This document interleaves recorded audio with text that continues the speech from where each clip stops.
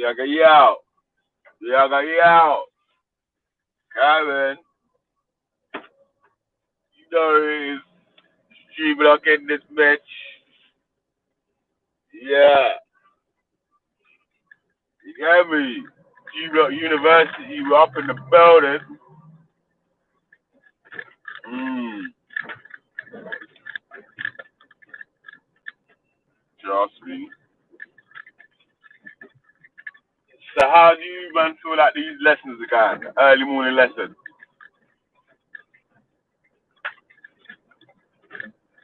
Isn't it? You man don't care about it, innit? Yeah, you man only care about beefing and arguing, yeah? They're not. Man don't care about no education cuz. They just want to hear debunk or argument. Yeah.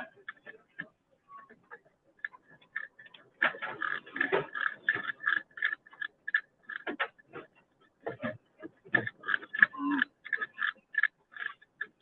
Debunk don't be shit. You know that.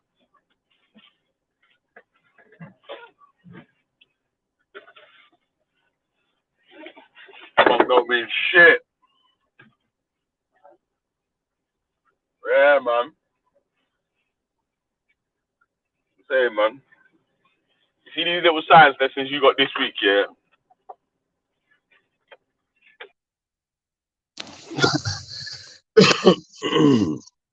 I don't want to hear nothing about nothing. Can't. You got me?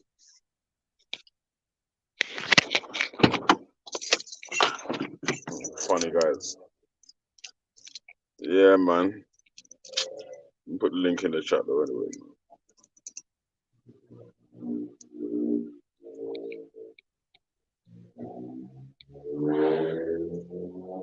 Alright. Yeah, I don't know what an Islamaphobe is, man. This is made up words. Stupid stuff.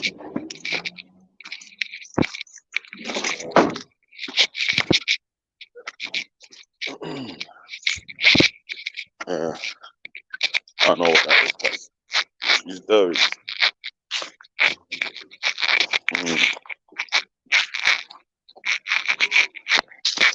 It's made up shit for you.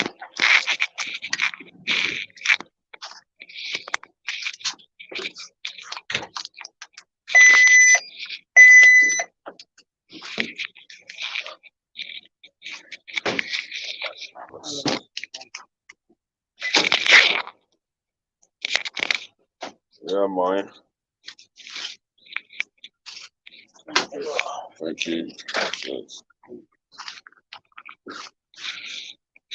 Yeah.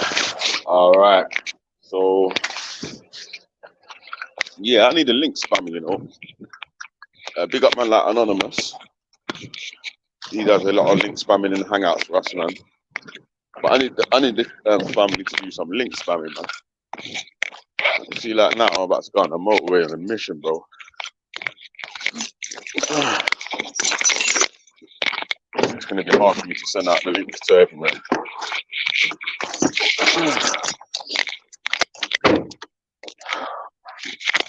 Oh, mate. Calm, man.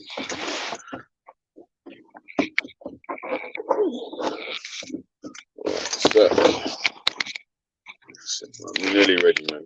I'm nearly ready, man.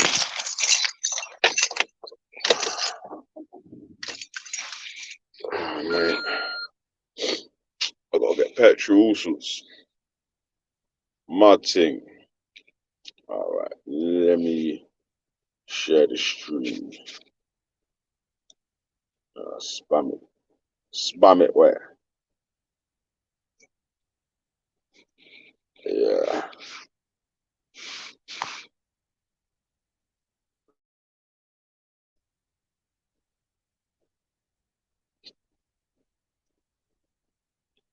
Oh, fuck no.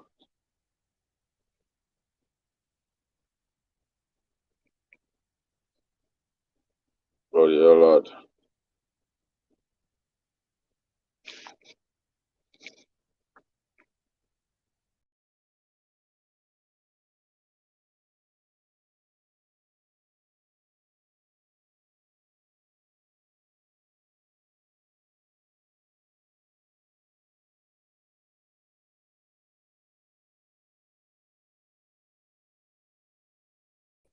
Yo.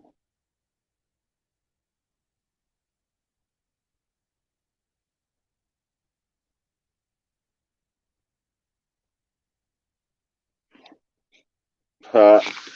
Yeah. That's everyone's excuse. You don't know any Muslims or anything like that. Man, you don't know me, bro. So yeah, you can think that. Oh, you're the only Muslim in the village. You're the only you're the only Muslim that has issues. But it's not that. Yeah, it's not that at all.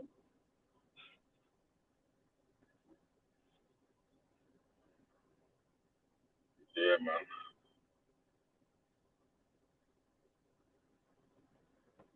These some different business from.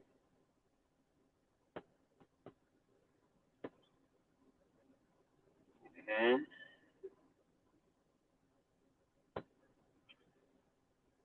Yeah, I don't know what it is, Islamaphobe, man. I don't know about all that.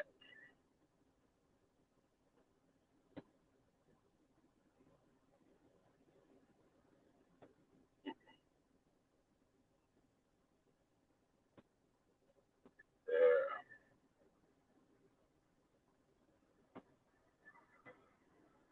bro, man.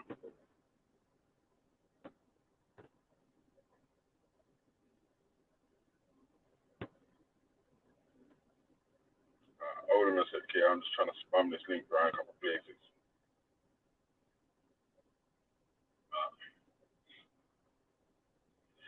Yeah, man, that's a lazy excuse, though, man. Maybe you don't know what Islamophobes are. Oh, snap. I'm on this account now. I was wondering why I'm just doing this. It's on this one for so long, for enough places I ain't seen for ages. Mad.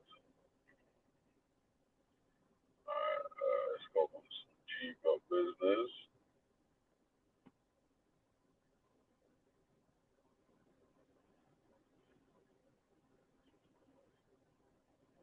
Yo.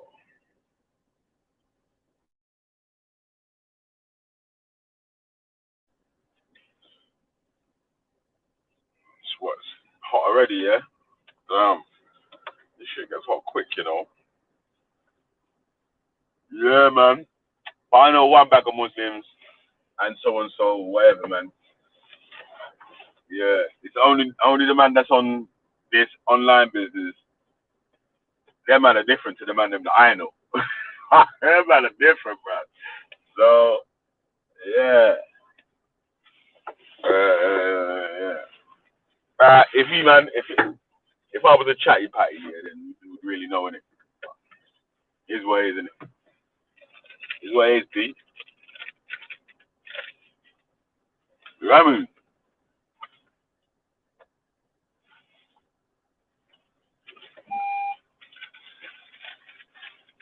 My man, and hold on,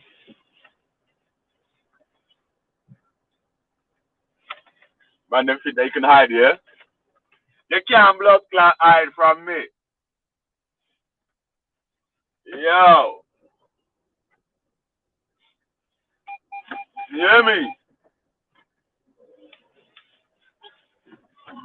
Come on.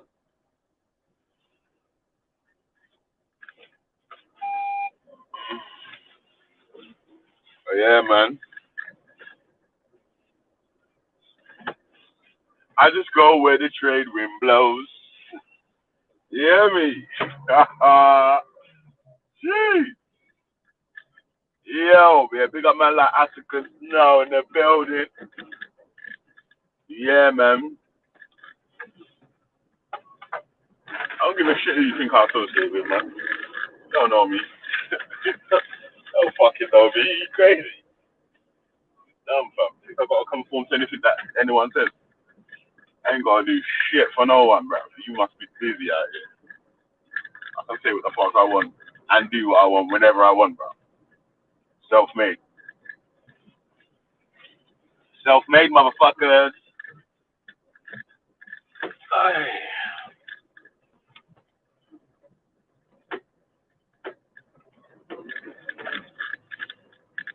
you get me? That's why I don't bother trying to prove no, rah rah rah. I just say what I want to say, bro. Can't prove nothing to no one. What the fuck is that? Any of these dudes? Shout out, man. You, mad thing.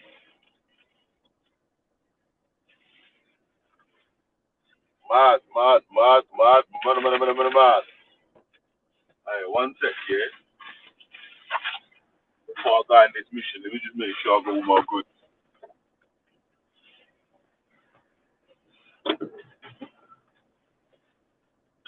Yeah, man. Here's one of this, son. Yeah, me. Yeah, but that's what you got. That's how you need to live your life out here, fam. Man. I don't care what you, man, or personally think, whatever. You know what I'm saying? Like, I just don't give a. Yeah, me. Trust me, bruh. Yeah, that's what I was trying to say, cuz. Like, if you not really new, man, this YouTube business is some idiot business, bro.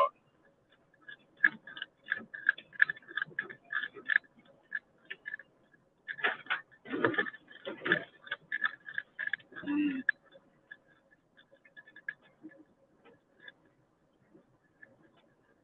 Belly, you associate well known with Islamophobes. Yeah, 2020, man. Yeah, 2020, suck my balls, man. That's what you can do. You can get my balls out and you can lick them. So you can do, man. You try to shit. Yeah? Is that Islamaphobic? You little dickhead. Shut your mouth, man. Idiot.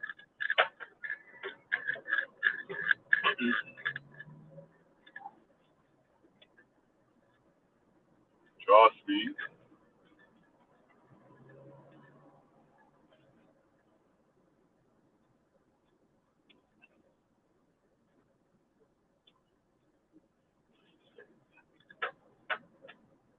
These little victims. You man are fucking victims, man. Just fucking balling every 2 seconds, man. Shut up, man. Stop balling. Stop the blood clot crying. Yeah. If you lot were getting pee or something, man, you man wouldn't ball so much, man. I swear down, I'm not even lying.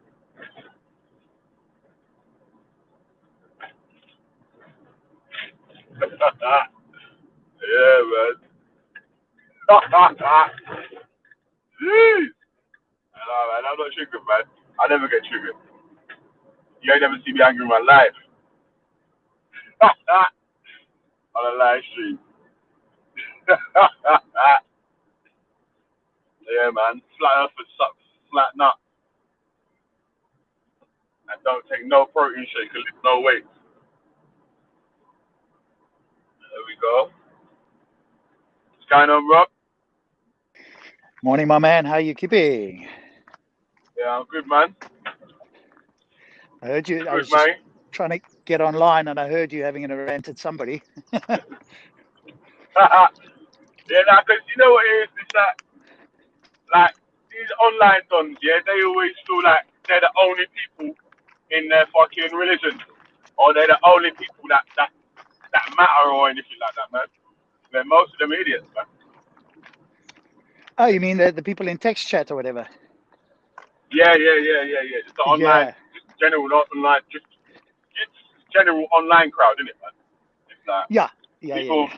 people make these little things like, oh, so and so said this on this stream about so and so, and now we have to flipping chase them from stream to stream, calling them a wanker. Like, yeah, go on then. I ain't doing it though. Yeah, there's a lot of oddballs out there behind the keyboard. This whole Islamophobe thing. It's a vacuous term, right? I think it's got connotations to the Muslim Brotherhood out of Egypt, uh, and was invented to try and shut up opponents, right? So set up as a pejorative to paint people, a bit like racist or Nazi or whatever, right? That's kind of the idea behind it. But if you examine it, you find out that, of course, it's entirely vacuous, because all you have to do is break down the words, right? Is it irrational for somebody to have a fear of Islam? I don't rap. Now, in some countries, it's not only rational, but it's life-preserving to have a fear of it. Because if you were fearless, you wouldn't survive very long. And it's often conflated by those who don't understand it and don't take the time to think with anti-Muslim bigotry. The two are not the same. But you'll often hear people who don't think very clearly or at all, really, conflate the two. So the term, how is it? So in order for that term to have value, you'd have to demonstrate how somebody, that somebody could not have an irrational fear. And I think it's easy to demonstrate the opposite. So, but it tells me a lot about somebody who uses it. Yeah. Someone who would just say, if they can't beat your argument, they'll just say, oh, you're an Islamaphobe. You're an Islamaphobe. I'm fucking crying like a little bitch.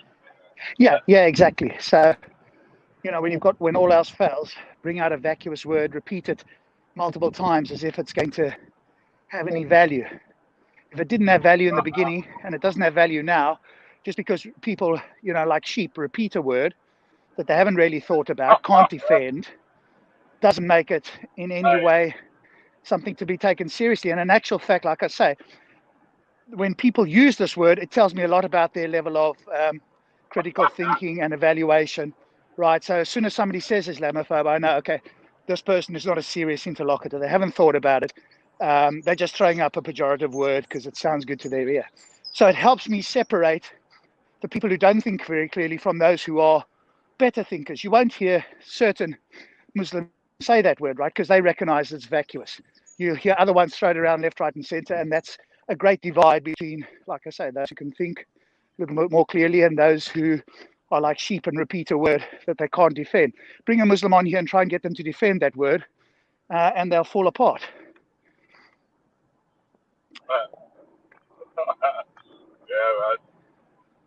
Yeah, man, it's going to be another fun day today. Hey, did you watch the upload earlier? No, sorry, I missed it. What happened? One about DNA, introduction to DNA. Basically, yeah, it was a Dutch computer scientist was breaking down his understanding of DNA and making it more like a computer program. So, okay. Yeah, he just explaining the basics of it. Was that more for for lay people like us to understand, how it works? Was that the idea? Okay. Yeah, man. It's an interesting topic. Sorry, was that at university? Did you say? Yeah, we're doing G-Block University. Yeah. Gotcha. We're smashing down all the stupid arguments. Yeah, we don't want anyone to have a stupid argument, man. We want strong, tough arguments which cause a challenge on especially if it's a question against atheists or so and so. You want actual questions which is an actual issue. It's made up stupid shit that don't even. Yeah. By the way, just on that note of challenging atheists, as it happens, I just caught a short video with Steve from Speaker's Corner. He and somebody else were running a live stream for atheists, and Duncan Atheism, aka Darth Dawkins, infamous Christian troll, happened to jump on there. Now they've never heard of him, they didn't know him, they also don't know the argument, so I'll clue Steve in next time. But so they let him ramble for a little while because, like I said, they'd never heard of him, right? So he came on, and first one guy said, Steve said he's an atheist, the other fella said he's agnostic, and this guy proceeded to try and explain to them why he thinks agnosticism is meaningless, i.e. that it implies no God exists, which I don't agree with. And so Steve interrupted him every so often because he was just on a bit of a monologue. And then his arch nemesis, a guy called Jack Engstrike, popped onto the live stream. And this guy almost immediately left, right? And his reason for leaving is because he claims that Jack is a known stalker and a troll. All the while, Jack is pretty knowledgeable in philosophy and would spank him quite seriously in this debate, right? Because it's more of a philosophical claim that this Duncan atheism, because I think he's been on here once, right? I wasn't here at the time. And so his challenge to atheists is, your worldview can't make sense because it doesn't have an ultimate that underpins your reasoning and facts and blah, blah, blah, right? I'm quite familiar with his line of reasoning, but as soon as Jack came on this other stream, he kind of pleaded with the host to get rid of Jack, because now the host never seen or heard of either of them. And when they wouldn't do that, he left within 20 seconds. Wow. So it's kind of amusing. So anybody that will challenge him robustly on his vacuous claims gets labeled a troll, right? So he's got this method, and he's got a few cronies, right? Any of these people that have been around long enough have got like a small cult following, and so they sort of follow him around, because the video shows him saying, "Hey guys, I've just found an atheist live stream. Here's the link. You guys all come and jump in as well into the chat, and then tell them to invite me, and I'll jump on." So he got his cronies to ask them to invite him. So that's how he got onto the stream. So they sort of go around, and obviously you've had him here once, so they'll go around looking for atheists that they think they can intellectually challenge, and especially those that don't understand the argument, right? So he can look like he's superior.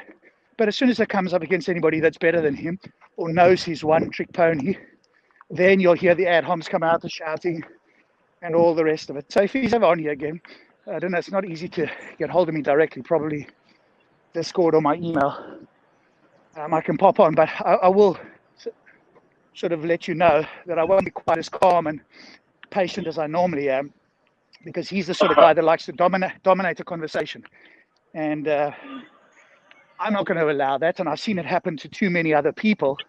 And so it'll probably end up being a bit of a shouting match. And because he doesn't have the mute or mod capabilities here, now is to try and stand his own ground, which against somebody else sort of also with that idea, he doesn't fare very well with. So he's got a small channel. He's got like a voice chat in one of the Discord servers where he mutes people and gets rid of them. I mean, there's plenty of videos online. As soon as he doesn't like something you're saying, or you're not answering the question that the way he wants to, you get muted or kicked off the server. And he's got this little, like I say, band of trolls or minions, should I say, that just clap like guppies and just agree. You know, when you have a cult leader and nobody challenges him or her, and they just nod along like little penguins. So he's got a small following like that. Yeah. So yeah, it was interesting. Go look it up if you haven't seen it. But yeah, I don't know what happened. You got a question in the chat, yeah? Go on then. You got a question in the chat, yeah? No, when he come on here, yeah, he was rambling for a bit. James was letting him, James SC was letting him ramble for a bit longer than he should have let him. But then once he started checking him, then he sort of ran off. But you got a question, yeah? So at Valley Vision G Block, ask Rob what he thinks about atheists debating theists without understanding evolution or Big Bang. Because I was told in order to debate a theist claims, I have to provide reasons too. What do you think of that? Reasons to what? Like, what? Provide reasons against, innit? Yeah.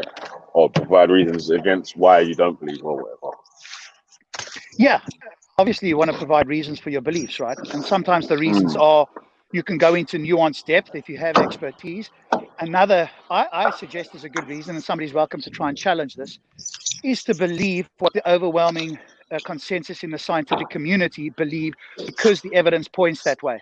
So that's not an ad populum, and it's not an appeal to authority. So anybody who thinks that is just not thinking clearly. But you can still believe something without having in-depth knowledge, because if that were not the case, then we would be agnostic on just about every claim that we didn't have expertise on, which would be absurd.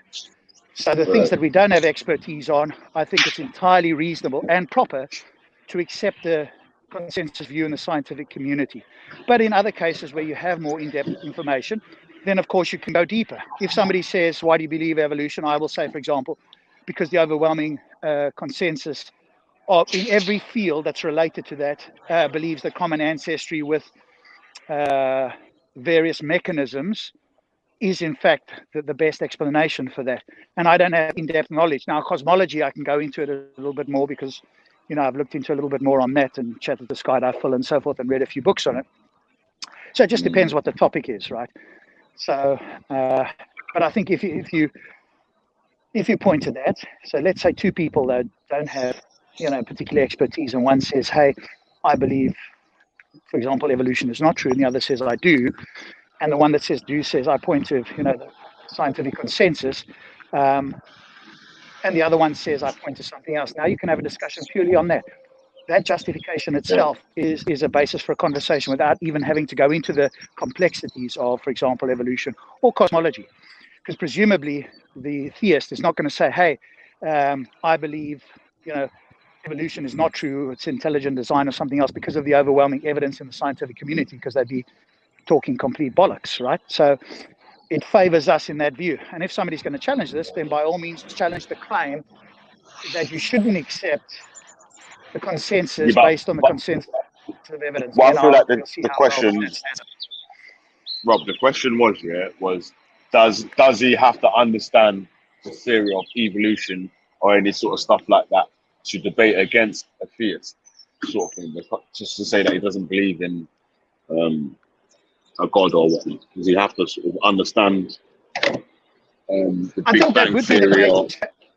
I think that would be the case if somebody walked around and said, hey, the reason I'm an atheist is because I believe in evolution, and evolution is contrary to what the theists say, and I've got some, you know, and I'm quite well versed in evolution. If an atheist walked around saying that, then yes, they would need to have a better understanding of that, because that's their primary, or at least one of their primary objections, and presumably they have good reasons, more nuanced, well-read reasons within evolution, because obviously somebody's going to push back against that, say, well, evolution is just a theory, or how do you explain this, that, or the other thing, right? So I think, yes, that would be the case if I or somebody else went to Speaker's Corner or came online and said, hey, the reason I don't believe in God is because evolution is a close to a scientific fact, or layman's terms scientific fact, and I'm putting forward that as my main argument, then I would expect that person or me or whoever to have that expertise. I don't do that because I'm aware that evolution is not my area of expertise. I've read a couple of books on it, but it's not my area. 9-3. Say again? Doesn't have the number. Just signature. Let me see if I can have a look at that. Yeah, sorry, mate. I'm in the petrol station, man.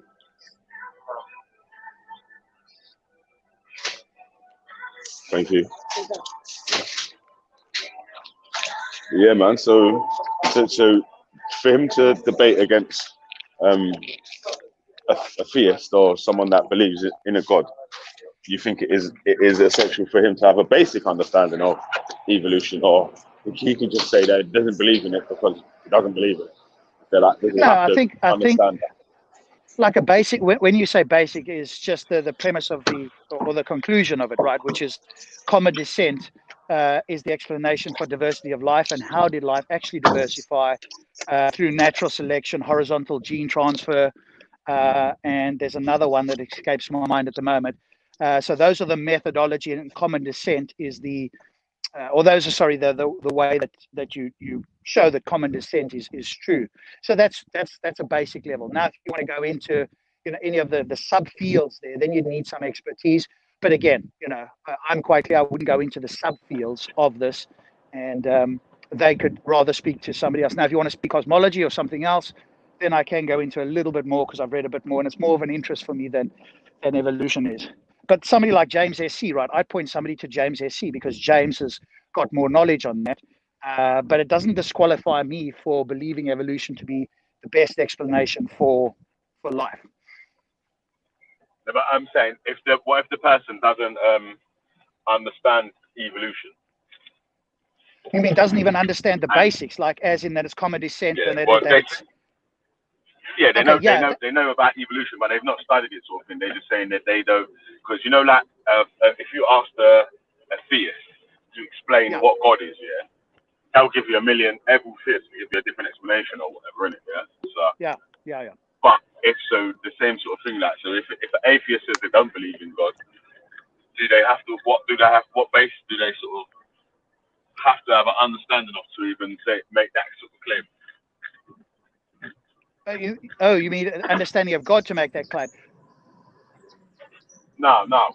So an atheist will say to a theist that they don't believe in God, yeah. But Yeah. if an atheist starts a theist to describe what God is, they'll give their own personal definition.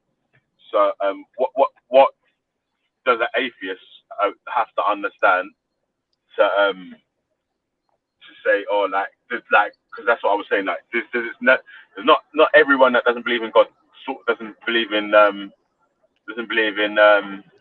Big Bang Theory or evolution and all that stuff as well.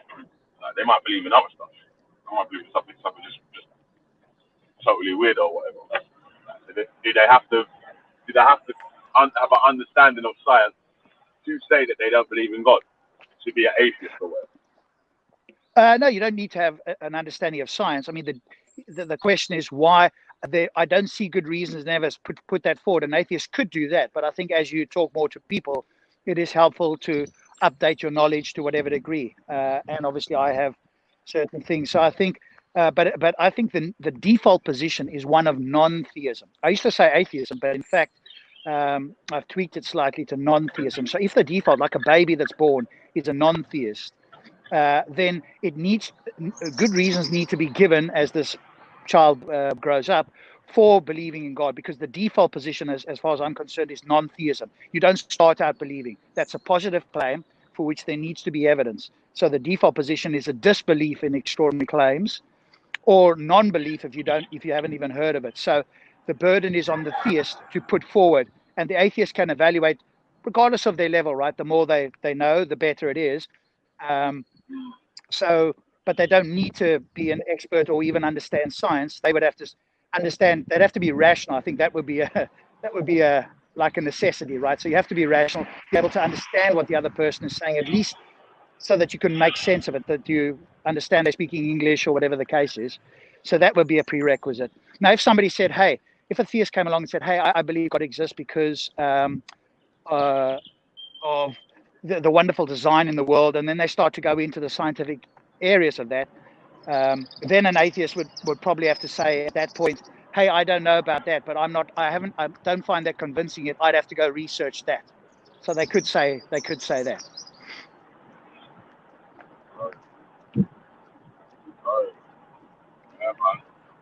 But like you, me, whoever, right? We don't need to be scientific experts to reject the claim, because the claim itself is not the default starting position. And so it needs to be argued for. And to the degree that we don't have that knowledge, we can turn to people that do have it. Right. So one of the arguments I heard probably about a month ago was Matt Delahanty debating a guy called Inspiring Philosophy, who fancies himself as a Christian apologist. And one of his arguments for God was an argument about quantum mechanics. Now, Matt Delahanty rightly did not address that. He's not an expert in quantum mechanics. This guy had gone look some stuff up. But the other thing, really, having said this, and then he put forward an argument for why quantum mechanics shows that God is more likely.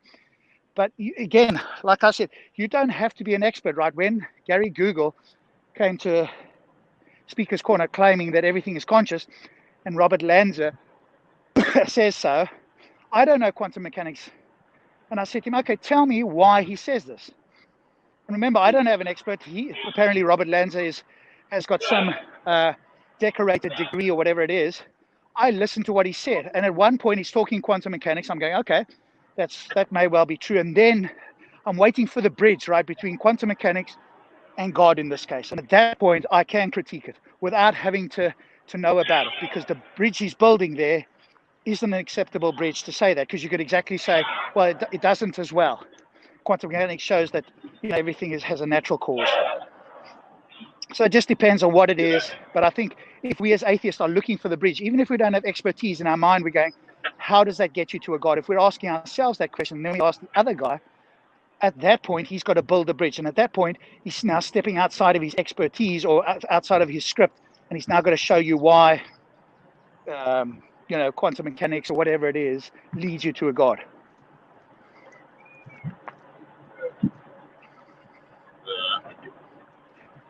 So, Rob, is there such thing as an Islamaphobe? What's an Islamaphobe? No, it's a vacuous term. It's something. It's like saying somebody's a gobbledygook. Well, what's a gobbledygook? Some word I made up, right? If you break the two words down, what is Islam? Obviously, it's an ideology based on a book, and a phobe is somebody that has an irrational fear of something. So now the argument we need to be made, whoever is going to try and argue that Islamophobe is in fact a rational and substantial label, is to argue that no, it's not. You cannot have a rational fear of Islam. Remember, because the claim is that it's an irrational fear. In other words, that you shouldn't fear Islam, right? And people who have been under the authoritarian rule of people who are Muslims and who are claiming to enforce Islam, I think are legitimately have got a very good reason to say they have got a fear and it's not irrational. So somebody would have to show that that's not the case. Otherwise, this word should stop being used. Now, it won't stop being used by the gullible and the ignorant. But that, again, like I say, that just shows me the level with whom I'm speaking. Because the people that are at a higher level, like there's a few people on here that'll come on, they'll never use that word, right? And then you'll get some people that will, and that'll just tell you that those people just aren't clear thinkers. So no, I don't think somebody can be an Islamophobe. It's just like I think somebody can't be a gobbledygook. What if someone actually hates Islam and hates Muslims? Okay, but there's the difference, right? There's a difference between hating Muslims and hating an ideology. Because obviously, not all Muslims follow the ideology the same way. And you would have to say I hate Muslims, you'd have to know all 1.7 billion Muslims, right? Just to say you hate Muslims, I think is someone can make a general statement though and say, I hate Islam and I hate Muslims. Someone can say that. Yeah, they can say that, but I think they'd be mistaken. I think, well, we could just ask them, right? Why do you believe that? And then I think we can listen to what they've got to say. And I think they could give justifications for why they hate Islam or why they hate certain Muslims, but to say that then generalize certain Muslims to all Muslims, I don't think they'll ever have a sufficient argument for that. But I could easily see them. What label would you give them then? If they was adamant, I hate Islam and I hate all Muslims. I don't care what Muslim. You could put any Muslim you put in front of me. I don't like them. I'm not just gonna like them, and I hate Islam. All scripts and all so and so. What label would you give that person? Then I suppose you could potentially, depending on the definition you use, you could say somebody's bigoted against Muslims. Because you can't be bigoted against an idea or an ideology. But if you hate a whole group of people based on your experience of just a few, then that would be, as far as I can tell, I'm not looking at the definition now, but that would be sort of a bigot. So somebody who's an anti-Muslim bigot, I think that is a legitimate label to throw at somebody who does say, I hate all Muslims or get rid of all Muslims or whatever the case is. Then anti-Muslim bigot would be a term that would apply to that person. I just quickly saw something about God being the observer of the waves, which obviously if God was the observer of the waves, then they would never change to not be on waves. You know what I mean? When no one's not observing, but they would always be observing. That was just a small point on what someone was putting in the chat. Yeah, that's it. That's an interesting thing. I've not looked into that. But if you believe God is the observer of all, then what you perceive to be infinite possibilities or a great deal of possibilities is just your ignorance about the state of affairs, because the state of affairs is known by God and therefore would actually be fixed rather than random or probabilistic.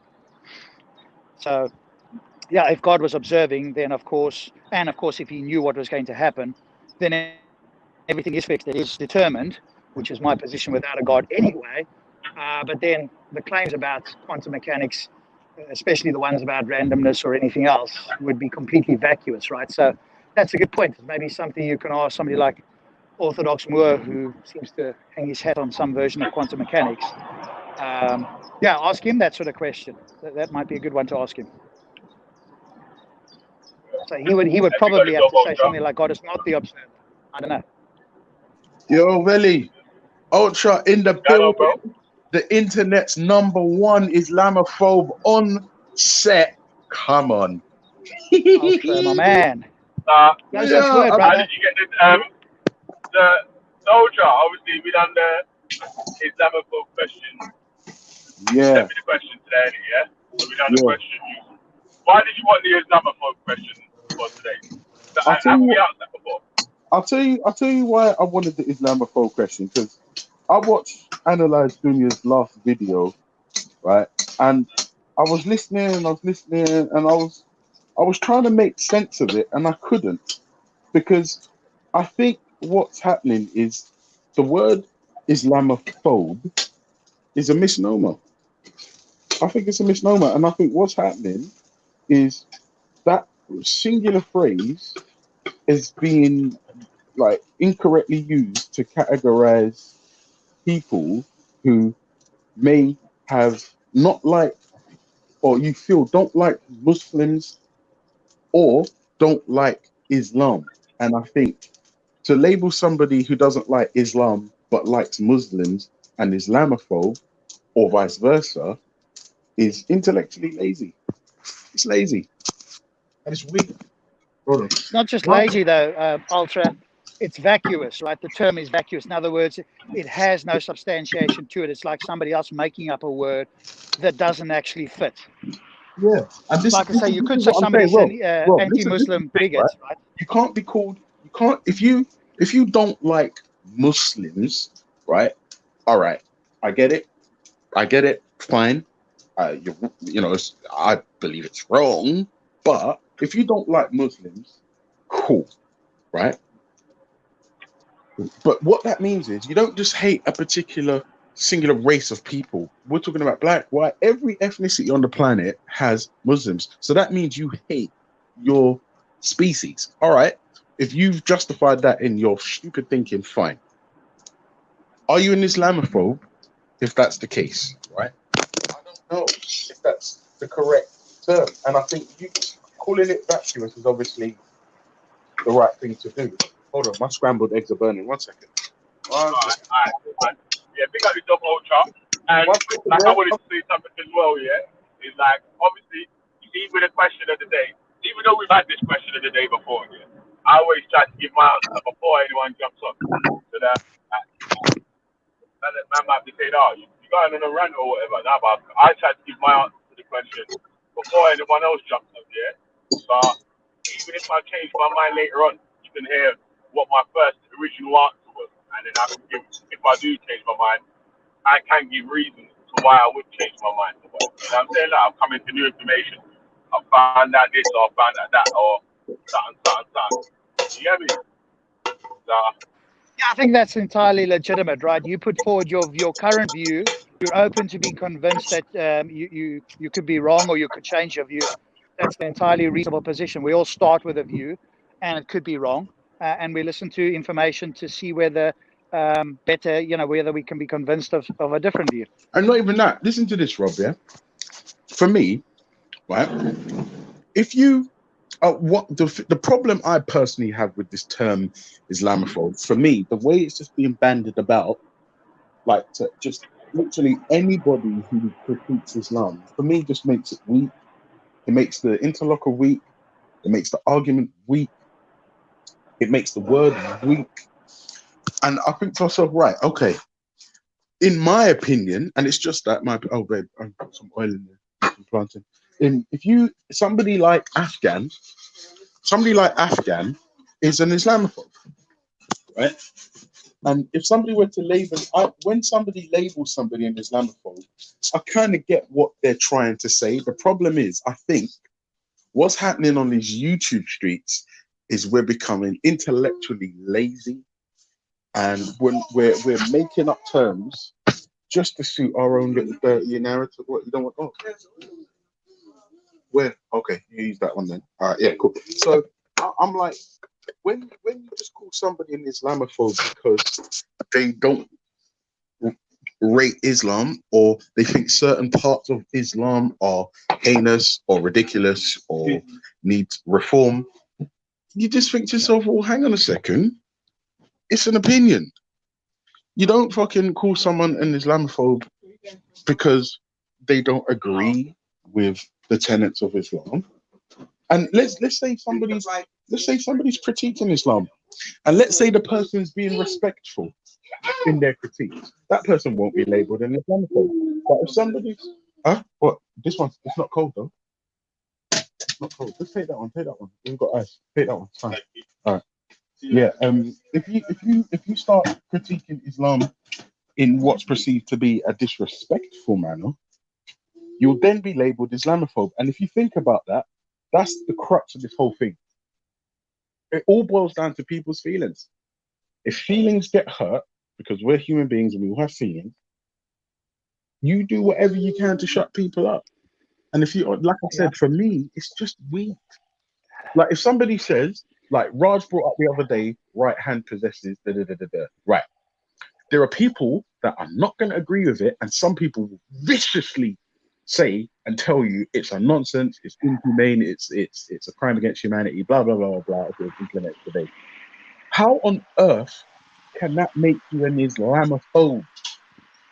Well, it can't, Ultra. But just on a quick note here, I'm here in front of a cow. Tell me that this creature wants to be killed and put on your dinner table.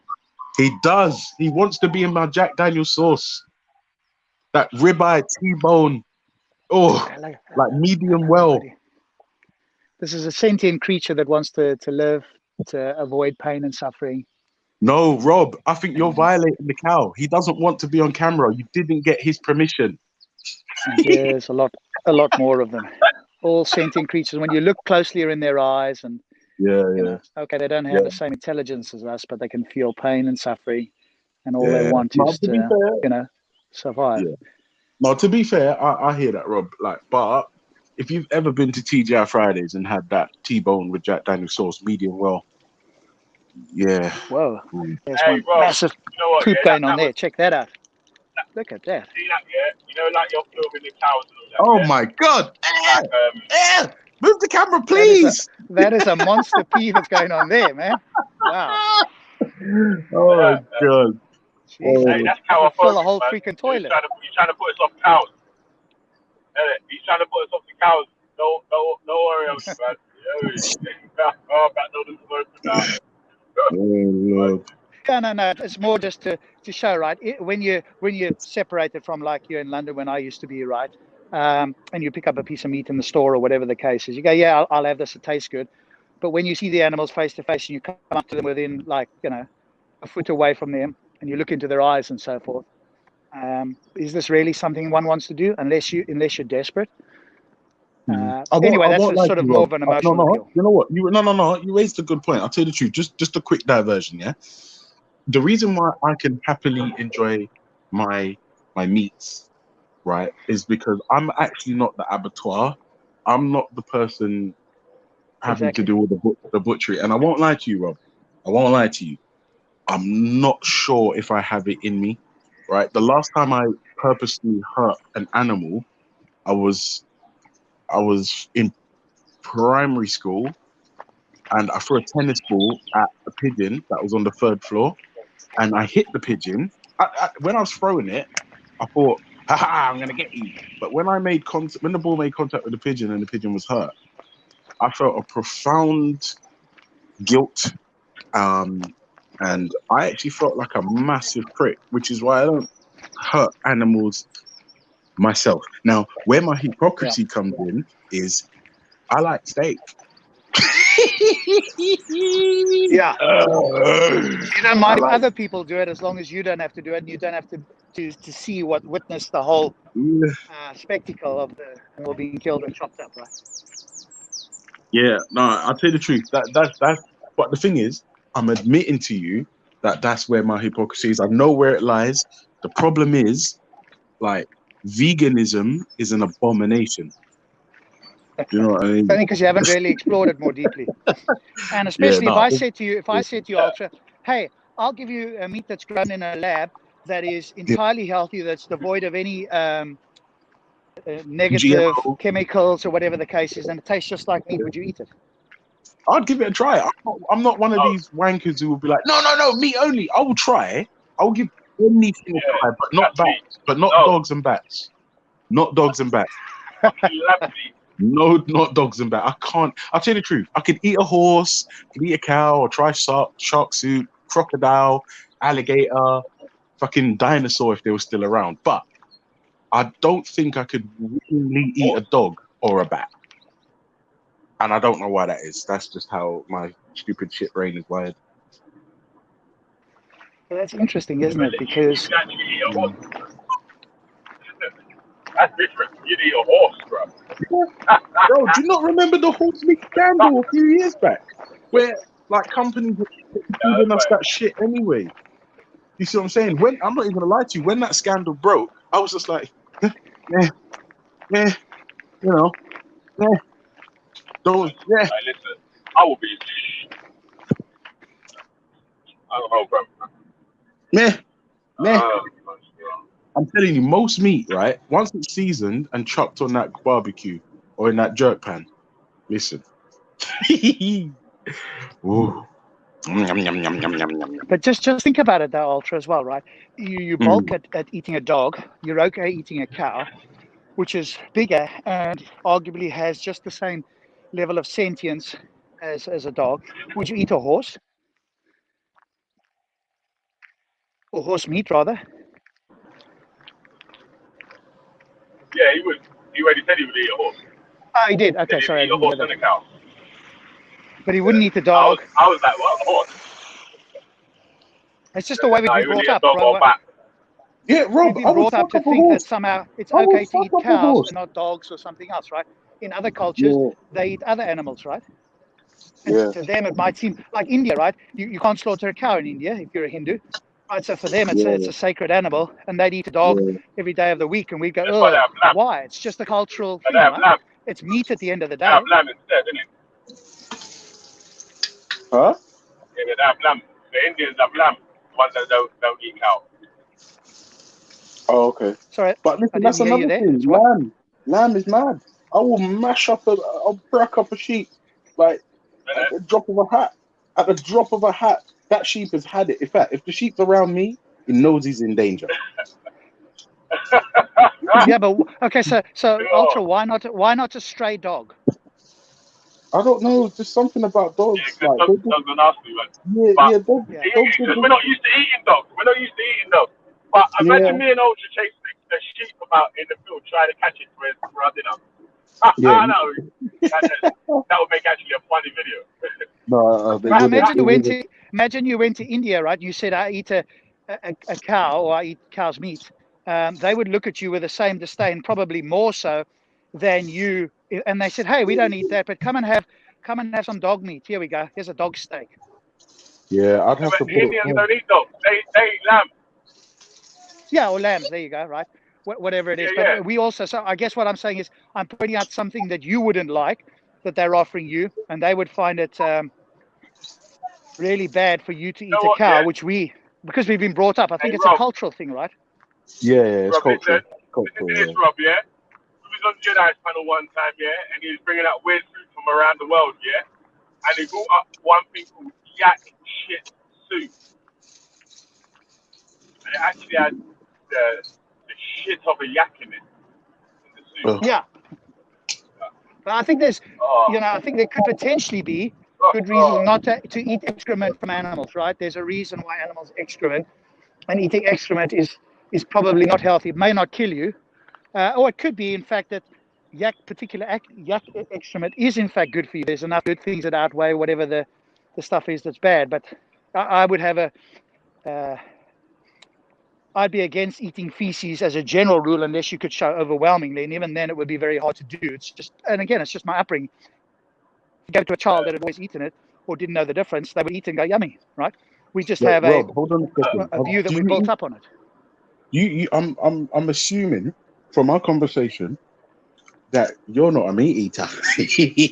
No, I mean, Yeah, it'll happen on because very the meat, rare you know. occasions. I'm not Oh, 100%, but I'm 99. So on the rare occasions, I recognize that I'm doing something that goes against my values, and there'll normally be a reason other than it just tastes good. So there isn't anything else, or whatever the case is. I could starve myself a bit, but it's very rare. So I'm not perfect at it, but the principle, I try to adhere to the principle. 99, whatever out of that. 100. hey, Ultra, did you know my brother was a vegan? No way. No, but actually, Yeah, man. do you know what? No. Let me be real, Belly. vegan. In West Indian households, right? If I'm honest with you, a lot of, especially when I say West Indian, specifically Jamaicans, right? A lot of them brothers have been vegan from day, but it's not really, it's not really It's not called vegan, it's not really like a new concept. Remember that the meat that we eat is a side dish. Yeah. If you take the meat away, what is it? Delicious and nutritious. Part of the milk, it's part of the milk, man. It's It's a nice part of the milk that I love. You know what it is? We've craved a hunger because of takeaway. Where when you go to KFC, piece of chicken there, you want a bit there, you want a couple bits and pieces. Where when you was young, you was at home, your mom gave you one drumstick and that was it. Listen, we went for a picnic the other day, and I sent Ultra a picture of the chicken and all that, and homemade chicken. If you know how to cook properly, then homemade food is much better than takeaway. Homemade chicken is better every single fucking time. Come on, behave yourself, man. Homemade every time over that takeaway shit. Every time. You see, and that's what I said. Most of the time, well, you got all the Rasta man them that they were eating idle from day dot. Exactly. When you look at it, you know what I mean, rice and peas, the chicken's on the side. That's right. You know what I mean? That's right. Very rare. You know where it's from, Huh? Obviously, from coming up from them days, it was that meat was rare, innit? Like, man was mostly getting scraps of shit. You get me? So. Yeah, I think most vegans would agree that if you're in dire need to eat to survive, then that would be acceptable, since other animals do that to each other to survive. But I think if you don't need to survive, then the question is, does that quote tasting piece of meat, which isn't actually tasty on its own, by the way, so if you cut a piece of raw meat out, that's not tasty, but is that piece of meat worth taking the life of a sentient creature? I think that's very hard for somebody to justify. Because when we eat food, most of the time you will find out that you eat all the food and then you leave the meat to the end. Yeah, because it's the best bit. Nah. That's what I do. Hey, have you ever eat my rice and peas and my chicken? Hold on. Chips first. But hold on. Do you know that when you eat the meat? You see when you eat the meat, yeah? Have you ever just eaten meat on its own and it felt good? Yes. What? Unseasoned? Chicken! You're lying. What do you mean, unseasoned meat? After a period of time, imagine you had just meat for your dinner. No, there's a place. There's a place in the O2. There's a place in the O2 called some Brazilian thing where they serve you meat on a skewer and nothing else. I went there. I started to get meat. That's not their full service. They'll have something with it. They just come around with chicken upon chicken wing. Hey, you want chicken leg? They will come around chicken heart. I'm like, what? Heart? But you feel satisfied just eating meat on its own. You can be full up on just meat, yeah. So like you said, I was gonna say, so when my parents used to have parties or whatever, and then there always used to be like loads of food left over, like loads of chicken leg or loads of fish and whatever. That used to be my packed lunch for work for the week. You get me? That party shit.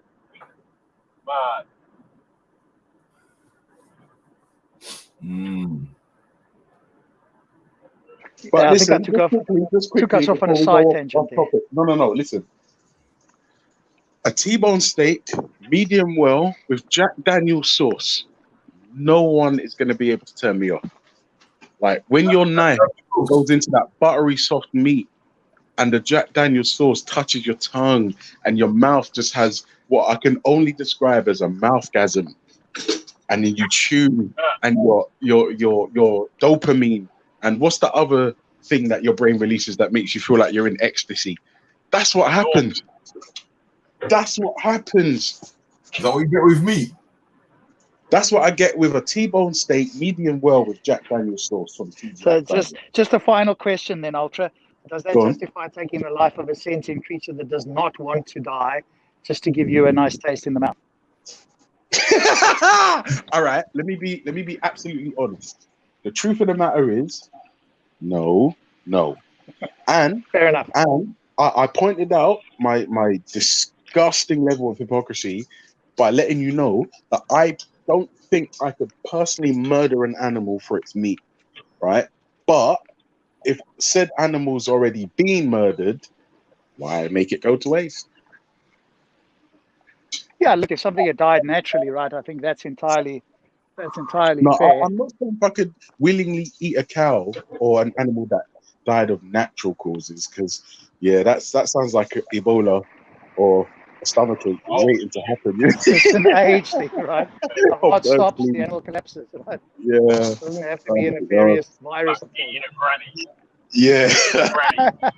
Eating a granny compared with a human now. You know what, Ultra? If I had a team of 80... Huh? I said the meat might taste. No, go ahead, Riggs. No, I was just saying is that if it died of natural causes, that means it's gone to its full potential. The meat might taste sweet because it's lived longer. No. Listen, I saw this video where this guy was rearing young, like outlaw bred pigs, right? And he licked them down when they were young, and apparently that's where the meat tastes the sweetest, it's the most delicious, and and I've never had that myself, and if I'm honest with you, I struggle with like licking down infants, like either of any species.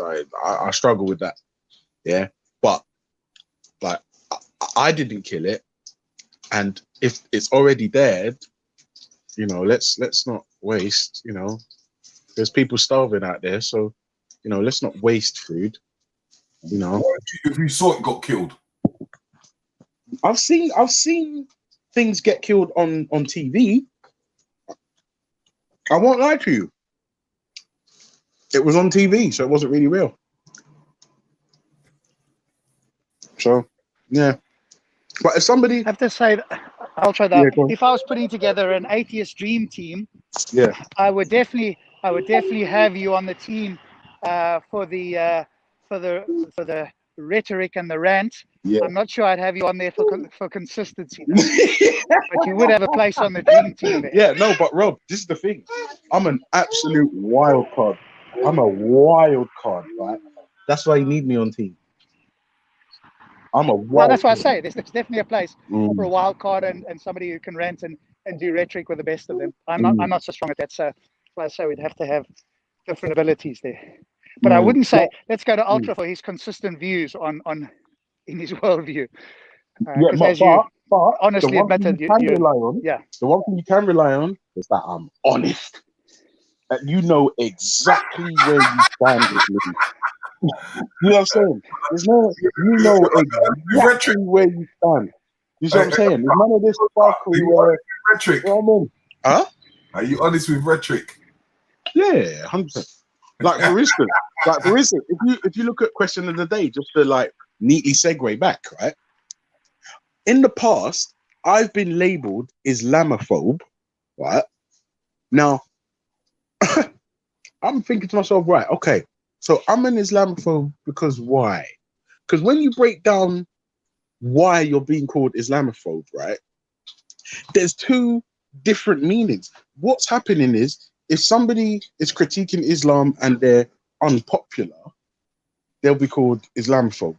If somebody critiques Muslims, individual Muslims, and that person is unpopular, they will be labeled Islamophobe, right? And this for me is quite telling, which is why for me, when the words just dished out willy-nilly, it just becomes weak and emotional, and to quote Rob, vacuous. And I feel like if you're gonna say, if somebody's walking around, I hate Muslims, I hate Islam, no Sharia, the prophet's this, the prophet's that, the Allah doesn't exist, Allah's got toes, Allah's got a throne. No, cut that out, it's a bit thick. Yeah, just slice it down the middle. Allah's got toes and all this stupid shit. If somebody's on that sort of that rhetoric, then I get it. I understand why somebody would label that person Islamophobe or Islamophobic, right? But what I've noticed is if somebody critiques Islam and is respectful, or they won't be labeled Islamophobe. If somebody critiques Islam and is disrespectful and doesn't take into account anyone's feelings, they'll be labeled Islamophobe. And the key here is people's feelings. So, Ultra, just clarify for me there. Here's my position, and you said something that they could be called an Islamophobe if they said Allah had toes and feet and stuff. Maybe you can clarify that in a moment. The only way, in my view, that somebody could be called an Islamophobe is if they said Islam is both true and false at the same time, because that reduces to absurdity. Yeah, of course. Yeah. And then they have an irrational. But then again, even that's not a phobia, right? Because a phobia is an irrational fear. So they would have to say something like, I think Islam's coming to get me. It's like the clouds that come over the horizon. That's Islam, and it's coming to rain on me, and that's why I hate it. So something like that, right? They'd have to be basically irrational or bordering on irrational. But you said that certain critique you think could be labeled Islamophobic, and I wonder if you can clarify what critique you meant. That somebody, in your view, not in somebody else's view, because do you think there is a legitimate use of Islamophobia? Yeah, because for me, when someone says you're an Islamophobe, like when someone says that, for me, it's a pathetic attempt to try and shut the person down and discredit them as like it's kind of like the Islamic version of anti-Semitism. That's what's kind of yeah, exactly. That's the idea, right? To do the same thing. That's what it feels like. So. But I'm asking you though, is there a case where you think it's legitimate? I don't know if legitimate is the right word. Just hear me out. For me, if somebody is just like just hates Islam, hates Muslims, wants them all deported, you know the rhetoric, right? If somebody was to be labeled if that type of person was to be labeled Islamophobe, I would know exactly what the person is talking about. However, I think the word they're using is wrong. The term they're using is wrong, right? Because, and I would say, like, for instance, let me ask you a question, Rob. If you think certain bits of Islam are just fairy tales and nonsense, right? And you tell a Muslim this, are you an Islamophobe? No. Right. If you tell them that you think their book is just made up fairy tales and you're aggressive with how you tell them, chances are you'll be labeled an Islamophobe. Now, for me, the difference in both scenarios I just gave you was the person's feelings. And that for me is telling. Yeah. Was there a question there for me though? Because you were going to ask me a question and became a statement. Right. So The question is, if you have a physical or verbal altercation with one Muslim, are you an Islamophobe? Or what people mean by Islamophobe is, could you be labeled that? No. Not by the. Let's say no, because the answer is no. It's not even a trick question. So, let's say you have a physical and or verbal altercation with 10 Muslims. Are you now an Islamophobe, or what they like to label Islamophobe? No, I'll try. We can shortcut it. If you had a disagreement with 1.7 billion, you still wouldn't be an Islamophobe. See, that's where I was going. You fucked up the whole story. I was going to go from 10 to 100 to 1,000 to 10. I know, that's where your rhetoric kicks in. I love you, and sometimes I just want to shortcut that. Yeah, shortcut, no problem. Right. So let's just say you have a physical and or verbal altercation with one billion Muslims, can you then be labeled an Islamophobe? In my subjective opinion, I know you hate that, Rob, but I'm using it anyway because I'm an individual and I won't cater to anyone's feelings, hence this conversation.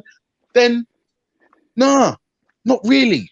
Now, if you have a problem with the doctrine of Islam or certain bits of Islam, because you can't just hate Islam across the board, you can hate aspects of it or dislike or critique aspects of it. You can't just hate it across the board. That's a nonsense, right?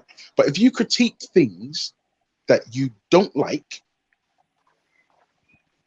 about the doctrine, not Muslims, but the doctrine, can you then be labeled an Islamophobe or what? Yeah, what would you say to that? I mean, you're going to say no. The short answer is no, you No. can't. And I think it's very clear that we need to remember to highlight to those whose brains are not thinking correctly that when you bring in the word Muslim, you are no longer talking about what the word Islamophobe refers to. Now, if you're going to broaden it to include Muslims, well, you can do that on your own, and I'm just going to reject your claim out of hand immediately, since Islam is an ideology and a phobia is an irrational fear. So if we're going to use the word accurately, which we should, instead of trying to smear people with your subjective opinion, not you personally, but people's, that doesn't even fit the definition, then they should be rejected out of hand. So you'd have to show, there's three words there. It's an irrational fear of Islam. That's it. So you not only, because I was thinking about it while you were speaking as well, not only would you have to be shown to be irrational, you'd also have to be shown that you have a fear. Wait, Rob, hold on a second. Is having an irrational fear a bad thing? Yes, if you want to be rational. Is having an irrational fear something to smear somebody with? Because if somebody has an irrational fear, surely it's on us or to maybe read or develop a method to come up with combating this irrational fear, rather than just smear them Islamophobe. Maybe like, okay, here's this, and this.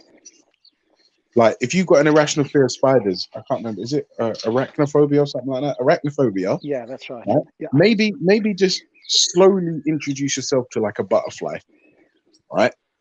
And then maybe like, those tiny little spiders that have been growing on the button for my boot on my car. There's some cobwebs that I've just been developing because I haven't really used the car. Introduce yourself to something like that, slowly, and then like after a while you can become desensitized, and then your irrational fear will be gone.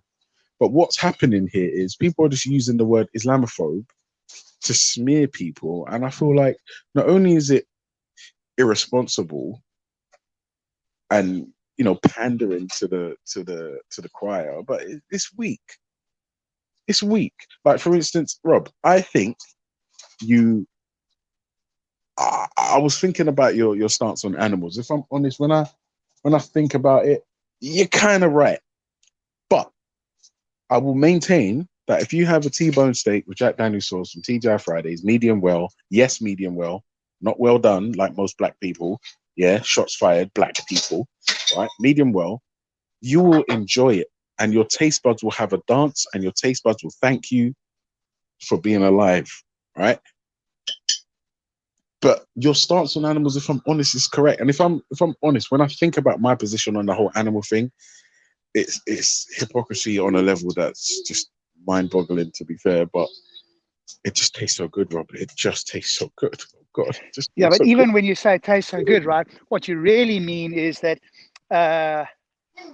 when I put all these extra things on, because if I gave you slapped a piece of meat down on the table, uncooked, raw, you wouldn't be going, oh, that fills my taste buds, right? So you've got to do certain things to it in order for that taste to be realized. It's disgusting. Beef tartare is disgusting. It is disgusting. Raw meat is just the worst thing ever. But once it's been on that jerk pan, exactly, right? Once it's been on the jerk pan, listen. Listen. And let me send a shot at the Christians. Even the Christian deity loves the smell of barbecue. Hashtag when Noah got off the boat. Yeah, but also animals are slaughtered at Eid as well, right? Yeah. After Ramadan, they're slaughtered as well. So people slaughter animals for some belief. They'll eat them afterwards, but the primary reason is not for food. They won't claim it's for food unless they're being dishonest. So they're doing it as a sacrifice or as a, hey, thanks, whatever, right? But it's not primarily for food. And then they'll try and justify it afterwards. So whoever it is, whether it's Christians or whoever's right, killing animals. So again, I think that's even more irrational, right? In the sense of like you are sacrificing an animal that wants to live because of some idea. Your primary purpose is not to eat it. You'll try and justify it afterwards. But just to slaughter an animal because, you know, it's told to you that you should do it. Back when 2,000 years ago, when people used to do those sort of things and it wasn't seen as barbaric, still doing it today because of those reasons. Yeah, I mean, that's immoral to the highest level. And then don't say that you care about your fellow sentient beings. The best you could say is that maybe you care about some of your fellow humans and not all, and you certainly don't care about all other sentient beings, or at least some of them. I won't lie to you. My fellow sentient human beings, I really don't care about some of them, but I want to. But they make it really difficult sometimes. Do you know what I mean? Anyway, listen, Rob. Terry, Belly, you're gonna have to hold down the G block. My breakfast is ready. Where's the burger? Okay. Maybe when you're done with your breakfast and you've had a good meal, come back again and we'll talk about the Islamophobia thing because we're going to talk about I don't think that there's an occasion except if you could demonstrate that somebody was speaking specifically about Islam, that they were specifically irrational and they had a fear that was irrational, then you could label them Islamophobe. But that would be tautologist in a sense because you could just say somebody's irrational, right? Or you could use some other word. So it's taken on an extra meaning, which is not part of it and shouldn't be accepted and should be rejected at every turn. But even if we strip away the other stuff that's been added in, like, as anti-Muslim bigotry is not part of Islamophobia, but anti-Muslim bigotry is a separate claim, and that is a legitimate claim to make, right, if somebody is indeed one of those people. But to include Muslims in the word, as soon as I hear that, I know somebody's not paying attention, and they're trying to conflate things together because they have a narrative or whatever the case is. But you can easily call out somebody as anti-Islamic, anti-Muslim. It would be a good idea to get a Muslim on and ask them to define what is meant exactly by this term, because it's all right for us to say, like, obviously the claim is just a nonsense. Tell us exactly what you mean, because does it mean somebody who hates Muslims or somebody that doesn't like Islam, or does it mean both? And then we can break it down from there. Yeah, bring them on. I might not be around, but anybody that comes and wants to defend it, I will strip it down and we'll see that it's either entirely subjective or completely vacuous. They're coming for me. The police are coming for me. I've got to go. All right, go out the back door. So but whoever's on, challenge them on this claim. But I think the smarter Muslims won't come on and say that, right? The Muslims like, Shia Isa, maybe Orthodox Moor or whoever. I am hopeful they won't come on and try and defend this word. But the other people will, potentially could come on and let them try. What word would you give someone? What's the correct label then for someone that is really against Islam and that is really a hater of Muslims? But there you conflated the two together again. Right? Yeah, so if you hate Islam, you're an you're Islam hater, right? And if you hate all Muslims, you're a Muslim bigot, right? Why do you need to conflate the two together? Would get conflated, yeah? Why? I'll tell you why, yeah? Because if someone's talking about without actual Muslims, you can't have Islam. Islam can't just be a religion by itself. It's got to be people who follow their faith, innit? Sorry, just repeat that. It's a bit soft to me there. I said, without Muslims, there's no such thing as Islam. No, I disagree. You could have Islam without Muslims, right? You could have the ideology standing alone. The book could be there, getting covered by sand in an Arabian desert, and the ideology would still be codified in a book, even if you had no Muslims. Muslims are simply followers of the ideology to whatever degree, right? Some follow it more than others and differently and so forth. So that's why I don't think we can ever conflate Muslims with Islam per se. They are simply followers, and they follow in their own way, subjectively. They have their own interpretations, and many of them differ. Even within different sects, they differ. So, no, I think critique of an ideology is one thing, critique of a whole group of people is another, and you can label them separately if you have to. But I think, again, what's the definition of hating Islam? Speaking loudly, speaking emotionally. What is it? If somebody says, I hate Islam, maybe then you could say they're somebody that hates Islam. Otherwise, they're simply a vocal critic. But there's a narrative here to be painted, and the word is used in countries where people are. We've got to be truthful that there is people that hate Islam. It's not not everyone loves Islam. Not everyone. Sure, but how do we know they hate it? There is some people that actually do hate the religion or whatever. Like the ex-Muslim people. But they always say that how much they hate Islam. Okay, so that's my question to you: is how do we establish that they hate it? What needs to be the case for you to say somebody hates Islam? Well, when they say I hate Islam, there we go. Confirmation of just saying that they hate Islam.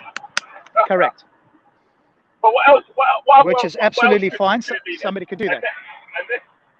Yeah, but I'm saying, bro, unless they're going to be saying, I'm going to start trying to cause damage to Muslims and something like that, then obviously that's another level now. Like, you're causing physical harm to people. You're not just saying how much you dislike something or whatnot. So apart from voicing how much they dislike something, that's really the only sort of protesting against something or whatever. That's sort of the only sort of definition you can give against being a Islamaphobe or whatever, or saying you hate Islam or demonstrating. Yeah, but it's not an Islamaphobe, right? Yeah, but what other way can you demonstrate that you hate Islam or that you hate a Muslim or whatnot? Okay, but there you're conflating Islams and Muslims again. Stick with one or the other, right? Yeah, I think because people could hate both, but then they have two separate labels for them. Yeah, I was asking you for a minute. Yeah, okay, so if somebody hates both, yeah, sure. Okay, so you that you can hate Islam, and then what could someone show you to do that they can show you that they hate Muslims? Yeah, they could say they hate it, or they could say I hate all Muslims or I hate Islam, but then they would be an Islam hater and a anti-Muslim bigot, right? So they have two separate labels.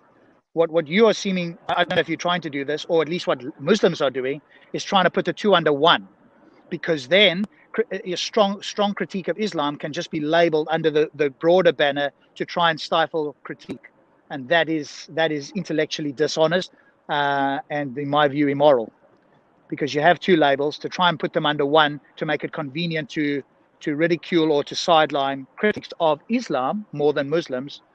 Is intellectually dishonest and immoral, in my view. If you care about what's true and you want to have an honest conversation, then yeah, I don't fully agree with the label of Islamaphobe or whatever. Yeah, because I say most times it's a flipping one Muslim getting in their feelings and saying, this person is an Islamaphobe, they hate all Muslims or whatever. Yeah, when the person is probably, like you said, how can you display that you hate every single Muslim? But like for the purpose of, because no one's jumping on to argue from the opposite side, isn't it? So for the purpose of arguing from the opposite side, like I'm going to try to argue from the side of someone that believes that Islamophobia is real. Yeah, you'll probably do a better job than they would, but go ahead, yeah. Yeah, so that's what I keep saying about hating Muslims and hating Islam. So what would you class as Islamophobic behavior then? Like what could someone display? What action like I say, could someone display? The only thing that somebody could display to fit that label would be to show that they're irrational and they have a fear based on that irrationality. That's it. And it's only of the ideology and not of people. That's the only thing that would fit that, which is, again, a trivial point and therefore vacuous, because you could just say that the person is irrational. You could say they're emotionally irrational if you like. Add the word emotional if you like, because fear is an emotion. But if they're irrational, that's enough to disqualify somebody from a conversation. Anything else is an addition to this that doesn't fit, and they can't argue for it, except by their own subjective opinion. Let me ask you something, Vili. Do you think somebody like James SC is an Islamophobe? No. No, right? But he's been labeled that by a number of people who's, like I say immediately, their thinking is not particularly good or critical or nuanced. And you can hear that the more people say something, the more likely it is that people's brains who are not switched on fully could be hypnotized into believing it's true. And that's the danger with this sort of thing as well. Again, you point out somebody who you think is an Islamophobe, right? Because in my mind, you'd have to point to somebody who is irrational and has a fear based on that irrationality. The guy that drove into the Muslims, right? He might be a hater of Islam, and he might also be an anti-Islamic bigot, right? The guy that killed a couple of people when he drove into the mosque. But is he an Islamophobe? No, he's not an Islamophobe. That definition doesn't fit, because the definition is a very clear one. When you unpack it, you can clearly see what it is. But if people keep using the word, then people's minds get hypnotized that, yes, we'll keep using this words. And I'm not going to let that happen, personally. Other people can do what they want. What other word could you use, though? What other word is the right word for the Muslims to use for someone like you just described? The guy killed actual Muslims and drove into the mosque. Like, what? How much more can you say that he's displaying his hate for Muslims, their place of worship? That's got to be both, isn't it? That's hating. Yeah, but then we can. If he kills Muslims outside of a mosque, that's hating Muslims and Islam. Yeah, but there isn't necessarily one word. You could say that he's an anti-Muslim bigot and a murderer, right? That covers that. Those number of words cover what he is, and it's specific to the actions that he as they are. What I think that you're trying to argue for their side is that you want to have an encompassing word, and that's not going to work, because Muslims and Islam are two separate things. One are followers, the other is an ideology. So either anti-Islamic, anti-Muslim bigot, which is fine, and I agree that the people are that, and we should label them that if they demonstrate that. And then the other is the critique of the ideology. And when you ask anybody apart from yourself, when you ask somebody who attempts and fails spectacularly at trying to defend this claim, what does it take for somebody to be an Islamophobe if they're simply critiquing the ideology? Then you get a long, rambling, virtually incoherent response, or something entirely subjective that they cannot substantiate in any way. Go ahead, ask them if they come on today. If somebody doesn't hate Muslims, but they're a critic of Islam, at what point are they an Islamophobe, and how do you determine that? What is your criteria, and can you argue for that such that other people would agree, such that you have a substantial argument? And I guarantee you, by the end of today, I'm going to prophesy it now. I'm a prophet. You won't hear that by the end of today. In fact, you could give them a year. You won't hear that. Hey, let me say this here. Because although James SC said he wants to ban the Quran, it's not something I would have done personally, or I would even think about doing or whatever. I don't know why I would want to do that anyway, or why he would want to do that. But I think he made clear why he wanted to, though. He made clear why he wanted to. No, he gave his reasons. But I was just saying that, but me personally, it's like, I don't know. Anyway, but I've never heard him say that he wants to cause actual physical harm to any sort of Muslims, though. Like he wants to kill all Muslims or anything like that. He just wants to debate against the ideology.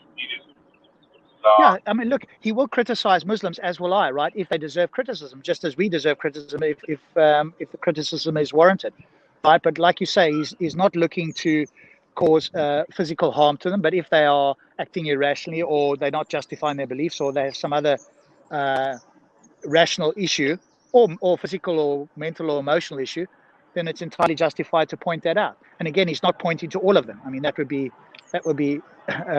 obviously false, right? He hasn't, neither have I, nobody's met all 1.7 billion Muslims, right? So to paint everybody with the same brush is obviously mistaken.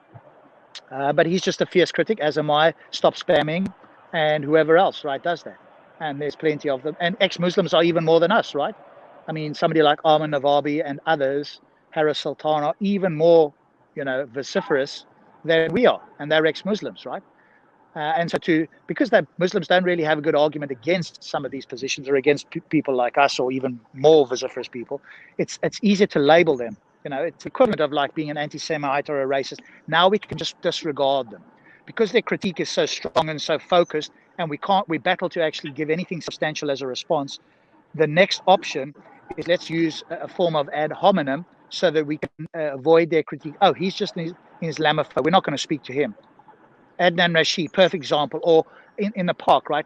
Christian hate preachers. What the hell does it mean to be a Christian hate preacher? Just whatever he subjectively feels in his round tummy. Well, don't tell me that that's a rational argument, right? This guy is an emotional, subjective individual who can barely rationally argue anything. So the same thing with a Christian hate preacher, right? That falls under the same rubric. What the hell is a hate preacher? Somebody's a Christian. I could be, anybody could be a hate preacher, but that's entirely subjective. Unless they say, hey, I'm coming here to preach hate. I hate whatever it is, then you could be a hate preacher.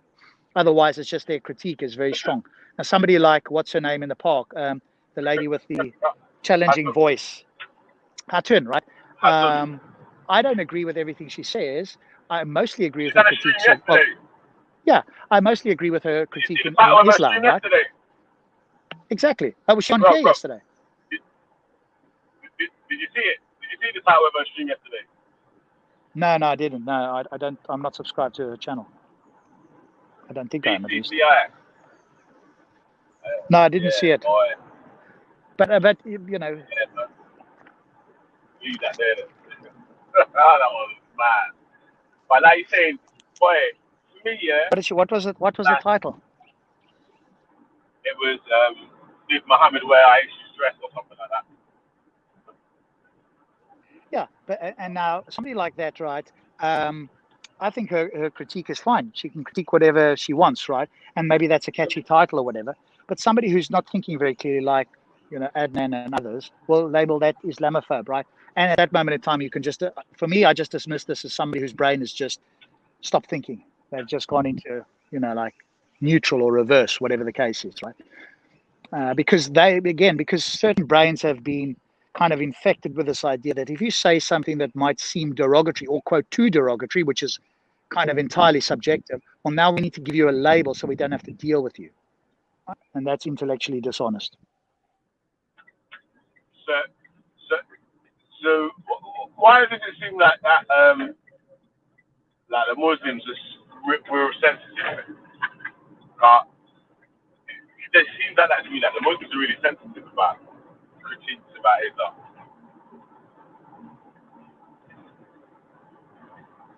Yeah, I think some are, fairly. I think, again, we've got to be clear that not everybody is. I've spoken to Muslims who said people can basically say whatever they want, right? You're correct. You're correct. Let me correct my statement then. Yeah, it's obviously because again we know we're talking on YouTube and the speaker's corner fee, yeah, and people want to pinpoint small snippets of a whole statement, yeah. So why does it seem like a lot of Muslim followers of Islam, yeah, not all, but a lot, a high percentage, seem to be sensitive about critiques about stuff what seems, I don't know, controversial about Islam, controversial topics in Islam.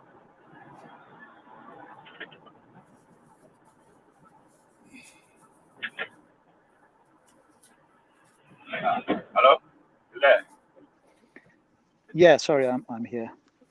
Yeah, I think it's also because the book suggests that you shouldn't be too critical, and they've been sort of brainwashed into the idea that if somebody speaks too harshly, that's a bad thing, and they have to shut it down in some way.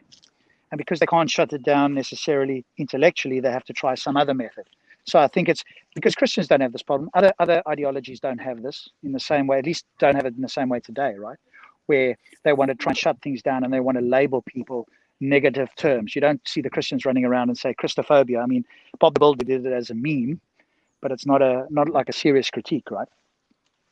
So I think it's just with this particular one, it's because they've kind of insulated themselves and been sheltered, at least to some degree, and tried to, stop people having too much of a critique, whatever too much is, right, which is entirely subjective. So I think that's why it's you find it more with some Muslims, not all, and some Muslims today are, much more thoughtful in the sense that they accept that people are going to critique, and they're going to critique in whatever way, and they're learning to deal with it better, which I salute them for doing. Right, that's my view. People should inoculate themselves against verbal words to the best of their ability, rather than try and stop people having verbal words. You're never going to be able to stop everybody, but you can inoculate yourself much better. I'll give you an example of someone. Sorry, Tel. Yeah, I was going to say cards. Yeah, I'll give you an example of someone. Yeah, there's a guy called Yasin Flames. Yeah, comes on Jedi's channel. Comes on this channel sometimes or whatever, and he never gets triggered about anything that's said about Islam or whatnot. Do you know what I'm saying? That, but it seems that he's got stuff that he's doing in his life, like he's got his little business, he's got his university stuff that he's doing. He's got other things that he's concentrating on. So do you think that it's more to do with the state that of your mind at that time? Like you see, like the place where some of the people are in at the chat, like where obviously they've got their religion, but they haven't got much else sort of to concentrate on, but just the religion. So when you hear anything that's a bit harsh against your belief, you're taking it a bit harder than someone like Yasin, then who's Flames, yeah, he rolls off his shoulders, isn't it? Like you don't like it, but it rolls off his shoulders though. Yeah, I mean that's part of it, right? Somebody could be busy with other things that they don't concern themselves, but potentially for that gentleman that you're speaking about, it could be fine even if he didn't have other things. If he's one of his main focuses was spreading dawah, whatever the case is, he could still be of the view that he can deal with and not be triggered by quite harsh critique, and he could still do that. And there are other people that do discuss and don't necessarily have business. So that is one view. But I think it's just an upgrading of the psychology to recognize these are just words, and I'm inferring a meaning, and then I'm having an emotional response to that, and I'm in control of that entire process. And if I want to change it, I can, because then I can make myself more bulletproof to this stuff. Otherwise, I'm constantly having to try and censor other people, and I'm never going to be able to do that. Or if I do, I have to do it by force, and that's never going to work long term. And it also looks, weak and intellectually dishonest. So the alternative is to, like inoculate yourself. So that could be a way, as you say, but then other people do it. I've met people whose one of their main things is to, speak to non-Muslims, right? And some of them are not triggered. I think maybe somebody like Orthodox Moor might be one. I don't remember, and there might be others. But don't you think that is a more on the emotion, or I can say on the other side more radical to a specific book? Because you can get someone that's an atheist and be the same way if they're very passionate to something where they attach their emotions to it. Yeah, you're absolutely right. It isn't exclusively a Muslim issue. It's a human issue, but where we see where we see a concentration of it is among some Muslims. Not all, but some. But you're absolutely right. Could be an atheist, it could be a Christian, could be a Hindu, a spiritualist, whatever that is. Any of that sort of stuff. Anybody could have that emotional response and quote be triggered. But we do see it around us, and one of the reasons is because the book tries to insulate and says, hey, too much critique is not a good thing. But when you ask people what's too much critique, all you get is like their subjective view. That they don't have there's no sort of standard.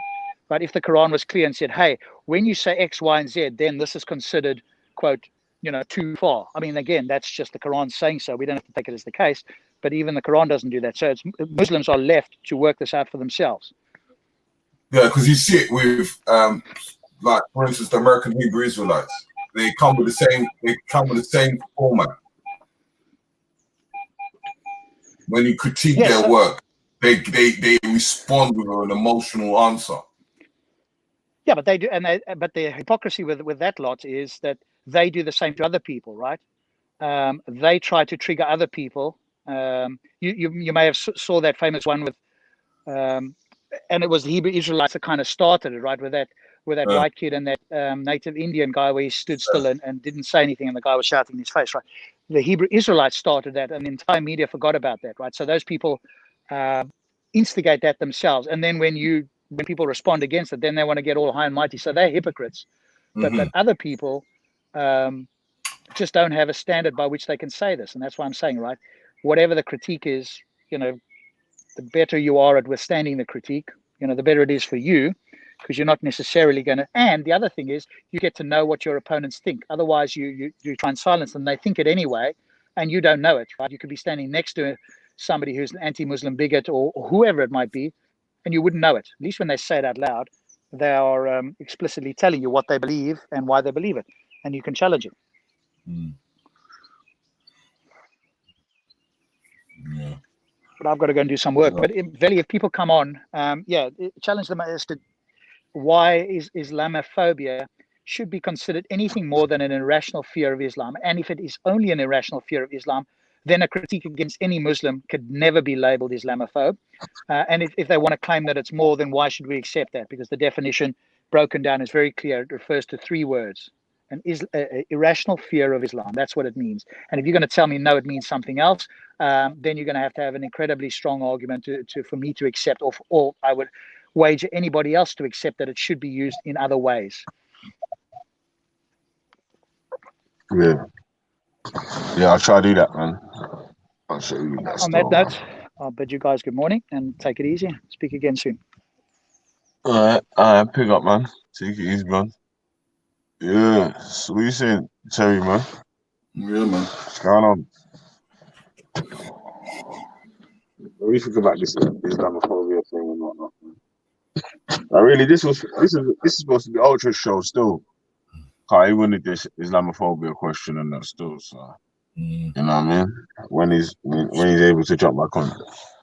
Yeah, for me in that perspective, I don't, even if people don't have an interest in it, but what it is it's an emotional, for me, it's an emotional man thing.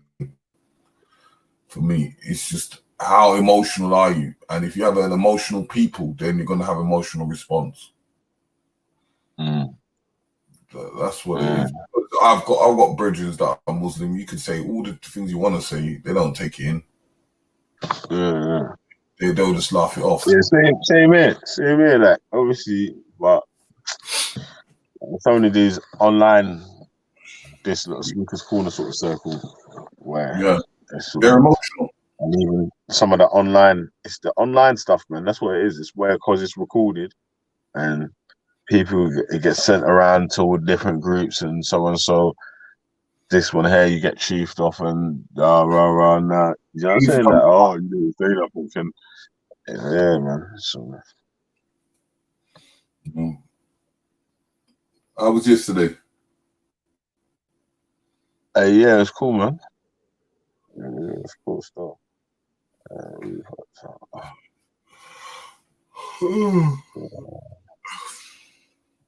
I think there's something wrong with these notifications. I'm trying to find out why.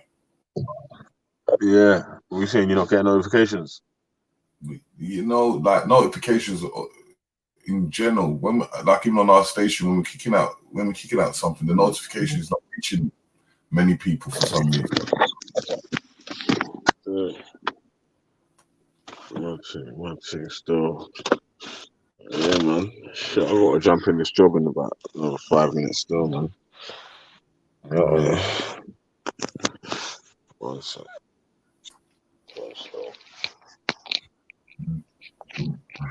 Yeah, man. So, yeah, we need some people to jump in, B. Yo. And keep this shit popping. Let us know what's going on, man. Yeah. You know what I mean? Like, remind them are a little bit sensitive about their thing, though, still. I can't lie. The Christians will take bare fucking insults on their religion and so and so. But how did it get to this? Because remember, there was a time here when you would get killed for them sort of jokes, though. Imagine like if But then, someone would have been mocking. But most it's the environment. If you're in a place where like you're in a Muslim state or somewhere else, then of course them things will happen. But no, this country is so open. No matter how much it is, you're gonna get critiqued. It's against the law in the Muslim countries. You can't critique things like that. Mm. That was blasphemy.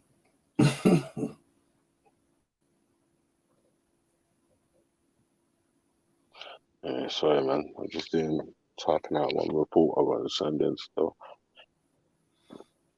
Hold on, I've just got a call. Cool, man. I'll go for the.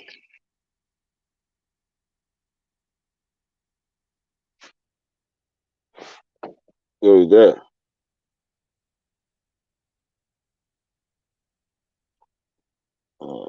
So you know, man. Yeah, man. We need some people to jump in, man. You got me. I keep the stream rolling still. Yeah.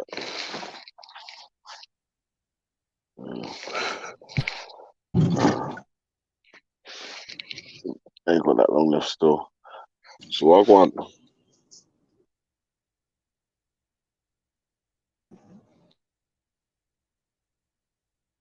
Still not there now.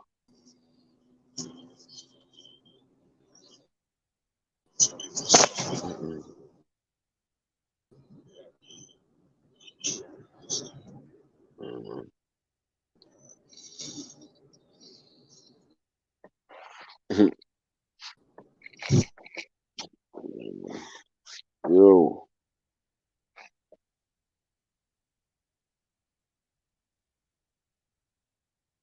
Yo, Fred.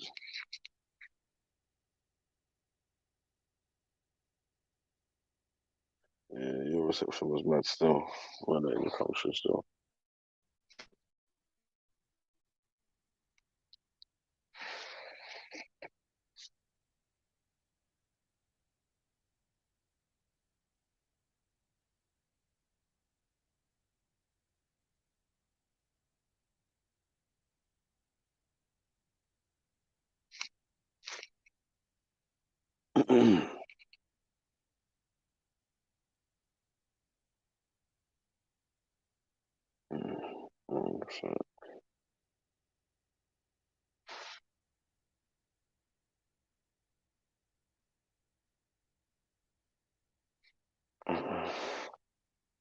Yeah, man. So, yeah, man. See, the duppies just want to hide in the chat nowadays, man. Yeah.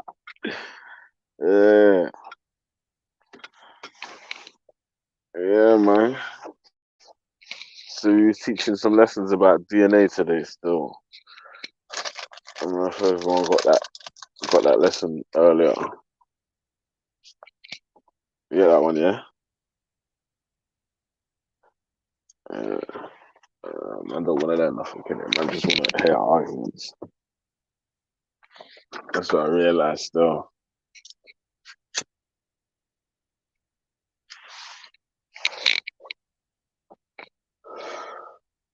Yeah. That is what it is, man.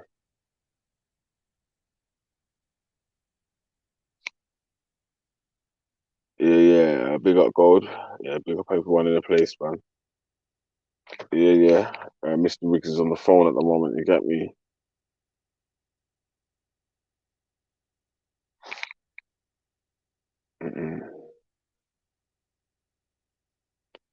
Yeah.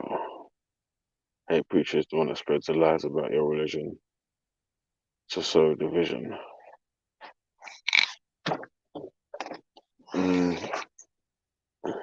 That really makes sense, bro. Man can make up stuff about your religion. Big up Gold, your camera's on, bro. I don't know if you want the camera or no. Yo, Yeah, bless up, going, blessings, everybody. Rise and shine. what's popping, man? What's happening, bro? Yeah. I came back this morning. I just clicked on the rewind, and you haven't actually played that DNA thing, so it's good. I think I got here in time, just about. No, the DNA. I uploaded the DNA video first thing in the morning, man. I saw you was coming on about 7:55, man. I thought, no way, I was going to sleep then. Yeah. Yeah. So what? You played it already, though, bro? Yeah. Have you played it already? Yeah. No, it's a separate video, man. But you know what? Yeah, when someone like Raf or even when Terry's finished on the thing up, you might be able to share it so you can watch it in it, and everyone in the chat can watch it still. And we can have a little discussion and discuss about it still. I mean, there's some lessons in there still. Yeah. I mean, it's I can imagine it's probably going to be a lot to your mind to sort of register. But yeah. Well, you know what it is, yeah? It's that because it's a video on my channel, isn't it? Yeah. So man can watch the video, go through it. Man can pause it as it's going because one of the man them should be playing it. Do you know what I'm saying? Like sort of.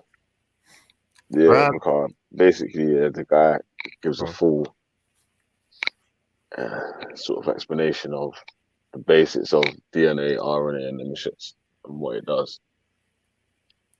Yes, it's quite. It sounds technical, but I think there's like what is DNA, and then you've got loads of DNA strands that form into a what's it called? Chromosome? Well, no, genes. So genes, and they form into genes, and that's hereditary. A lot of that stuff's hereditary that gets passed down to. But no, what I like is the fact that you can see what blood has gone where, or what DNA is where, and where genes have moved around the world to. That's what's interesting, because then that tells a bigger story, especially when it comes to African DNA, man. Yeah. Because that just shows where they've moved to, and where, so no one can really lie and say, "Oh yeah, these were these, and these weren't them." Because I've been putting across this argument, bro, from day one. I was talking, and I get slain for this. When we talk about the ancient people of ancient Egypt, right? You got the short people, the Baka people, right? Which is like the Twa, and like they were like the first people in Egypt, right? The short people, yeah, and they prayed. They had a deity called Des, which was like one of the first sort of major deities. Anyway, they traversed the globe and allowed the globe, bro. They went around the world way before all of these guys traversed the transatlantic. The Atlantic Ocean with any type of big enough vessels. These guys were already doing it, bro, and they were like 5'0", and they put loads of their genes in South and America and the middle of America, and they even came over to Ireland, And there's people like, "Oh, what are you talking about? What are you talking about? What are you like? Huh? What? What? No, man. None of these people." I was like, yeah, all the gene pool of these small Baka people are in the South America and the Middle Central America, and everybody was like ruling it out. And I was, nah, that's factual. But they'll say, nah, there's no African blood in us, especially the Israelites, because they believe that they're mostly closely linked to the South Americans. I said, nah, man, that was them small people, man. You lot got best blood in you. That's why a lot of them South Americans are small. You got the Baka people in you, like the Twa. Yeah, the Twa. It's just so obvious. You see this, and you're like, how do I come to the conclusion that there's loads of these short people, pygmies blood in South Americans? Let me see. The general height of South Americans are very small, man. Like you get really short. You can see it like in the blood. Yeah. But that was a big game changer for me when I watched one of these DNA things. Then they said, yeah, all this whole white pool, they all call themselves different things, but they're all from one place called Germania, and they all they all have the same blood. So yeah, man. Because like before, like who's the English, who's the Germans, who's this, who's that? They're all the bloody same thing. They're all the same thing, bro. Yeah. Yeah. Well, sounds like mad still. But listen, I've got Yeah, to man. jump off quickly, man, because I need to run into this job. Yeah, I'm outside this place. Yeah, where is Big house, everybody, man? It's the hottest day of the year, you know. Big up Atticus, brother. Not today, yeah. Big up all the people them in the chat, all the regulars, man. Walter, Mr. Ali. Big up yourself, G. Old school G. Yeah. Let's tell where's what? It's fucking what? It's very hot on a Thursday, and you could telling me there's no one sitting out on their balcony with their laptop. That's crazy, isn't it? Well, have they lifted quarantine generally now or something? Is it like a general kind of I don't know, like if they lifted it or something? Lifted what? Lifted the whole stay in your house thing. I think they've relaxed a bit. See, look. See, yo, BZM, I swear down. It's factual, bro. It's factual. You know, I knew someone would challenge me, and there's always someone, and I'm like, wait, the blood is there. It's all like, when have you ever really seen a tall South American? Let's be honest. What's that? What, pigmy blood? All over the world. Piggy blood all over the world. They couldn't distribute their gene pool as much as the sort of West African type, though. Obviously, that's clear to see. They're like the Bantu sort of West African-y. Nah, they're giving the most blood around. I said the pygmy blood is all over the world, you know. It is, bro. Trust me, it is. Well, listen, I'm not even challenging you today, yeah. Well, not today, I mean, but like at this moment, innit? Because like I said, I'm outside someone's yard, yeah. You get me? No, obviously, the pygmy pimpins all over the world. You get me? Yeah. Well, my grandma was a pygmy anyway, so you know, no bias there. No bias. You know what's mad though? Yeah, what I've noticed about you, yeah, you're super biased. Like you're like Igbo's have got 200 IQ. Wait, listen, Igbo's got 200 IQ. The Yorubas they got 40. It's 40. It's on a 40. Yeah, not above 40, man. You're lucky this might be boycotting man them for a little bit or something. Because you've been going on about this. No, I'm just superiority for a little piece. You know what? No. It's always been there. It's always etched inside Nigeria. Yoruba versus the Igbo. So when it's all these passing joke things, man, it's cool. It's cool. But the only reason why it might hurt some people because it's actually true, but it's cool. I mean, it's just a joke thing because right now the Igbos are the least. Have got the least people going through school with flying colours. Yeah, so it's gone the other way because of the war, obviously. But you know, we could go into more detail with that. But I mean, that's a long story. But now, to be fair with you, though, bro, I've got more Yoruba friends. And literally every single one of my friends, bar one or two, are Yoruba. So I've got to say maybe one Igbo man, but he's actually from one of the states in Imo, in Igbo land, Igbo land in like Biafra region, southeast. But the rest of them, they're all Yoruba. I don't know why. I just feel like they're more in tune with the Western world.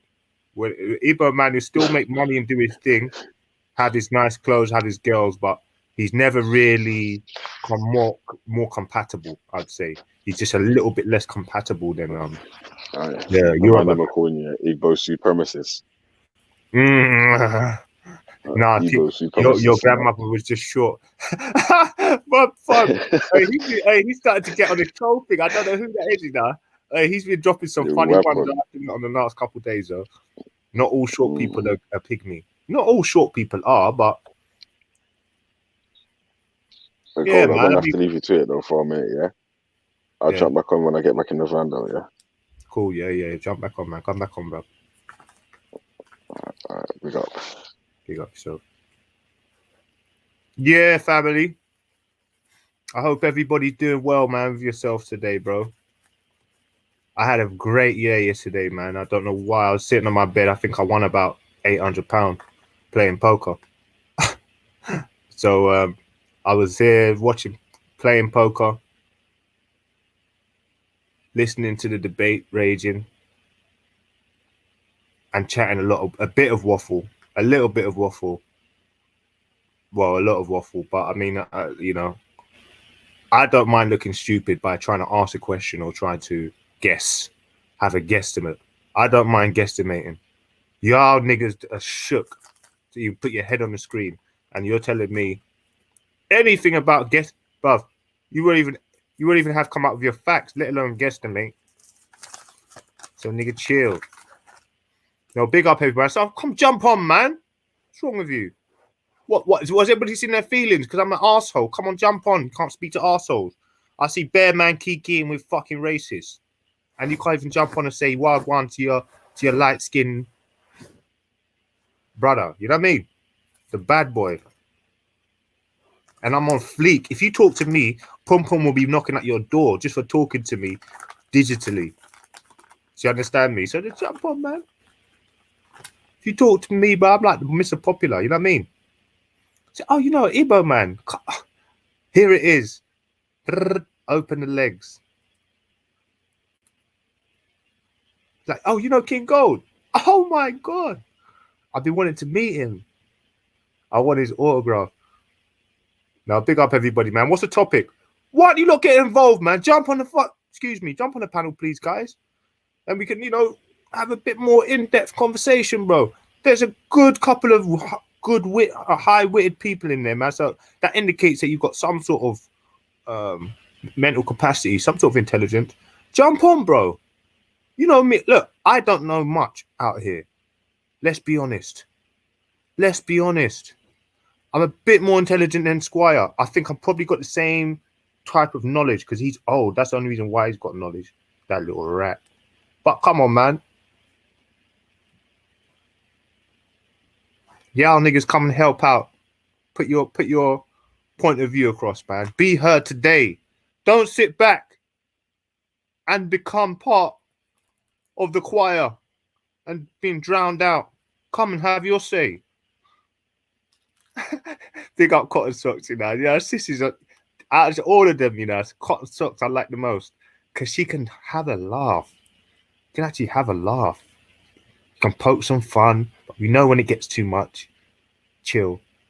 Girls always on a good vibes, man. Some of these people there, some stupidity, man. But I don't know what the topic is. I know yesterday it went from here to there to everywhere, but there's a lot to do with space and electromagnetism. And then the Igbo legacy. The Igbo legacy, boy, it was. But look, when you start to try and look at people saying stuff about the Igbos, they've all got a similar thing that they say. They had a very cult-like hierarchy. They didn't have a prison system. They had a well-established, what do you call it? A well-established government and great working, you know, law.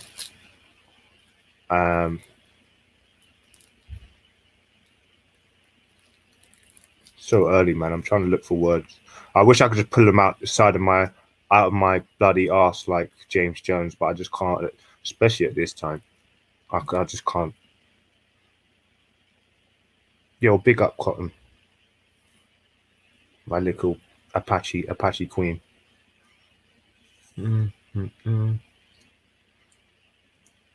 Yeah, man. I hope you lot are doing well though. It's just another day, bro, with a G block. I'm become more familiar. I come with this little group. the more I can't wait to get on to talk to you lot, to be honest with you. It's about time where not everybody's just sitting with their head in a fucking computer, busting joke on each other, talking about MMA and who James Jones kicked in his face. You know what I mean? It's all well and good, you know, talking about crypto coin and football. But mate, that's fucking boring. I've been doing that my whole life. Yeah. Once Igbo only drinking fountains. You know when people walk around like their poo don't stink? You know how much hate they get? And trust me, Igbo people, they wear all sorts of... They look like... Some of them come out shoes. And then they wonder why people are hating on them. Yes, I am one, according to King Gold. It was this stuff this morning. I am one too. Yo, big up Irish, man. I had a little, I don't know, some sort of shout out. I think I had a little cussing match with you for a little bit. That's it. You're best friends with Luke. Big up Irish anyway. I mean, we're past that now. The feelings aren't as strong. Get me? Talk to little perverts if you want. Because man, I wish you'd come on, bro. Because I know you're a cool brother. You know what I mean? But the thing is that a lot of topics have been covered. You know, bare topics have covered. We're just kind of going over them and evolving. I wish I'd been here from the start, because really and truly, this is the science lab. You man are on it. Rassi's got his little things going on, you know, music thingy. Jed's, yeah, it's a red pillar. It's different stuff, but this is like proper science. They call it 101. This is what I'm about. Really and truly, bro. Like if I like with minds like you guys, we could sit in a room with all the elements and all the type of tools to be able to just experiment, bro. I'd be doing that my whole life. Maybe be honest with you. Yeah, Luca, man, he's a fool. Foolish. Man like Luca, all of these guys, it just made me put my hand in my head and thinking, fucking hell, Islam, if it ain't got enough problems, you got fools like that trying to represent it. Fools like that trying to represent it.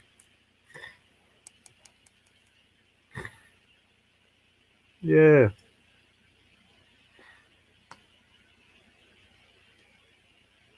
Where's James Jones? Where's James? What's his name? Brad. The brother that's got that monotone voice sounds like a bit of a killer. That brother Rob. Yeah, where's Rob? Nah, the brothers, man. The brothers need to come on, man. Maybe it's early, and it's early still.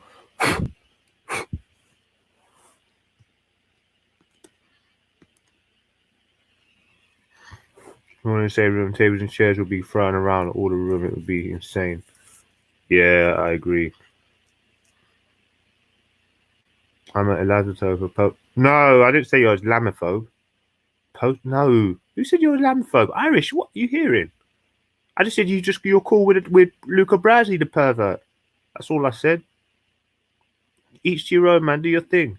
Do your thing, sis. You're not an Islamaphobe. I didn't say that. Some other people might say that. I can imagine. I know who's accusing you of being a Islamaphobe. But you know what? You know that brother's staunch. He's you can't really. You know what I mean? Some people just that's how they react. Kingo. Yes, brother. Listen, let me ask you your opinion. Yeah. My G unit. What's an Islamaphobe in your opinion? I mean, because they're so sensitive, you could be at the moment, you could be getting brandished Islamaphobe for merely looking at a Muslim person wrong. I'd say obviously because of the climate, but if generally Islamaphobe is just an Islamaphobe, isn't it? Islamaphobe is a person like Raj. He's a definition, someone who is always got this thing where they have to be speaking about that particular subject, even though we know that it's borderline mental illness to be having repetitive behavior patterns when it comes to you talking about someone else. Imagine you keep on doing it every single day. That's mental illness. Forget about Islamophobia. I'm not totally sure about that. The reason why I'm not sure, I mean, I know Raj is admitted to being on the spectrum, but remember, he's a content creator. So he's gonna dig into the well where it's freshest, where it's most poignant, where it's most freshest, what attracts the most drama. So to say that his YouTube content is Islamophobic, I'm not entirely Let me tell you sure. why. Yeah. Let me tell you why, because I Wait, think. wait. Before you Go give me Raj, just tell me how you define what in an the- Islamophobe. You gave me an Good. example, Yeah. but I Okay. need you Then to tell me how you I'm going to define it. define it in within it like one sentence. Someone who will falsely represent a very it's academic script. So someone who's trying to misrepresent it because it's not like A, B, C, D. There's a bit of Shakespeareanism about it. It's a bit, in depth. It's not really, you know what I mean? There's some silent messages in it. So it's people who try and misrepresent it. So wait. Like clear, like Are properly. you an Islamophobe if you've come across information that goes contrary to popular opinion? No, but what it is some people are presenting this information, and I can see where they're going to try and twist it. And obviously, you've got to be able to get all of your information by yourself and then sort of go to someone who's not a layman, someone who is well versed or something, to then see if what you initially thought matches up with what he says. And really, because you're a layman and he's more in there with the game, you've got to really take what he's saying for gospel. So at the end of the day, it's just that misrepresentation, that clear misrepresentation. If you've got something that disputes what the Muslim's saying, then it's got to be like a general thing where, like, yeah, that's what that means. So if generally people saying, if on average people are saying no, that's not what it means, then I would most likely, because I'm a layman anyway, so I'll never know really. But I would be led to believe that they're lying. Okay, so but I won't lie, that wasn't like a definitive description. Oh, really? Someone who misrepresents their words? Oh, wait. Is that where you're going with? Someone who Yeah, deliberately misrepresents the tenets of Islam. Exactly. I'm happy with that. Because criticism's one thing, isn't it? Like, yeah. And a lot of that's down being subjective as well. It's all subjective, that criticism. So you've got to just take it. If someone said they don't like it because they don't like the sound of it, you just, that's it. That's their opinion. See, but the reason I asked you, Kingo, is why because when you said somebody who deliberately misrepresents Islam, what you didn't mention was somebody that hates or dislikes Muslims, which was very strange that you didn't mention it. Oh yeah, that goes part and parcel. But no, I don't think it does. It's completely maybe different. if I was to give a more rounded, you know what I mean, definition, then maybe that would have been that would have sufficed. But that's their main tool, is misrepresentation and lies. That's what their main tool is. But obviously, clearly, someone who doesn't like Islam, they're gonna have that sort of bias to begin with. You know what I mean? So. But I'd see, this the thing. Are we necessarily saying that biased is like out and out bad thing? Because that's another word that gets thrown around, like as if to say it's a bad thing. Like for instance, a King of Gold. Yeah. Would it be a fair assumption to say your bias leads you to be more interested in Nigerian culinary prowess than, let's say, Chinese food? Of course it does. For you to say, because of your circumstances, who you are, your lineage, it would be fair to say you're biased and you would more look into Nigerian African cuisine rather than Korean, for instance. That's not necessarily a bad thing. You see what I mean? Yeah. Yeah. Yeah, you can all you should look. Don't forget, yeah. You can be a person who just doesn't understand what the text is saying and what it represents, and you could just take that it's wrong, but that's your ignorance. So you're still going to be labeled an Islamophobe, and because you're ignorant and you're coming with information which is wrong, you're still an Islamophobe, unfortunately, even though if you don't know it or not, because you're still misrepresenting the thing, and you're not willing. So wait. So people if you're rectifying saying, it and correcting you to actually try and do the the research needed to actually understand it like they done, or to the way it's meant to be understood. So you're saying you're playing fast and loose with this Islamophobe thing. So you could be ignorantly, if you've got information that's wrong, if you have information that's wrong, yeah, like you haven't yet been corrected, but if you're presenting information that's wrong, you're an Islamophobe. Just no. But if you get, unfortunately for that time being, yeah, but you won't know it. But if someone pulls you up on it and tells you this is what it is, and you're still trying to dig, it depends. If you're well versed in it, then that could be your opinion of what you think it represents. So you can't really judge someone who's got loads of information, because then be like, wait, he knows what he's talking about though, apparently. But if he knows and everybody told him, look, that's not what it means, and he's still doing it, then yeah, that's definitely an Islamophobe. But someone could be. Right. Let me ask you another question then. Yeah. If there's, let's call him Mr. Green.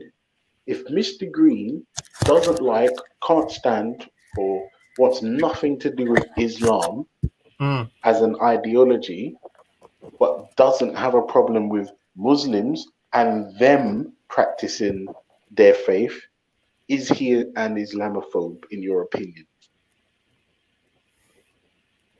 No, because I feel like an Islamophobe would have to be someone that has kind of real strong feelings and has a connection towards Islam, and that's his number one goal.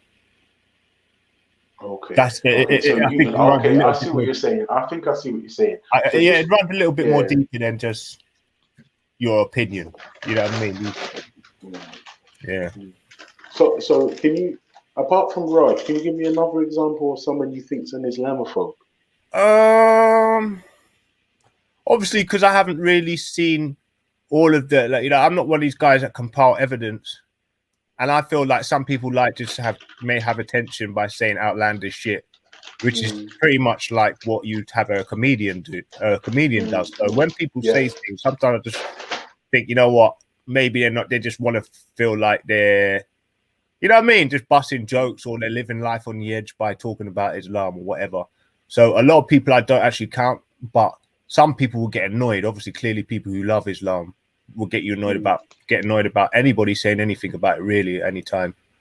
But personally, I mean, I haven't really seen anybody that dumb enough to want to go after a group who's clearly one-sidedly getting destroyed. And there isn't much. Let me flip the question. They're just the dumb ones, like really dumb ones. Let me flip the question on you. So, Mr. Green, he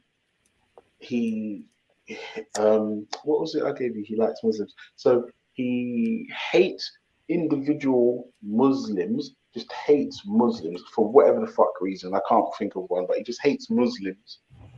But he has a love or appreciation or respect for the doctrine of Islam. In your opinion, is this person an Islamophobe? No way. No.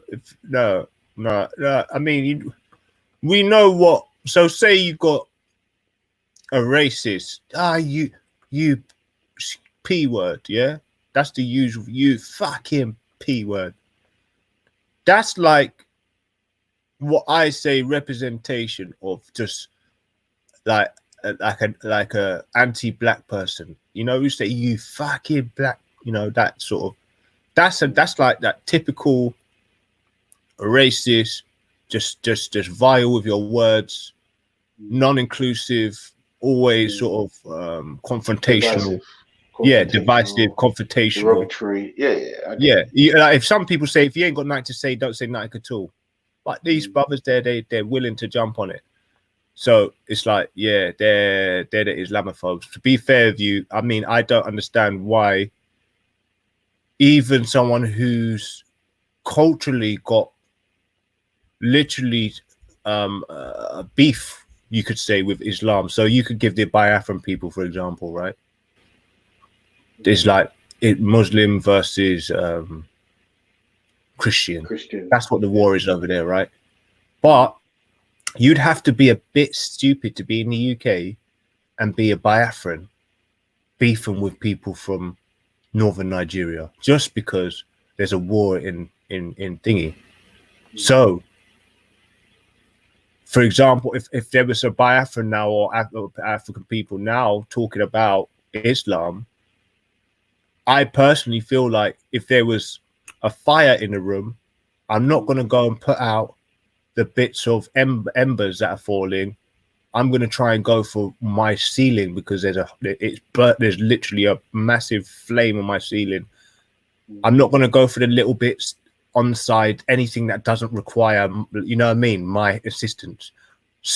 You know what I mean? I can't really, just things that are insignificant, I'm not going to do. I'm going to deal with the lion in the room.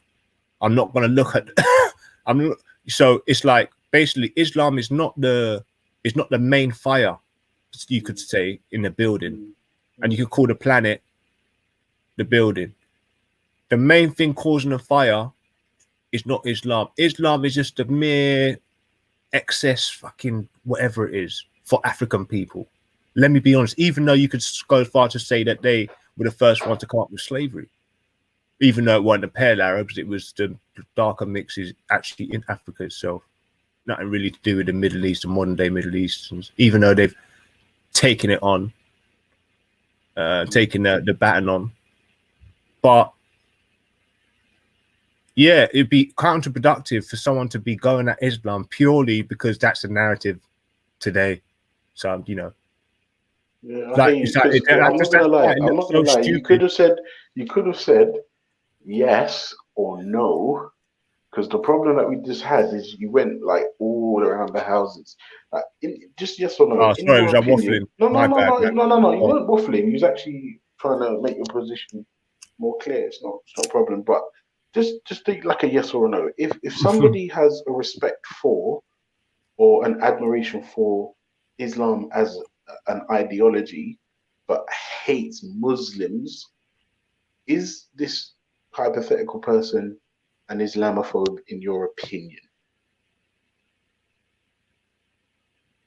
Wait, say that again. So if this a hypothetical Mr. Green, he has a respect for or admiration for Islam as an ideology, as a faith system, but hates Muslims, is he an Islamophobe? Yeah, man, of course. Okay, wait. No, that's fine. Wait, listen, let's reverse it now. If there's a guy, Mr. Green, hypothetical, he hates Islam as an ideology, as a faith system, but likes and or respects or doesn't mind Muslims practicing their faith, is he an Islamophobe? Yes, because he's got a preconceived negative viewpoint towards people he doesn't even know just because they fall under. No. Remember, he likes Muslims. In scenario B. Now, the first scenario is he hates Islam as an ideology, as a faith, but likes Muslims. But in the second scenario, he likes. So the first one's easier because if your blanket statement on people, that's bad. That's really bad, right? Could you agree with me? Yeah. So, but the second one is it's about the doctrine. Yeah. It's neither here nor there. You can't really put your finger down on it. It's subjective. People are gonna like it, people are gonna not. And that's it. You just got to move on with that. But obviously, clearly, if the person's going to be coming up and trying to rip up books or trying to go, I hate your religion, and sort of put stick his finger up towards you or say some stuff that's like, you know, condescending or disrespectful, yeah, they're probably going to get slapped, because that's just no. like, Wait. Forget the violence and the all right, slapping. yeah, but okay, But I just yeah, want to you know know what I mean. I just want to So, yeah, know, they're in not going your to be liked. opinion, if somebody likes Muslims as individual people but doesn't like the faith, is he an Islamophobe? Yes or no? No, I wouldn't. I would say he's less likely to be an Islamophobe than the other two, than the other option. Because I think that's just stupidity to be judging people blanketly. Because obviously a lot more people have got it's a more variety of people's behavior, the way people behave, than a doctrine. It's just like set in stone, really. Even though some people can interpret it different ways, but there should be one interpretation. Am I correct? You'd say yeah. So there should be one. And so I think even the person who doesn't like the doctrine, the overwhelming evidence on you know, in whole, generally people say yeah, it's actually a positive thing. So I would still say that they're just trying to see it in a bad light because that's what they want to, or possibly maybe if they genuinely seen faults in it, and they've seen the overwhelming evidence of people saying the contrary to what they believe, which is the book is negative, then maybe yeah, I mean, they're just not going to like it, and that's it. Because in their mind, I've heard certain people say just merely for the fact of the age, the consummation and all of this, and what the times you can marry. They're saying just because of that stance, they don't like it, and actually, Muslim can't actually even rebuttal that, because even though you're not touching the girl, you're still getting her mind and her body at an age where we would now see that it's wrong, regardless if you're consummating or if you think she's ready or not. Regardless, because of the age now, regardless if she's mentally, physically, I've heard the explanation. I still believe that because now, just because of, and that's no fault of their own. It's like so hard to envision, but maybe it's just whatever cultures they were falling in line with that day was wrong. So ultimately, yeah, they got led down the wrong path. Some people say, oh, Africans had young people getting married in young places, so they went down the wrong path as well. Whatever groups of Africans, and unfortunately, that's why she says, "Forgive them, Father, for they know not what they do." You can be guilty and just be, what's it? Guilty by association, and I believe that's what it is with God. You know what I mean? So yeah, I don't know if I went round the house with that one, but you did, but you was making your position clear. To be fair, so if you rewind it, you can make sense of it. No, it made sense. I hear what you're saying, because one thing. All right, let me ask you another question then.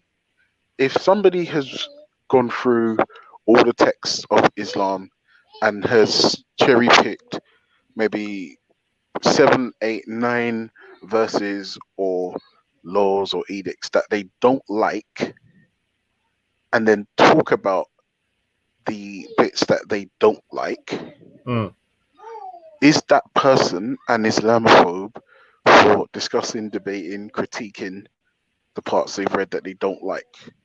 Then this is such a good question. I'm so happy you've Thank asked you. me. This is so Thank relevant. you. This is so relevant right now. So, what would you say? I would say that person. I reckon the IQ of people right now is starting to really give the religion problems with the doctrines, and they can tear it apart now. You know what I mean? So when you got intelligent people going at anything, they can break it down and have good enough argument.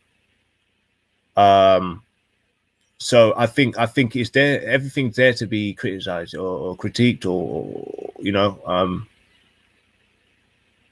sort of torn apart a little bit, and dissected. Yeah, man. I think everything should be that. It shouldn't be that. Oh, it's that holy that we shouldn't pick it apart. That's ridiculous. That's like oppression. That is that would be oppression itself. So I think you're right. In short, I think they should be allowed. They should be allowed to scrutinize it and not be called Islamophobic. It's just like no. See, the thing is, King of Gold, I wholeheartedly agree with your last statement, right? But I do agree. I don't agree that Raj is an Islamophobe. I know he's always banging on individual Muslims, right? But if you just look at the not Islam in its entirety, but if you look at the individuals that Raj goes at, the majority of them are like do things that are reprehensible, and I'm sure you personally wouldn't do or have anything to do with, right? But that's besides the point. For me, somebody like Afghan is clear cut, nasty piece of work, right? Indeed. The reason why the difference between like me and you, the reason why I could tolerate him is because he's just an insane internet prick, right? I've started to realize that myself. Yeah, but he's an insane internet prick, right? But because of that, I'm able to like disassociate my emotions from his behavior. Do you see what I'm saying? Now, for me, he's a clear-cut case of somebody that's when people say Islamophobe, that's the type of people I believe they mean. Now, I think what is a bit concerning is that it seems like now, if you go against the popular opinion or the majority opinion, you just get labeled with terms that are there to try and trash you. And it's like, well, that's intellectually lazy. It's weak. It's irresponsible as well. It's irresponsible as well because essentially, like all that term to me is there to do is to just silence you. And even this is the thing, a King of Gold. If I started turning around now and saying, no, a King of Gold hasn't got any African lineage, he's a liar, he's a Viking, he's got like 11 toes on each foot, and you know, he lives in a castle. If I'm saying all this ridiculous bullshit, right, does it take away from the truth, the fact that everything I'm saying is a lie? No, it doesn't. All you'd have to do is like if I'm saying all these stupid things, all you'd have to do is say, here's my driver's license. I live at 29 Acacia Road. Anyone who knows about Banana Man will understand the significance of the address I just gave. Yeah. And here's my feet. I only have 5 toes on each foot. I don't live in a castle. I live in a 3-bedroom house or whatever the fuck. Do you see what I'm saying? Like, and it's just weird how you'll be like, now, see, the thing is, if you presented that evidence to me, and then I continued, even after you've presented the correct facts that you don't have 11 toes on each foot and blah blah, you don't live in a castle, blah blah blah. If I then continued, then there's definitely something wrong with me. At that point, we should be able to start looking around and start chucking labels about. But what I'm noticing is it's just getting dashed out straight away. Islamophobe. Yeah, it's like anti-Semitic. Oh, it's not as bad as anti-Semitism. Come on, let's go. Let's agree with that. Even though I'm not caping for anybody, I'm saying let's. No, just have you're not having your opinion doesn't mean you're caping, bro. And yeah. I know it's a regular term used now. I'm kind of like a bit conscious of it now. I'm like, wait, am I caping? I'm like, wait, I don't want to be this fucking fanboy pom pom. Hold on. Yeah. Ultra, are you saying that Raj is not? Good morning, brother. Are you saying that Raj is not an Islamophobe? I'm saying, I don't think that the term Islamophobe, for what it's meant, I don't think that can be put on the Raj character. One second, before you go, Killer Khan. One second. Can I make a counter statement? Let me. Yeah, I'm gonna just say this. Let me just say this. Do you know why can't Raj is an Islamophobe and he's a foul character and he's a hot pepper sauce in his mouth? because he's not because he's not smart. Yeah. He's not smart. Yeah. If you're intellectual and you come with a good enough argument, then Yeah. unfortunately, this is Speaker's Corner. Here's my counter statement to what Ultra said. Yeah. Raj is nothing but an Islamophobe. He's got no problem with individual Muslims like Zubida or me or whoever. He's not smart enough. The theology. It's the theology, the ideology, the institution of Islam that he's actually against, and that's basically wait. No, that's interesting. And by the way, I'm not saying my opinion is correct, but you just raised an interesting point. Because you raised an interesting point, because initially when I was speaking to Gold, I was asking him what he means by Islamophobe, and I think your opening gambit is interesting, because now I would ask you politely to define what you mean when you say Islamophobe, so that we can be on the same page, please. Thank you. I think we sort of touched on it there anyway. Somebody we kind of did. We kind of did. You said like I want to define ideology. Yeah. Go on. Sorry. So somebody like Jupiter or Raj doesn't have a problem with individual Muslims. They have a problem with a power structure being formed that they're not part of. And for them, it's like, well, why should something that I'm not allowed to be a part of be allowed to exist? Because don't forget, they're controllers, isn't it? They're desperate to have control over things.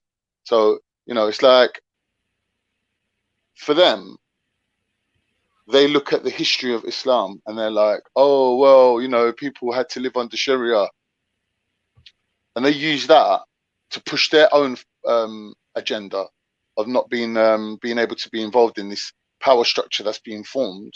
So for them, it's like, oh no, I need to tumble it. How am I going to tumble it? I'll look at the history of it and bring out negative things and basically use that as the cross that I'm going to crucify them on. When really, it doesn't matter. If not one immigrant stepped foot on British shores and somebody downloaded a Quran and British kids started deciding to become Muslim, you still got the same problem. It's got nothing to do with immigration. It's to do with people saying, we believe in God and we want to live under God's law. And the God's law that comes out of the Quran is the same in the Bible. It's the same in the Old Testament. It's the same in Abraham's laws. Like, for someone to say they don't like Islam, they have to come up with a reason, like, where it's different from their own culture. So you can't be coming from Africa. You can't be coming from Africa and saying, I don't like circumcision, because you need to speak about your own circumcision first. You can't come from America or Europe where people can get married at the age of 12 and say, oh, I don't like young people getting married. Yeah, but you need to talk about your own first. And if you don't, and you're just pointing the finger, then you're an Islamophobe. It's like me wearing a black T-shirt coming out. Wait, Khan, because you mentioned a lot. Wait, Khan, you mentioned a lot there. Like you even went into immigration and stuff. So, like in like a sentence, in your opinion, what is an Islamophobe? In a sentence. Basically, somebody who has a negative bias against Islam as a theology. Okay, and so what's interesting, Khan, and I apologize for interrupting you earlier. The reason why I sort of went off on one is because one thing I haven't heard you mention was a dislike for Muslims. So for you, Islamophobe is someone who has a problem with the ideology, the faith system. Is that correct? Is that fair? Yeah. So what they do, they blame the actions of Muslims on the theology of Islam, and they try to tarnish Islam and say, oh no, Islam's not good because look what these Muslims are doing. So they don't have a problem with okay. I see what you're saying. Good or bad. Yeah, I see what you're saying. Okay. To them, the root cause of everything is this theology or this power structure that's being formed that they're not a part of. Okay. Like if Prince Charles come out tomorrow and said, oh, I've been a Muslim for fucking 50 years. Yeah. And I think that, there should be, like we've got the Archbishop of Canterbury, we should have the Archbishop of Islamatry. Like, yeah, done. Islamatry. That would be the end of it. That would be the end of it. That would be the end of it. And really, that is what should be done, because if there's one English person that's a Muslim, then it ain't a immigration problem no more. It ain't something but that's it never has been, bro. brought Islam into isn't this. a race. Do But you it know what I doesn't mean? matter. Islam's got I'm not nothing saying to it's do a with race. immigration. I'm not saying it's a race. What do you mean? It's got They're nothing saying to that do it's with the imported. immigration. They're saying it's an imported thing. It's imported. Well, no, yeah, but I suspect what they mean by that is it ain't indigenous to this land. Same thing, isn't it? But I'm not caping for no one out here. Do you know what I'm saying? Like, the thing is, it's interesting that you say Raj is nothing but an Islamophobe, and I'm trying to think, right? If Raj wasn't from the Punjab, where got Muslims on one side and Sikhs on the other, and they're in this constant tug of war. Yeah, they're bound together. Oh, we both love the Punjab, so they're tied together. No, that's it. But Raj yet has they got history. repel each Yeah, I see other. what you mean.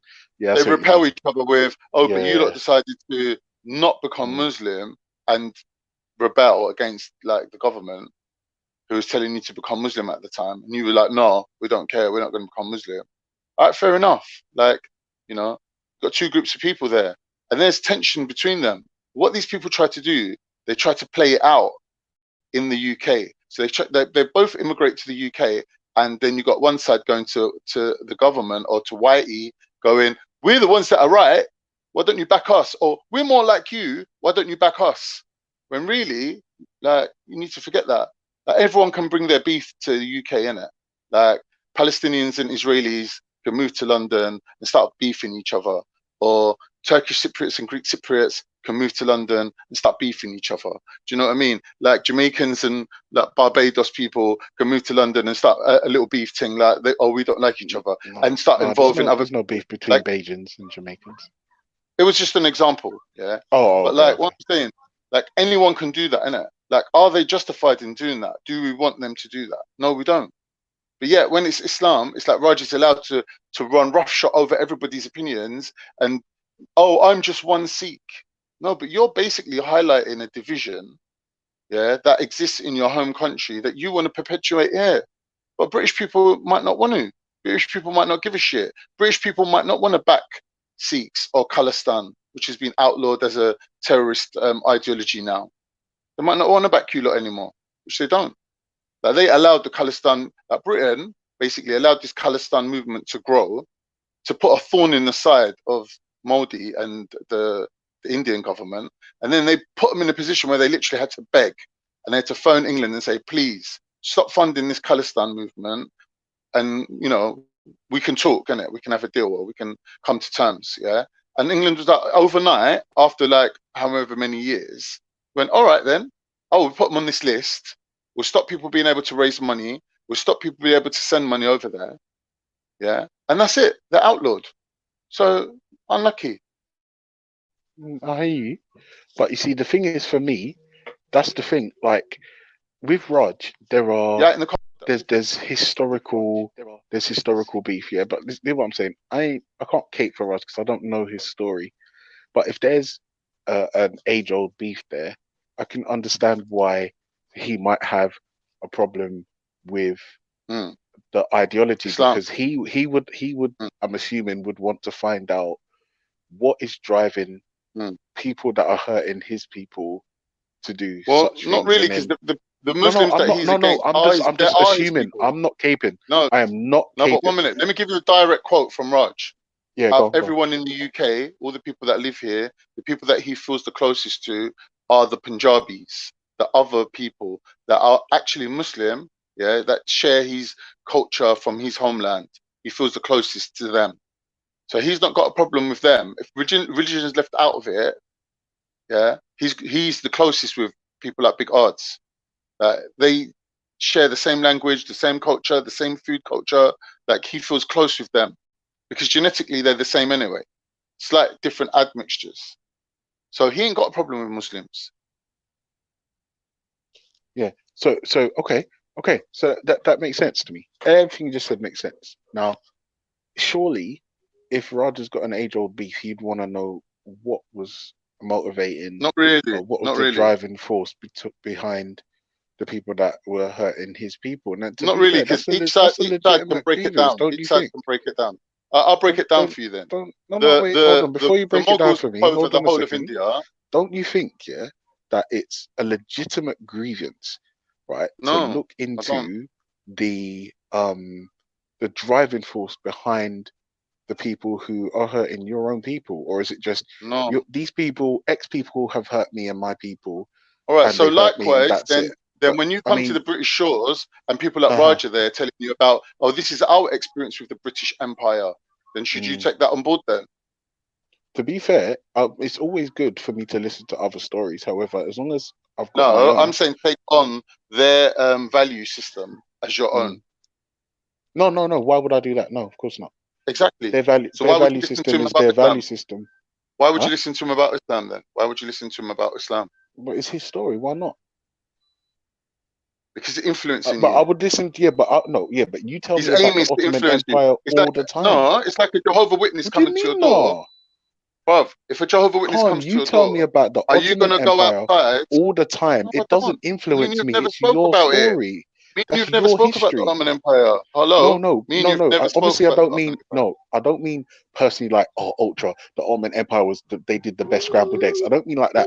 But I've heard you on panels But that I've been not on saying it's you though. discussing the Ottoman Empire, and I'm saying Yeah, to but you, I Khan, wasn't listen, talking to you. You wasn't that's involved in that your conversation. story. That's your history. It doesn't influence me. It's just interesting to know. No, but my aim isn't to influence you. His is. He's saying, yeah, we're your lapdogs, don't forget, British. Don't forget, British. We sold out everyone for you, British. That's why we're allowed to walk around with big daggers and you can't even walk around with a Swiss Army knife, ultra. You get banged up. Yeah, that's a fact. No, it's not. I'm a Cub Scout. I've got a badge that allows me to carry a Swiss Army knife. Yeah. And that's real. I don't know if it's still valid. I was in Cub Scouts many, many years ago. And I wasn't buggered, believe it or not. Yeah. I hear you. But you're mocking it now. Because you know for a fact. No, I'm being serious. That's not what I'm saying. You know that's not No, what I hear I'm what you're saying. saying. I hear what you're saying. It sounded like you're a black dude, you can't carry a knife. I kind of got that, but no, it's not you're not a necessarily Sikh. true. You can't carry a knife. Okay. I hear you. All right. I hear you. But then So, does that influence me, or is that just something else I now know? Ultra, we can carry a spear and a javelin because I authorize you to. Oh, nice. I'm not gonna lie. I tried to throw a javelin a little while ago. Didn't go well, and I realized there's a lot of technique involved in that shit. A lot of technique involved in that shit. You can have a bow and arrow if you like. I'd like to do archery actually. Same. I wouldn't mind doing archery. Yeah. Apparently, in archery, the bow travels at over 250. Sorry, not the bow. Yeah. The arrow travels at over 250 miles an hour. That depends on the tensile strength of the bowstrings, the archer themselves. The sorry, I was talking about of course. the what is known as the Turkish bow. Oh, I've never heard of a Turkish bow. No, in fact, Khan, don't tell me about your Turkish bow because now you're going to influence me. You see how that sounds? No, I'm being facetious. I'm being facetious. I know you are, but I'm not. I deliberately didn't mention it. Oh, you kind of did. That's why we're not talking about Turkish bows. But anyway, listen, forget only that. Only when pressed. Only when pressed. Oh, okay. But no, my aim wasn't to promote Turkish archery, was it? Unlike Raj, whose aim is to promote themselves or his community as the best of all immigrants. Like, we're the best immigrants. That's like, if you look at I don't know if it's because of his illness, but he seems to be always comparing and making lists. And it's like, who's at the top of the list? And it's like he's always comparing like top trumps. Like, yeah, you lot done this, but we done that, and which one's the best and which one's the worst? Like, that methodology, I don't agree with. Why are we comparing? Why are we comparing people to see who's the best of all immigrants? Yeah, you don't mind us. We're good immigrants compared to these immigrants. Is that Sarah, isn't it? Like, oh yeah, I'm British. I've been here for a long time. Not like these new immigrants that come here. My allegiance is to Britain, not like these new immigrants that come here. Like, why is it competition? That's a good question. Let's get Sarah on and ask him. Yeah, like, I would like to ask him, like, what was his point? Like, when he said that, you know, other people have allegiances to other places other than Britain. Is he talking about Pan-Africans as well? What's he talking about? Oh, I want to see Africa do well. That's Like, a good but I'm point. not, but I'm not invested though. But I'm not invested myself. He's trying to say. But really, when you come down to Speaker's Corner and was speaking, that's the platform he was speaking on. He weren't coming down and going, "I'm Sarah, I'm an individual, and this is my opinion." No, he was speaking for a group of people, which has the right to do. But why deny them? And how come no one ain't putting him up on it? And why are you denying your people that gave you a platform? I've been told by Muslims that their thing tells them that they're the best of mankind. Yeah, but did they tell you that? Wait. Hold on. Now, if I'm honest with you, it's kind of the same shit that Raj is telling me. And remember, it's not like if you're saying Raj this is what I mean about fault finding. You're on a fault finding mission. No, it's not. That's it's not about fault finding. Yeah, it's just like in my opinion, you're on a fault finding mission, and you're just looking for compatriots. You're looking for people to join you on this crusade. You're like, I'm gonna find out everything that's wrong with Islam that I don't like about it. Make a big list. Yeah. Basically, that's what you're doing. Okay, cool. So basically, if you're gonna say Raj is doing X, Y, Z, surely it makes sense that nowhere in whatever you're doing, that thing isn't happening. Is my point. It's not about finding faults and conspiracy theories and going to the moon and all this shit. Then they become the judge. It just makes sense to me. It just makes sense to me to complain about something, and then somewhere in what you're doing, the same thing is happening. It doesn't make sense. All right, cool. Let me say what I think now. Yeah, if you give me a minute. When someone's on a fault finding mission, all right, cool. When someone like Ultra's on a fault finding mission, yeah, he's gonna present everything what he's found in his opinion that he don't like.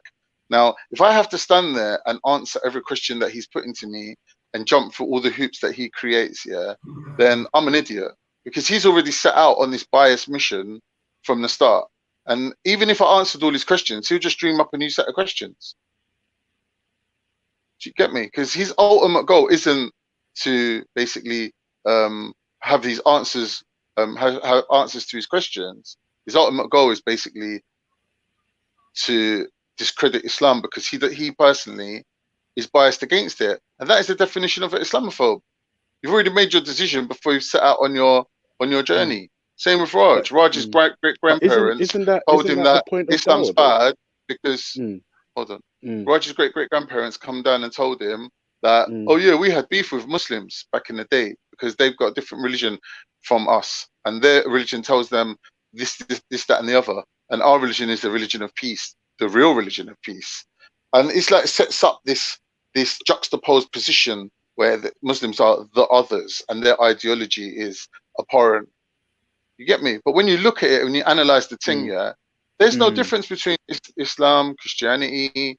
There's no difference. It's based on the same principles.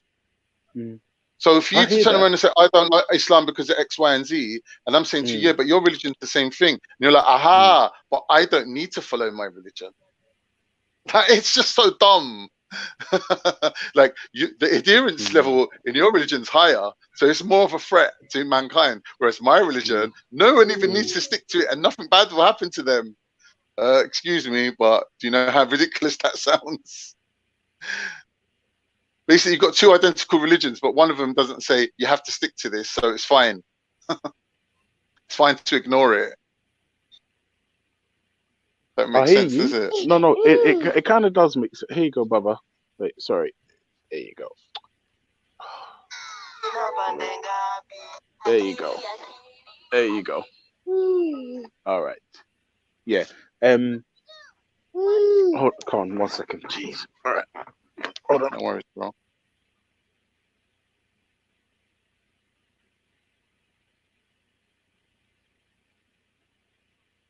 The Kingo, you there? Yeah, sorry, Con. Yeah, no. I hear so when you look at when you look at the most Islamophobic people, yeah, and look at the most Islamophobic people, it's usually because back home in their country, their particular faction or tribe is having an ongoing confrontation or beef with Islam, and they're looking to bring it here. So if you look at, no, it's not justifiable. Like British Muslims are different. British Muslims are a different race of people. Like someone like Jordan M cannot be held responsible for what the Ottoman Empire did. So when someone like Orange comes on and starts saying, well, I don't like Khan and I don't like TYO, yeah, should Jordan M be tarnished with that same brush? No.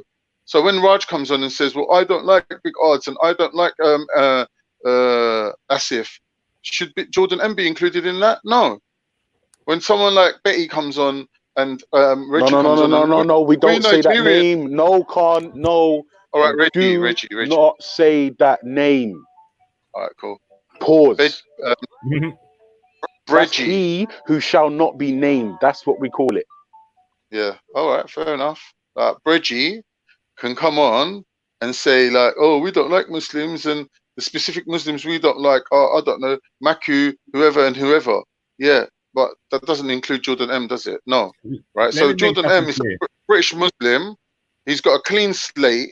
He's not tied to any historical problems with Islam. He should be able to say, I want to practice the religion, or I want to be a communist, or I want to be whatever ideology I want to be, and I'm just as British as the next man.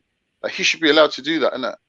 Like, every time he says, I want to be a Muslim, people shouldn't be bringing up all the wars for the last 2,000 years and go, oh, Saladin Ayyubi took Jerusalem from the Christendom. Like, who cares, man? The guy wants to live his life according to a certain code, innit? Certain conducts. When we analyze them, they're the same as Christianity anyway. The ethics and morals are the same anyway. What's the difference? What? Because it comes from the Middle East and it hasn't been gone through the whiteification process that Christianity's been through. When they took out all the Jewish bits and they were like, nah, let's make this new religion, Council of Nicaea, take out all anything that refers to Jews as good people, yeah, which directly led to the Jews getting slaughtered in Germany because they were looked at as other. There wasn't any link between Christians and Jews in terms of religion. So the Jews were basically slaughtered. Why? Because they were wrote out of Christianity. Sorry, mate, but that's the facts. If it wasn't for Christianity whitewashing, the teachings of Jesus or the Old Testament, them Jews wouldn't have got slaughtered. Facts. Yeah, I hear you. But Khan, like, to be fair, like the Islam comes out of Arabia. The main prophet wasn't Arab. Like, that makes sense to me. But to say like the whiteification, like that's like some bad thing. Christianity is from white people. The Judaism is from the Jews. The New Testament is, bro. It's from the Greeks, bro. That New Testament stuff is from the Greeks. The Greeks. I'm talking about. So when you say whiteification process, talking about European. Every man has got their own thing, Con. Like, every man has got their own shit. No, the whiteification every man has got. Would you say bias is necessarily a bad thing, Con? Well, the main places of Christianity was Ethiopia. There was a whiteification process in Christianity. They moved it to Rome. Yeah, there weren't no Rome to start with. Christianity was in Africa more than in Europe. They whiteified it. They wrote out the Jews out of it. They took all the blacks out of it. That's what they done. Ideologically and historically, they done that. You can't ignore that process. That did happen. That's a view. No, that is a view. That is one view, and I will appreciate that. But my where do you think like white Jesus came from? Wait, obviously hold on. Came about at the same time. Has got their thing on. White people have got their shit. Arabs have got their shit. Chinese have got their shit. Blacks have got their shit. Everyone's got their own shit, Con. Like, to say whiteification like it's a problem for white people to have their own shit doesn't make sense to me. It's not a good argument. That's a bullshit argument. I agree with you. It is a bullshit argument. We're taking a theology that comes from outside of Europe and it's being tampered with, made whiteified, yeah. And you're saying it's not a problem. No, it is a problem because, like I said, the same way how when it affected the Jews that were murdered in Germany, yeah, it also contributed to other things that are happening in the world, like where Christians can go around the world now and look at other people as the other. So they can go to Vietnam and kill all these people in this so-called Vietnam War, yeah, and it doesn't affect their Christianity because now Christianity is some white thing. Oh, but they're not white, so it doesn't apply to them. Do you know what I mean? So we can kill them, we can fight them. That's what's happened to Christianity. It's been made in European ideology. That type of shit, that type It's of been made the killing and the European ideology. dehumanization of people has happened globally, and no one's free from that shit. That doesn't justify it, though. No, this is what I'm saying. But you're saying it like it's only happened on one spot by white, bro. Listen, no one's free from that mess. We're living in Europe. That's why we're mentioning it. Ah, okay. So we're not doing the global thing. Okay, cool, no problem. So, Khan, just to segue back to the question of the day, in your opinion, the Islamaphobe is someone who has a problem. Wait, no. Let's define terms like correctly. If somebody critiques Islam, are you an Islamaphobe, Khan? That's like me saying, if somebody touches me, yes or no, have I got the right to say they assaulted me? No, it's nothing like that at all. I'm asking you for your subjective opinion. It depends what your intention is, innit? It depends what your intention is. Okay. If your intention, when you touch me, is to hurt me, then it's an assault, innit? But I can't go for a massage and a woman touches me and I'm like, oh, you assaulted me, you touched me, you made physical contact. What's she going to massage me with? What's she going to massage me with? That's the answer. Oh my God, the intention. Okay, so if you, all right, let me see. This is the thing. See, I don't know if I can agree with Khan. You know why? Because if somebody does have a problem with Islam, yeah, and they come in with Allah's not real and all this stuff, and then they get hit with certain dawah, those motherfuckers could read that, as you guys call it. Well, let's categorize just label them as a belief. Yeah. Islamophobia is a belief. The thing is, are you justified in holding that belief? Because you get people going, oh, I'm not Islamophobic because I'm not phobic. My hatred of Islam is justifiable. That's what they're saying. Wait, who says who? Oh yeah, Raj. Okay. Right. Okay. Oh, Jupiter. I'm not an Islamophobe because everything what I say about Islam is true. Like if I was like Islamophobe, I'd be making up lies going, oh, the boogeyman lives in Islam. And then you could easily say to them, oh, but you're an Islamophobe. But they're saying they're not doing that. But really they are doing that. Because what they're doing is they're hiding their real gripe with Islam and they're presenting a fake gripe, which is what I said about writing a whole list of things that they don't agree with. Yeah. Why don't you represent your true gripe with Islam? Why don't you say, you know, I don't like Muslims because where I come from in India, we had wars with Muslims. Why don't you turn around and say, well, where my husband comes from in Africa, they have wars with Muslims. That's the reason why I don't like Islam. Why don't you just say that? They don't want to say that because then they're making a blanket statement. Who's they? Because remember, Raj has expressed the fact. No, but he's expressed. Jupiter. Oh, okay. I don't really, right? So if they made these statements, then every single Muslim would be within their rights to say, excuse me, but you just included me in this whole list of people that you don't like. Yeah. Why? What have I ever done to you? And then they'll look like idiots. So what they do is they hide the fact that this is their real gripe with Islam because it comes from something that's going on back in their country. Yeah. Or someone like they love. Like you get like, I don't know, like George Clooney talking about the Muslims oppressed the Armenians. Why? Because he's linked to the Kardashian family and they're all Armenian. So really, like, he's not turning around and saying, well, my friends, they've got a problem with Islam, so I'll have a problem with Islam and Muslims as well now because I'm backing my friends. Because if he said that, he would sound stupid. So what he does is he hides that fact and comes out with, oh no, they oppressed people and they did this, and they starts creating a list of things why he don't like them. I'll give you an example of this here, why this is so illogical. It'll be like, for example, like your mum and dad split up and your mum's got a long list of things of why she don't like your dad. Yeah, so that process, yeah, she won't tell you, oh, well, to be honest, I never used to cook him breakfast. He used to go work and come home. I never used to look after him properly. I took him for granted. Like, I never asked him what he thought about things. I redecorated the living room and I painted it pink and he didn't like it. So he packed his bags and left. Because then that kid would turn around and say, but mum, now I'm growing up without a dad and it's your fault. That you could have been a little bit more lenient with dad. Yeah, so dad's right, really, innit, mum? But she won't want that. So what she'll do, she'll hide that fact, and she'll present a completely different excuse of, yeah, your dad's this, your dad's that, your dad's the other. Yeah, that's why, yeah, to us as Muslims, that is the equal. That is the equal of lying. You might not be lying by covering the truth and presenting a next truth. You might not see yourself as lying, but that is the definition of the word kuffar. Yeah, you're hiding the to truth, cover the truth. and you're presenting an alternate truth. So when someone attacks your straw man truth and demolishes it, you still got your real truth unattacked, untarnished, and you hold it close to your heart, and you go to bed with it every night, and you nurse it, and you're like, oh, how can we dream up another straw man? How can we find another thing to add to the list why we're not happy with Islam? Oh, Muslim men are known for beating their women. They treat their women bad. Yeah, domestic violence. Oh, we'll come up with that. Like idiosyncratic to Islam, though, or Muslims. Exactly. Nothing that they say about Islam really and truly is about Islam itself.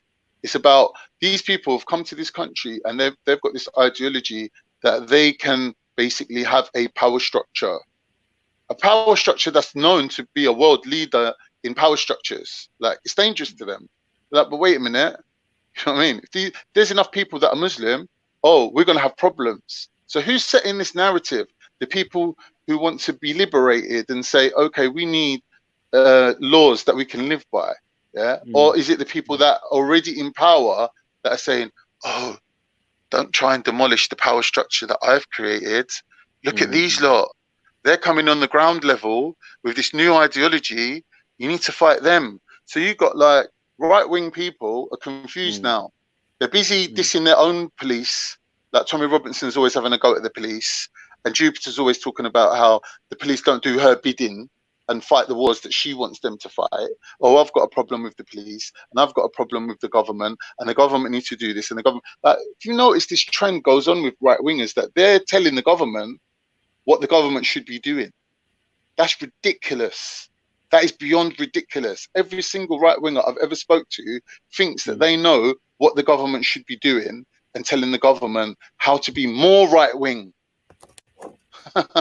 That's the ridiculous thing about it. Even Ralph is creating this whole new system to replace the current system where everyone can be as right wing as they want. You get me? Now that combined with the opposite of that, which is all these immigrants that have just got here without a penny to their name, have got this new power structure that they're trying to bring in. No, mate, that ain't never going to happen. No Muslims coming here thinking we're going to make Britain a Muslim country. No Muslims doing that. Even the ones who say it are talking shit. No Muslims are trying to make England. Like, you cannot show me organizations, institutions, and Islamic scholars that are saying, right, Muslims that live in the UK, we need to galvanize, we need to create a movement, and we need to start spreading Islam as a wholesale policy, influencing these whites to become Muslim, and then we're going to basically take over this country by bringing about this ideology as a leader in thought processes that people should like want to switch to if they're not happy with their current system. No one's saying that. That's out and out treason. No one's saying that. Not one person has said that. And they've got the numbers. If they wanted to do it, they could do it. They could create political parties, or not even political parties. They could create think tanks, or they could create what are them groups called? The ones that put pressure on governments. Lobbyists. Lobbyists. Yeah, they could create lobbyists. They've got enough money and enough manpower and enough investment in the UK to have lobbyists, but they don't. But the Jews do. But Muslims don't. Yet Muslims are the enemy. Like as if the Jews are leading us to the promised land. Now, it's all right for them to infiltrate.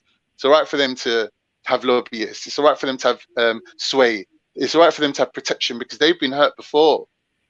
They're allowed to have this protection that allows them this overextended power.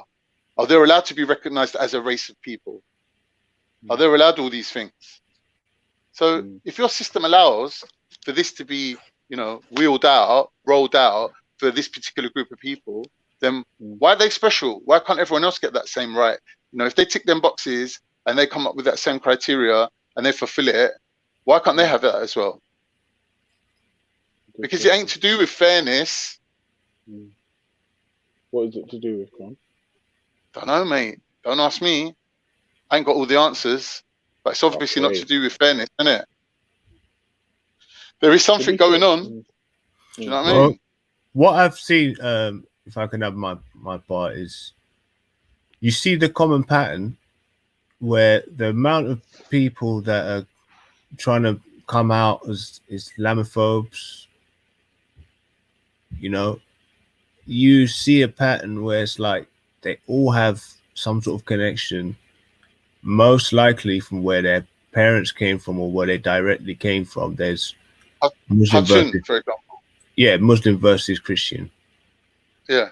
And the problem with that is when media now turn their attention to Islam, all the people that don't like Islam, for whatever reason, will come out.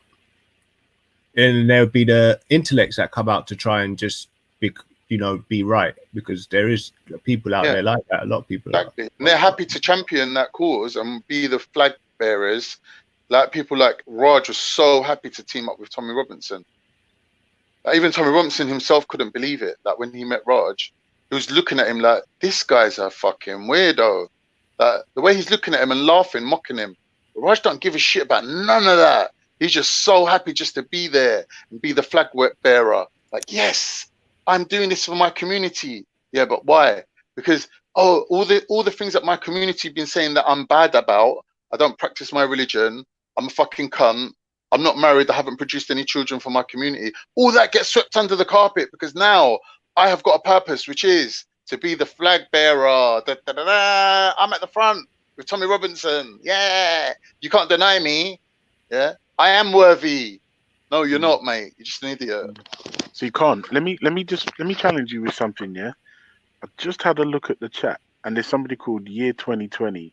Yeah, and he said, "Allahu Akbar, bruv. In 2050, half the UK will be Muslim if birth rates continue."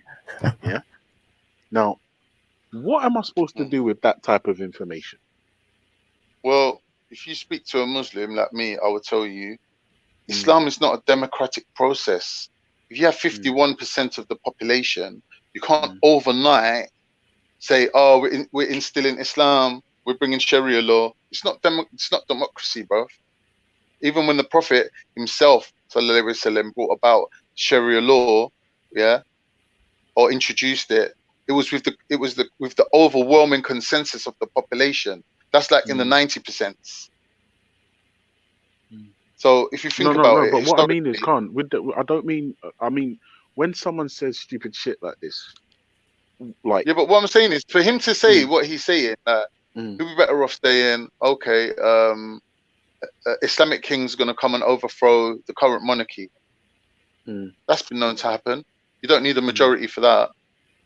But for some reason, they're talking from a democratic framework. Their mentality is democratic, like talking about 50%. It's democratic, isn't it? It's like, for example, when you hear the far right. So is he saying minorities, once we have a majority, then no, he said once they have a majority. Saying once they have a majority, they might be able. Once they have the majority, they're gonna take over and then do what? They're gonna want to take over. Like all these Muslims that have been enjoying the Western lifestyle. Once the number hits 51, all of a sudden they're gonna wake up the next day and go, right, I'm on my deen now. Now we take over. I've just been it's like a sleeper cell, waiting, eating McDonald's, drinking alcohol, fornicating. Oh, it's all been a big ploy. I've just been undercover. I'm a sleeper cell. Now the numbers are 51. Now it's time for action. Oh, now I'm going to get on the deen now. But that's never going to happen. That's just a fallacy. No, but this is the thing. The reason why I've highlighted that particular comment, right, is because, like, to bring it back to Islamophobia. You couldn't work out whether it's a pro or a con. Yeah, and because of the wording. Like, well, I mean, but either way, whether the person's pro or con, I'm thinking to myself, if you got some far right wank pot, right, he's gonna get a comment like that, right, and fucking run with it for years and say, haha, see, look what they're saying, blah blah blah, and then he's got an excuse. to We don't care, instill bro. Don't understand rational. about No, Muslims. sorry, They don't care what people say irrational. about them. Irrational. No. Remember, it's not what he's saying about them. He's now got ammunition to run off and say, "Haha, look what they're trying to do." Right? Yeah, do your worst, innit? If you think you're right, do your worst, innit? Muslims ain't scared, bruv. You don't understand. And that's why people are scared of Muslims. Like, oh, how comes they're not scared? How comes they don't want to jump through the hoops that we're setting up for them? Yeah, because their book tells them not to do that, innit? Because then you become, it's like when you're at school and people telling you, what are them trainers? And you're like, yeah, my mum bought them for me. What, Dunlop? That's a shit. That's a shit, mate. You would never wear Dunlop. You would never wear Dunlop for the rest of your life, right? And your mum won't even know why, because every time she takes you out and she's like, oh, baby Oach, should we get these? Yeah, do you want these trainers? And you're like, no, I don't want them. I don't want them. And she don't even know why, because you're too ashamed to tell her that other people had influence over your decision making. She'll be like, well, but last month you loved these trainers. How come you don't love them no more? And you'll be like, oh no, mum, I like Adidas now. I like Adidas. Adidas is all the cool kids wear Adidas. Like when your kid tells you all the cool kids wear Adidas, it's indirectly them telling you, well, I want to be in with the cool kids. They're the ones setting the agenda. They're the ones with the power. They're the ones that can mock me, and I can feel like shit at school. And I don't want to get mocked. You know what I mean? So you got to tell your child, innit? Like, all right, you know, don't get mocked. Don't go out and out, become some extravagant mad person that everyone's pointing the finger at. Get me? Don't deliberately go against the group, innit? Like, have some, you know, some group links. Yeah, fair enough. But don't let them dictate to you. Innit? Don't let the group dictate to you. No, I hear that. But if I'm honest with you, like that Dunlop situation that hypothetical Dunlop you mentioned, I kind of felt that pain and that pressure right there, and as a child it was too much to bear. Not fun, innit? Fun. Folded, and it wasn't Dunlop for me. My curse was Arrows. High tech. Market. Oh, Arrows. No, Arrows. Yeah, fuck's sake. Right. Yeah. Yeah, but see, like in my school, high tech was the laughing stock. But my cousin, for some reason, in his school, he was telling me high tech's a good mate. And I was like, bro, people are lying to you. You know that, innit? Like, they're making you wear high tech, making you look like a prick. You're walking down the road with high techs thinking you're cool. Yeah. And then I was thinking, wait a minute, my cousin's really smart, innit? Like, he might just be jealous that I've got Nikes and he's got high techs. And he's telling me, yeah, but in my school, high tech's better than Nike. I'm like, you're clever, but you're not that clever. Yeah. Do you know what I mean? So. Yeah, one of them ones. But this is the thing, as children, innit? We're fucking susceptible.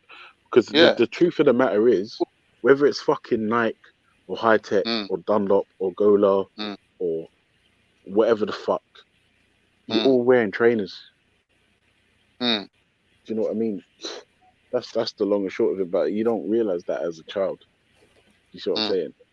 And I would say you don't necessarily need a book to tell you don't fold, because I mean these things come with experience, with life.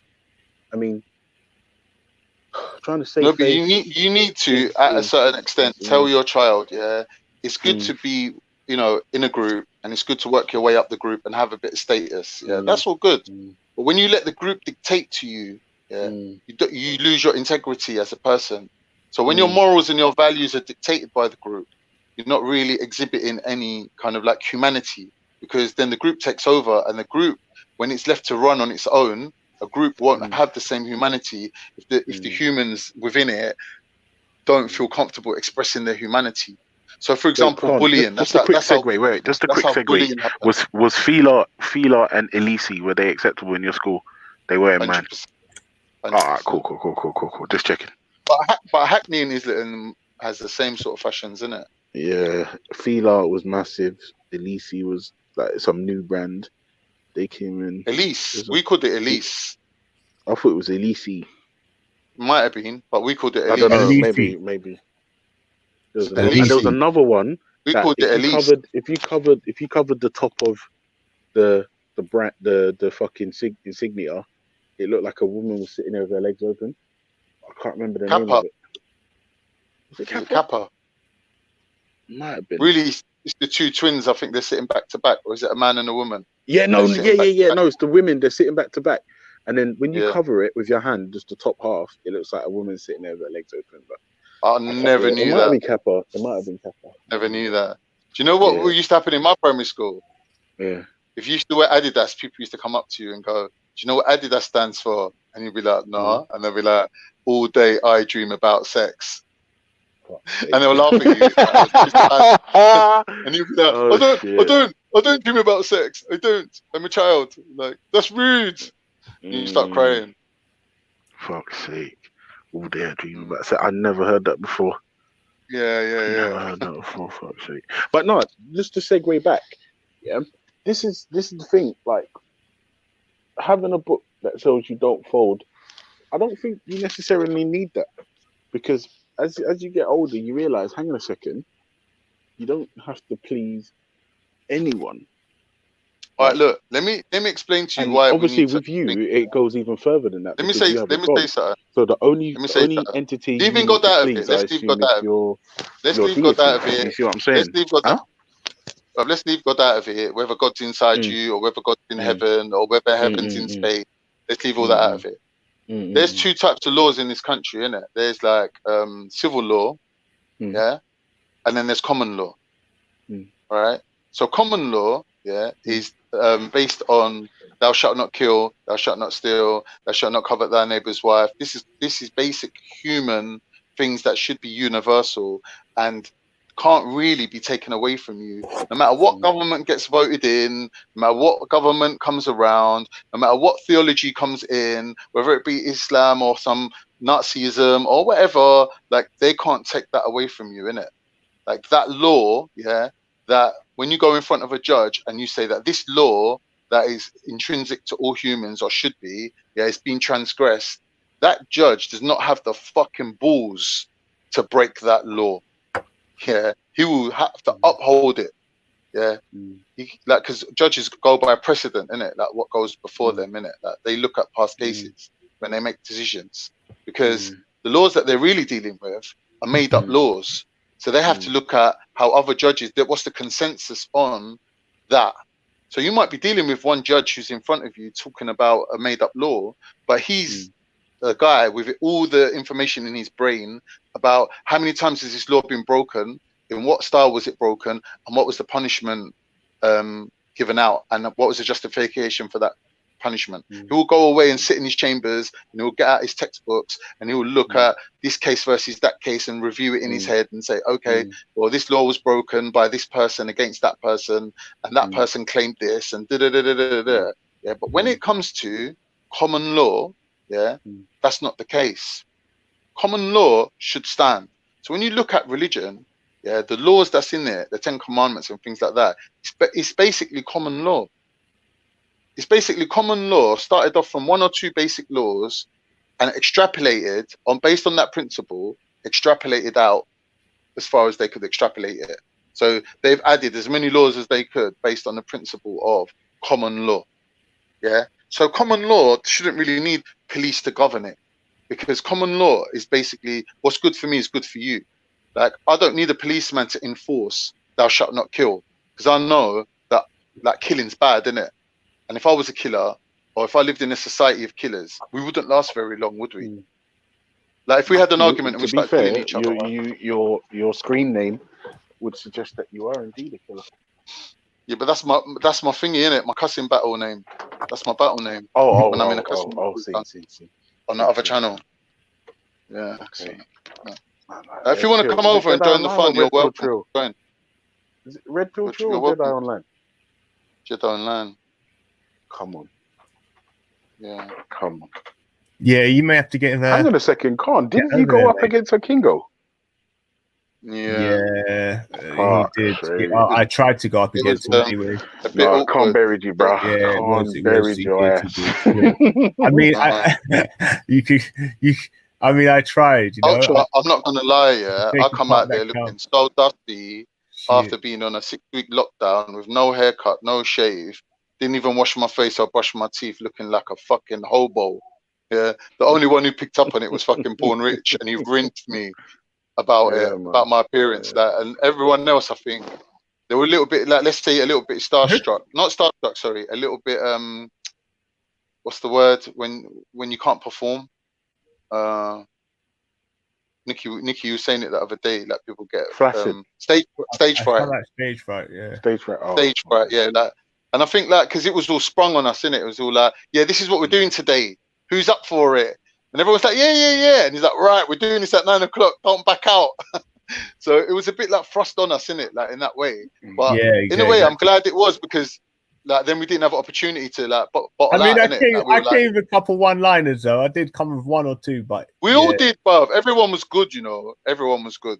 I mean, mine was freestyle. Mine was off the top. Everyone, man. Come on, man. Yeah. Everyone was freestyling. Yeah.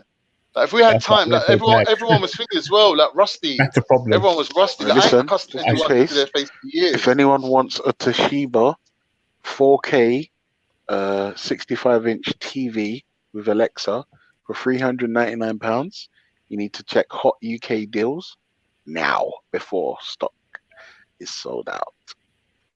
Sorry, just put it out there. I like Hot UK deals. Same. Dangerous though. You know what I got off Hot UK deals? I ain't gonna lie. I got a pay monthly phone contract for £0. What's that? The SIM only? Yeah, I got a SIM only, and instead of I've seen putting a couple of those the deals, price, they accidentally put 0. Oh shit! Yeah, so that means you don't pay nothing, and if you buy it, you don't have to pay nothing. Whereas if you bought it and they were like, oh no, we're not upholding that, you only have to pay for the first month and then cancel it. So I thought, do you know what? I'm gonna get it. And I told my brother got 2 or 3. Do you know what I mean? So I've had a free phone for like the last fucking 6 years. Because T-Mobile honored it. Yeah, I had a free phone for 8 years. That is tasty. Tell a lie, it was like 6 years going on 7 years. Free phone, you know. Free internet, free phone, free text messages. Wicked thing. Yeah. Hot Deals UK, listen, man. Islamophobia. This is one thing I wanted to say about Islamophobia. Yeah, go on. I didn't know. I wasn't aware of the fact that it was like that. I didn't know theists would like come to the park like, okay, you're in your corner, and my name's Voldemort, and you're in your corner, and my name's Harry Potter, and we're gonna go to battle with our sort of magical spell. It's like why is there so much battling? I thought it was like it would have been just. I didn't know. Obviously, it's a speaker's corner, but it doesn't mean it's not debater's corner. So I just didn't know that was like. Listen, speaker's corner is an ego fest now. That was the way it is. You know what I mean? So that, it's not even good anymore. That was one thing I noticed. Like above everything else, I was like, right, I didn't know that's how it was actually. I didn't know. Obviously, they're different religions, clearly, but I didn't know that's defaultly they're actually going to argue just because they are different religions. I don't know where that's. You know, that was a sad thing when I started really getting engaged with Speaker's Corner. So yeah, but apart from that, I think there's a lot of different types of characters coming down there. I think as long as people love their religion enough to be able to be at least a person that looks like they're genuinely doing it just to sort of because they love Christianity, for example, or didn't put. But then there's them people that just aren't that intelligent, so it's not they're down to prove a point, and they don't really have a standpoint. They're the ones you've got to they sort of stick out like sore thumbs. They're the people that don't have like Christianity as their background. To tie a few of my arguments that I put forward, they're the ones that stand out in one argument as agents. But go on. You've got far right people, regardless of with far right people, if you spend time with them, you realize that really they don't agree on anything. Yeah, that they're just these weird out there people. But one thing they've got in common is how they deal with authority.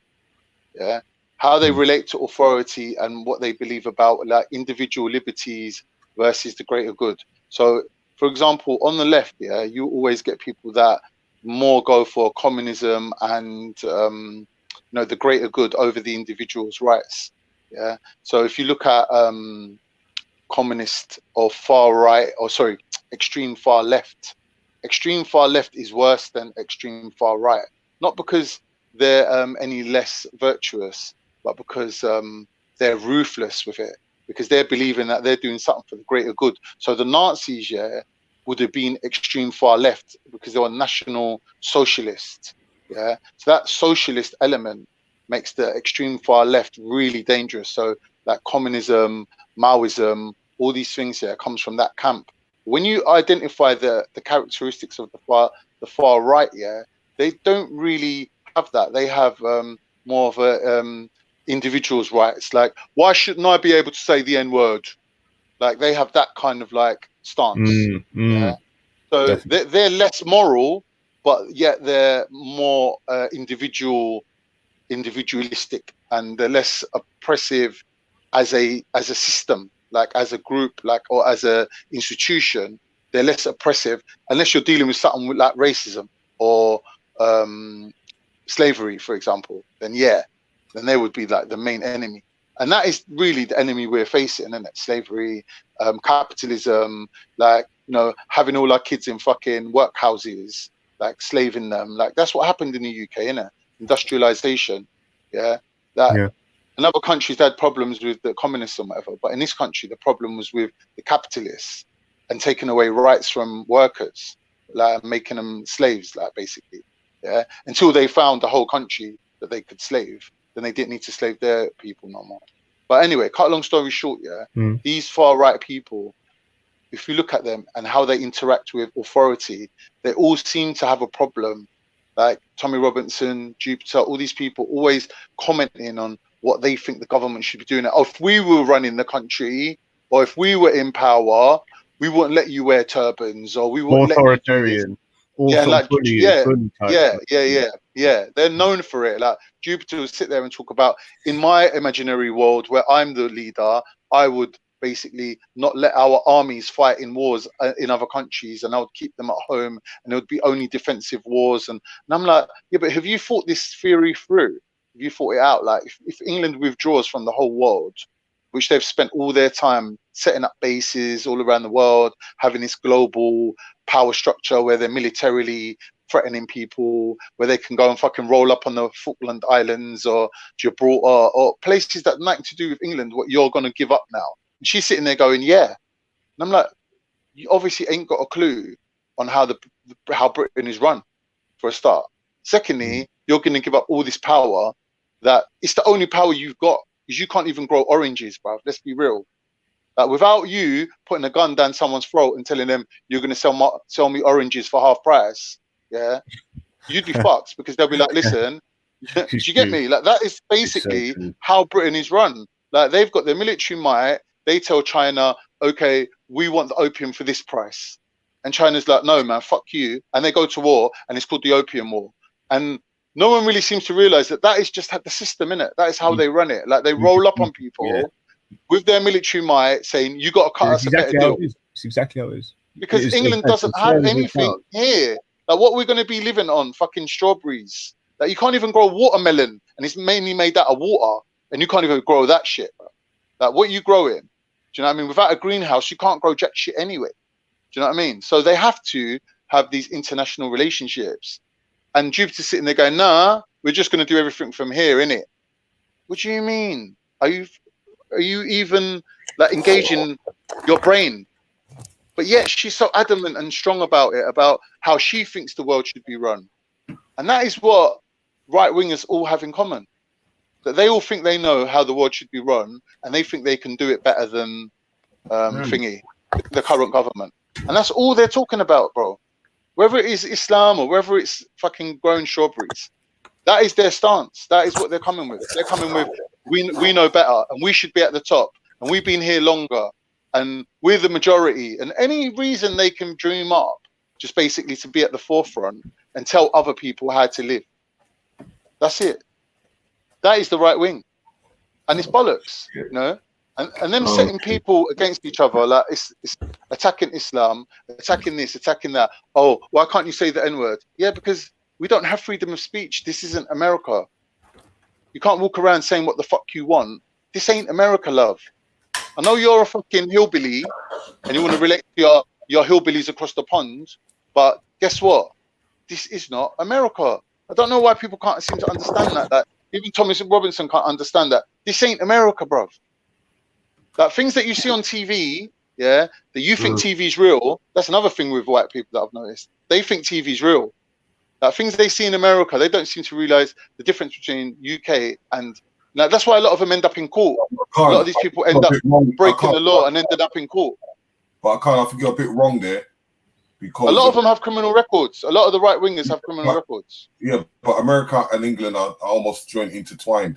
They have the same no, laws. But we don't have freedom of speech. We don't have a constitution. Who told you that? What do you mean? Show me the constitution of England, legally binding constitution. Because we've got a monarchy in it, as far as I know. Yeah, that's the difference. But the right, so now you're saying it's different. All the laws and the regulations. Well, you're confusing me. No, because all the rules and regulations still has to come under Parliament. The monarchy only signs a platform, but who runs the country is the House of Lords and Westminster. They took the security from the monarchy. But bro, do we have or do we not have freedom of speech enshrined in a legalized document? Check it out. Do we have that? Do we have that? I'm telling you, we don't. Have you done the research properly of how they have freedom of speech? Okay, no, bro. We do not have freedom of speech in the UK.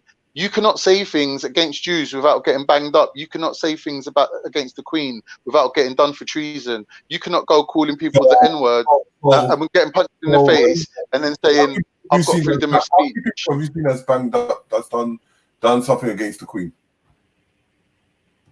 In this day, whether she chooses to enforce it or not, it's not the point.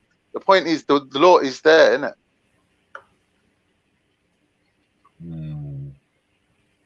You need to check the laws.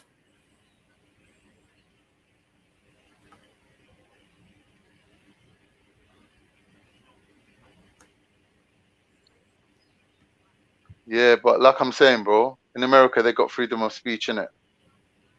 Yeah? We ain't got freedom of speech here. Like Tommy Robinson's rolling up in a court case with a camera, filming things, and he's thinking that it's his God-given right to do that. Why? Because he thinks that he's living in America. Basically, that's what they're advocating for, American laws. That's what they want. Where do you think American laws come? Sorry, what? Where do American laws come from? Well, you're looking at a tree with two branches. One grew one way, one grew the other. Whether they come from the same root or not, it's irrelevant. They made a decision to go down that road, didn't it? They took it on a different path. Otherwise, they would be the same as England still. They would have a monarchy still, but they don't have a monarchy. They chose to go their own way, innit? But the monarchy doesn't control it in that format. As I said Not anymore, it doesn't. Not anymore, it doesn't. From Oliver Cromwell, it has been taken over. But anyway, we don't have freedom of speech here. You can't go around saying what you want. You haven't got the right to hate speech here. In America, you can. America, they don't have hate speech legislations. You can say whatever the fuck you want. It's a different format. You can't say it's the same. It's a different format. I don't know myself personally, but I could see that being the case just from the attitude of the people out there. But this is why they're advocating for American things here, because in their mindset, the lowest echelon or the lowest level of a white person will never be on the same level as the floor or ground level. They will always be above other people like black people or Hispanics or whoever, or immigrants or native people. Yeah, that's what they're advocating for. They're saying, let's be like America, where even the lowest white person has got people below them. Because in their mindset, that is what America is based on. And that's why they're advocating for American things like free speech. Because they think that if one by one they start bringing in American laws and American thinking, American behavior, that raising up of the lowest level of a white person will automatically come with it as well. That is their ulterior motive. That's why they look to America. Like freedom of speech, that's what it is. It's an American thing. And that's basically, in my view, that's what it is.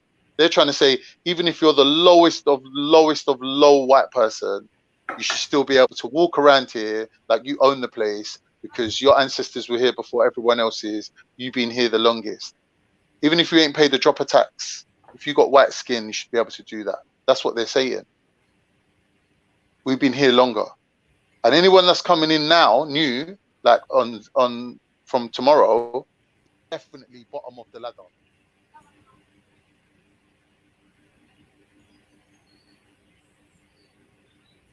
What happened to Khan? It was connection. Yo, Malik, is it Malik? Big up. Yo, big up. Yeah, Veli. I think Khan and Malik is in the back. And Ultra's there as well.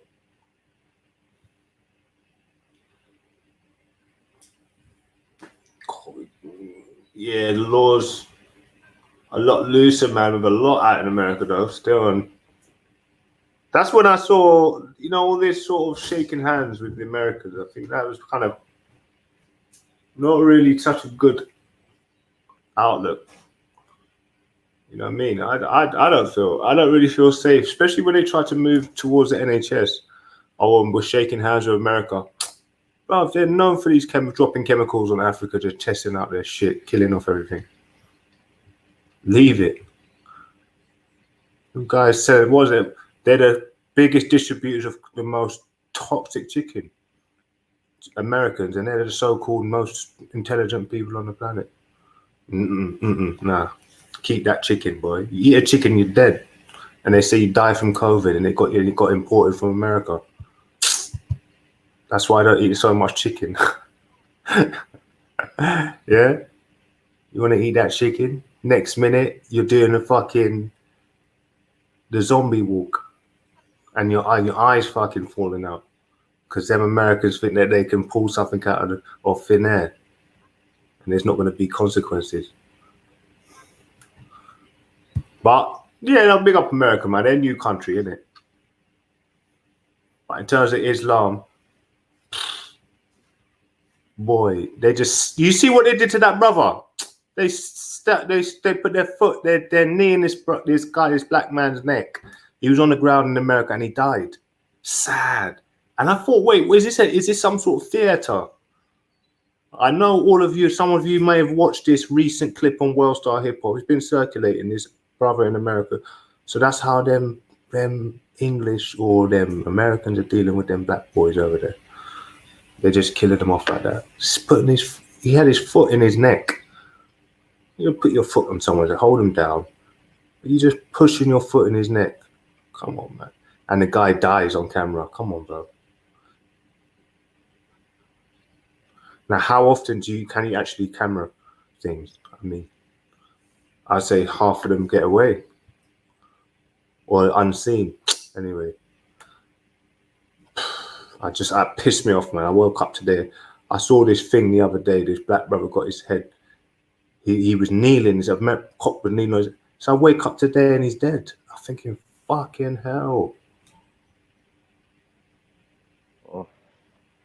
Hopefully they're not doing it here in the UK. But anyway, I hope you're not going to hear me. I can't hear none of you, so don't know if it's... Oh shit! I didn't realize I was on. Yeah. Oh, my signal keeps dropping. What's up, everybody? What up? Oh my days, my man Malik, what going, broski? What going, Salama, bro? What going? Salam. I'm still alive, man. Come on, that's all we can do out here is just making it, living life and that. What's America saying? Man, it's just normal out here, My flight to Miami got cancelled and Norwegian Airlines refunded me. So it's definitely off. Exactly. I don't think you could even ever make it to America this year no more. Like, everything is just I don't think it's going to happen, man. I don't think it's going to happen. But I'm still looking to come 2021, though. Only if you're sneaking like Only if you're sneaking like James Bond and do do a solo trip and Yeah, sneak back out. I don't know what's going on. How you Yeah, been, but though? You all right? yeah, I'm good. I think Kingo was talking about the guy that got killed the other day. It was so, man, it was so touchy. I can't lie.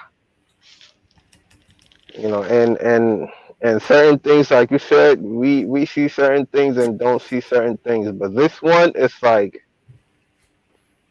it's a shame to the police department. I ain't gonna front. Like sometimes I used to feel like you could justify certain things, but it's this right here is just a no. Like, and you could see the man pissing on himself also. So tragic. Sad. And the Yeah, he thing got is, yeah, it's like that's everybody's watching America. They're not looking at the UK. They're not looking at Germany. They're not looking at anywhere else but where? Hollywood. So when they see that what's that going to say to the rest of the world? This is what most of all don't like about it, as well as it being, someone who kind of looks like me. It's bad, man. What sort of example do they set? Come on, leave it out, man. Yeah, but they already made that example for I think for everybody because Of like course I they are. said, They're trying to. look, if you go to other countries, there's only much that you can see. Also, like it's people's like really barbaric right now. Nobody cares. There's no law anywhere no more. Like people just do whatever they want to do. Mm. Yeah, because they see America doing it. They feel, oh, if they could do it, we could do better. That's why there's an uprise coming. Yeah, it is. Whether I you could sense it. like it, it's getting hot. I could sense it, and especially I'm looking at this COVID thing, lockdown, and a whole bunch of rules that people can't even follow. And I'm thinking, it's just gonna come to an uprising in like 2-3 months from now, because everybody's gonna be thinking, man, we can't certain things we just can't do. Like you see people lining up, they say, "Oh, put on face masks." Why we got the face mask on when we can't even be in the freaking store? And you look at people traveling, they don't even do social distancing. If you look at government operated businesses, they don't do all of that. In the trains, you can't do it, but they tell you to line up just to get in the shop.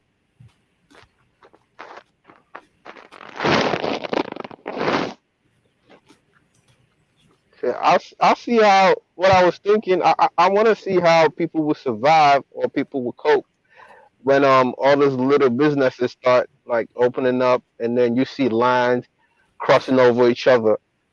Like I'm telling you, yo, you got your people over here. They across my shop. My customers can't even get in. They can't even line in the proper way. Cause I seen lines go over like from one block to another. Yo. So what they say, them guys have been fired, right? The police officers. Yeah.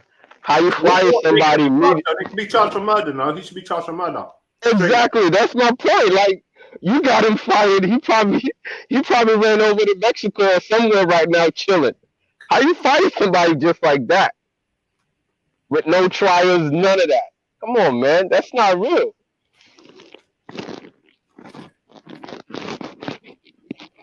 That's retarded, man. Yeah. That don't even make no sense. It makes the matters worse. Different ways you can die on the planet. There's another motherfucking idiot with all these contraptions on his body trying to kill you. What the fuck is wrong with people? Man, I would say like right now I'm starting to believe that most of these cases is like 7 out of 10 times excessive force. It just don't make no sense. You got the tasers, you got the guns, you got the handcuffs, you got the power, you got numbers, you got like you can see like 12 cops over one person. That's how the other one got killed too. I can't breathe. The first one, yeah. They choked him. They caught it. He especially when somebody don't have a weapon on. That's a different scenario when you have a knife or a gun. But when you don't have nothing and you have like 20 people over one person, come on, man. So what's the taser for? What's the handcuffs for? What are you trained for? Okay, so Sex and Race, yeah, by J.A. Rogers. This person compiled 3 volumes of books, and it's about the laws in America in relation to black people, the relationship between white people and black people. Now, there was laws that stipulated some harsh things that you wouldn't even have thought was really humane at the time, being like what we've seen now. They had laws where you couldn't even marry a white woman unless you were rich, and she couldn't be high class. She had to be the poorest. Imagine that mindset for you to. That's not entirely true. No, that is true. The heavyweight champion Jack Johnson married a white slice. No, you're right, Ultra. Not, it's not current day laws. Obviously, it's changed, but this wasn't that long ago, Ultra. Jack Johnson is way back. In fact, let me Google what year it was. Hold on. Or maybe like within the last in the 19th century, like, and the I think maybe let me have a look. Man, even today, I could believe that law because that's where the mentality comes from. Right. Say, but I had uncle who's been here forever, and they tell you like it was a certain time that you couldn't get on the bus, like you couldn't do nothing, you couldn't like even walk over a white neighborhood. Right. Like you're a black man, you can't. You be thinking the next minute you're dead. I'm telling you. So if you could imagine a black man can't get in a bus, a black man can't do nothing. Yeah, I believe what King is saying. Shit, you married to a white woman, you might not even last a couple of months. They look for a way to kill you. Dude, the laws were like you couldn't enter certain buildings, you couldn't pray in certain places, and it's like this came sort of in the 60s times where it started falling, it started stopping. You know what I mean? It started fizzling out in the 60s, but this was, don't forget, in the 60s or in the late 70s, in the early 70s, was when they went to Africa full scale. That's when they completely took over Africa. And there was a Biafran wave, and then there was Black Panthers emerge. Yeah. So that's like, they obviously were killing, that's how they took that land, but when it's got into the psyche of everybody there is when they started putting these laws down, because then it was just folklore. It was like, you know what I mean? That's when it went from hierarchy to folklore. This was like part of the law system. Fucking yeah, no, it was. So if you break that law, what, you would be in prison and punished. Yeah. I mean, prison probably would have been a better option. Just quickly, Kingo, sorry to interrupt you. Malik, are you still there? Who? Malik, you there? Yeah. What's up? The question of the day is, what is an Islamaphobe? Oh. Yeah. So because we've had a Kingo Gold, Rob, Veli, Khan. They all gave like varying accounts of what they think an Islamophobe is. So it's interesting to get your view. Could you tell us what you think an Islamophobe is, please? Yeah, it's to me. I might be wrong, but to me, it's simple. It's someone who basically knows certain things and just want to troll your way of life, knowing the fact that it's not really true is what I think is on Islamophobe. Say for instance, everything you see the Muslims do, we have two kinds of people, either Muslims, Christians, or whatever. You have certain ones who go by the law, who live basically simple life, and then you see the other one who does the otherwise. And then you read the book that they believe in, and you don't see things like that, but you're still persisting on, discriminating on, oh, this is what every Muslim does, this is what certain people do, this is da da da, knowing the fact that you've heard from someone who explains why this rules or whatever has been set up, and then you just keep insisting on blaming people and discriminating on people. That's what I think is an Islamophobe. But you have certain people also who don't understand certain things, and they just feel like, yo, we need to question certain things. So that's not an Islamophobe. And then from experience, also, you would see people who would demonize your religion just because they had a bad experience with people that practice the religion. Say, for instance, if my son or my daughter, God forbid, or any of my family got killed by a Christian or a Jew, I don't want to hear nothing they got to say. Whatever they tell me, I just twist it up and just say, oh, you're lying. This is what y'all do. This is what y'all do, and whatnot. So and if you look in life, me personally, I think we have more bad people than good people. So we would definitely always have bad experiences, which will lead to discrimination of people and race and whatever. So that's how I feel. And no matter how you look at it, that's what you always get.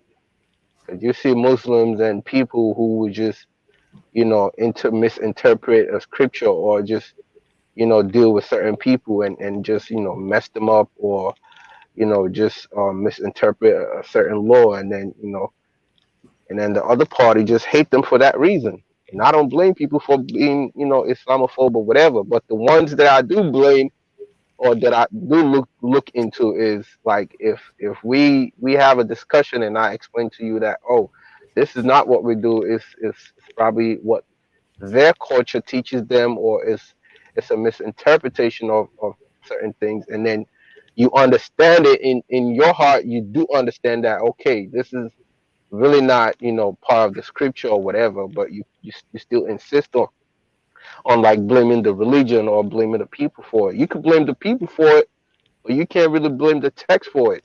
If they misinterpret like the scripture, that's on them, which people will always do. But you have to look at people as either good or bad, regardless of their color or religion. So a real So, Islamophobe is someone so who, wait, Malik. Yeah, I was gonna say, if you yeah, could just give us a summary of what you think an Islamophobe right. is in just one sentence. In Yes, one that's sentence. exactly what I was going back to. So a real Hmm. an Islamophobe is someone who understand but just want to troll. You know, Okay. What yeah. about? Did you know what's funny? Is again in your definition, you didn't mention somebody that doesn't like Muslims. You said somebody that your argument's more about somebody who doesn't like the doctrine, and Um, that's interesting to me.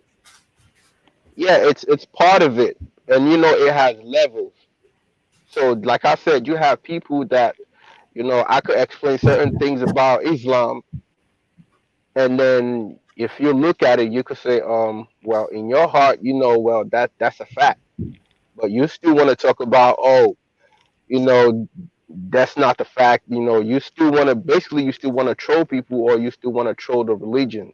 It could be either based on your experience, it could be based on a bad experience, or it could be based on that you just want to, I just don't want to be a Muslim or whatever, and I'm just gonna freaking, troll them, or go against them anywhere and anyhow I feel.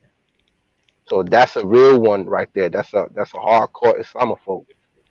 But you have others who who've been through experiences, and you can't blame them. Mm. You know what? That's a good point because I tried to bring that up with Khan. I said to Khan, if historically you and your people have had beef with Muslims, like with Sikhs and that, like it stands to reason that you'll have a bias against Muslims. But Khan said, Yes. nah, sorry, no. I was like, all right, it's his opinion, I guess. It's their opinion. But mm, okay, all right. Let me Yeah. put You. the scenario. Let me put this scenario to you. If there's a man, who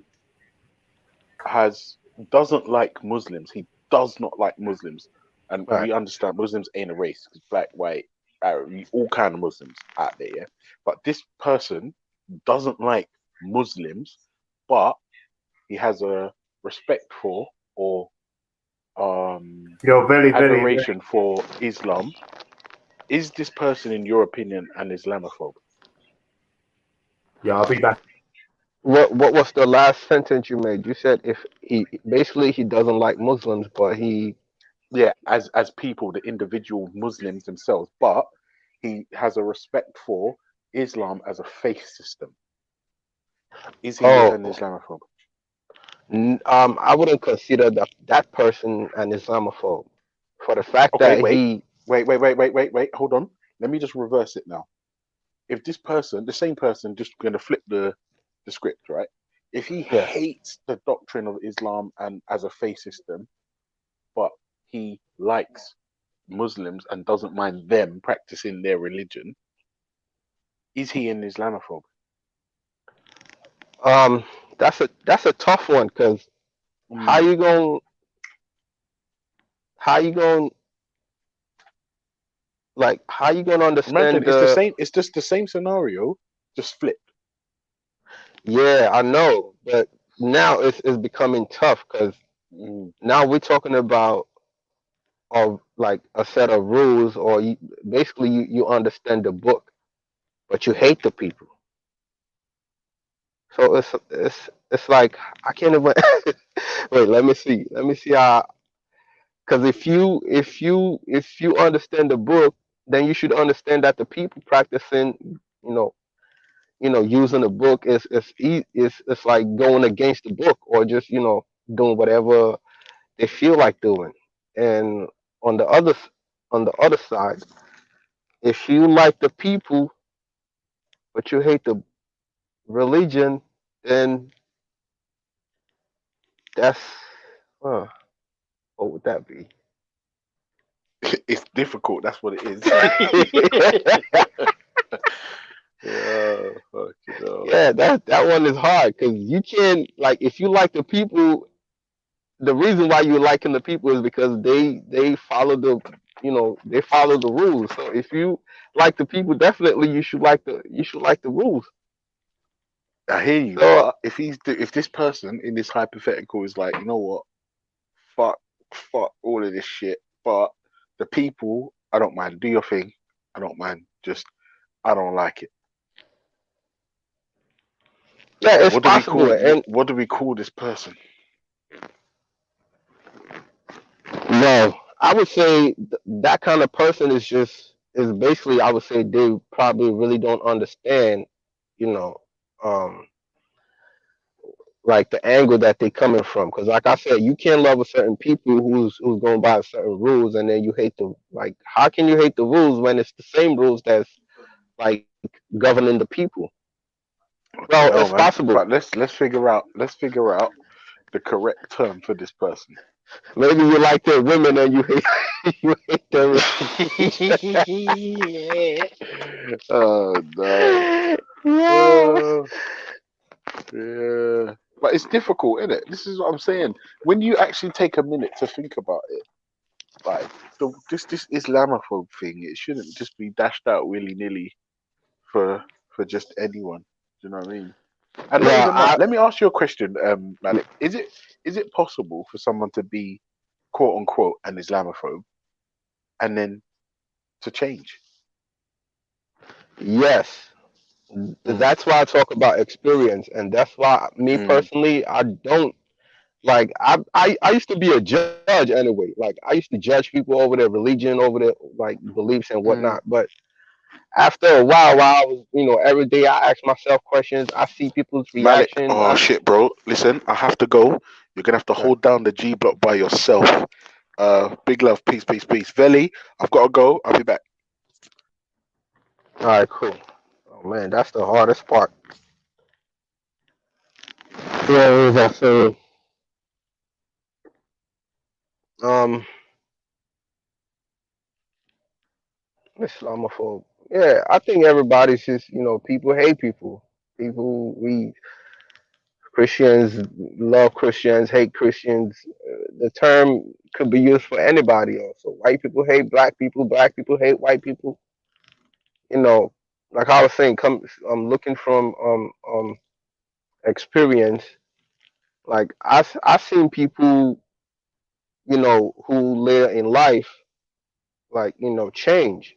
And the reason why I think they change is the more they try to understand, the angle that the other party is coming from, the more they try to, put away being biased and try to, face reality. And that's why I say I don't really, at this point in my life, I don't really condemn people. I just, talk, and then, you could either listen or don't listen, but I know it might come to a time in your life that you can understand why people do certain things. And, if you wanted to take logic out of it, or just don't, understand why they do it. So the best thing is just live your life according to your code, according to your principles, and people will definitely follow if they want to follow. First they will hate on you.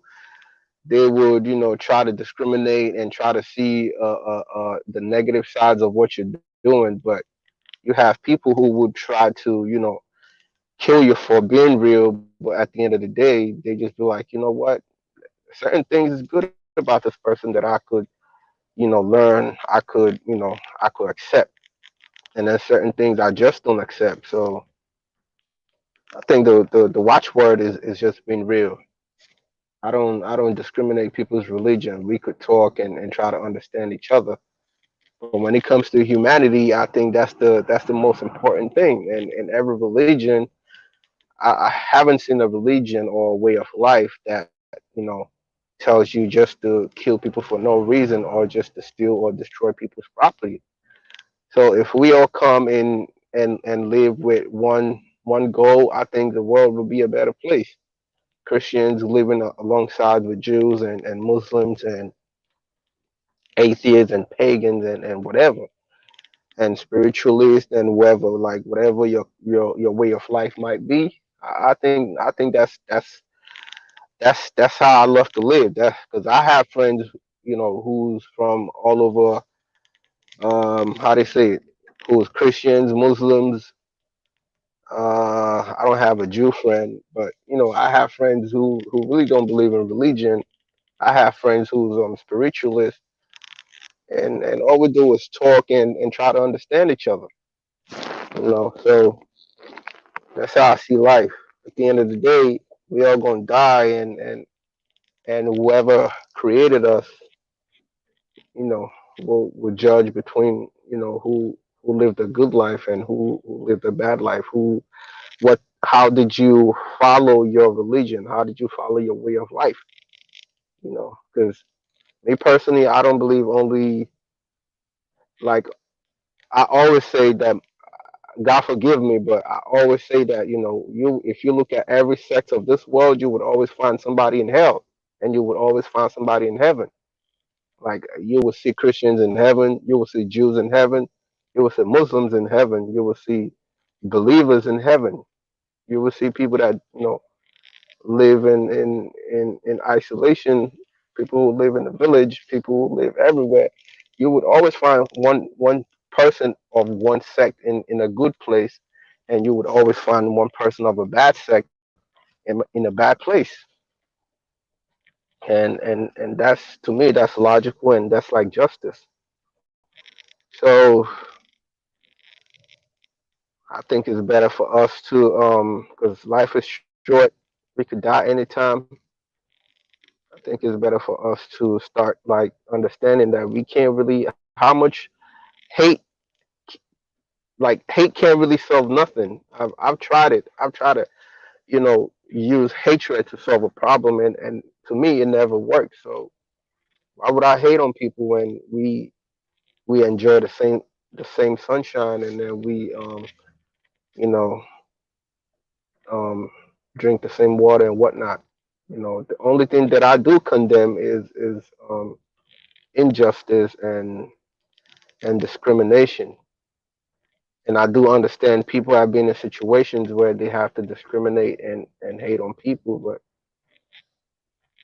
sometimes you have to think about justice and try to find a solution or trying to find a way to keep peace.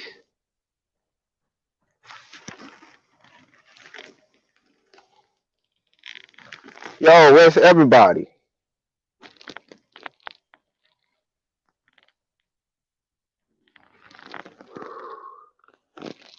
Okay, let me try to go in the comments. Let me see. It's been a while since I.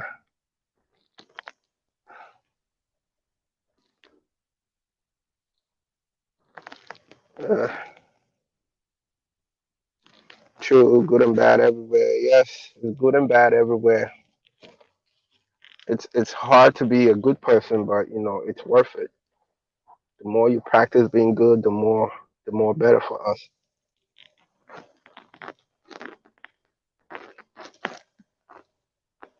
Just worried about that one day I will swallow it in my sleep. A lack of tolerance equals bigotry. Or would you disagree? I'm self-sufficient. Okay, there's nothing much in the comments. Uh, where's everybody? Where's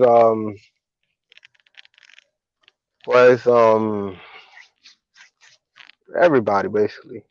Rob, Melanated Goddess, Samaroon, James Jones, Esau, the Black Telek, uh, well, where's Abdul Veli? Where's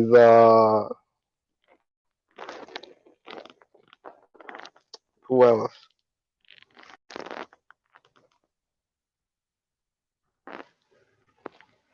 Come on, guys. I can't be in here by myself.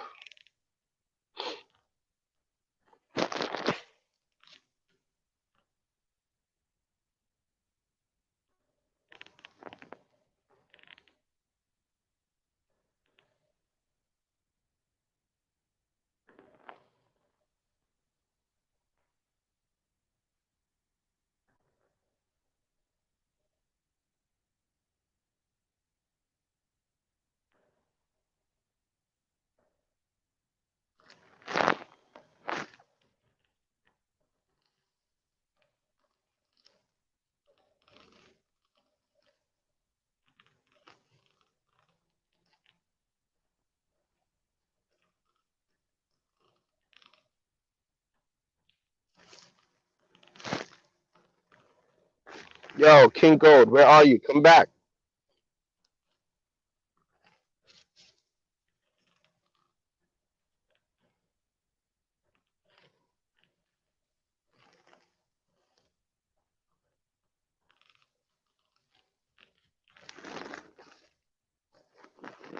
It's about Raj. People like Raj.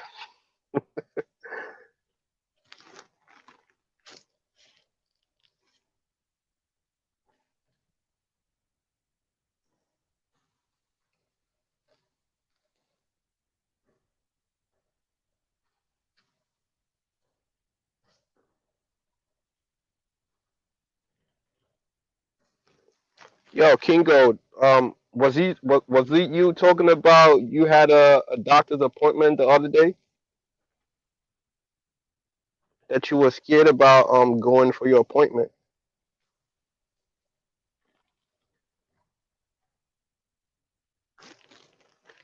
Oh, there goes Melanated. Do a freestyle rap about your faith. Do like spoken words.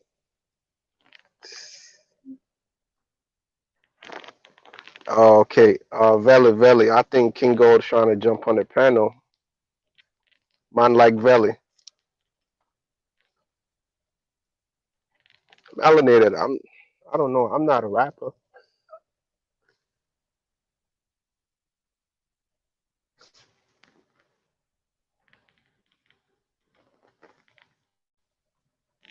Oh yeah, King. Yo, my advice for you is stay. If you don't have to go to the hospital, if it's not an emergency, me personally speaking, I would advise you to stay away from the hospital right now. Yeah.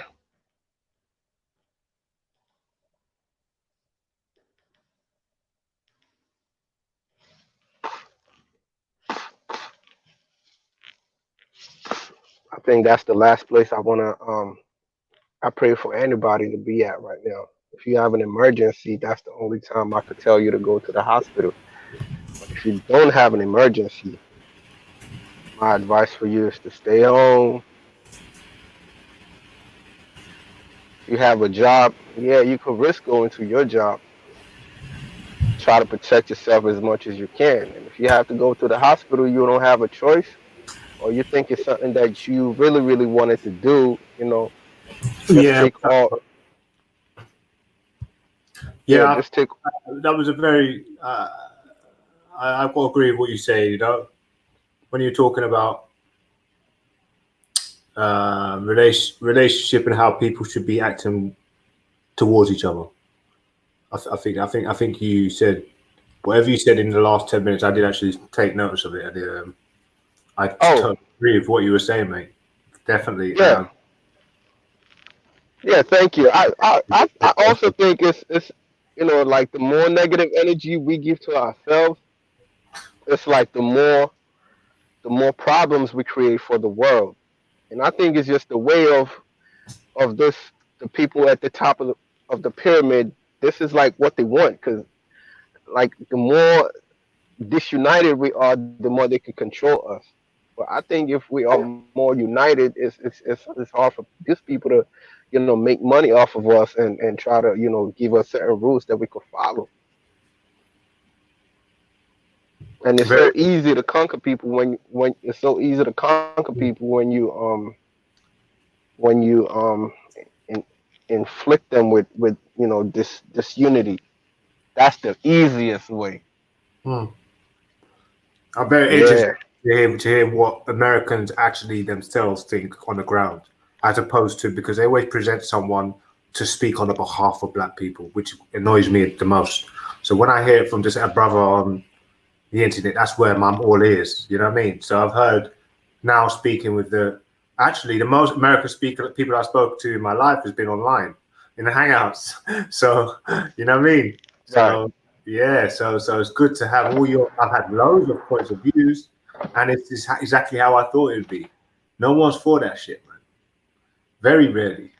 Even the ones that want to become part of civil service or even serve, they're against that shit, man.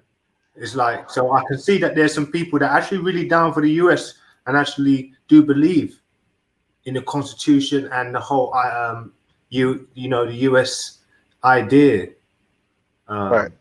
the idea sort of value and the values that they give off. So I think that I like Americans. They're a young country, but they're very violent. They need to stop this violent culture, man. I think it escalated, especially with World Star. But I mean, apart from that, I think that's just scrutinizing sort of the black, um, the black community there. But obviously, in the whole, I've seen it's very racialized. White people who always want to refer to your race, so they're just as guilty. You know what I mean? They're quite Right. radical. I'd say the most radical group of white people. One of them. You know what I mean? They're up there. Right. I tell you, racism is real. Like hatred is real. Yeah. They're up there because And they're not actually really that scared for people coming back. You know what I mean? Like the blowbacks, really, the police officers, because they are really in danger, endangering themselves doing that. So it's a real strong hate there. it Uh, is. yeah, there is. It's clear. It's really like oil and water. Like I said, many things that I see on TV, it's like a like it's like it's like a scenario. it's like they trying to lead people somewhere. That's how I see it. And the thing is, if they didn't have this old patriotism, because let's be honest, the amount of what we could say are called quote unquote like sellouts in America, because they so believe in America. You know what I mean? They've got people that like just like bow to the Statue of Liberty and really do believe in these laws, and you know what I mean, this all-inclusive sort of thing. So they're down for the country, and yeah, it's a crazy contrast that they're getting murked the most. So the most patriotic black people on the planet towards a Western country are actually the people getting murked the most. Right. It's yeah. That's it's not a problem being serving your country, but the problem is it's to serve your country in that case. Like, is it that good to really kind of? Yeah. Yeah, to me it's a good thing to be faithful to your country, but the thing about law is it's like those who made the law, they could find a way of getting over the law. That's when the problem kicks in. Like we need laws, we need order. But the problem is, you have certain people who would, buy off the law, through power or wealth or something like influence or, Yeah. Yeah. And that's the major problem. Because why would you get away with something that, other people can get away with? See, that's the relationship between Islam and black today. We've got in that sense, there's a relationship because whatever's been happening to the Islamic world, right? I could go as far as to say it was happening straight after the war, or for the last, say, on whole 1,000 years, but it's the same kind of thing. It's exactly the same thing, really. Yeah, but it does. But it does happen. It does happen everywhere, though. Look at like this. What country has actually really supported Islam? What Asian country? Unless it's a couple of really devout Muslims, you know what I mean, that go to their mosque and pray, but you don't really see countries really standing out in the aid of Yemen properly. You know what I mean? Like properly put a foot, like other nations that have got nothing really to do with Islam, or so it's the same thing. When blacks were getting taken out, that was the pattern. The pattern was that no one helped, but that's what I've noticed about the whole thing. So why I realized that for you to turn inwards, or for people to be turning inwards, especially being a minority, that just makes me believe that it just shows that you either there's three things. You got no shame, no pride, and you're just very dumb, and you're because no one for any type of money is going to really want to do something like that. But I mean, it depends. I personally think, knowing the way Muslims are in UK, some of these brothers on road, it's not worth it, bro. Because they will. Well, I'm telling you, man, it's not going to go down like that. Like that's when I hear some people saying, they can talk about online, but when it comes to, because that's what it is. That's what it is, bro. What do you think? They're what, turn the other cheek or something? Come on, bro. Like there's some big, strong. You know what I mean? You mean like they Muslims? Yes, bro. Yes. Are you saying they are kind of bonded? That would take your gun off you, bro, and just fucking do some shit on you. You know what I mean? Like they're down for this shit, bro. So like for you to be some fool coming out chatting shit, I think it's counterproductive in every way, shape, or form. That's just one of the ways you're gonna get the blowback. Why do you want a mad war like that? If you ain't got nothing to say, like there's so many different ways why you shouldn't be an Islamaphobe as the reason why you should. I mean, it's just ridiculous. It just outweighs it. That's That's what we're coming at. You know what I mean? With Yeah, this but thing. like I said, it depends on experience. Like if you live in a Muslim community and all you see is hatred, of course you of course you will be an Islamophobe. But Uh, if yeah, yeah, it's all based on experience. And you Islamophobe. see one thing about Yeah, but that's the thing. Tying a religion to saying, okay, the religion is the reason why this country, which isn't a secular, it's only got Arabs in it, and they're probably not going to be that welcome to any outsiders, because that's what it generally is. They're not going to be as, oh, you can buy this for this cheap price, and you can become part, and you can get this for easy and cheap. It's not going to be really that all inclusive unless the country is built like that, really. And you know what I mean? It's freedom of religion and all the rest of it. So you are probably going to be, and the thing is, if the whole world's anti-black anyway, why is it Islam that's getting focused on? And obviously people are starting to sort of, if someone's coming on the thing where they're coming at different type of topics and angles, but the ones that are the idiots give themselves away because all they do is say Islam. If they came and start talking about this and that, and then you can cover your tracks. But they're coming in and just talk. That's where it's like, all right, then one stand out.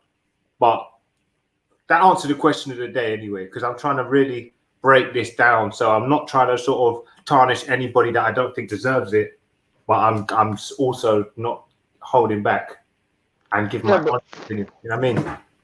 right. But when you look at like if you look at majority of the Muslims and they follow like a pattern of behaviors, then it's obvious that they will definitely get They get condemned. scrutinized, of course. Like if you have the leaders who's child molesters, who beat their wives, who don't feed the orphans, who are very aggressive towards other people's way of life, definitely you would trust me. Where are you from? Are you to Malik? Or I don't even know to where you're from, but what do you believe? I mean, are you Muslim? Can I imagine you are? No, well, I don't know if you are. I'm just assuming. Yeah, what's your faith? Do you have a faith system? Yeah, I'm a Muslim. I'm from Nigeria. I'm from Lagos. Oh, is it? What, you Yoruba? Yeah. Easy. Yes, bro.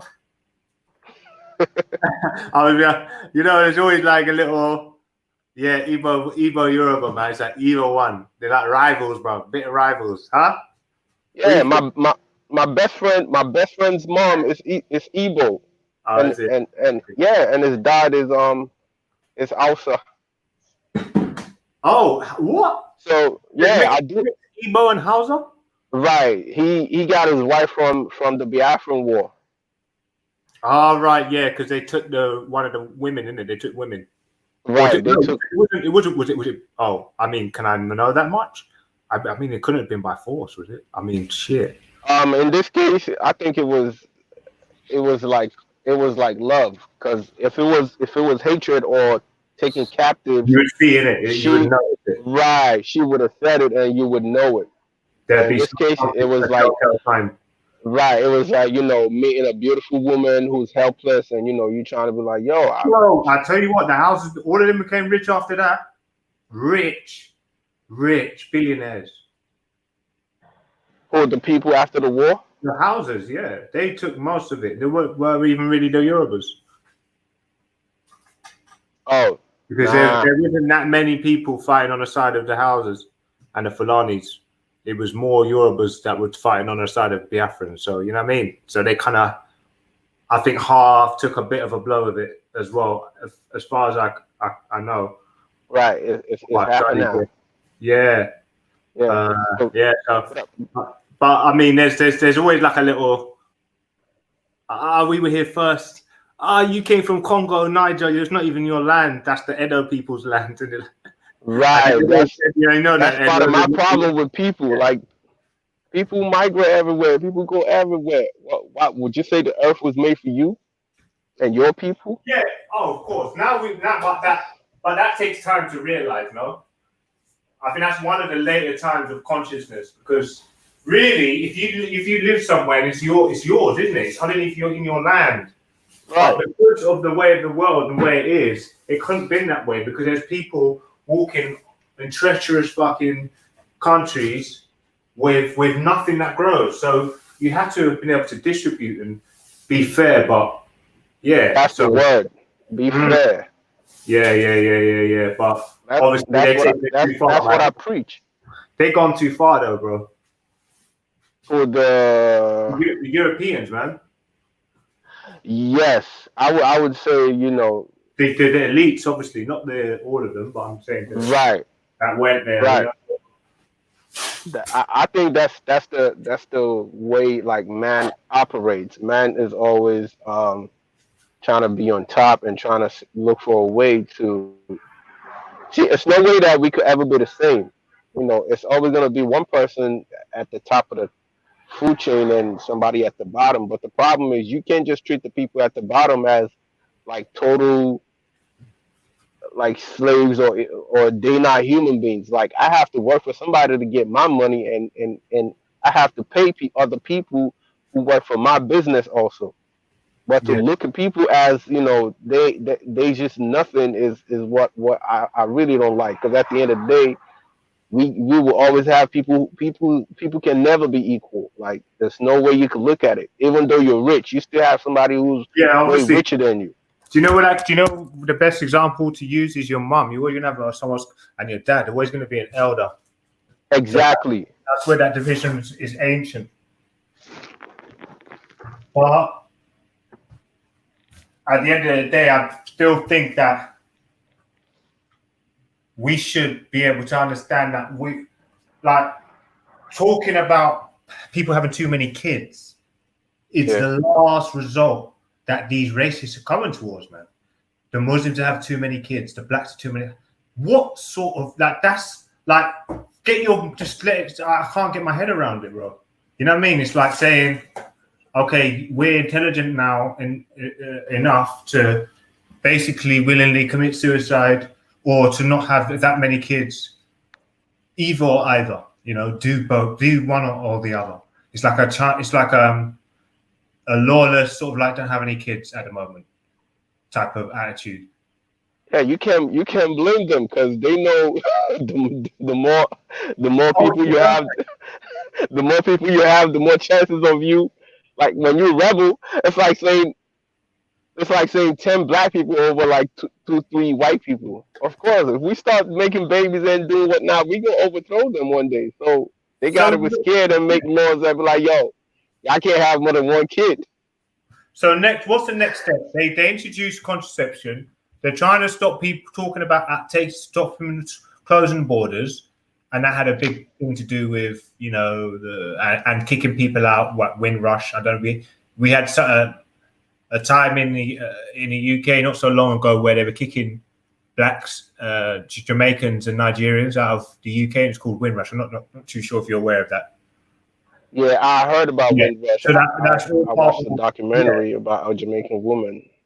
Yeah. So that, and like I said, it's because they know the consequences. You know, it's not like I don't blame them, but at the end of the day, it's just something that they just have to do. Otherwise, you know, what's the next step now?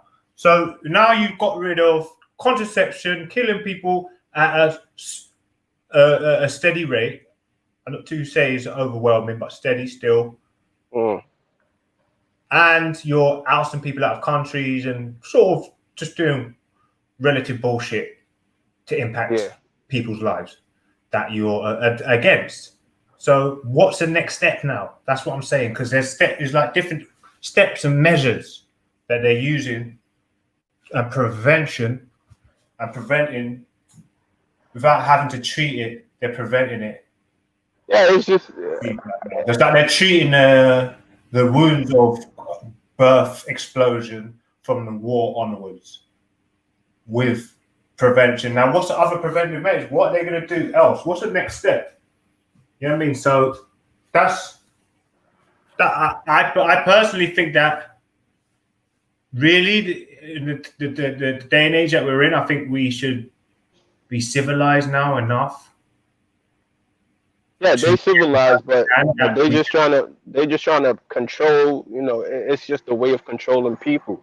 yeah, Like, but okay, we yeah, that's the thing. If you're gonna come under this um, dictatorship, the way you are, an oppressive dictatorship, it's war, isn't it? They're basically asking for war right now, right. and they could be, because depending on what measures that they try and bring in. Because if this measures where they're literally trying to kill you, or trying to sort of, there's like these mysterious deaths are happening when people are going to hospital and whatnot, or whatever it may be. Yeah, people are catching more of this, or people. That's what's gonna sway the people. So yeah, that's what I'm thinking. What other preventive measures are going to be taken? But I mean, that's just. I do think that there's been so much done over the last 10 years. That's just hope for priests now. Hopefully, they could see they fill up their pockets, and you know what I mean. They see the Right. light. You know what I mean? Because after you do all experience all the badness in life, maybe, and let's hope people just come to their senses. But that's all I can really say about that, man. You know what I mean? I I think to me, I think they just trying to create chaos, and then at the end of the day, just you know do away with certain people, and then just create a certain people, like robots that will operate in the way in the shape that they want. Like, okay, this is what the world is going to be like after a whole bunch of people have been destroyed and whatnot. And then we have a new set of, like, basically a new world order, just the same thing that they're doing right now. You know, it's like putting the good and the bad together and then just flushing them away and then creating a total you know set of robotic people that wouldn't rebel against what they want. Like, I wouldn't say lawlessness, but basically how they perceive the world to be like. You know, that's how I feel, why they trying to create all this chaos so people could you know that's why you see they have bunkers, they go to the moon, they do a whole bunch of experiments and things that could protect the rich people and their agenda, their way of life basically is what they're trying to um inflict in the world, which they think is going to be more better for them. And I don't, like I say, I don't really blame them, because as human beings, we always, the ones who have most opportunity always want to put their foot down and make people follow whatever they believe. If it was more atheists in the world, they would want to say, okay, let's get rid of the religious people. And if it was more of religious people that's in the world, they would want to get away, you know, get rid of the people who don't believe in religion. It's just normal for man. Like, that's what man is made up of. Trying to create something that will really benefit them and only them. So if they have a king or a ruler that has a set of people that follows his rules perfectly, you don't have a problem. Because at the end of the day, nobody's gonna rebel against what his wishes. So that's what I think they're trying to do.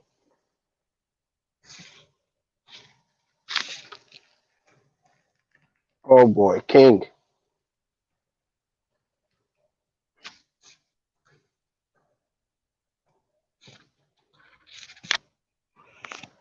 Uh,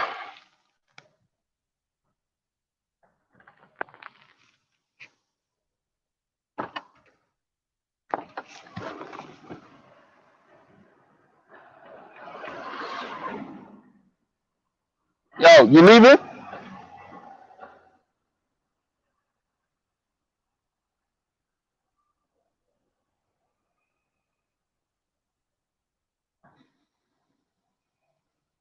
All right, cool.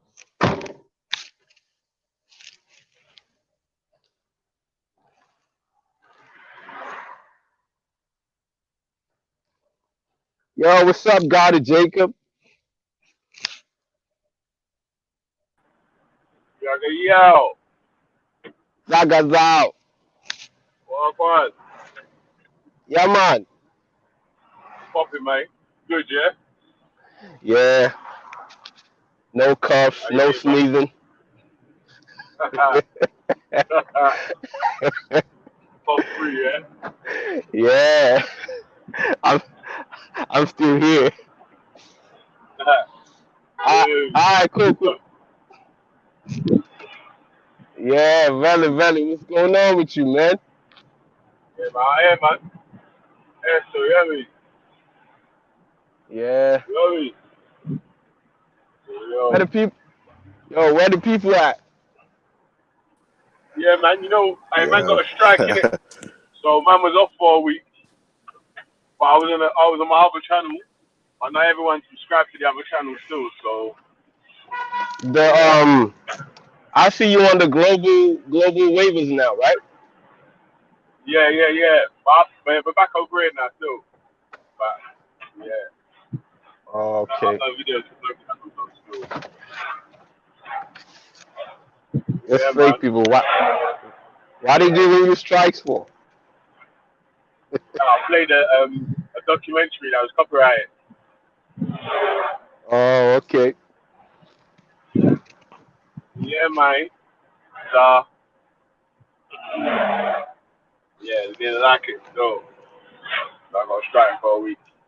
I couldn't upload for a week. Yeah.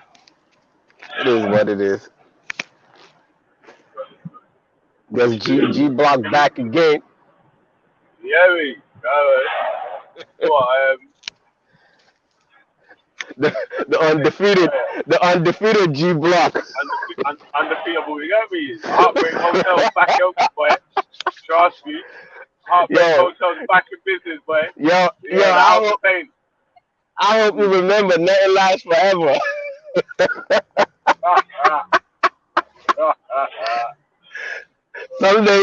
Someday somebody gonna defeat y'all. It might, yo, check this out. It might even be another godless society. It might be a brother of yours. But like, you know what? I think we know how to do this show better than Valley. We're gonna take over.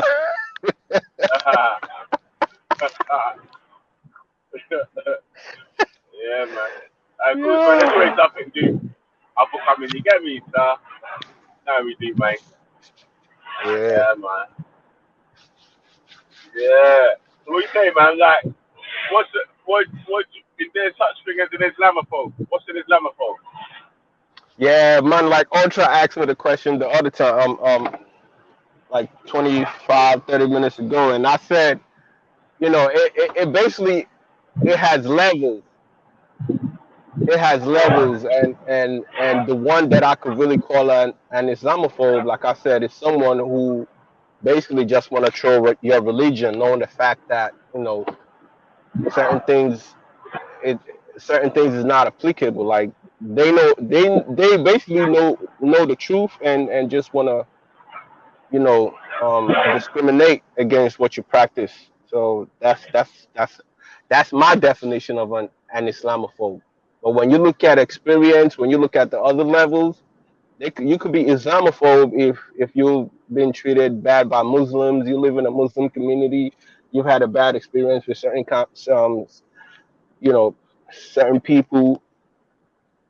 So definitely, you would definitely not like the religion, and whatever they say about the religion, you would always go against it. So, Man, that don't if exist. you It's don't just like, a tool, man. It's don't just like, a defense tool. yo, get me, yeah? Yeah, I think Dr. Jacob was Malik, trying to say something. Yeah, I could hear you. I could hear both Brother of you. Jacob. What, G? What's What up, you say? You man? good, yeah? Yeah, Yeah, man. brother. That whole narrative, Islamophobe, man. I got a couple minutes. That whole thing is just a defense mechanism. Is when you prosecute or interrogate the religion or whatever it's supposed to be, you are deemed an Islamophobe. It's just a defense mechanism to control their narrative. So Are you sure? But Dr. if you Jacob, let me ask you. If you let me call ask me an you. Islamophobe, I Right. wouldn't care one way or another. I'm gonna still prosecute the case. Exactly. That's my point. So you have people. That's the difference between like say for instance your way of life. I could ask you a whole bunch of questions about it. If I don't like it, I might be like, okay, I'm going against your way of life. The point is not asking questions. The point is knowing the fact that probably your scriptures don't say it, and then I'm trying to say the other narrative, and that's my point. But remember what the question is. We're talking about Islamophobe. I don't need an analogy. You know what I'm saying? It's just Right. So it's just in the deterrent. that's what I'm saying. You have the right to question anything. You have the right to question yourself also. But when I'm answering your questions, it's either you understand it or like it, or understand it and don't like it. In either scenario, if I understand it or don't understand it, how am I an Islamophobe? Because when you understand that, what you thinking about the religion is not, you don't have to hate on the religion. It's either you take it or don't take it. But you don't, if you're going out there saying, "Oh, all Muslims will go to hell," or "All Muslims are pedophiles," or "All Muslims they eat pork," or whatever, that's a real Islamophobe. Yeah, man. So if Oh, you're a asking real questions, Islamophobe. What's a fake Islamophobe? Because now you just put yeah, another layer on it. A real one. So what's the fake one? I'm saying, okay, basically that's Islamophobia. Let me put it that way. So if you would ask me, a fake one is basically basically somebody who's just trying to have fun and troll you. Trolls could be either a real troll or just a fake troll. Like I could troll you, knowing the fact that what I'm trolling for, it's not real, and I could just play with you like I could just have fun. Islamophobia is when you can't answer a certain series of questions because you guys are laymen, according to you. When you can't answer it and you get boxed in, Right. your defense mechanism is just to stop everything and say Islamophobe because you can't answer the questions that a non-Muslim is putting to you. So when you can't answer, the last line of defense is Islamophobe, and that'll get the scenario or the dialogue directed in another direction, and that's all it is. You can't No, it's answer, not. and since I can't answer, you're an Right. Islamophobe or whatever y'all call it. No, but Hey, I I don't gotta see it go that. though. I gotta go. I'll take Cool. your response off the air. All right, cool. But yo, me personally, I can't answer all questions. If I understand something to my best of my knowledge, I say it. And if I don't understand it or I don't know, I say I don't know. Yeah, but that don't mean if I yeah, don't man. know it, I should hate on you. I can't hate on you for you asking me a question that I don't Hey, know, and I call you. Malik, but now, Yeah, do you agree with this statement that a lot of Muslims extra sensitive about you asking questions? So they want to dash out Islamophobe, the quickest. well, Like Brother Jacob was saying, if certain man what can't answer questions or feel like it's a sticky question to answer, and they are you're just an Islamophobe. yes, I could say that's we're talking about the character of people, because not every Muslim feels that way. Like me personally, like I said, if you ask me a question, you put me in the box, and I can get out the box. I just say, hey, listen, man, you asked a very good question. I don't know. I don't know is I don't know, but that don't mean I should hate on you or hate on your question. But like you said, yeah, I've seen Muslims, once you start asking them certain questions, they get tough. They might even want to fight you. Yeah. So you can't you can't put every Muslim in one box. Just like you can't put every race in one box. Like you can't put uh, like everybody can be in the same. Can The shoe can't fit. You know, it's different people, different opinion, different way that they was brought up, different experiences. So if you're saying that I understand it and I can deny the fact that it's a reality, you know, and I see it by myself. I'm a Muslim and I'm saying it right now. I see Muslims, you know, they will almost, excuse my language, they would almost kill you, or they would even kill you if you ask them certain questions. And then you have certain So people who would listen just, to you this know, then. Listen to this question. Can you be a Muslim and be an Islamophobe?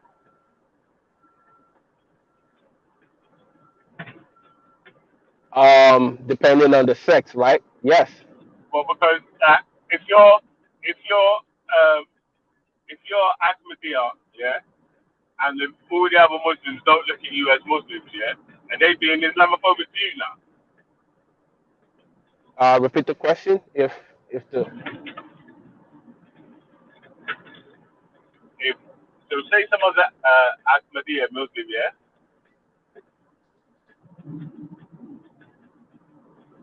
Yeah, go yeah, ahead. yeah, Yeah, yeah. yeah, and the other sex say no, you're not a Muslim, you're not Muslim, and they Islamophobic now. Nah, I wouldn't, cause we are Muslims. You know, we are Muslims anyway. So that wouldn't. I don't think that would apply to Muslims, but it could only apply to someone of a different way of life that's trying to either understand your way of life or just trying to discriminate or just trying to ask questions and troll whatever. What about a Muslim, yeah, and ask questions to ridicule about another Muslim? So they're trying to ask questions about another Muslim's what's it called? Yeah, about their bits, yeah. They they're asking questions. They know the answer to, but they're asking them knowing what their answer is going to be, and then they're going to laugh. So then it's going to make everyone laugh. Are they being Islamophobe? Nah, I thought phobia was fear. Yes. Like, Why is it the same if someone that's not a Muslim does the same thing then? yeah, because we're looking at two sides of the story now. So I think that's the difference. Because if you're not a Muslim, you know, look, you have non-Muslims who understands the religion but don't hate on the people, and they are not Muslims. And then you have non-Muslims who just basically hate the religion and hate the people. So and if you look in the religion also, you have people who hate on each other. You have two brothers that was, you know, brought up at the same mother. They hate each other and they are Muslim. So What about I,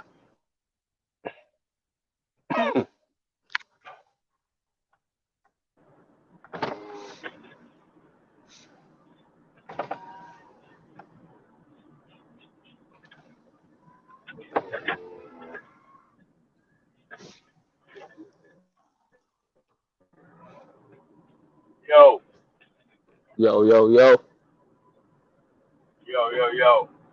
So I was asking, yeah, if a Yeah. Muslim kills another Muslim, is he an Islamophobe or is she an Islamophobe? No, I wouldn't say that's.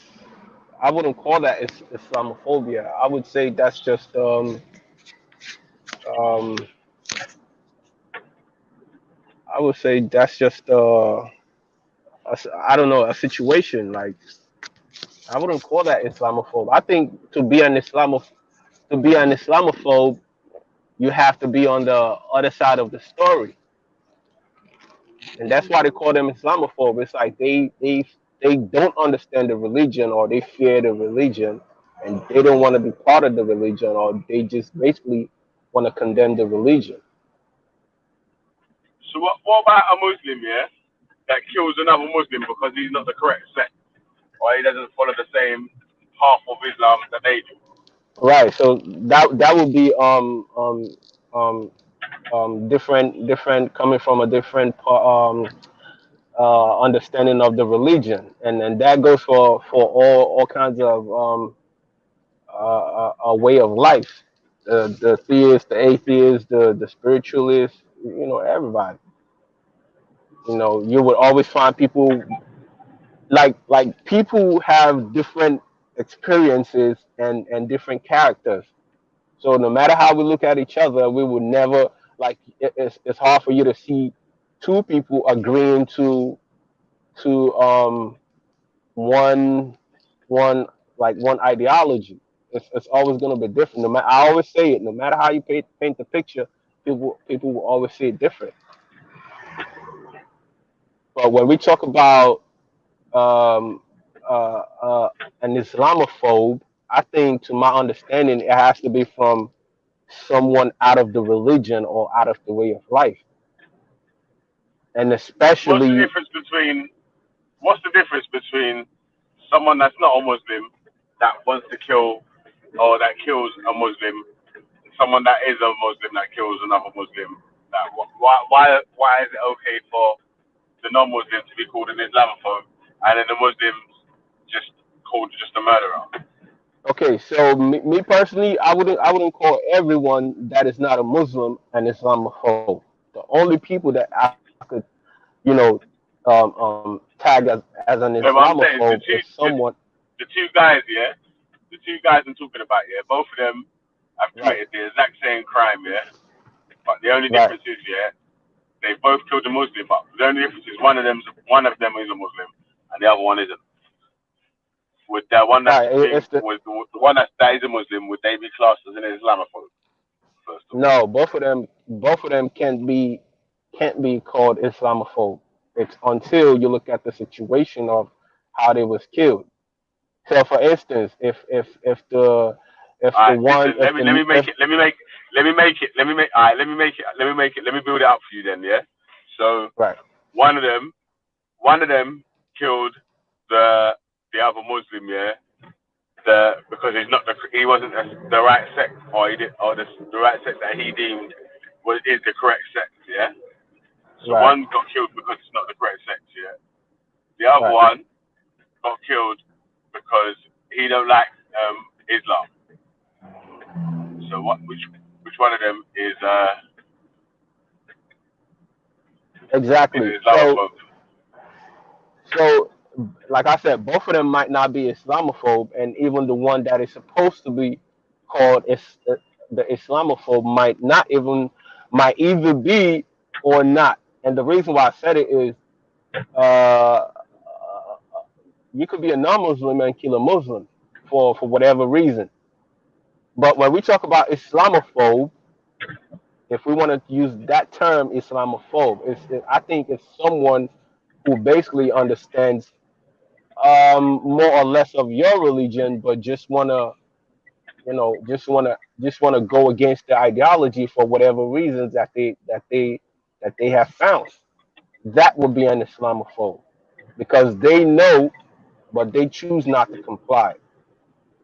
But when you look at the other one, it's like, okay, we are Muslims, but we just have a difference of opinion. And if you do something that I feel is not, it goes against the religion, I kill you. But that's not an Islamophobe um, because they have one common bond, which is believing in a creator.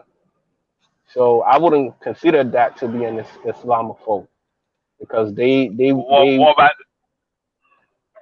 about the man that killed the man because he's a Muslim? yeah, that's the one. The other one, like I said, it falls into categories. It's either they did it being out of being an Islamophobe, or they just did it out of hatred or whatever, like, okay, self defense or whatever. So it has to go into it has to go into categories because we can't say that for a fact that this person is an Islamophobe until we understand what they are actually going against. Because I've seen Muslims and non-Muslims who would kill Muslims or non-Muslims. Knowing the fact that they either like the other one's way of life or don't like it. Either they understand it or don't understand it. But we can't just judge from, okay, because you're a non-Muslim, you kill a Muslim, you're definitely an Islamophobe. No, I don't. I wouldn't support that that idea. But we have to look at, why did you kill this person? Did he really understand the religion? Did he ever ask question about the religion? Does he know anything about the religion? You know, if it says yes, you know, when you ask Muslims, they say this and it's not. They do this and it's not. They do that and it's not. So that's different. Why is it different? Why is the man? Because remember, they both killed it. They both killed Muslims, yeah, because they didn't like a part. And one didn't like a section of Islam. So how did you know what I'm saying that? How can one man be called an Islamophobe and one man not? Because one understands and kills regardless, and one don't understand or do understand and still kills. So the one that understands the religion to me is an Islamophobe or have who has an idea about the religion.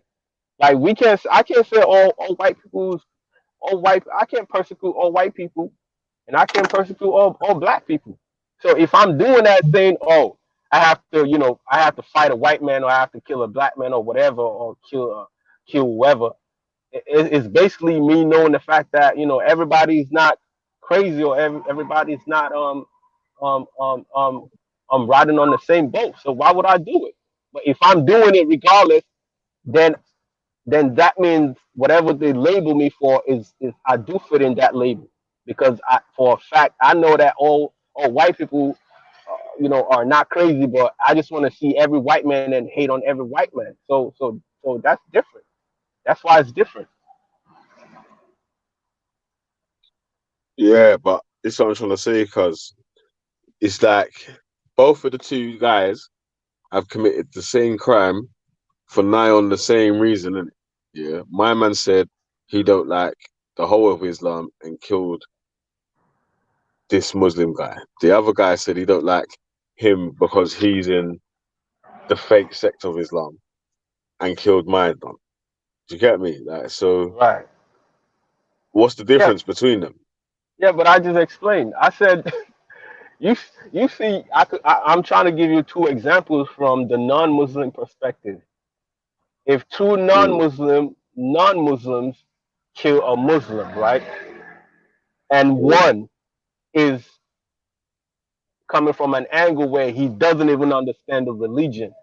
He just hate them for no reason. That's a different. I wouldn't consider that person as an like a pure Islamophobe because they could just just hate them for no reason. Like I just hate them, man. I just like to kill mosquitoes and that's it. I just hate mosquitoes and I kill them. But another one is knowing that mosquitoes, they suck blood. They have male and female. They do like but they just want to condemn, regardless of they sucking blood or they got males and females mosquitoes or they are little, they fly, they do this, they have a whole bunch of characteristics. But you just want to flip the story over, like oh mosquitoes. Yeah, it's a different scenario. So the one that knows, like I cut my story short, the one that knows but want to flip the story over is who I would regard as an Islamophobe, because now they are practicing against something that they do know, but the one that don't know is just a mere hater or just going by their desires or whatever. They don't know. They don't have an idea. They just Yes, want to that do it is because they don't like it. by your definition, you should really be saying that the Muslim of whatever sect that kills another Muslim, he's the Right. Islamophobe. No, that like I said, No, any but listen, because remember you said that because that was the guy that's another sect understands what he's doing in it. Yeah, he understands. Well, he's a different sect. He's not the same right. part of Islam as me. That's why I'm trying to kill him. Right. So like I said, the term Islamophobe um, wouldn't be played to those who is part of the religion. It could only to me it could only apply to someone who is not part of the religion. So I could hate my brother because he's of a different mother and he's not dark skinned, but we're from the same father though. So I could just kill him for I could just kill him because I hate him and he's not dark skinned. But I can say at the end of the day, that if you check the DNA or the how they say it, the whatever, we still go to the same father. So it wouldn't apply to us because we have a common ground. We believe in the same group. We believe in the That, same foundation. but then now when you're explaining that, yeah, how that only makes sense to you or to other Muslims, yeah, can you see how someone that's not a Muslim won't accept the term Islamophobe? Oh, you mean the other people who's not Muslim? Yeah, like someone like me, I don't accept the term Islamophobe because, like, when I Oh, gave you for the you, you definition, might, yeah, no, but I'm saying when I gave you right, the two definitions there, yeah, like the Muslim guy, right, the guy that's not a Muslim, both of them done a heinous right, crime, yeah. So they killed uh, two Muslims. One of them is going to be deemed as an right, Islamophobe. One of them isn't. right. And I give you a third But they example both of basically someone. killed. No, but I'm saying like they both basically killed the Muslim for both for the same reasons as well. So it's not like they're two different reasons. They're basically the same reason. Yeah, but okay, both of the same reason, but coming from a different angle. That's why I gave you a third scenario of someone who basically don't understand the religion or just hate the Muslims for no reason. I just kill all y'all Muslims because I don't like the religion. And then you have another one who I just kill all y'all Muslims. Yes, I do understand the religion. I just want to kill y'all anyway. So that one that don't understand nothing, me personally, like I said, I wouldn't consider that person as Islamophobe because they don't know what they're doing. They just hate for no reason. That's a difference now. You hating for no Yeah, reason, and then you knowing but about something, and you hating for that reason that you know. but you see with that, you see, but then you see like again when you gave that reason there, can you now see where I'm saying that it seems like really and truly you should be saying that the Muslim that kills the other Muslim is an Islamophobe because he understands the different sects and the ins and outs of Islam anyway. So really and truly, he should be even less willing to kill another Muslim. All right, cool. For that reason, I could say yes in a certain way. I could say yes. Whoever's a Muslim and kills another Muslim, it could be slightly considered an Islamophobe. But what I'm trying to say is, since they are Muslims, but they belong to different sects, it doesn't really apply to them. Uh, I hear you still, but let me introduce Turok and Ultra. Yo, Ultra, Turok, you got yourselves, bros. Big up, big up. More, more love. Kafet. Yeah, Yeah, well, go on, man. Yeah, I'm gonna leave you man on the panel for a bit, yeah, because Yeah. like for this job, like I've got to quickly run in there and all that, all that. You get Yo, me? yo, Valley, So, when you gonna take a vacation, man? um, when I'm rich, man.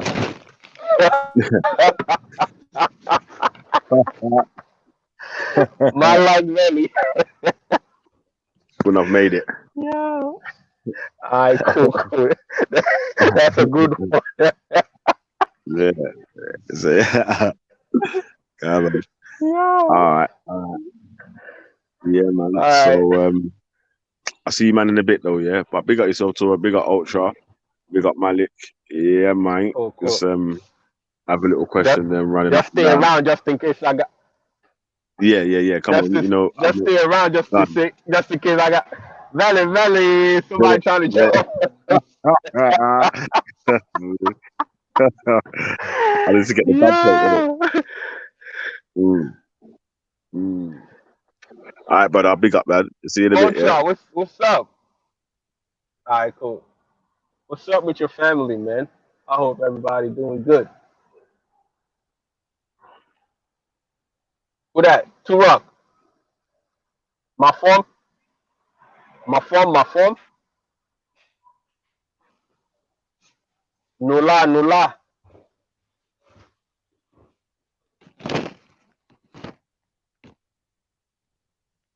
Hello? Turok, sa cafe. Big up, big up. Yeah, so do you believe in this term what they're going around Islamophobe? Yeah, I do believe in it because it applies to everybody else also. We hate it's so simple. Everybody, uh, people hate people for a reason or for no reason. So if you bring up a term Islamophobe, then you should find another term for a white man hating if you call it racism, a white man hating on a black man and a black man hating on another man. So Mm. Yeah, yeah, so it's but always something. but that's my point, isn't it? Basically, because we can show in history there's more attack on black people around the globe, innit? And not nobody calls the people that do these things negrophobe or um, Exactly. See, that's a perfect name that I was out because I was trying to ask you. So what name should we label these people that do this stuff? And you said negrophobe. Well, I call him a negrophobe any day, anytime. mm, and I think it's If you very have another name, if you trust me, if you have another name that's even better than that one, trust me, I will say it. mm, Wherever I go, I would say, "Hey, you're a negrophobe. You are a blackophobe. You are a African phobe. Whatever phobe that I could call you, you are phobophobe." yeah. So it basically applies to But all races and all way of life. do you find that black people that might practice the ways of Islam, do you find that they turn into negrophobes?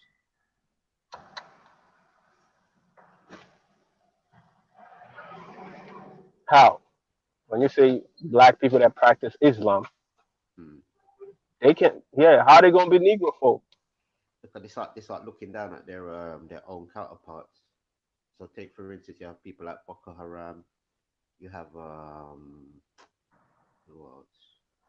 Just have other little factions and certain things like that, of little groups. Oh, I see what you're saying. Yeah, so yeah, of course. If you want to call it how they say tribalism or negrophobe, basically what I'm saying is it's always gonna be a name. Like you see, like the Hutus and the Tutsis. I think one called the other one cockroach. So it's always a name. And if you ask them, yo, are they really cockroaches? They say no, but they are so small. They are fragile. They this, they that. We're gonna crush them up, and that's why we call them cockroaches. So everyone always have a name for the other party as long as they don't like them or they don't like their way of life. So it's normal. Tribalism, negrophobe, racism, discrimination. But what would you say that's the xenophobia? What is xenophobia? Basically, one could call it tribalism. Okay, cool. Yeah. See, that's another term. So it could have a whole bunch of similes or a whole bunch of words that means the same thing. So at the end of the day, they all fall under one umbrella. So that's why I said, it's normal for human beings to kind of, I wouldn't say it's normal, but it's normal for us to hate on each other. But you can't hate someone to a point where you gotta kill them, or you can't respect them, or sh- or maybe I shouldn't just use the word hate. Just I just don't like them. Yeah, you have the right not to like other people, but when you trying to slander those people is a problem. Mm, Like you can't feed them, you can't interact with them, you can't do business with them, you can't go to school, you can sleep, do whatever with them. That's when the problem occurs. Me, I don't like everybody, and everybody don't like me. I have people at my job that from the first day that I started, I just don't like them, and we don't like each other, and we don't talk. The only thing that puts us together is writing on scribble something that I need you to do for me or you need me to do for you. That's it. mm, You see other people also that from the how they say love at first sight. Until this day, they still love each other. It could be for a reason or for no reason also. mm. So Yeah, because how can I say? I've been hearing this term for a long time, and it seems like a lot of people use that sort of labeling for more, say, people of European descent. Yeah, I think the main major reason, to my understanding, the major reason for this term is because like Islam is like the only way of life that is kind of going against. No, no, no. I just got the spot. It's like the only rebel against all kinds of oppression and all kinds of how they say it. So they have to, like before Islam, like before the Prophet Muhammad came, peace be upon him and his family, before he arrived, I know they would have been Christianity phobe, or how they say it, because those are the people then that is trying to fight against oppression and whatnot. So during those times, they would have had a label too. So because Islam is like it's like the factor right now that's trying to challenge all this craziness. Of course, they got to label them. It's just like calling the Muslims terrorists. When you see somebody else blow up a building, they don't call them terrorists.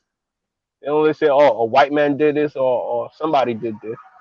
But if it's a Muslim that kills somebody, even kill a rat, they say, "Oh, that goes to terrorists." So to me, like I said, it's all normal. The only thing we just have to, don't get twisted is, everybody can't fit in a box. That's all I know, and we just have to be fair to each other. We just have to understand each other. We don't have to like each other or love each other, but we got to respect and understand each other. That's it. I see what you're saying. I can understand where you're coming from with the Christianity as well, because Christianity's got the sort of the same. They seem like two of the same coin, in a sense. But like phobia now. Wait, who's talking? I can't hear. Malik, is that you? Can you hear me? Oh, there Yeah, you that's are. true. Is that yeah? No, Sure. Tora. I couldn't hear Yeah. you, broski. Oh, big up, big up. Yeah. So Yeah, like, Turok is still using the 3G. It's still on the 3G Bluetooth. So.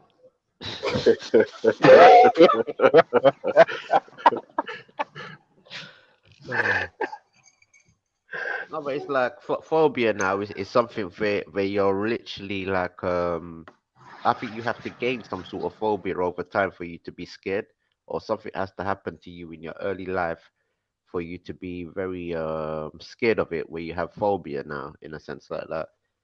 Right. So when you put Islamophobia like as a word together, to me, it doesn't Right. really hold much strength. It just seems like something people can just say willy nilly, if you know what I Yeah. mean. So it's to my understanding, it's actually in two roads. One road is the one that actually experiences something, and the other road is it's like an agenda. Mm. It's like talking about a slang. Like when people start, when the new slang pop up, some people don't even know who the meaning of the slang. They just use it. They even use it the wrong way. Mm. Because So if take that's the for new instance, trend, yeah, cause take for instance, if, arachnophobia, where you're scared of spiders. You have to see a spider to be scared, innit? right? Or something But has to at the same be in your time, mind why you don't like yeah. But spiders. when you think, yeah, but when you think about it, you don't have to see a spider for you to be scared of a spider. Because when they say, "Oh man," if I'm telling y'all, let me tell you, if I'm telling you a spider, once you see a spider, just start running because they will eat your face. They don't eat no part of your body. They will eat your face. Trust me, you will be scared. Yeah, but what I'm trying to say to Regardless, you is that something must have happened either during in the womb, or something went when in their early development for people not to like these things. So like Yeah, how can I say- yeah. yeah. Like I don't know. It could be it could fall under experience or just something that's trending. Yeah, let me just use the word trending. Mm, If it's something that's trending, it's like the tight pants or sagging, how what they call it, sagging. People don't even know why people sag. Some people say, "Oh, it's the way of life why men sag is because people that's been in jail, and that's how they dress in the prison, blah blah blah." And my father and my grandfather and everybody been in jail for no reason for something that they didn't do, and I'm trying to follow, make that my sunnah. But if you look at other people, they don't know. They just wear the tight pants or just black because that's what's trending. And at the end of the day, if they find out that it's something that was like originated from prison, they what? Oh man, I'm gonna stop doing it.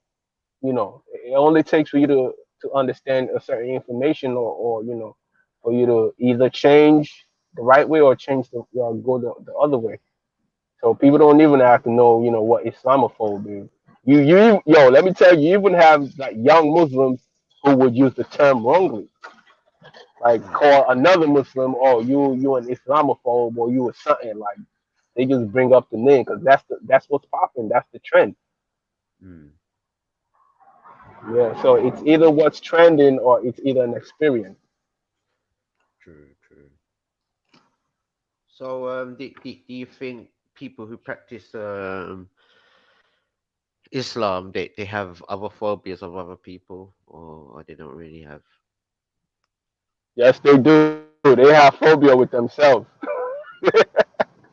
Mm, Don't they fight each other and kill each other?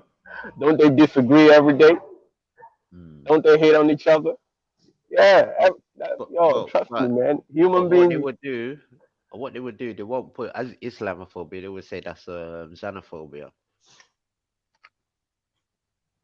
Okay. Yeah. Yeah. Well, since you understand the proper word, yeah, I could agree with you. But when you look at people like me who don't understand English, I could either say xenophobia or I could say Islamophobe. And that goes for other people also, that don't really understand the difference between the two terms. Mm. Wait, And they could Malik, let me ask you a sometimes they could question. Malik, let me ask you a question. If yeah, somebody says the Quran is garbage, is that person an yeah. Islamophobe? It depends. It falls under two categories. One, it's either Mm-hmm. you've read the book or you've seen people talk about the book, Yeah. and you still want to call it garbage, Mm. or it's just basically you don't know nothing about the book and just be like, it's just garbage. It has to be a context. That's what I believe. Okay. And trust me, no matter how you read a book, I always put things on experience. Mm. Before I was a Muslim, I used to think the Arabic word was like voodoo. Mm. Like when I was in Nigeria, Mm. anytime I see anything written in Arabic, I Mm. don't care. It's voodoo. But when I started, learning more about, okay, Arabic is just a language, just like English, just like another language. The Alif, Ba, Ta, whatever. It's like A, B, C, D, E. Oh, okay. And then when you put it together, it becomes a word. Okay, now it depends on. So now it depends on if I do really want to understand, what it really means, or I just want to go by, that nigga took my girlfriend yesterday, and I just don't believe in, F it. I don't care. Whatever they tell me, I just don't care. That's a lie. I don't care. I don't believe in it. So, and then from experience, everything goes by experience. That's why I always say this. I don't blame people. Let them experience whatever they want to experience. If they fall on the good angle, fine. If they still want to go by whatever narrative they want to go by, it's all experience. 'Cause I know most of us have condemned certain things before in our lives, and now we have a different opinion about it. And then also vice versa, we have things that we thought was cool before, and now we starting to condemn it. So, what would you say the Nation of Islam are Islamophobes? No, they are Muslims. I believe anybody that, to me, I believe in all sects of Islam. I don't condemn none of them. So, would you say the Moorish Muslim temple is Islamophobe? No, they have good people. You know, they have the good ones. They have the bad ones. So some people might find them to be Islamophobe. That's on them. But my thing is, you could be whatever phobe. That's my thing. You could be whatever phobe. Just try to understand it if you can, and if you can't, you know, just let's all be human beings and let's live like human beings. Let's Do, do, help you, each other. do you think people are Islamophobic to the Nation of Islam or the Moorish Temple Church? Or Yes, or they are. Of course, they are. They are, and they have to be because everybody has, you know, their own kind of experience. so Before what I tech? used to, yeah. So what kind of techniques do they use? And basically in life is if you don't eat the way I eat, if you don't sleep the way I sleep, you know, we can't fit. That's that's just life. So when you look at people, how they preach, how they teach people, they're like, oh nah, this person is nah, I can't even be in your classroom because the way you bark at your students, that's not teaching. And then you see somebody else be like, oh man, I can't be in this class because this teacher is too soft. At the end of the So day, so tell me this: in the Quran, does it say that all tribes should mix? um, it says something similar. I think it says we have created y'all um, in like differently just so y'all can recognize each other and respect each other. And the best of y'all is those who how to say those who like those who show sympathy, those who uphold like justice. Like you can't see because somebody's an Arab and then you and they hungry and you don't feed them. You know, basically that's like something that is safe. Yeah, but Which means it basically means I can no matter how I try, I can be a white man, and no matter how a white man try, he can be a black man. But let's try to understand each other and let's try to, you know, respect and do things together when we can, because we can't always do things together. But that don't mean we have to, you know, like physically fight each other or kill each other or destroy each other's properties or whatever. so what about when they're in the temple or the place of worship? Hmm. Yo, Torok, Yeah, can you believe I've been called an Islamophobe? yeah, I can believe. Yes, you are. Yeah. Do you know what's funny? With Hey your, Malik, do you know what's with your funny? moral. Do you know what's do you know what's funny? About 2 months ago, yeah, Ali, Yo. he Yeah. DM'd me like just randomly saying like all kind of racist shit, yeah. Right. And Right. rather than like get mad at him, I screenshotted it and sent it to groups that I know he was in, yeah. And then when I Right. challenged him on it, I was like, why have you done this, Ali? You know what he said? You're an Right. Islamophobe, right? So what Mm. I did was I challenged him. I said, okay, so I've disrespected your prophet, yeah? He was like, no, but you're an Islamophobe. I said, okay, what is it that you've heard me say or do that makes you think I'm an Islamophobe? And you know what he did? He took a Mm. minute, calmed down. I was like, oh, actually, do you know what? Yeah, maybe I haven't heard you do any of that stuff. And then I thought, this is the thing.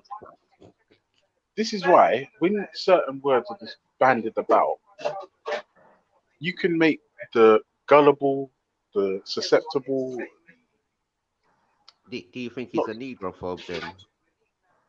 He was So suffering with yeah, negrophobia. probably. He So had a to be high honest with blood you, pressure. there's bearing that fuckery. I'll tell you the truth, yeah. And I keep saying it. I'm this close to deleting the Hangouts app, right? Because I'm seeing certain things back there, and it's just like, rah, this ain't even healthy. This kind of talk here. So what So could you call so Ultra, what could you like, call so what could you actually call people like that? Because now that person has convinced himself and he's took actions upon himself to do something to advertise this now. But But for when it's come down me, to it now, has yeah, he gone out of his way to prove that you're not an Islamophobic now? no, not yet. Ali did, yeah. He was like he conceded and apologized. Yeah, but what about all the hangouts where he's put in? To be honest, he actually apologized publicly, like in the same hangout where I posted the screenshots. Yeah, but that's He just one spot. mm, He like if you like try and put it in a metaphorical way, you would have said mm. he went around the world to spread that message.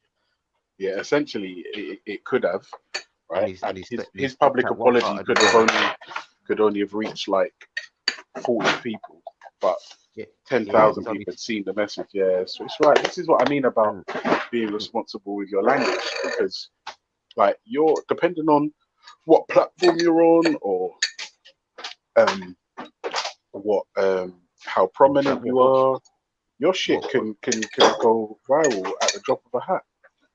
That's why you have to be and right. careful with the things you say so and do. so what kind of mind state would you say that person would have been in? Um, to be honest with you, It could be both. I couldn't It could put be an accurate like diagnosis on it, but I would say it's not. It wouldn't be one that I would consider to be healthy.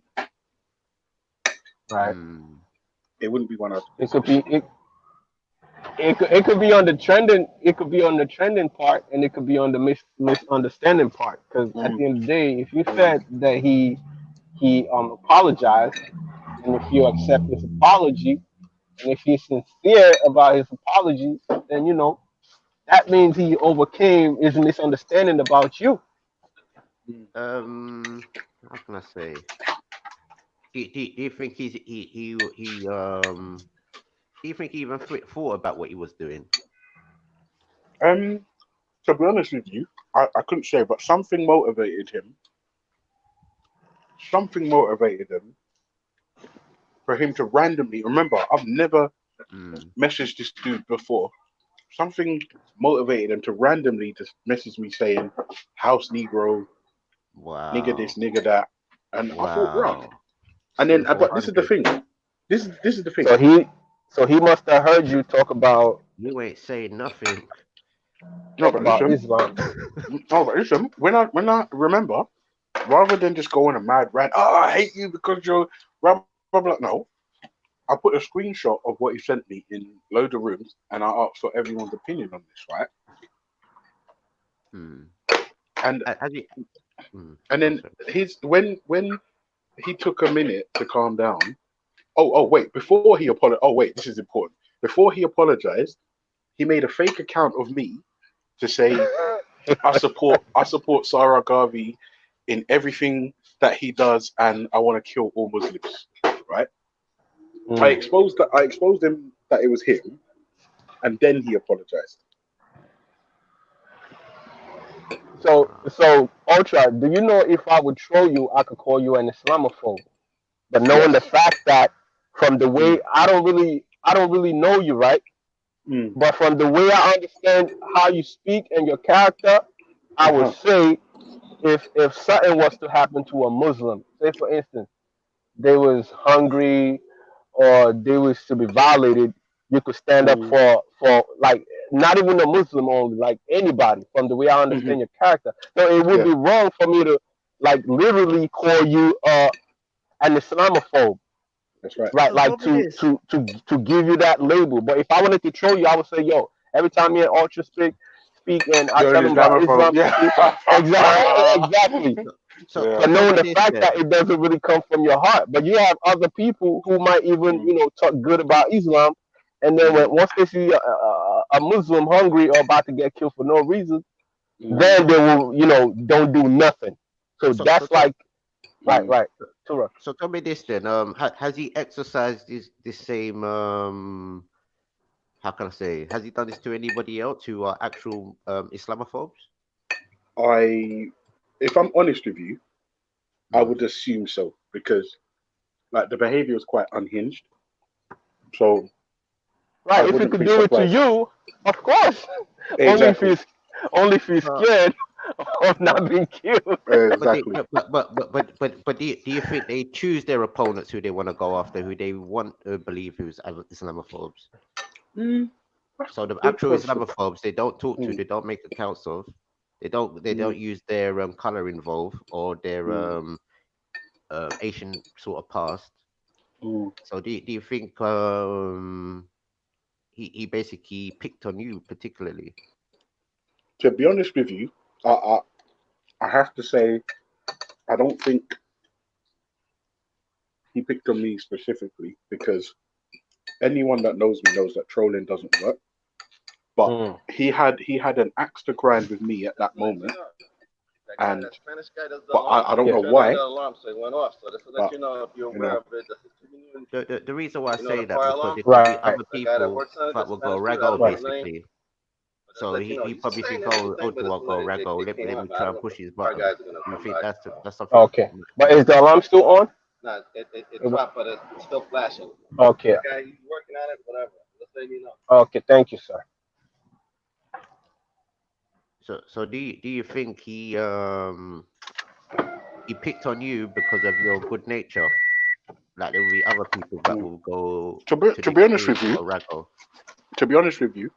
like I said, I'm not sure what motivated him. The reason why is because when when I challenged him initially, instead of like acknowledging that he'd done wrong, he made a fake account of me saying I want to kill all Muslims.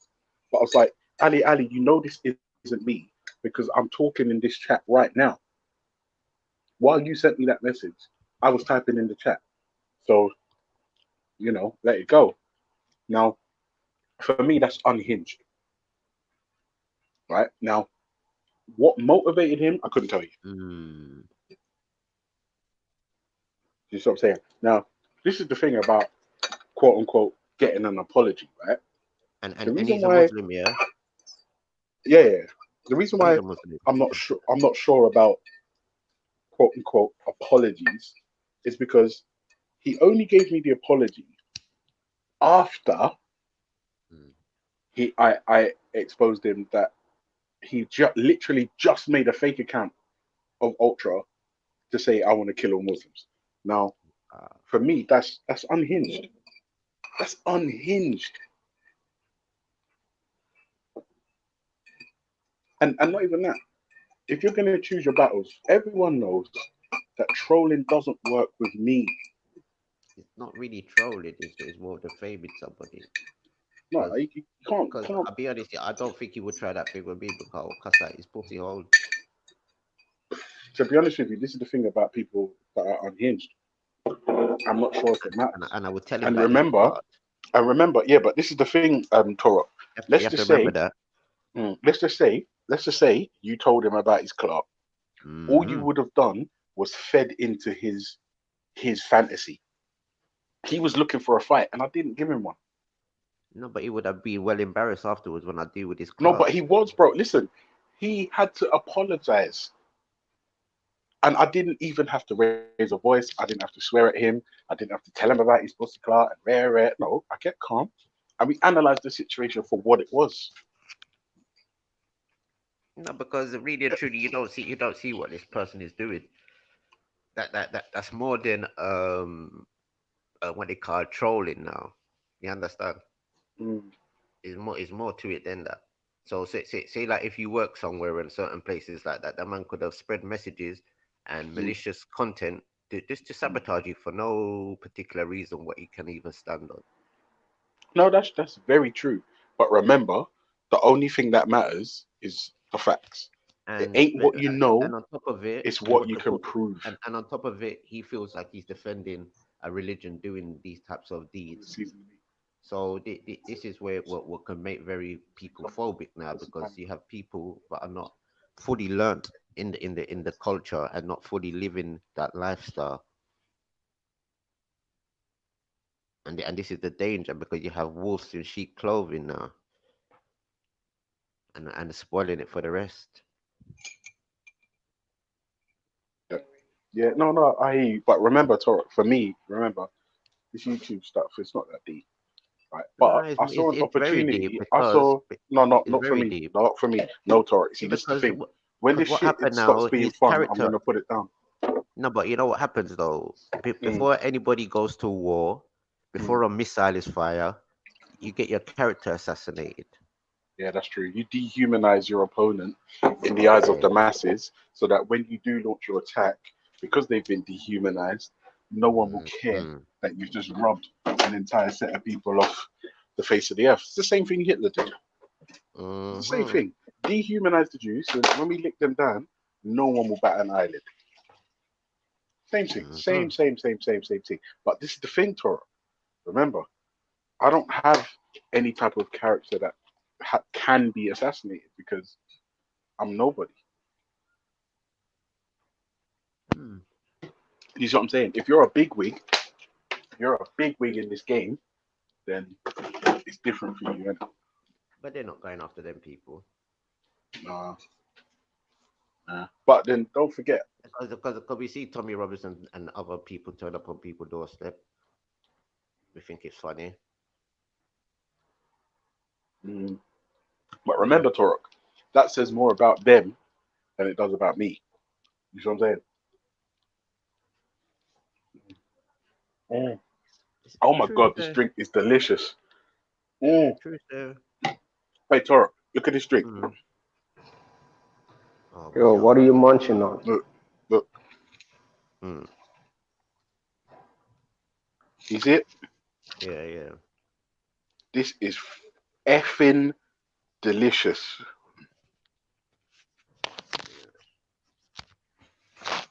What's it Go and get called? it now. What's it Oh, called? I look like from Jamaica.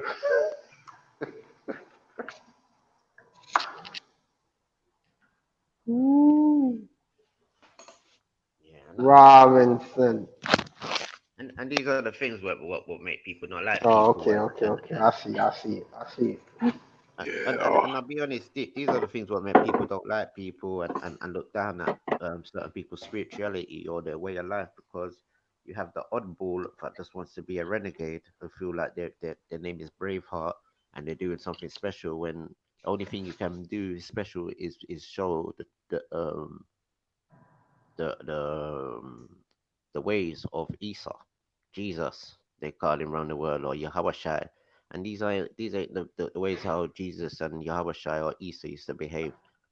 And I don't think Jesus would behave like that if he had hangouts neither. Yeah. It's weird. It's weird how like if like I said, Torah, for me, yeah, the reason why it's not that deep is because I could take a step back and I can just look at situations and like, okay, so this person's doing this, that person's saying this person's doing that, that person's making this video, this person's responding, this person's doing that and this, and then this person in the chat and and you kind of get a feel for who's who and who's gonna say what. You know who's gonna get triggered by certain words, and you know who's gonna go off on one, and it's easy, right? But this is the thing. I feel like because of like anonymity. Oh my God, I said it right. I can't believe it. That's the first time I've said that word and not butchered it. And like a warped sense of reality. The line between what's real and YouTube is being blurred. Like, and I think that's might become a problem for some people because like some egos are massive, some are even Mm, bigger, some are even bigger. mm. You see what I'm That's saying? the word right there. Ego. Mm. And ego-driven narcissism is actually a word. It's a thing. Oh, hold on a second. Nando's is giving away 2 free family platters per family to everyone this week to support Nation support the nation during the corona pandemic. Click here. I bet it's a porn site, bastard. Oh shit, babe! Nando's is giving away vouchers. What? Right, grilled chicken, It might. chicken thighs. Yo, check this out. It might be fake though. Hold on, I'm clicking it It now. might Hold be a on. Yeah, it looks yeah. It fake, might but be a it looks false fake. information. Trust me. It look. Yeah, Oh, it's one of they them did it. ones. Yeah. No, that's garbage. It's garbage. It's garbage. It's not real. I bought. It's not real. I bought. No, it's not. I do love a Nando's though. I seen a message like that. I think last month, around about April, the beginning of Oh, April. listen. Did you enjoy Eid, Malik? How was it? Yes, it was cool because I had the first time of talking to my whole family on this technology thing.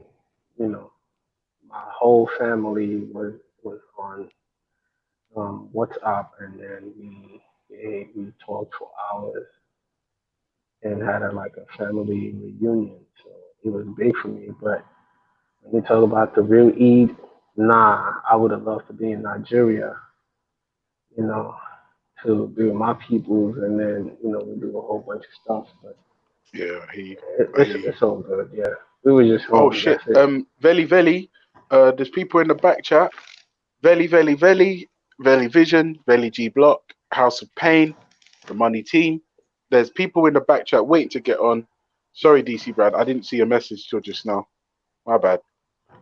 Yeah, no, Malik. Yeah, no, I hear you, bro. Because obviously it's always best to be around family and that. Right. But you still was able to enjoy it though. Yeah, I was home. I was home. Mm. We had our African dashiki and whatever on, and then we took pictures and we ate. Okay. Yeah, and then I spoke to my family. And I was kind of impressed because it's something that I never did before in my life, especially with my whole family. So it was real good. In the sense of Eid, Eid is like you have people, other Muslims, or basically other people come in your house and then you celebrate, or you go outside, celebrate. Ultra's funny, man. But nobody celebrates in this pandemic. Otherwise, the pandemic is going to celebrate you.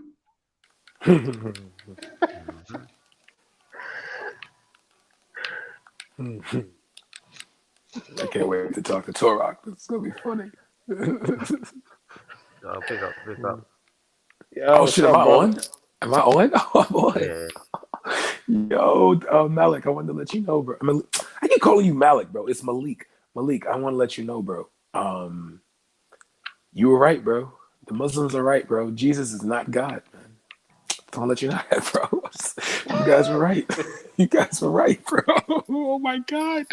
Like when you only see it in the book of John, and it's only one line that says God and I are one. So me and Oromo Sele was talking about that yesterday, man.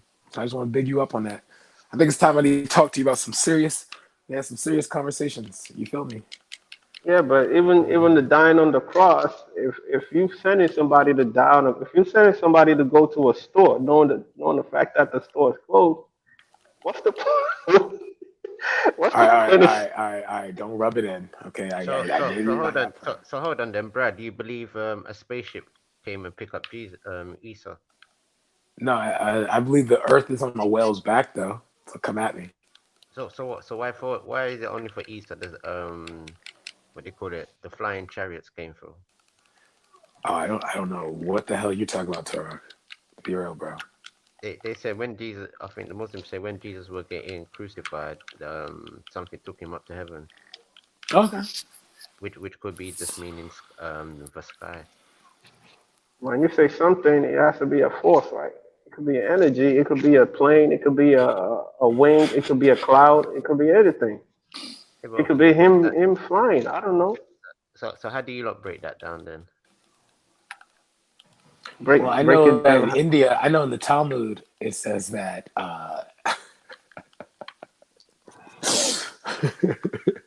yo, the Muslims were right, bro. And it's like right in the Bible too. It's not like it's in a Quran or a Hadith or anything. It's like right in the Bible. Oh man, that's crazy though. Yeah, everybody, have their kind of understanding. You just have to leave it up to them. So how do you lot explain it being Muslims then? I'm Explain taking what? my shahada then. I'm take my Like shahada. the crucifixion of or the crucifying of Isa, or what the world knows as Jesus or Yahweh. He probably would have been killed. Like historically, he probably would have been killed. Like because if you look up crucifixions in Israel, the Romans would crucify people like 100, I think like 500, 300 times, 300 people. So it wouldn't be like his crucifixion would be special. So what So did the yeah. Muslims say then? Only thing I know is the Muslims utilizing the Bible itself prove that Jesus was that the only time you hear Jesus call himself God was in the book of John, where he says, "Me and God are one." But then the book of John is written like way later. That's wild, man. Yeah, Blew but my mind. it could. If you're saying you and God is one, it could mean either they are one, or it could mean they are of the same accord, right? No, three Yeah. of the four books. That's my whole point, man. 3 of the 4 books indicate the opposite. It doesn't have any reference in the law. Like Luke is the most detailed. There's no reference of it in Luke. So it's crazy, man. This is wild. My whole head hurts. And then, like, you look at the Nicene, like Mr. Riggs taught me this, is that, like, I look at the Nicene Council, and the first question they had was Jesus man or was he God? And then it was a split between people looking at Jesus as a prophet versus looking at Jesus as a God. Stuff for Allah. What have I been doing all my life? Oh, man. I don't know. To my understanding, I can't see how he was sent to die for people's sins when we still do the same thing that we was doing back then and even before he came. Before Jesus, it was sin. During And Jesus, then we it was wouldn't have to sin. repent. We wouldn't have to repent if he already took care of the wages of. Man, my whole After head hurts, Jesus, it's bro. still sin. I don't know. I'm about to go to my nearest mosque, put down my chitlins, You, put you down don't my ham have hocks. you don't have to go to no masjid. Just believe in your heart. No, I'm chilling, bro. I'm good. If I'm you're good. sincere, you're sincere. I know. I'm just saying. If you're Yeah. sincere by yourself, you're sincere by yourself. You don't have to tell nobody that you're a Muslim or whatever. You could I don't step by know. step I practice. don't know how to tell my father. It's like, hey, you read Oh this man, scripture? I thought he you was gonna Yoruba. That's gonna be something. he gonna take your bank account and shut Oh, you. Why he gonna take my bank account? I have my own bank account. I don't he live under my gonna father. he gonna chase you out the house. Oh, okay, cool. so No, DC I don't Brad, live with my dad. I thought you're a Yoruba. Hold on. DC Bread, a Yeah. lady in the chat has asked you to prove what you're saying in the Bible. Sure. Give me 1 second. Fine. I have no problem doing that. I literally have a Bible right next to me. Oh my god. Oh, you're funny. Oh man. All right, here we go. Where's my reading glasses? I don't have reading glasses. I was trying to be fancy. Mm-hmm. Oh, I can do it right here on the internet.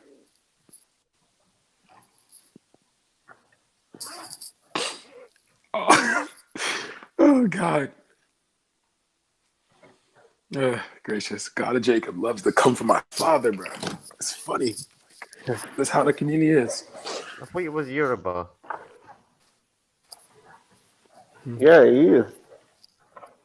Hey, Romo Sele. Yeah, How you but doing, you bro? were. Hey, yo, can you do me a favor, bro? Mm-hmm. Because I'm on my phone. What do you want me to I'm do? going to send you a scripture. It's a book called The Bible Dilemma. The Bible dilemma. I was gonna, you know what I was gonna do? I was gonna screen share because I was talking to a Lady Spade yesterday about the whole scripture about Jesus and him being white in it. So I was gonna screen share that as well.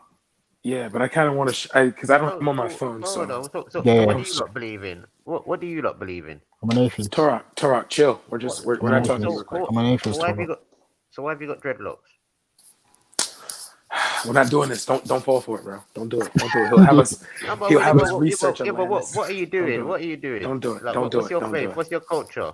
Don't do it. Don't do it. Don't do it. Come on, let's hear Just let him this. talk. Because you're always there contradicting other people. What is your one? Just let him. I'm not. Torok, you realize, like, I know your game, so I'm not going to say that.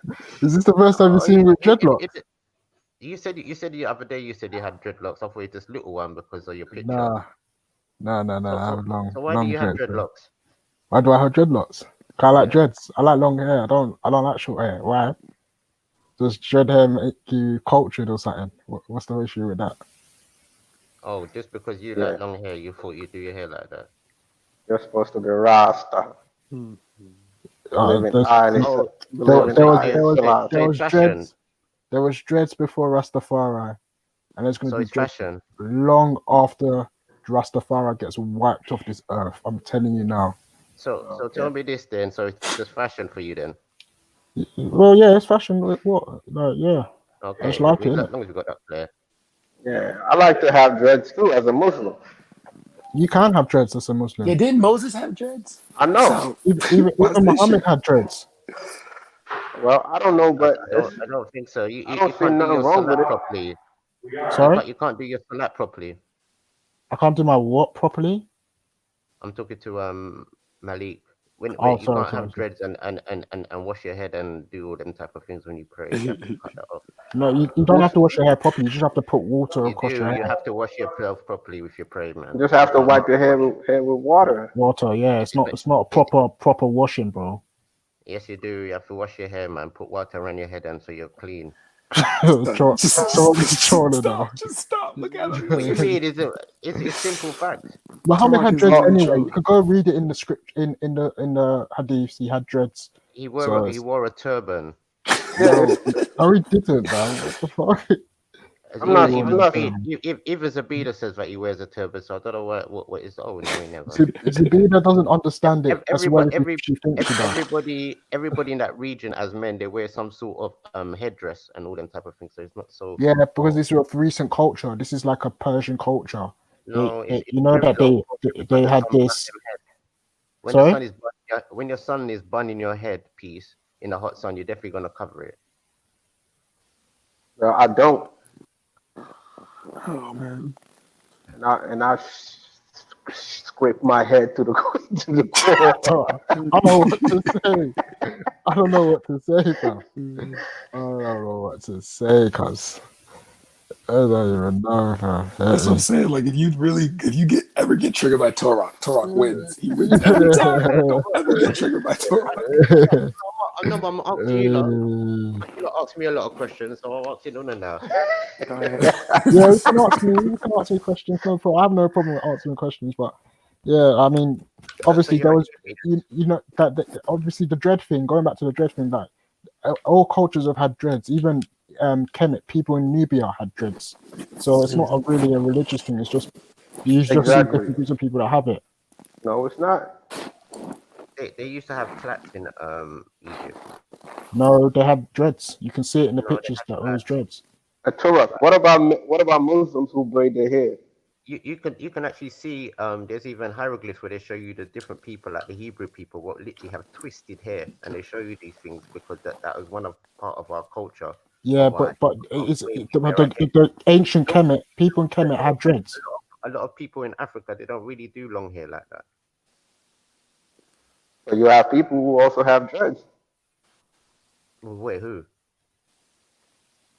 I know certain people, like when they was born, they never cut their hair, and then they just developed some type of dread, and then that's how they grew up. All right, we can say that one, yeah. But who else? I just gave you an example. In Africa, well, I would say in my country, I've seen a whole bunch of hairstyles. I've seen men braid their hair, dreadlock, bald, afro, a whole bunch of stuff. Name me one. So tell me what culture in Nigeria where men actually grow their hair? Actually grow their hair. Mm. Oh, why do you? Hey Malik, don't do this with him because do you know what it is? I told him. Don't do it. I'm telling you, don't do it. Don't do it. Just don't do it, bro. Why not? Let me answer this question. Throw a stone and hide your hand. Yo, Turok, I've seen people with afros and whatnot. Well, so what's the point? Well, men can keep whatever they like on their head. Let's be real. Yo, I will see preachers what's his name? Yakulome or whatever. He do jerry curls. That's what he want. Yeah, man. That's not stopping him from preaching. Yeah, but what the point you made earlier with if you're born like that, they look at that spiritual, not fashionable. No, that's because in the past they used to have it. That's the point. And in other people who do that, they say it's a mad person's head style. No, that's of recent because of westernization, brother. You have that hairstyle. I keep telling you this, brother. No, well, before you can cut dreads, before you can cut your hair, you have to pay money, right? Mm-hmm. Why is that? Why is it before you pay? You have to pay money? Because they thought of it as a very spiritual high thing. Because in the past they used to think. Oh my God! Yo! Can we just stop this? Yo! Let's stop this bullshit real quick. Yo! Guess what, bro? Bro. Yeah. So I'm reading this right now. It talks about the King James Bible. That the debate. Oh my God! This is ridiculous. I'm gonna put the link in the back chat. This is crazy.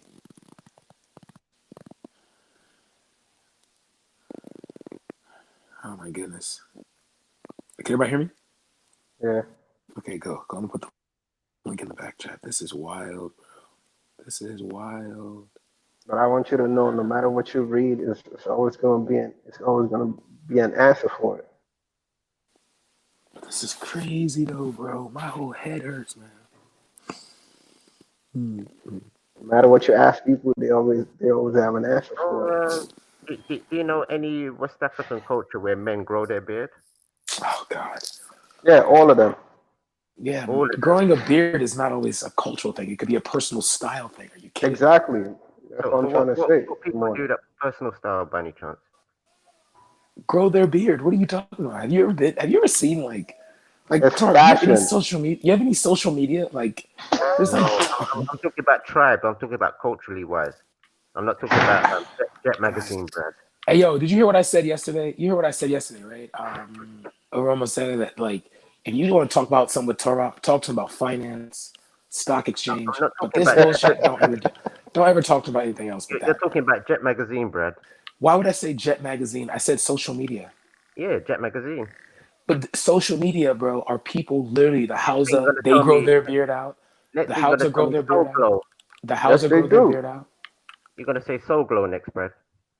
Oh, never mind. He's trolling. Never mind. Fuck you, Tara. Listen, man. I ask you in West Africa, you tell me the media. What the media got to do with the social media? Social media is ran by individual people, bro. I'm talking about the people and their cultural beliefs. No, I told you social media because you will see men take. Okay. All right. Fine. Man. Foxhole. Turok, are you a cop? You don't have beards? I'm asking you what and what is the purpose of it and just the culture? Yeah, everybody else is other people. It could just be fashion. It could just be fashion, Torah. Stop. No. It's just a fashion. You don't get upset. All right, fine, Torah. We're using someone else's culture then. People that grow their beards are copying someone's culture. You win. You win. So what's the problem? What's the problem in copying other someone's people's culture? if it's beneficial. Okay. This is dumb. Yeah. So, okay. Okay. Yeah. I want to know. No, Malik, don't go down this road. What do you see beneficial of growing your beard? I might not be able to tell you, but you could ask people of knowledge. They could tell you. That's why I'm asking. If you didn't know, Yeah, you it say could. not too sure. Okay. Let me give you an example. It could tell. It could show a difference between a man and a woman. Exactly. That's why a lot of men don't grow their hair in Africa or west coast of Africa because And that's it's why some of them do for too. the women. That's why some of them do too. It could be fashion. It could be religious. It could be. Yeah, only It, recently. it could be knowledge or ignorance. It could be anything. It could be situation. Yeah, or if slavery. you Yes. What's going on? What's going on? What's going on? if you're in prison and you don't have no blade, you you, Oh you can't eat no, up your beard, Brad, man. is this what you were telling us? What? The thing you put in the back. Yeah. Oh my gosh, I don't think Hebrews disagree with this though. What? That Jesus isn't God? Yeah. I wasn't thinking about it because of Hebrews. It was just from the conversation. I read this book called The Bible Dilemma, and it was like taking various scriptures and Bible scholars came together because apparently theology in America. I always thought it was like how you told me how like theology was meant to prove the Bible, but there's like a section that's trying to like separate it from historical narrative and just keep it within the theological realm, because there's like that section trying to tie it to history, What in theology? Yeah, there's like a group of people trying to, like archaeologists went to Israel to try to find whatchamacallit, the Temple of David. I mean, sorry, the kingdom of like David's palace and shit like that, and remnants of David, and they couldn't find that kind of shit. And they was like, the article ends with them saying that they will continue their search and have faith that one day they will yield something. Oh man, this is mad, bro. So they're trying to prove the Bible. Yeah, there's that, because that's why I always wonder why whenever they separate the term biblical studies from historical studies, like I've always seen that, and I always try to see that, like if you look at the fall of Jerusalem, right, or the fall of Jerusalem. Yeah, the Romans, like when I say they murked them, like I mean, like I think it's Herodotus that said 1.6 million people were killed, and then I think another guy said I think it's like 700,000, like 500, 600,000. And then you see but then people, you don't have any mention of it, in the Bible. But then you also see this thing in Acts where they talk about the various political leaders that rose, right? And this is where theologians kind of like say, all right, well, the Bible has to be historically true in this angle because there were tons of political leaders that were trying to like appease and start their own revolutionary groups to combat the Romans. But like in the day when it's all said and done, man, jeez. Another thing as well that's key that you mentioned just now is that so it goes that the stories that Jesus was born on the 4th century AD. Not 4th century. I mean the 4 AD, and he died 33 AD. But supposedly the falling of the Holy Temple, I think that the Jews revered around that time, happened in 70 AD.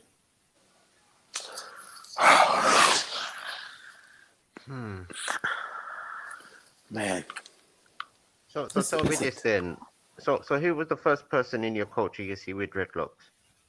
Shut up, Toro. Gracious talk. Shut I'm up. asking a simple question. My father. Oh man. Not you. I'm asking Rome. Raf. Just call me Raf. Yeah, Raf. Yeah.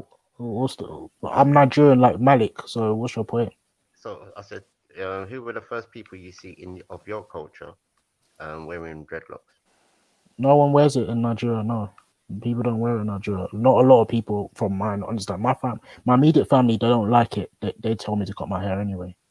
So what about in the modern day? Who was the first person you saw of your culture, Mike? The modern day? What do you mean by modern day? Like he's probably gonna say it was the Indian. You got it from the Indians, bro. Just know that. No, like nowadays, like. Okay, so what? Even though he got it from the Indians, so what? No, I'm just saying nowadays, like not really saying I ancient said times. nowadays. I just described to you my situation that my family members don't like it. What's your point? No, but I'm saying there are people in West Africa now wearing dreadlocks in it. I'm saying that has that influenced you to do it now, or Correct.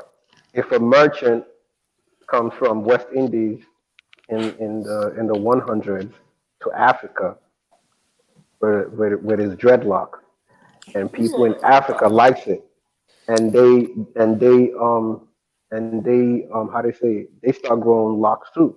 Is this something good or something bad? I'm just saying who did you see in the like firstly from that culture start Where's Miss doing it? Mona? I want to see Mona. Whoever the Oh first shit, I was. haven't heard that name in a long time. Yeah, where's she at, fam? Why are you hiding? Malik, I don't even know why you're entertaining the question, man. Like, Yeah, bro, just stop, man. yeah, it's a silly question.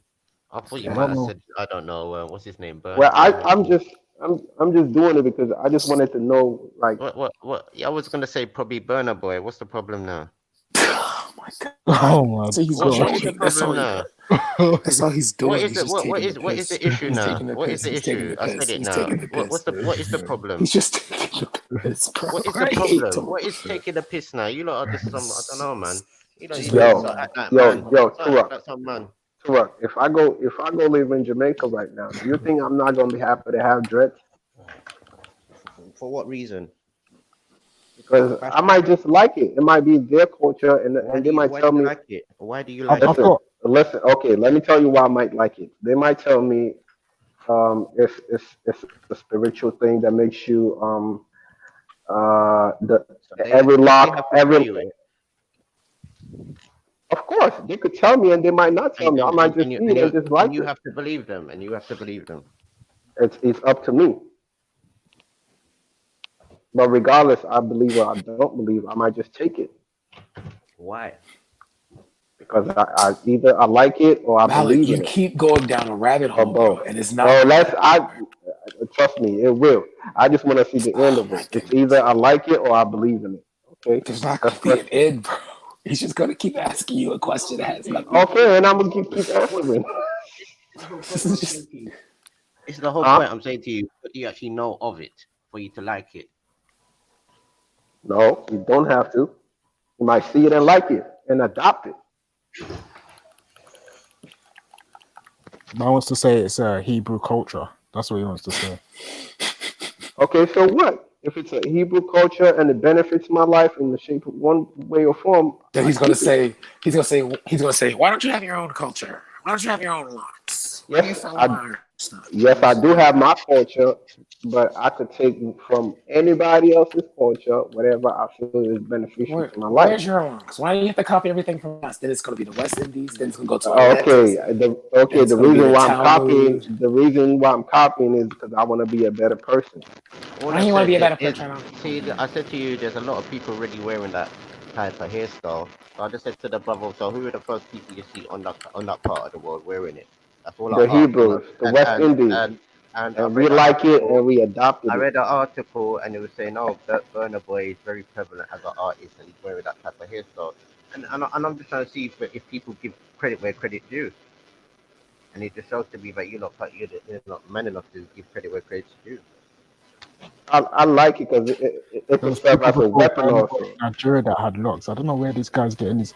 Like, brother, like, come on, man. Like, are you being for real? I know people. Yeah, I've got I family, asked but you that, and you I've said you got. I know. don't know. Hold on. Yeah, I've got friends. Yeah, Should we who are rewind full it? Nigerian, Should we rewind it? full Nigerian. Yeah, I I'm asked talking you about that friends. question. I'm not Should we talking about rewind myself, it? not my family. I said my We friends. can Yeah, rewind it. I asked you, who do you know? And you didn't know nobody before now.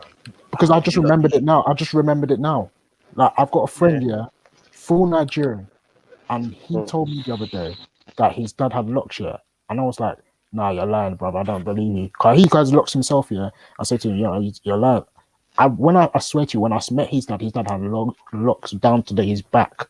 His dad's Yeah. his dad is an accountant or some type of lawyer. He has locks, yeah, and he goes back Yeah, and forth Rasta. from Nigeria. That's what I'm Yeah, saying. Rasta. I could use it as a weapon. I could whip somebody with it if I don't have a weapon. Is that man a Rasta? It looks like a whip. He's Nigerian. He's a Christian Nigerian. What are you talking So about? it's not even It's got- Rasta. no, it doesn't have nothing to do with Rasta. Everything You has to have not Rasta, bro. So why are you not getting uptight? I'm saying he Yeah, could because be a you're, Rasta. it's like you pick and choose what type of history you want to take. If I told you You Kemet said had your it, you say friend. it's not You said true. your friend. Now You you're said saying your it's he's true. friend For did that. it. I said, all right, cool, no problem. So I'm Turak, saying to he's you, a I'm saying to Rasta you what. Muslim. So I'm trying to say to you what he might just took under some of the Rasta culture. What is the wrong with that? Oh my days. Yeah, ain't nothing wrong with it. He's a Nothing Christian. wrong with it. Alright, he doesn't care about Rasta. He doesn't. Be thinking smoking weed is wrong. That's what he would tell you that straight. No, but what I'm trying to say, yeah, but not all Rastas smoke weed. Why did he go to weed? Yeah, I'm but just a lot saying, of he Rastas might have, hold if might have, hold weed to a high standard. two A lot of seconds, Come Rastas on. hold weed to a high standard. I'm See, saying, y'all did it. It's y'all fault, man. Yeah, I We know. got I to go the know. down point, this man. road because of y'all. You know, It's this y'all fault. oversensitive, y'all man. It's not fault. oversensitive. Oversensitive. It's I said it's to you, the intellectual man might be dishonest. Rasta, and you get vexed. So what's there to get vexed about I if the didn't man get might? vexed, man. I didn't even get vexed, man. Everybody I was start just getting mad now. Turak is a Rasta Muslim. All I'm saying, I've actually seen one. He's a all I am biker saying, and all he's I'm Rasta, saying, but he's Muslim. all I'm saying yeah, is Bay of that. Fall, innit? In Gambia. What does that mean? Nah, he's in New York. Yeah, no, Brampton. there's some Gambian. There's a Gambian sect of Muslims that have Right. dreads and Oh. so, yeah, Oh, okay. yeah. Cool. Because I'm telling Turak is someone that I do know. But are they Yeah. dreads? Or Yeah, Yes, they're he dreads, is. man. Yo, he got his dreads as long as his knee. Hold on. Are they dreads or Muslims? They're Muslims that have dreads. They there's part of They their have a it's hairstyle. part of their system. If you search it up, you'll know, innit? You're just arguing with me, but search it up, like it's Yeah, but you spelled can't call them dreads BAYE if they're Muslim. That's not the whole FALL. point I'm trying to say to you. They What I'm are trying a to say to sect of you, Muslims that have had it for they centuries, long before exactly it's a Rastafari had hairstyle. dreads. It's not Yeah. dreads, are they? What? Yes, They're not. he's a What I'm dread trying to and say he's to you, Muslim. they're Muslims. That's their It's hairstyle. What they're part of wearing. it's part of their religion to grow dreads. His culture How can is so dread and what he's a part of Muslim. Islam? That's their culture. That's not their Yes. religion. Okay, that's his culture, but his Do religion is you Muslim. understand the difference Wait. now? Hold on. Turak, Do I'm you telling you, his culture, he's a dread by culture, Muslim by religion. What's wrong with that? What I'm trying to show you now, yeah, you can't call them people dread if it's part of their life and their culture, and it's been like that for millions of years. And plus, they have adopted Islam as well, so you can't call them dread. So what would we call them? They're Muslims. Okay, but they have their culture. Okay, I'm telling you, he's a Muslim, but he has his culture. I blame Why do you myself. think I this is don't a know. competition? Like I feel like Yeah, I feel but like let's Malik let's feels like he's playing chicken or something. Like if he doesn't stop questioning him, he's I'm gonna just like trying look to. weak or something. Like you're not gonna look I'm weak, just bro. trying to get to the bottom of this. I'm You just don't trying to get to the know. bottom of it. You You don't don't get to the get. That's bottom. true. You don't You get to the Yes, you don't will. get to the bottom Trust of me, it. I will. I just want to Malik, see oh where he's God, going. you could tell he's Nigerian, so bullheaded. You try to tell him like, bro, this is not going anywhere, and he's just like, nah, we're gonna go somewhere. Jesus. But the point I'm trying to show you these people got their culture, and you can't call them people dreads like that. There's other people like the Maui tribe. You can't call them Rasta, can you? You can't call them dreads and all them type of things, but they got their own culture. They have their own type of unique culture that is to them. So what if they choose to be? A dread is a lifestyle where somebody locks up their hair and take themselves out of what they call Then fine, we'll call them Babylon. locks then. Call them locks. All right, they're locks. Someone locked up their hair. Where they So it's subjugate themselves from the material modern world and sort of things like that, and they live by nature. Okay. So what if? Watch this now. A Rasta. A Rasta is somebody that give reference to Haile Selassie and also take on the dread culture of separating themselves from society. If you understand what I'm trying to show you. So dreads is defined as people who separate themselves from society. Okay, cool. Let's move on. So Let's what? move on. So what did we get? So what did Malik? Uncle that's Malik, just you're not like gonna win this argument with I know. Torah. Torah Please just wants to just troll you. stop, You bro. lot actually think Stop, there's an bro. argument. That's the whole Yeah, point. That's you the funny just point of it. oh, bruv, you're just That trying to just shows argue, you. man. That just shows me how sensitive you Argue, lot are. You think this is an Belly, argument? Belly, James Jones wants to jump on.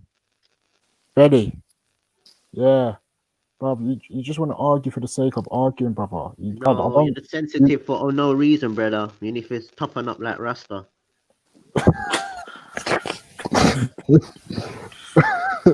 My God, I hate him so much, bro.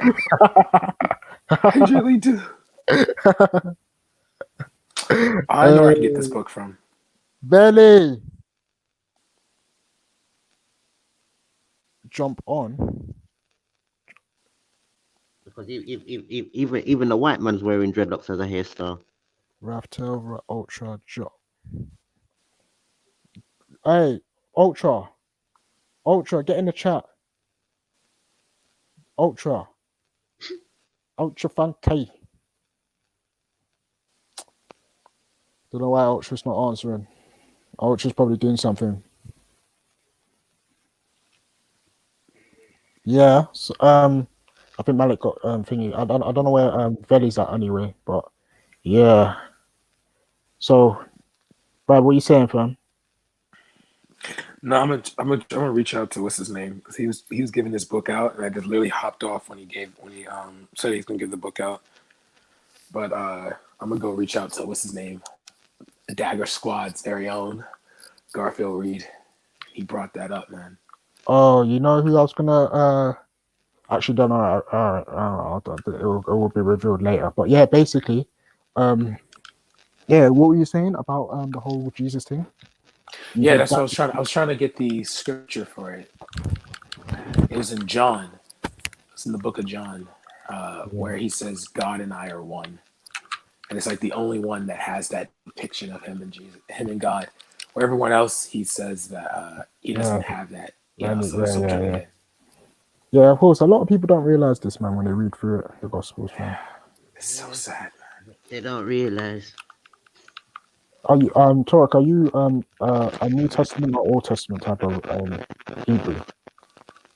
To be honest, I'm a bit I'll be honest, more old than the new, to be honest. But so you believe in? You believe in Jesus? The thing is, I look at the culture. If you understand what I'm saying, there's more things to what we're reading. If you understand.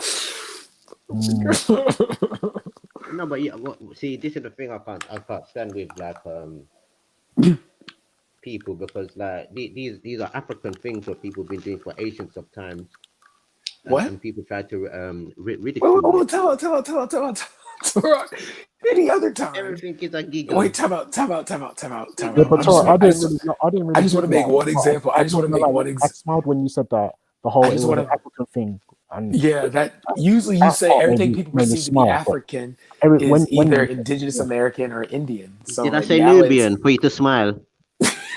Oh, here we go with the Nubian construct. Oh my God. Stop it. Just see what I'm saying, bro. Too funny, I'm telling you. That's what I'm trying to tell Malik, bro. Don't take this shit seriously, man. That's what Malik, he thought he was getting somewhere. And it's like, bro, you don't get anywhere with Torah, bro. You don't go anywhere. You just follow. And he takes you. Like Torah would have had us looking up Atlantis and Atlanta, bro. Been over. No, but you know some black people believe it. You know, Kaba Hewafa Kamane believes that. Oh it's not Kaba Waba Waba. It's bloody. There's been big documentaries about it. And Dr. Oyibo as well. Yeah, there's a guy named Billy Carson who's like one of those people that believe that what was written with the Persians and the people of Sumer wrote down, like lizard men and bird people, that like there's some connection between them and black people. So I'm officially done. Like I think, and in fact, Sinetta interviews these people. I don't know how I should feel anymore about anything. Oh God. Where's Miss Mona, fam? Yeah, man. I miss her. Yeah, I miss Mona, man. She was actually G still. Yeah. Like I hit her up on Instagram like 3 weeks ago, and I was like, "Are you alive?" And she was like, "I'm okay, DC." And I'm like, "All right, cool." Oh, is You it? know? Oh shit. She has Yeah. Instagram in it. Oh. But no. Trust me. She's still the same as Mona, so you ain't gonna see any pictures of her or anything like that. So. No, but no. Obviously, I wasn't trying to. I have her Insta, but I'm not sure if it's the right Instagram. It's been a while still, so I don't know if No. she's. If it's Miss Mona and you see her avatar, it's her. Oh, okay. All right. Yeah, it's her. Yeah, fam. Yeah, fam. But this is my point. Even though if we don't want to believe in the Bible, there's little scriptures that are giving reference to certain events what a lot of people account for. Whether they're different tribes around different world, they do account for None of it's certain been events. accounted for. Well, no. Wait. Let's actually get. You know what? It's a nice, cool day. I'm not. You know, everybody's in a great mood. We're laughing. We're joking. Torah, lead us down one of your rabbit holes. What one of these scriptures does everyone account for? Go ahead. Some people account for a flood. Okay, yeah, I knew it. We're gonna go back to this fuck shit. All right, cool. Go ahead. Tell us about the flood. Some people talk about with the Book of Enoch, angelic beings coming down to earth and all these types of things. And what?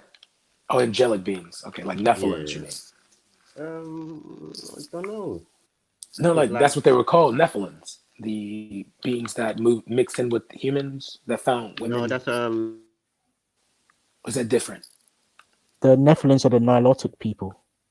The Nubians. the Nubians. The Nubians. The Nubians. Not the Africans, but the Nubians. The Nubians.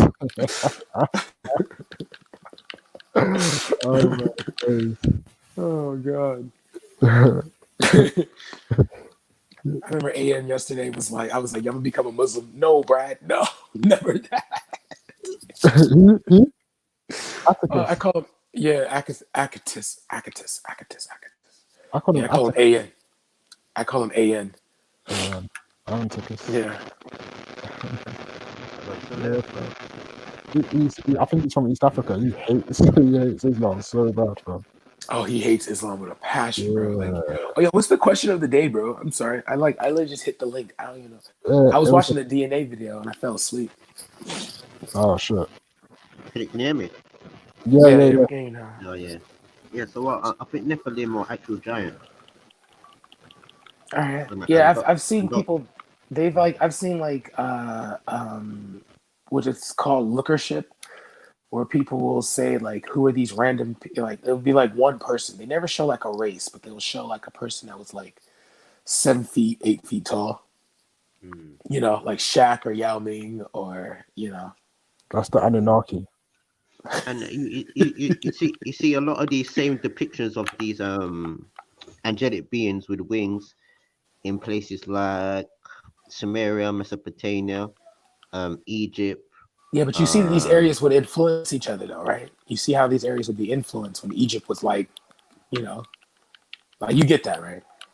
These areas didn't Yeah, but this is why I say there might have been some sort of event that's happened where they can all sort of no, say, it's just like, okay, look at the Romans and look at the Greeks. The Romans took the Greeks as the Romans, because what's the name? The Etruscans. Oh, Feli. Malik is backstage, and Ultra. If you're hearing, go to the chat because James wants to speak to you. Yeah, I'm here, bro. What's James saying? Wants to speak to you. James Jones wants to speak. I'm supposed to jump in chat. Okay. Yeah, James Jones. I'm in the chat now, broski. Hold on. Yo, Ultra, how you doing, man? Yeah, I'm not gonna lie. Like, I'm having a good day.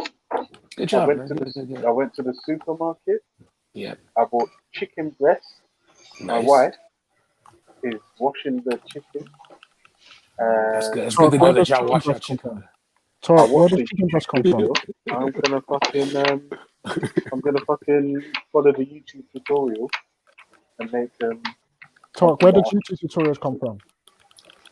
Hey, if you ever had something, I guarantee you're gonna thank me. You're literally gonna thank me. You're probably gonna name, like, if you have your next son after me after I give you this recipe. Okay, it's called beef chunks. All right, you're gonna like Tuscan fry the beef chunks with shrimp and Alfredo sauce. But you're not gonna use like noodles. Like you're just gonna use like not macaroni noodles. I forget the name of the type. Not elbow noodles, but there's like another version of that. You're gonna thank me, bro. It's the best Alfredo in the world. God, I feel like I'm probably gonna make a plate of that.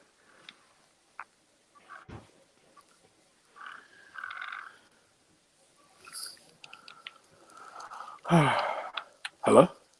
Hello? Oh shit, is Hello? somebody else talking? Okay, no. Okay, they both muted up. All right, cool. Tarek, Tarek, do you have an oven? I thought I saw fire exercise in your house. I'm not seeing no black guys fire inside in my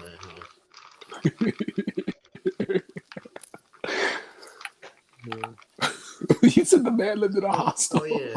So yeah, we're talking about these events that happen around the earth where certain cultures Yeah, but do each event unite on. indicate? Do each event show that the entire Earth was wiped off and there was like only one family survived? Does it like do it like that, or is it different variations? Different variations, but like later on down, say that later on down the line, people like say mix it up.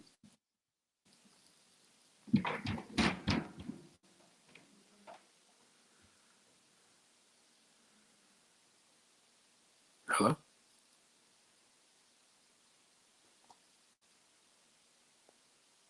I'm there. You know what I was watching?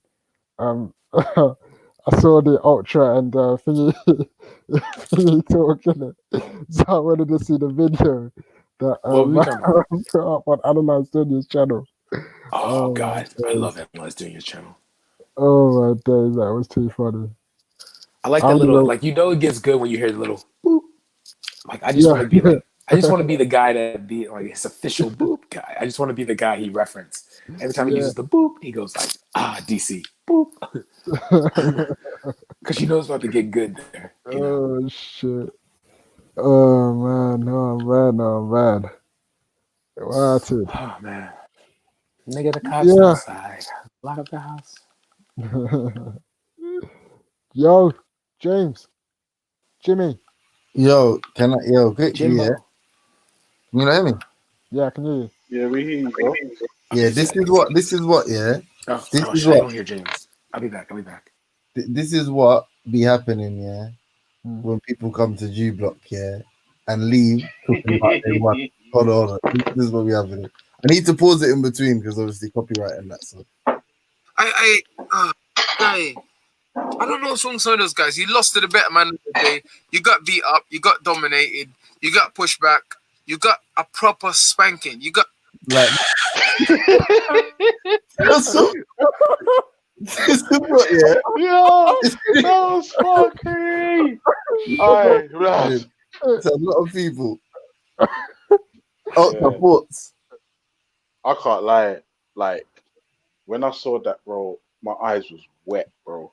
Oh, you watched the whole video yet?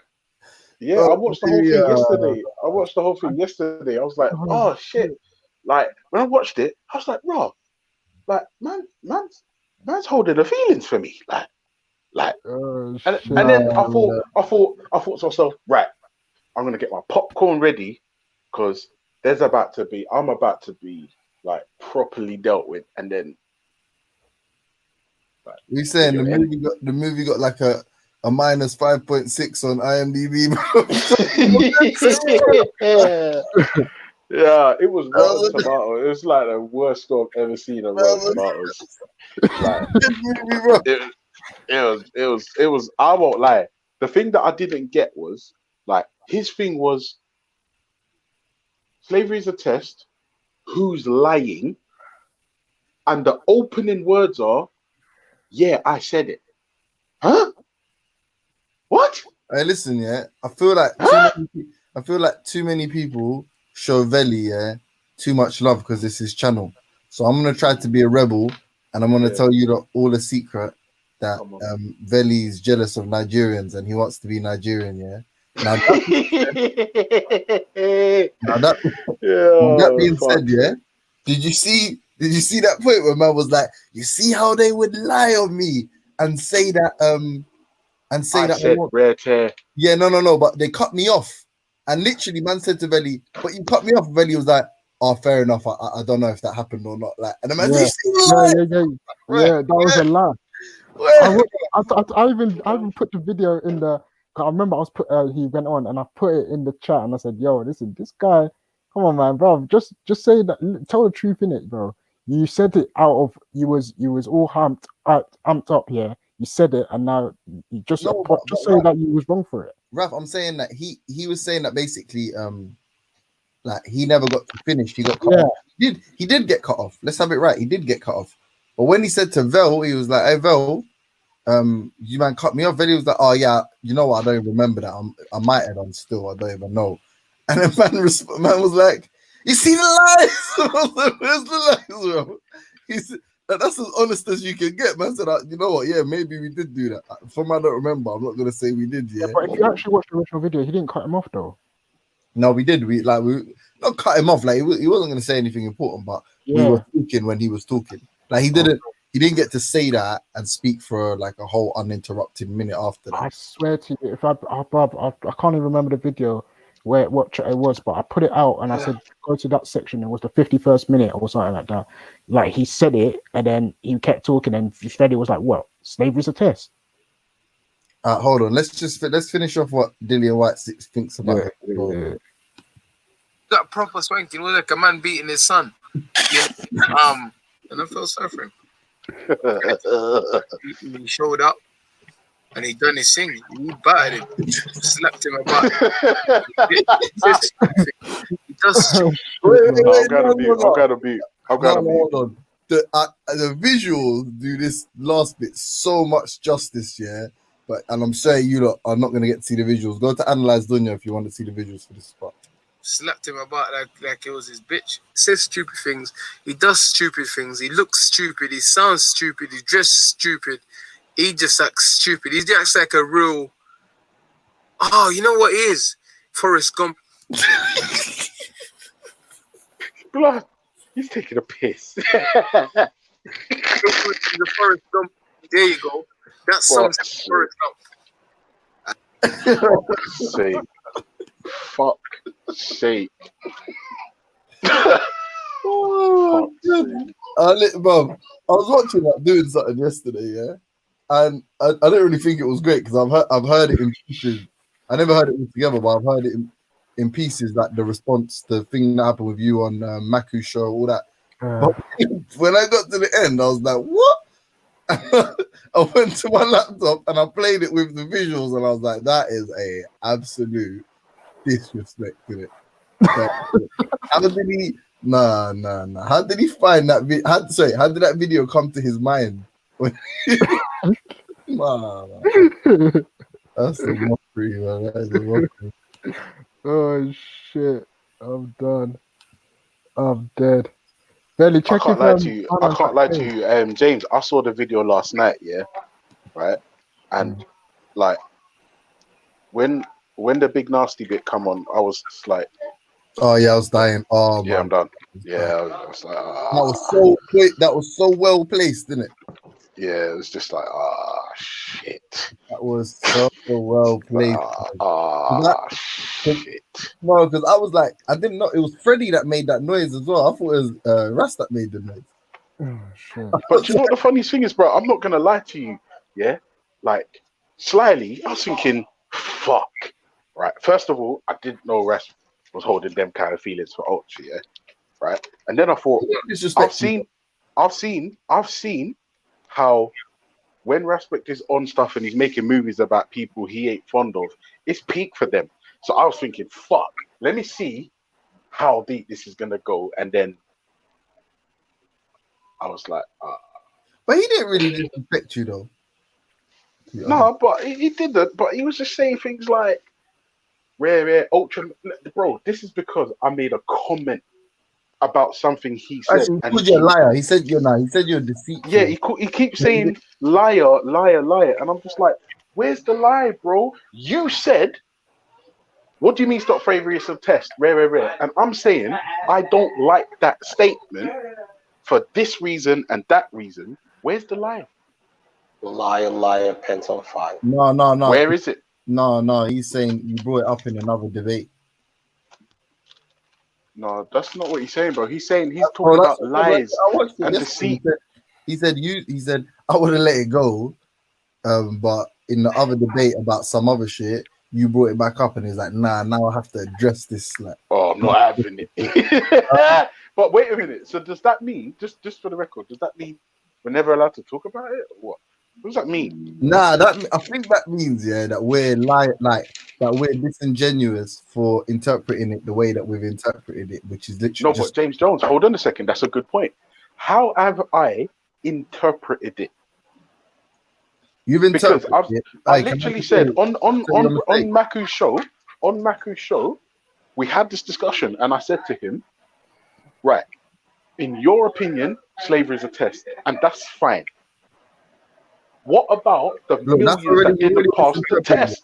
You've already misinterpreted it already. Oh, James, correct me. Okay. The problem that you're having is you're taking a statement in isolation, like slavery is a test from God, fam, and taking it to mean that slavery is a test from God, fam.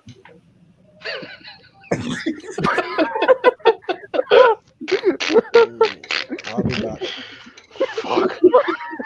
Fuck's sake.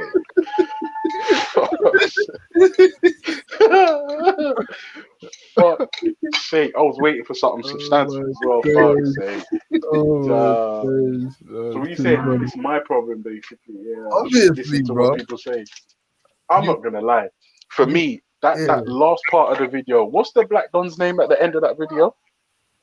Dillian White. Yeah, he was fuckery, man. Like he made that speech for this occasion. I'm telling you. Bro, no. The clips that supported that little description, yeah, is actually a muggage, bro.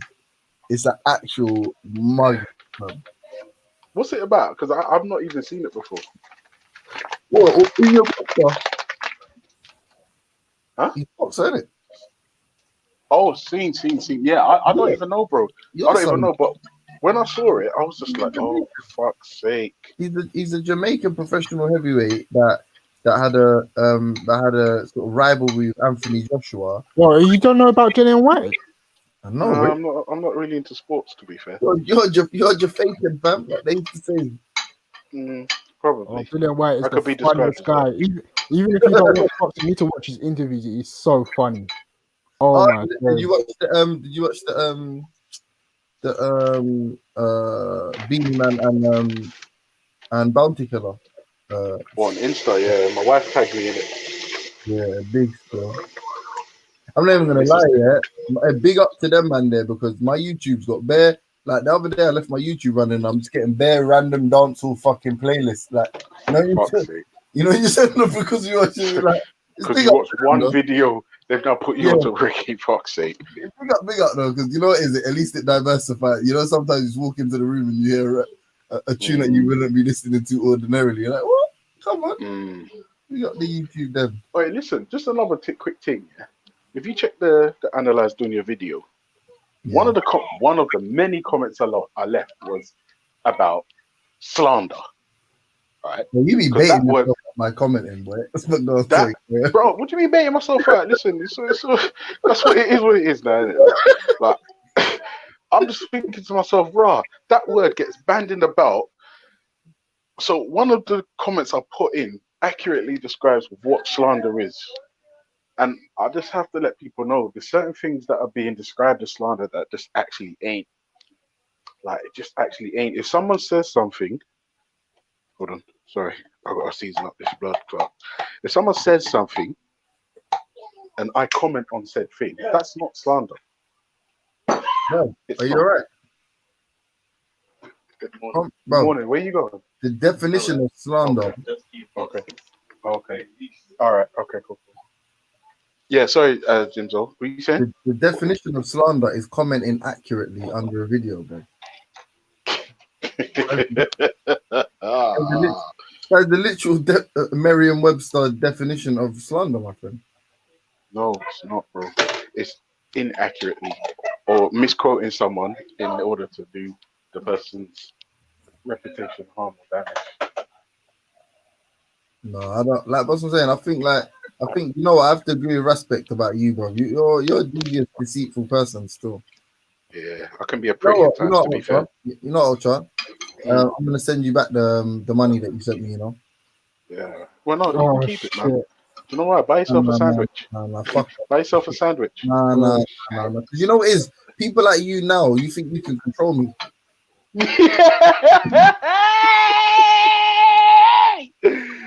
Yeah. James is a fuckery. Yeah. James is a fuckery. I can't believe it. And do you know what the funny thing is?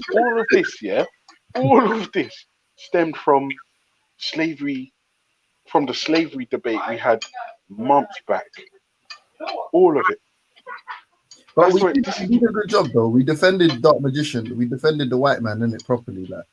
Oh yeah. Sorry, I forgot that bit. That was just. This is what I'm saying. It's just like when I was listening to certain things, I was like, before you say these things, do you not like think about it, or like, because just saying silly things because, like, just say nah, man. I don't know. It was all weird because it was like that video was like half an hour long, and for like the full half an hour, I was thinking, fuck, let me see how deep this is gonna go. And I was like, "Hey, you know that person clips in the chat, yeah? Do we get any sponsorship from any Jewish people? Because they're denying in the chats? I don't know. There's someone in the chat denying the Holocaust, and I'm trying to find out if we get any sponsorships from Jewish people. Because I'm gonna block that motherfucker if we do, boy. If we don't, yeah. We're sponsored by Zionists, didn't you know? Are we? Oh shit. Yeah. Oh, Dark Magician Jew. Should I hide him on the channel? Yeah, hide him slyly. Like it was an accident, isn't it? All right. My finger slipped. Yeah. You know what? I just seasoned the meat and I forgot to chop it. Where is it? Yeah, well, that's the test that you failed. I failed the test, yeah? You failed the test, man. What about the others that passed the test? They're going to Jannah, innit? And you're going to Jahannam, right next to where Do you know what the funny thing is? Do you know what's funny, James does? I spoke to him online about this very issue. I said to him, I explained my position. I said, I don't understand what the problem is. You'll say slavery is a test, which is fine.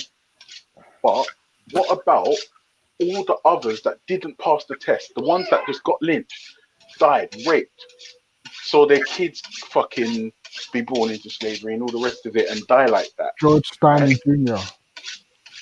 Nah, I think it is. I think it's like a multiple choice type of shit. This is what I said, it's a multiple choice. Like you only get a couple options. Man said, I don't even think slavery happened. Yeah. If you basically, yeah, that, and I think this actually does make sense, yeah, to give credit to the men. Basically, the test is a lot harder when it's translated into African. You know what I mean? Oh, okay. You're an idiot. In English, the test is pretty easy.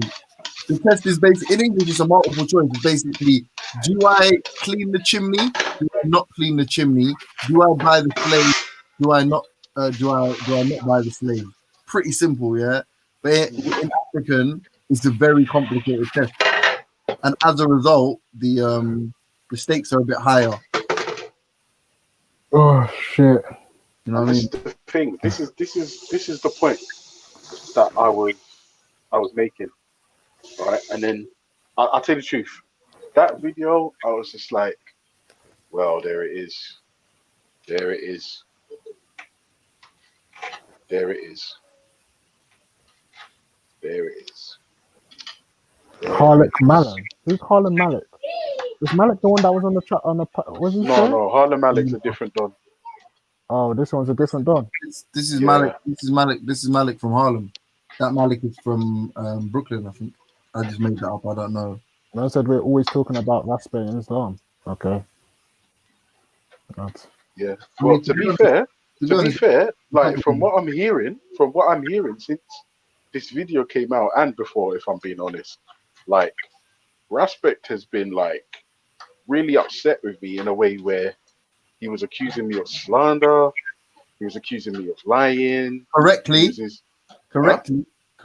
Yeah, correctly, yeah. And then like saying, you know, just like kind of things that are kind of disparaging about my choice of work and all the rest of it. And I was just a bit like, that's strange. The Holocaust denying racist anti-Semite is a Muslim. Oh, mashallah. Okay.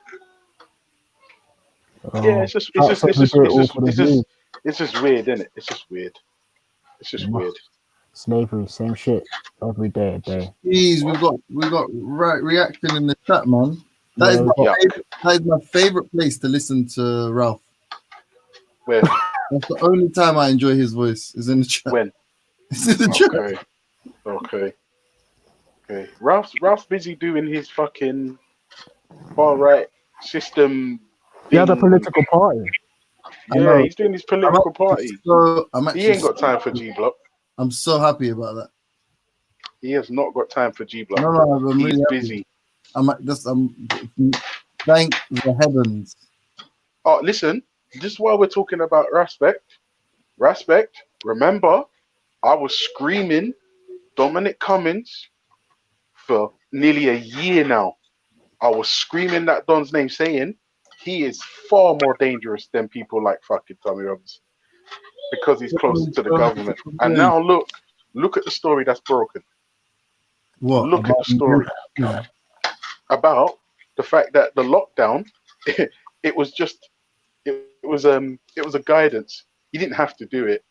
And you know, if you've got children that were sick, you could still freely go to visit castles with your children to test your eyesight.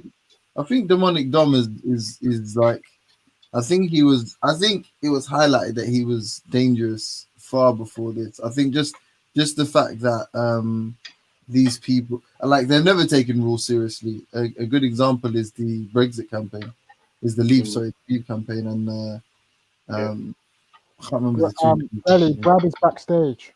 But like the Cambridge Analytica stuff, like. Oh fuck's sake! Oh my god! All of that stuff there. I was screaming at respect. Listen, bro.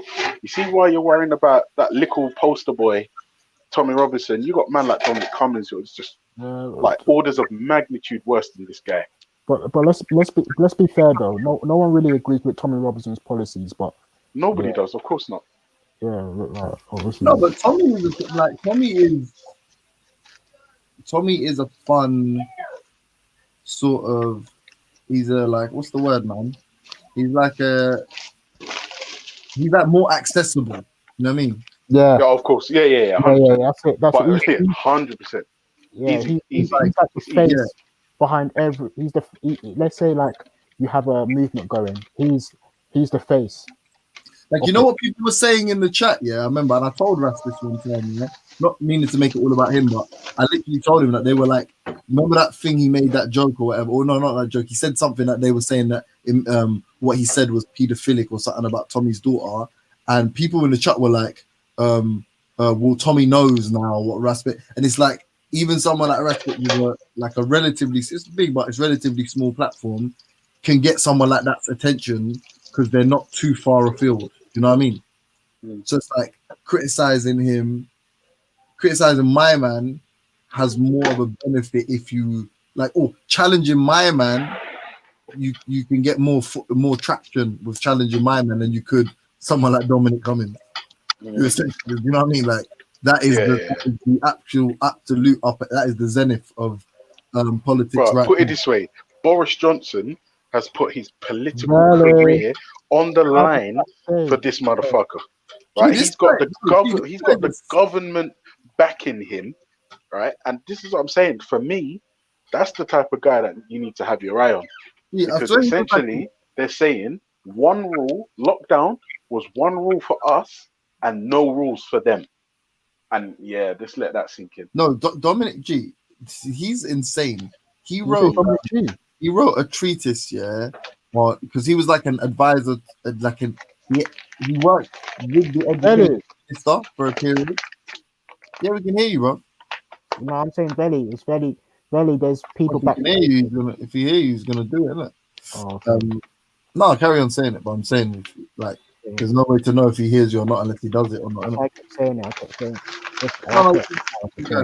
But yeah, no, bro, he worked with the education minister, and he wrote some I guess we call it treatise. I don't know, his little manifesto, I guess. And bro, he literally talked about making the education or the school system, like, I don't know how to describe it, but basically like a capitalist school system in which there was the potential. So the amount, the grade of education you get is based on your wealth. Fuck's sake. Gee, man, this guy is a proper lunatic, man. Fuck's sake. He's a proper lunatic. But you know what the funniest thing is? But James Jones, you're raising my point as well. Why is no one saying, listen, Dominic, listen, remember that policy you wrote for me yesterday? I read it and I've decided to go another way. But no one's saying nothing to him. No, because I can't remember what he's famous for, doing something in the Northeast. A campaign. Yeah, bro, he essentially was running the Leave campaign. You mentioned it earlier. No. I'm saying before that, how he got on that ticket. So Dominic Cummings. Let me find out what it was again. Do you know what? Did I mention that I forgot to cut the meat before I seasoned it? Yeah, and I told you failed, bro. Yeah, fuck that. I'm trying to make amends, bro. What? That's what you do when you make mistakes. Atticus, do you like Dominic Cummings or something? Yes, darling. City of London. No, that is the borough. It's the City of London. That's what it is. Near Chancery Lane and them sites. In Chancery Lane? Yeah. Yeah, that's where it is. That's mainly Yeah. Mm. Yeah, they've got like 1% problem. No one James, lives there. That's just for working. Very rare. You must find it all the apartment there. Jimmy. Yo. Yeah. Atticus is not happy. He wants you to share proof. For what? I don't even believe it. I don't even. What's anti-Semitic? Well, when we talk about anti-Semitism, isn't it to do with Holocaust denying? No, anti-Semitism is anti-Jewish sentiment. What's the proof for what? Atticus is asking proof about Dominic Cummings, I think. I don't know, something related to it. Oh, about his about him making hold on, okay.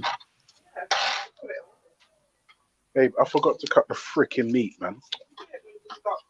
No, it's seasoned and I sharpened the knife. For you what they're talking about.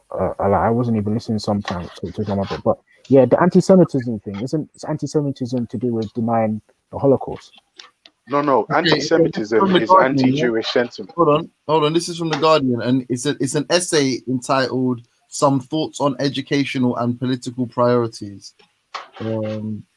On this, Dominic Cummings is a special advisor to policy. Okay, that's it. Yeah, Dominic Cummings is a special advisor on policy to the Education Secretary Michael Gove, but is resigning at the end of the year. In this document, he discusses everything from maths, IQ, and quantum computers to what's wrong with MPs Whitehall and educational policy. This section. So this is the whole treatise. Is the whole yes, he calls it an essay. Is how many pages? Sure, this guy's retarded, G. Bro, listen, the guy's a Mazza, bro. Trust me. It's 235 blood clotted pages, fam. He is a fucking lunatic. But this is why he is where he is. He's the man. He's the man behind the man. You know what this Dominic Cummings is about. He's got a keen eye for detail, and he's inexorable, bro. Like this is a persistent. This is a persistent and focused. He has clear ideas. I think what you need to realize is even if the ideas are poor, can you hear me? Clear. If they're clear, they're valuable, isn't it? Like Can James hear me? Yeah. All right, go ahead. My bad. But hold on, just quickly, yeah.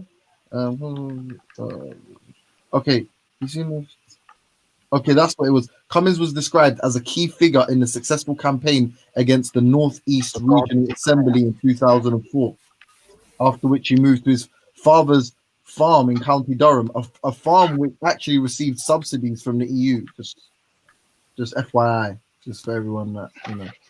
I did read that piece of information. Yeah, So just let that sink in. this Yeah, man you left. saying let that sink in? Yeah. Yeah, he left uni, went to Russia had a brief sort of sojourn in Russia, Soviet era Russia, came back, yeah, and instantly began getting involved in political campaigning, and which culminated in his home region of Durham, him being a key figure in an anti-Labour push. That's what has got him all the clout in the Conservative Party. Then has gone from pillar to that has gone to has had different appointments in the Conservative government as advisory capacity, sorry, in advisory capacity, and has again has outlined clear focuses and strategies. His actual initial appointment in was for was he was a campaign director for a company called Business for Sterling. Not for a company. I apologize for the campaign Business for Sterling. The campaign against the UK joining the euro, losing the pound. So he's had clear vision from the beginning. He is like, I imagine within those circles, if you were to say something like, who ideologically is on the anti-EU side and is crafty and has got some guile, his name would have probably been mentioned He's many named times. the one. That's the gun. People are like, who is this guy? Like people that are finding out about him now, but I imagine within them conservative circles, he's been the guy. Bro, listen, for the last like 12 months or so, I've been screaming Dominic Cummings. Screaming. Because for some reason I kept seeing this guy and he looks like fucking Clarence Bodiger from Robocop 1. Yeah. And anyone who knows who I'm talking about knows this Don can't be trusted. And I looked into him. I'm like, hang on a second. I can't remember what it was. There's a article I saw and he was like the driving force behind certain policies. And in fact, one of them you just read, but I didn't know about the one in the Northeast, to be fair. And I thought, what? But hang on a second, who is this Don? Who is this Don? Who is this guy? Who is this guy? But listen, just so you know, he said, I drove to a touristy castle in my car to test my eyesight. Now, I need you to take a minute. Take a minute. So I'm just getting. Can I just quickly read something for Atticus? Yeah. Yeah. Sorry, Ultra. The Guardian. I'm back. I got through. The Guardian focused on, because I know he's going to say it's a left wing paper, but this is an excerpt from his own thing, right? Where Cummings wrote genetics had in quotes big potential to inform educational policy and improve education. Let that sink in. Let that sink in. That's dangerous. Let that sink in. Wait, say that one more time. Cause I was just dazed off. He said genetics had big potential to inform education policy and improve education. Like basically, what's that 1488 education for? How does the 14 thing go again? Does anyone remember? Words. So like children, isn't it? Say again. Is it the 14 words you're talking about? No, but it's like for the African something.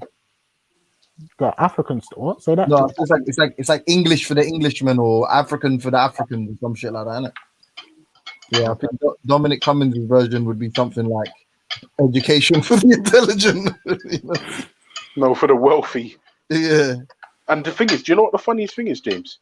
If you understand what he's telling you what it is, right? Because he knows the majority of the wealth in this country is held and maintained by a specific group. I can never say specific. It always comes out Pacific for some reason. But obviously, man, Aki, man, from the roads and that. You get me, like, man, man, you didn't get the right kind of education. You get me, because edification, yeah.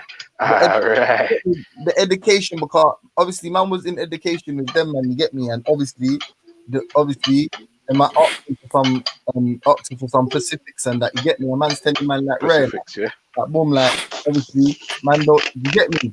That's like you get me? Obviously, yeah. Yo, I don't know Andrew, who he's. I know he's Listen. taking. I know James is coming about some. I know he's making fun of someone. I just want to know who. no, that's That's not. what I'm No, trying to figure out. that is how I used to speak when I. No, sorry, that's how people I know used to speak when we was kids. Like, see, them man, yeah, education and that, you get me. You get me. Oh man. Come on, man. These kinds of things and that. You get me. And that. All right, listen. The meat is seasoned. What are you seasoning Yeah. with? Hold on. Turmeric, curry powder. Here we go. It's turmeric, okay. Turmeric. It's turmeric. Let's not be racist, my brother.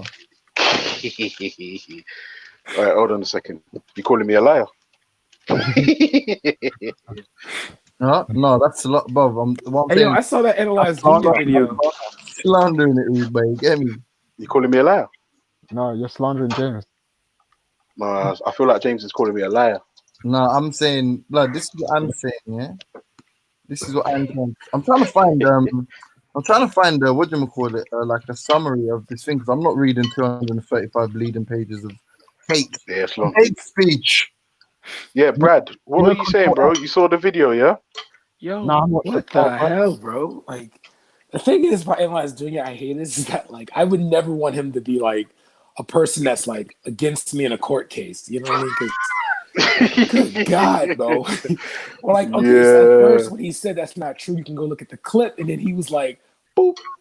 So, you know. You know why? Do you know why Dominic Cummings is shit? The one thing I will say. This. Can James hear me? James, can I hear me? Sorry, this is the last thing I'm going to say on this. Go ahead.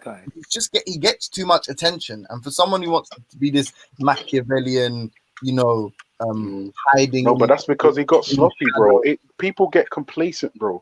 That's what happens. People get complacent. That's all it is. He's got a contempt for every single person on this fucking planet who doesn't earn over $1 million a month. Or like everybody. Yeah, I guess you basically said it, complacency. He just like everyone, like, people pretend they're about their grizzly, but then when the fame comes around, it's like, yeah, I could go to this little soiree, and I could go all to of that fuckery. and then like before you know it, you're giving interviews outside down the street, and you're fucking famous, mate. You know what I mean? Fuck this. Right, DC Brad, can you see my camera? Yeah. I can't see your camera. I see chicken. Wow. Oh wow. Are you gonna fry that or what you gonna do with the shrimp? What are you making, bro? What's the red meat? What are you making, bro? What's the red meat? Lamb. And then look at all the flour all over the kitchen side. What's the red my God. Ultra, what's the red meat? Yeah, what's the red meat, man? It's not halal, I don't want to say. Was it beef? No. Pork. It was pork? Astaghfirullah. Astaghfirullah. Well, that's one of God's creatures that you're cooking, yeah? Big up. Yeah, man. Sorry, Brad. Yes, my bad, Brad. Go on, say what you're saying. No. I just wanted to know, like, the backstory, because I don't even remember hearing that, like, stream. Like, what was going on? Like, I mean, I know it was fast.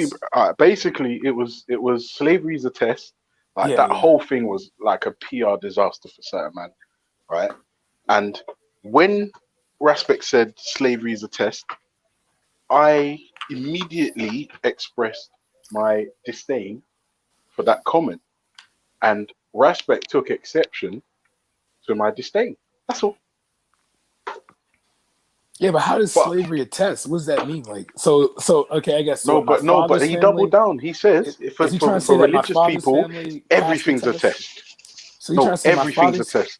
Oh my goodness, this is fucked, man. I don't know. Yeah, he said everything was a test. So everything is a test.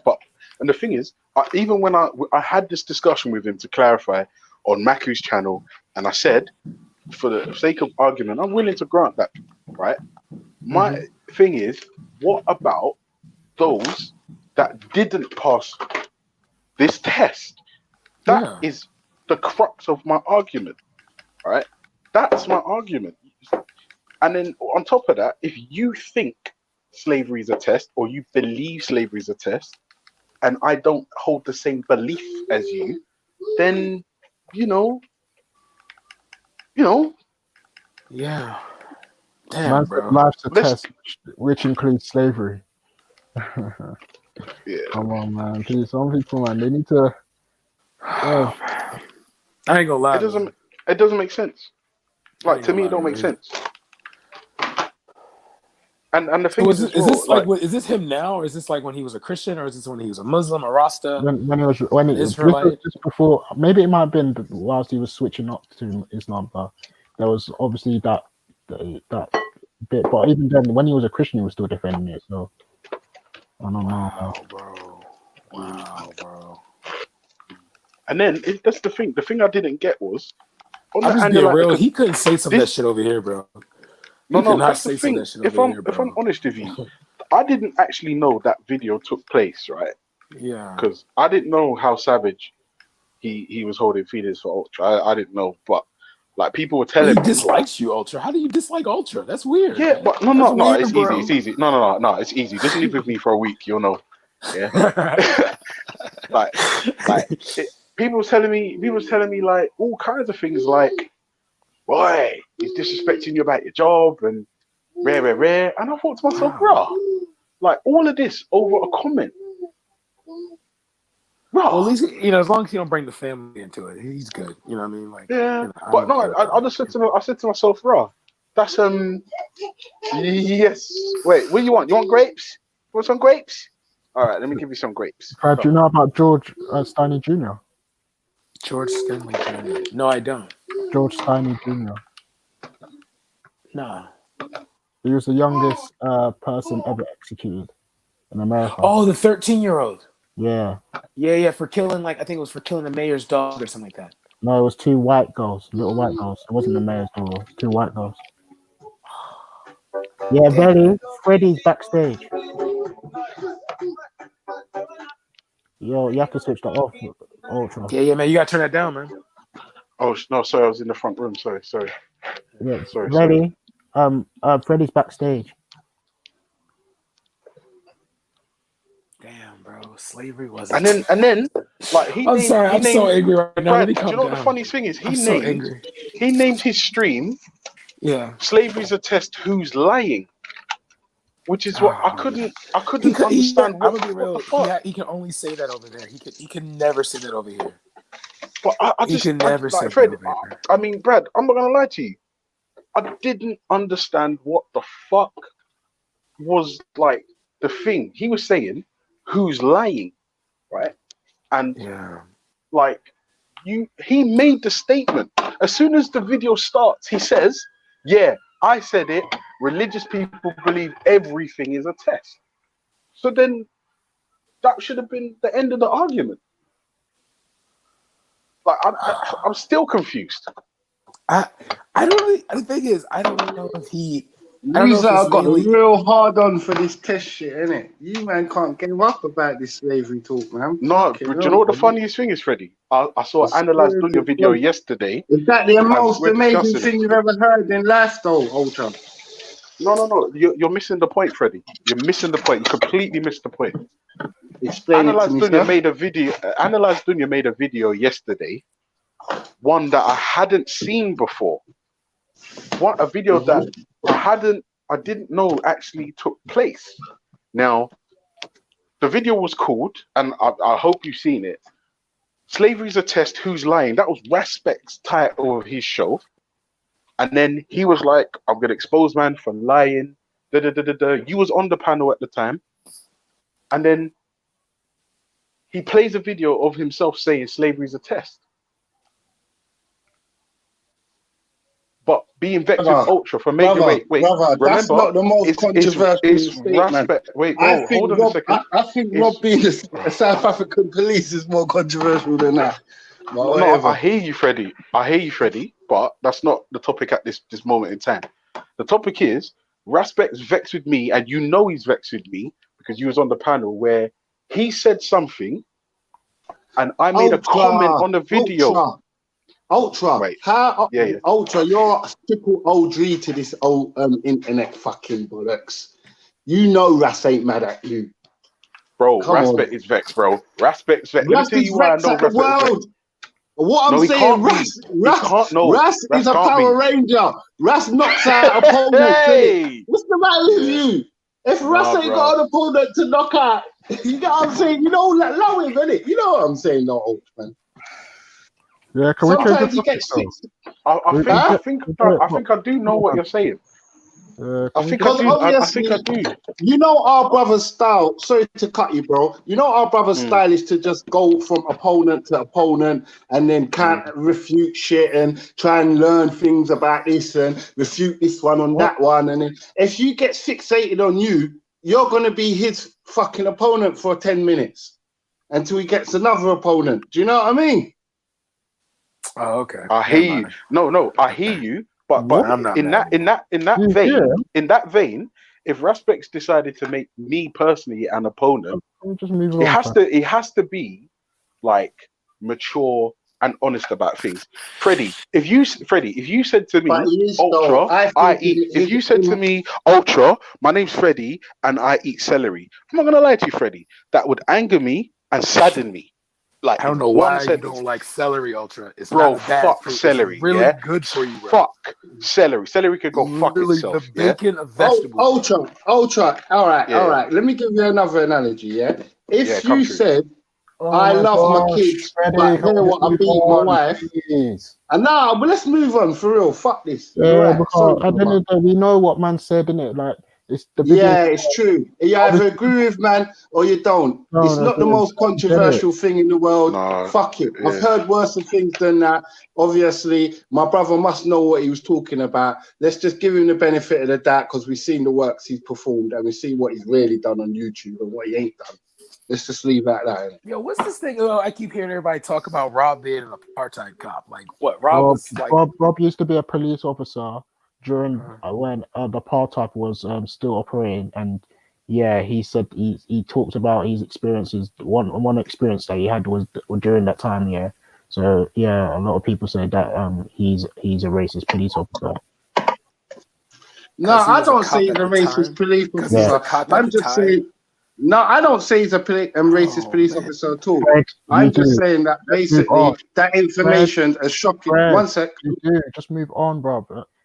Yeah, I'm not saying that he's racist at all, Brad. That's what At all. that's why you even brought I'm it up. just saying it's just as shocking as Come saying on. that man said life's a test. Bro, no, it's not. But move on, man. Well, it's not, yeah?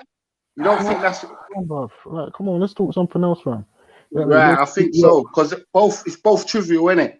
It's just the Mm. same, don't you think? It's both Oh, I get what triviality. Fred's saying. I get what he's saying. I get what he's saying. Like, it's just controversial as It's just Rob fucking being a cop. information. Yeah, It's how I you get it. take it or not. Yeah, I get it. All right, cool. I just wanted to understand because I Rob keep hearing went people. in Because I depth heard about his Khalid. thing. I heard Rob Khalid went in use depth that. about his thing. It's not. The difference is the fact that one said. Stop it now. Stop it now, brother. Just move on. Shush, bro. Shush and move on, bro. Stop it, Wait, bro. hold on a second. Because Wait, Freddie, you want to hold on. move on. No. You don't want to. You don't want me to talk about it, but you want to talk about it. So that don't make no sense. Let's just move on. Let's just move Freddie, on. Change Freddie, the subject. hold on. Wait, hold on. Freddie, wait, bro. Right, Freddie's right. What have you heard? Like that's got you like, I want to move on. Like I'm sticking to the fucking code of the team. Because remember, said move on, innit? wait, Freddie, hold on. Remember, I didn't know that the show that Analyzed on your recorded, I didn't know that had actually happened. Certain things were being said that I didn't know were being said. Now I'm discussing it, Freddie. Yeah, I hear you, brother. No, but do you, Freddie? No, Freddie, but do you though? No, I'm saying, Ultra, if we're discussing it, please let's discuss it. If we're moving on, let's move on. I'm trying to go with the brother's name I can't pronounce. I'm trying to go with him. Just say Raf. Raf, yeah. I'm trying to go with Raf. And Raf says don't talk about it, but he wants to talk about it. So I'm saying leave it now. Just forget it. You're right. Let's move on. You were talking about Dominic. Let's talk about Dominic Cummings. And also, I'm going to say this now. Yeah, I've been furloughed from work, so I'm on 80% of what I normally earn, but my company top up the other 20%, so essentially I'm on 100%, right? But because I'm not doing overtime, I don't have as much money as I normally have. So I've decided I'm going to turn over a post office.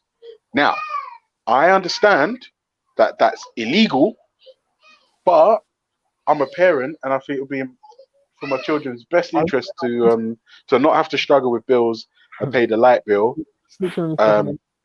Hashtag, what would Dominic Cummings do? Do you understand what I'm saying? It's just madness how people think they can, like, there's rules for everyone else and no rules for them. And this is the wickedest thing. This is how I know the British electorate are a bunch of fucking mugs if they let this go, right? The dude said, the second time I took my family to a fucking castle tourist spot up in the northeast was to test my vision. Now, just listen to that. Listen carefully. He was operating heavy machinery with his wife and child to test his vision. The motherfucker could have made a smoothie.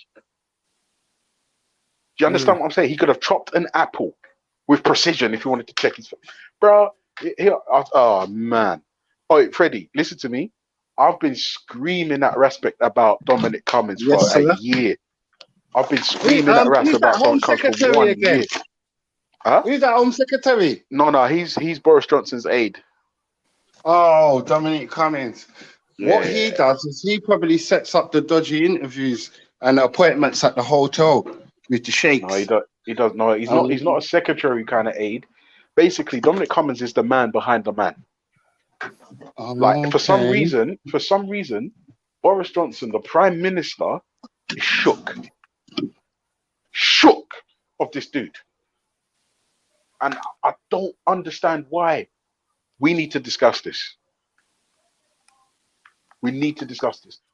I'm not saying he's got anything over Boris Johnson, but I think he's positioned himself as like so vital, no one can function without him. I ain't been keeping up with it, you know. Right, that's the saddest thing. The man broke the rules. The man broke the rules, and essentially, what he's made Boris Johnson have to say is, well, you know, he broke the law, but he acted with integrity and did what any concerned parent would have done. Which me, it's just fucking stupid, bro. Hey, Ultra, I'm not trying to cut across, bro. I just wanted to know: is Islamaphobe a made-up word, or is that like a real thing? No, okay, it's a made-up word. Yeah, and it's not even. I don't even think it's got like 10 years. Maybe it's about 10 years old. It's about It's not that old. It's some made-up thing to kind of like bring in blasphemy through the back door, bro. Like, it's just like anti-Semitic. It's just as made up as anti-Semitic. Like transphobic or. You know what I'm saying? Anti-Semitic, to me, that's a rubbish word to label people when they got an opinion. Do you get what I'm saying?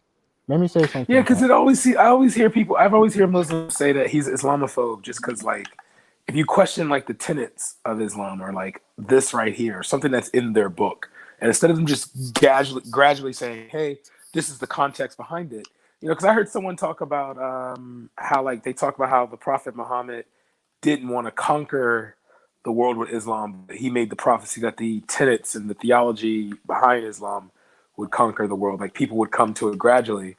You know, Abu Bakr had other plans, but you know, that's, you know, but you saw how like this guy just calmly explained it, and like you could just see in the comments, people were like, oh, "Okay, yeah, let's discuss this later." And he had like a live stream about it. You know, I mean, this was a few months ago. This stream was, but you know, like that's why I'm just saying, like, how can someone just be 100% against it for asking questions? You know what I mean? Like, does that make it's just as made up African American?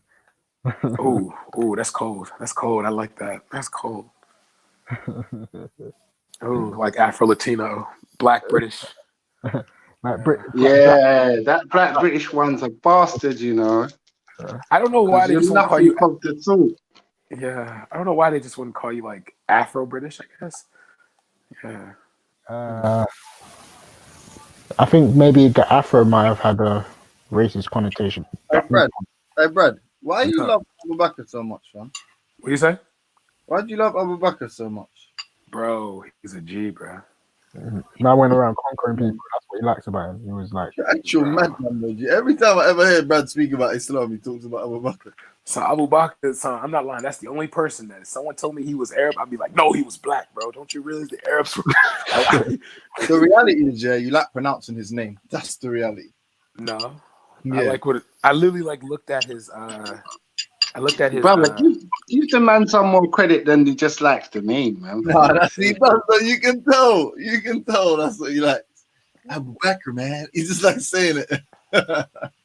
I forgot. This is one of those moments James uses to improve his. I got it. Go ahead, James. Yeah, you're right. I only like it because I shit on you to make myself feel better. Tell him, bro. That's right. I apologize. Go ahead. I wouldn't even want to analyze it. You know what they call him in football? What? You know what they call football players named Abu Bakr? What? Abubakar. oh yeah, it's true. You know, like my man who used to play for Porto. Abubakar? Abubakar. Abubakar. Abubakar. Yeah, I remember that. That was on FIFA 2003 or something. No, it was a black brother used to play for. Yeah, I know, but Senegal. It pronounces his name like that. I can't remember, but I think it was FIFA 07 or something like that, or FIFA 2003 too. But they do. That's what they obviously, unless the man has some, unless they know about some Arabic pronunciation. I swear it's on the FIFA game. I promise you it was on the FIFA game still. Yeah. Man said, what type of Ethiopian has the name? Oh, okay. Name colors. What? You sound so mad and upset, brother. Come on the panel to us. Did you say James Jones? Why are you so mad?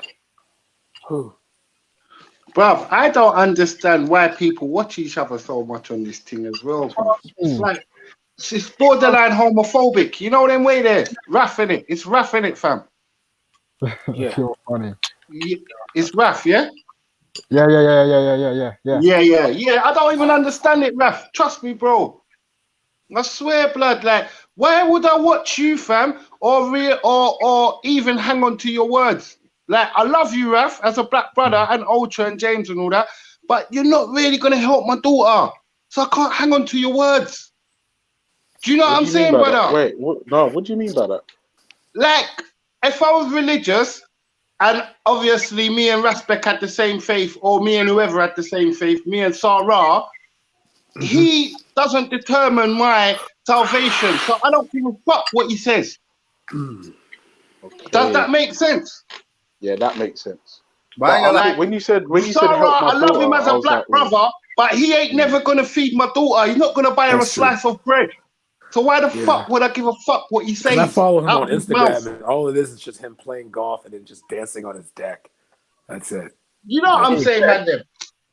See, I don't know. Like Freddie, when you said like don't hang on to words because you won't help my daughter, that kind of made me think, bro, like I would feed your daughter. If you said to me, Ultra, listen, No. I'll be like, yeah, cool, I'm no sure problem. you would. At the drop of a hat. No, but he's saying like the words. If I had to pick a couple man your religion doesn't you'd mean be first anything. on the list, You know what Ultra. I swear to God, hand on heart. You get what I'm saying? James didn't even say anything this whole segment. James didn't even say anything, but he's the first name that comes out of your mouth. He was the one quiet. Me, Ultra, and Freddie were talking about him, and you didn't say one thing about us, but you went straight for James. Hold on. Can we just let that was a deep shot, yeah, that went under the radar. I feel like Freddie just slipped that one in there. Did you hear what he said, Ultra?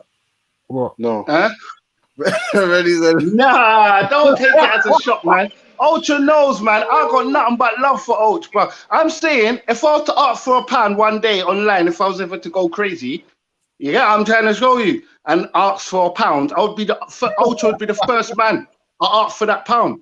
You get me? And then Russ after right. Ultra. I see the shots. Yeah, I see the shots. I heard that. No, stop it, man. I see the shots. Man. Don't do that to me, man. Don't do that. That ain't no shot, bro. Shit. I'm trying to rate you as a good brother. Huh? Yeah. I didn't clock the shot at first. I clocked it the second time. Yeah, Freddie though. Freddie, come on, why did he say a score or something? You know what I'm saying? This is it. Damn, bro. Listen, you ain't getting no score from no one in life. So obviously, I can only think about 10 pences and 20 online. You get what I'm saying?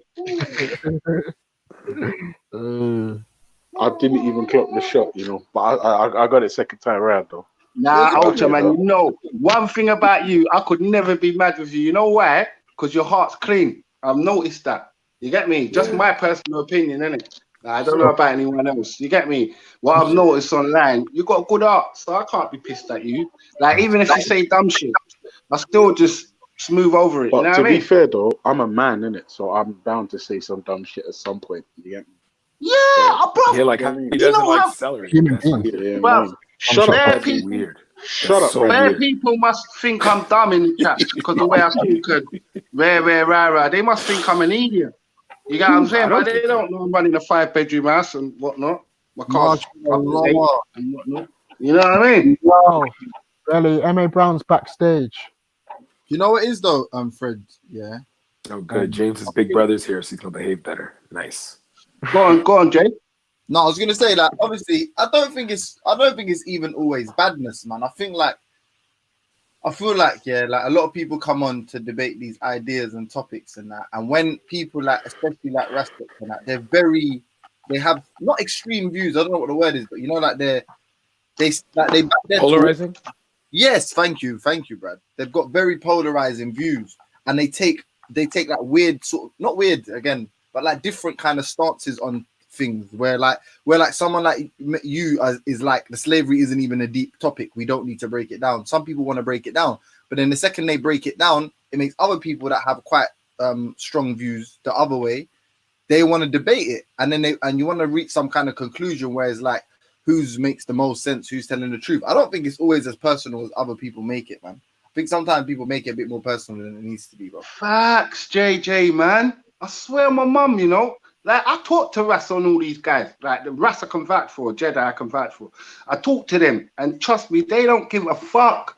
After the internet's off, it's off, innit?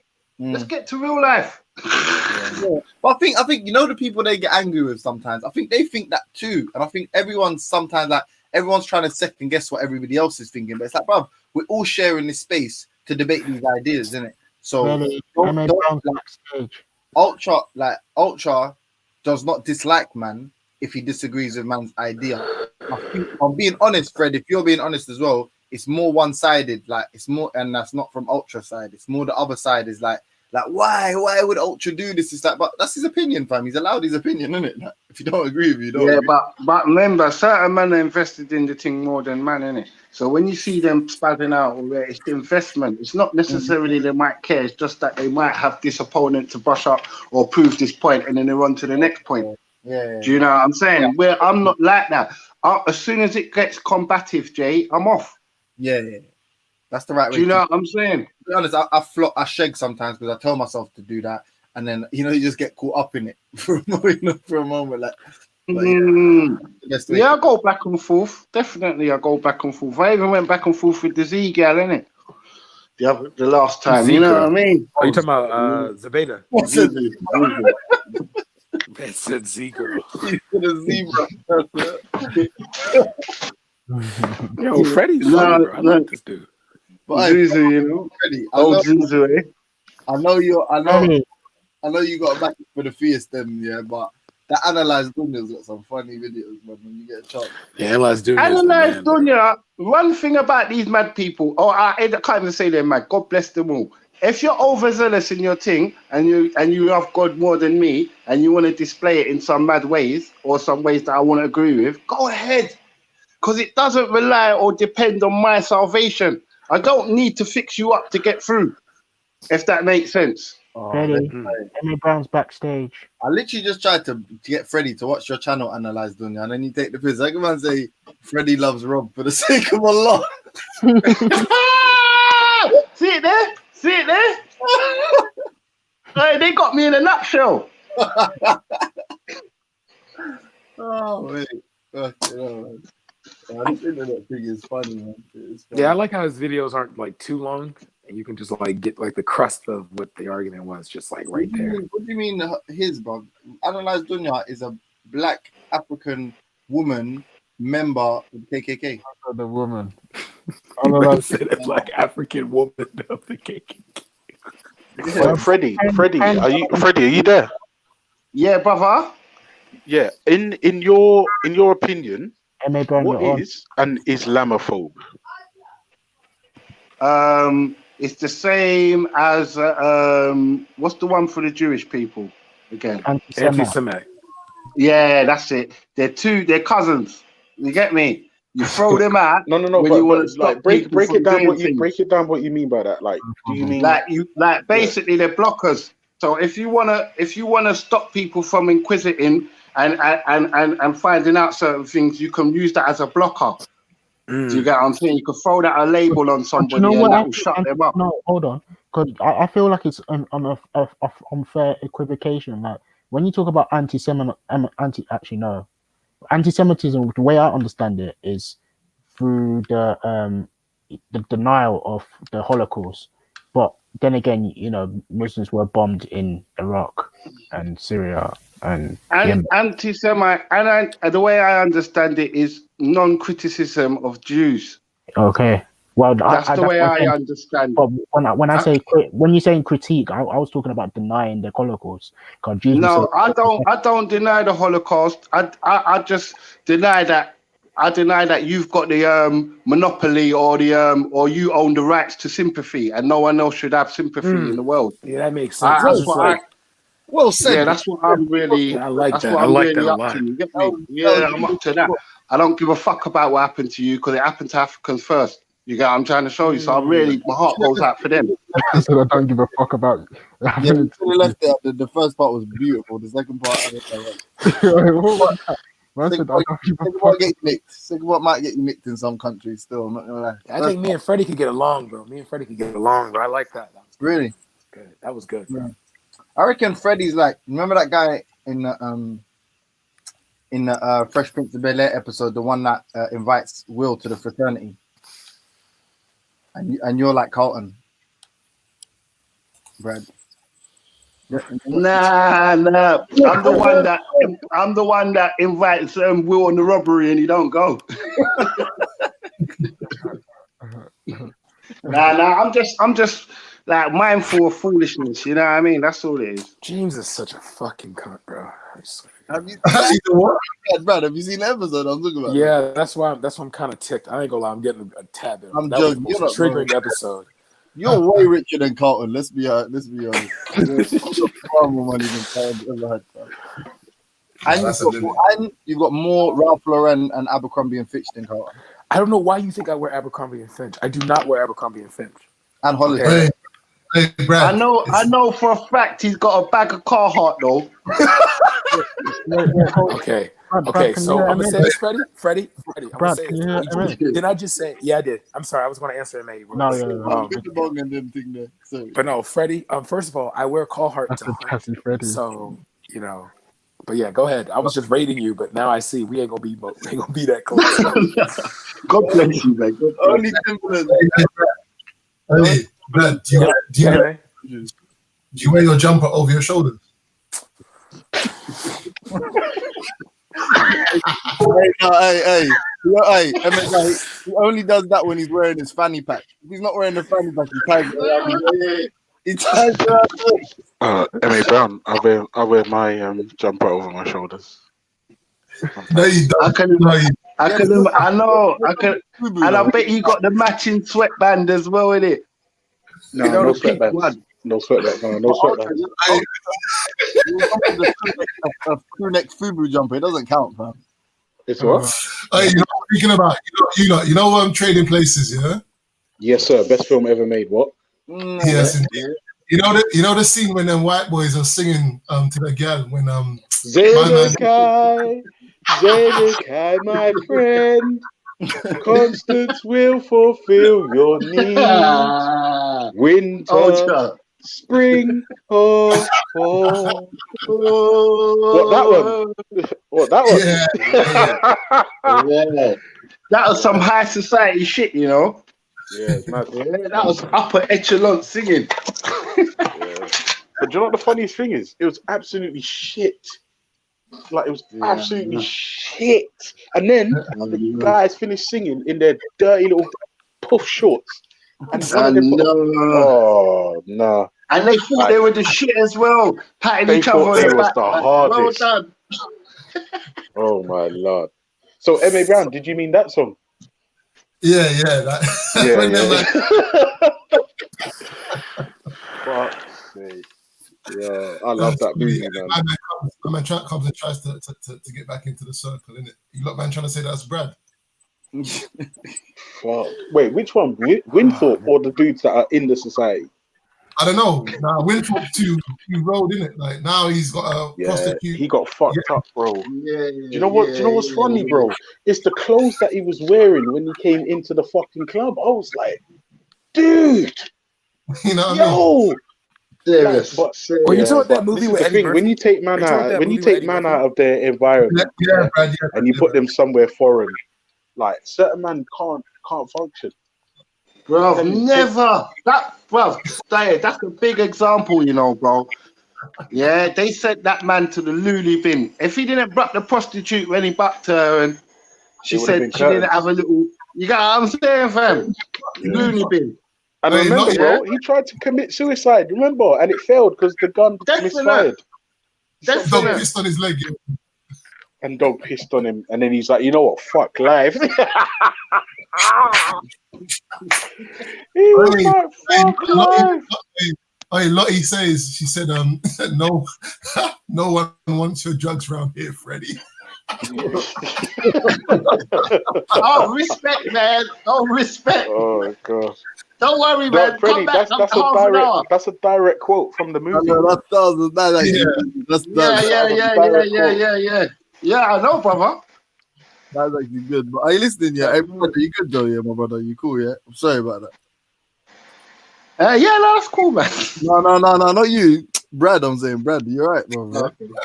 I'm used to it. This is how black people communicate with me. Even though I say I love black people, this is how they talk to me. So go ahead. We all got love for you. Just do us a favor and take us for a couple $100, please, brother. Oi, cotton socks. Slyly, I always wanted to bite that salmon. I'm not gonna lie. But you know what, Brad? Brad reminds me of. Brad, you remind me of that man from Die Hard 1. Which one? And he's working on the computers for them. I'll be in a minute. I'll be in. I'll fill me in. He's the G. My God, bro. That guy's a fucking gangster. Yeah, that's who he reminds me of, fam. That's it. I always talk about the fat police officer, the one outside. The one that does all the hacking. Oh yeah. Now I remember you talking about. Yeah. Brad, anyway, don't watch Brad, man. Don't watch Brad. Brad isn't Brad. He don't get shot, does he? He don't get shot, does he? That man. The police officer, he does. Oh, what? The black guy. The black hacker. He don't get shot up. I think he must do, innit? No, he doesn't. He gets the money, goes into the ambulance, and then Argyle, the limo driver, crashes into him with the limo and then punches him out. Oh fuck, man! So he nearly got away. Why do they make the black guy beat up the black guy in there? Yeah. In hindsight, you can look at that, innit? Hold on, I've got something to say. Black on black. MA, how come, people like you and Shaka, whenever there's actual racist far right people, how come you don't debate them? For what? Oh no, innit? To get the truth out there. Come on, I don't want to argue about fucking spirits and shit, but there was a guy the other day who literally was saying every single thing that you stand on with regards to racial inequality is a lie, and it's actually the other way around. Oh, you're talking about Elrond.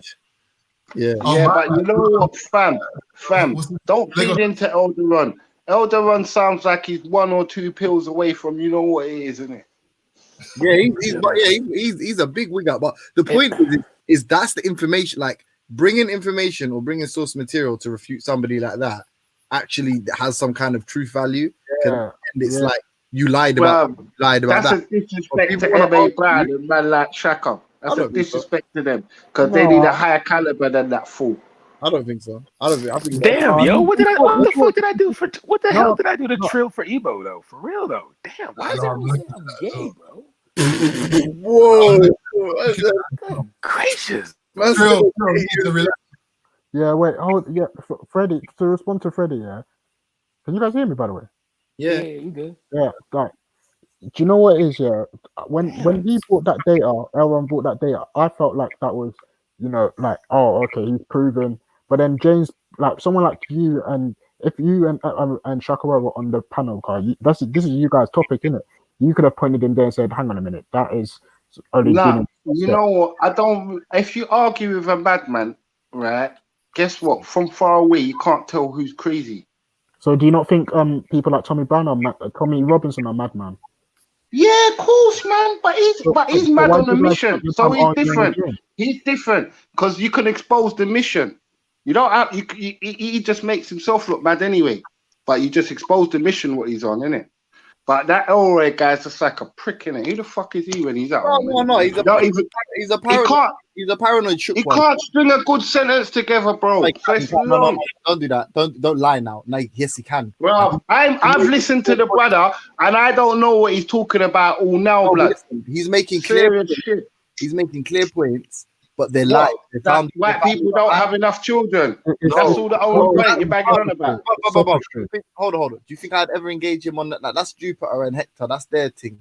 My thing is what he's saying about black. He is making the case that black human beings are a violent subspecies of Homo sapiens. If you wanna wade through all the nonsense, that's really that's the crux of his argument, that we are a subspecies of violent, unintelligent human beings. Now, I'm not saying I know that's not true, and I know most of his evidence is nonsense, and I know that if you analyze most of what he's saying, the evidence he's bringing, he's making big leaps from the evidence. The conclusion is, I feel like when it's something to do with spirit and it's someone as passive as Rob, people will fly on to challenge Rob. Yeah. Someone as dogmatic. Nah, man, it's not even that. When it's someone as people that as my man, everyone's oh, leave him, let him say what he wants to say. Nah, it's not even that. It's just that I don't give a fuck what he's got to say. That's more of the point. You get me? Because obviously his thing's falling on deaf ears. But you care about Rob's Rob thing's falling on deaf ears too.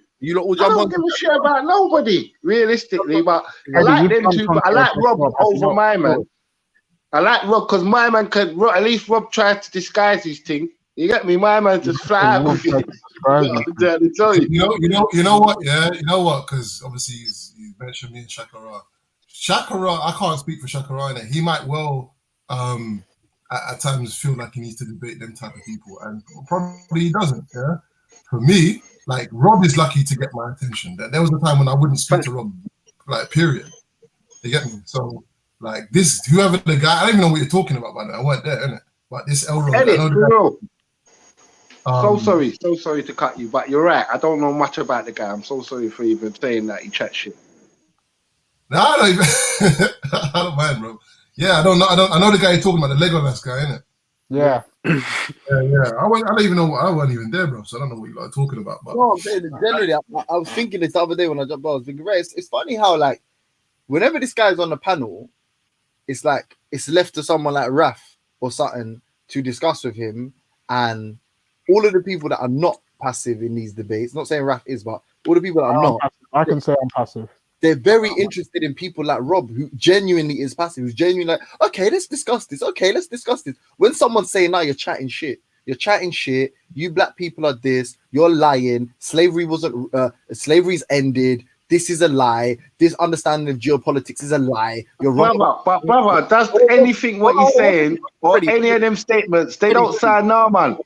So why would you even entertain none of them? I beg you. Finish what I'm saying.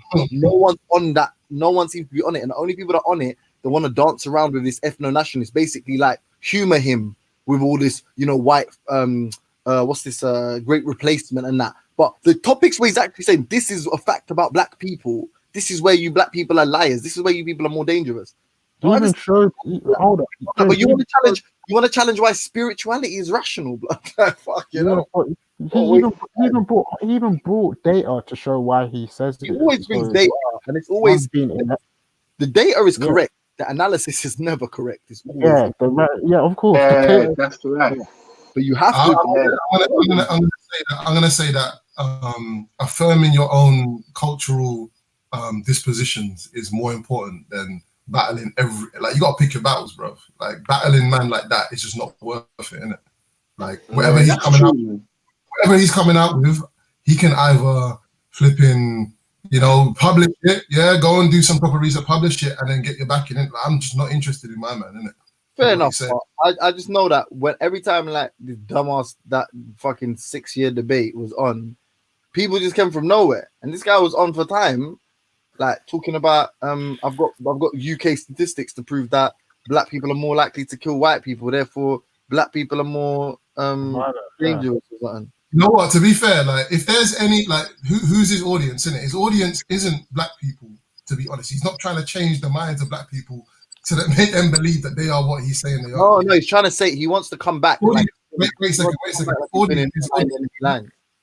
One sec. His audience is white people or non-black people, right? Yeah. In terms of trying to influence the way that they think about black people.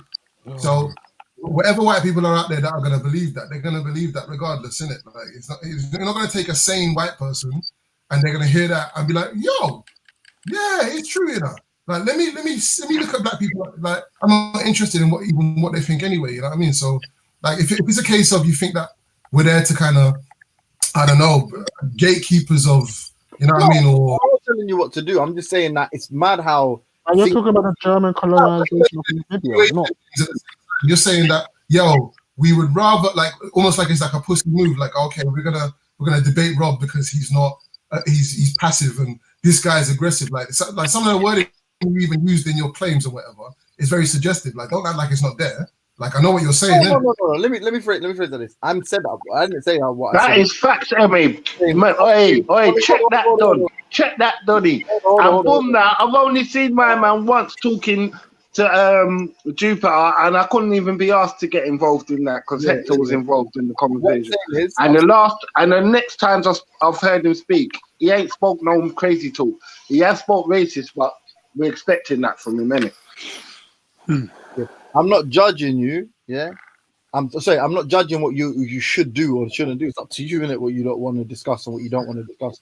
All I'm saying is I feel like that has far more bearing and basis in reality. And the way people jump on, like I heard man say something about spirit, like even if their name's not mentioned, but man, I'm not jumping on. So I had to.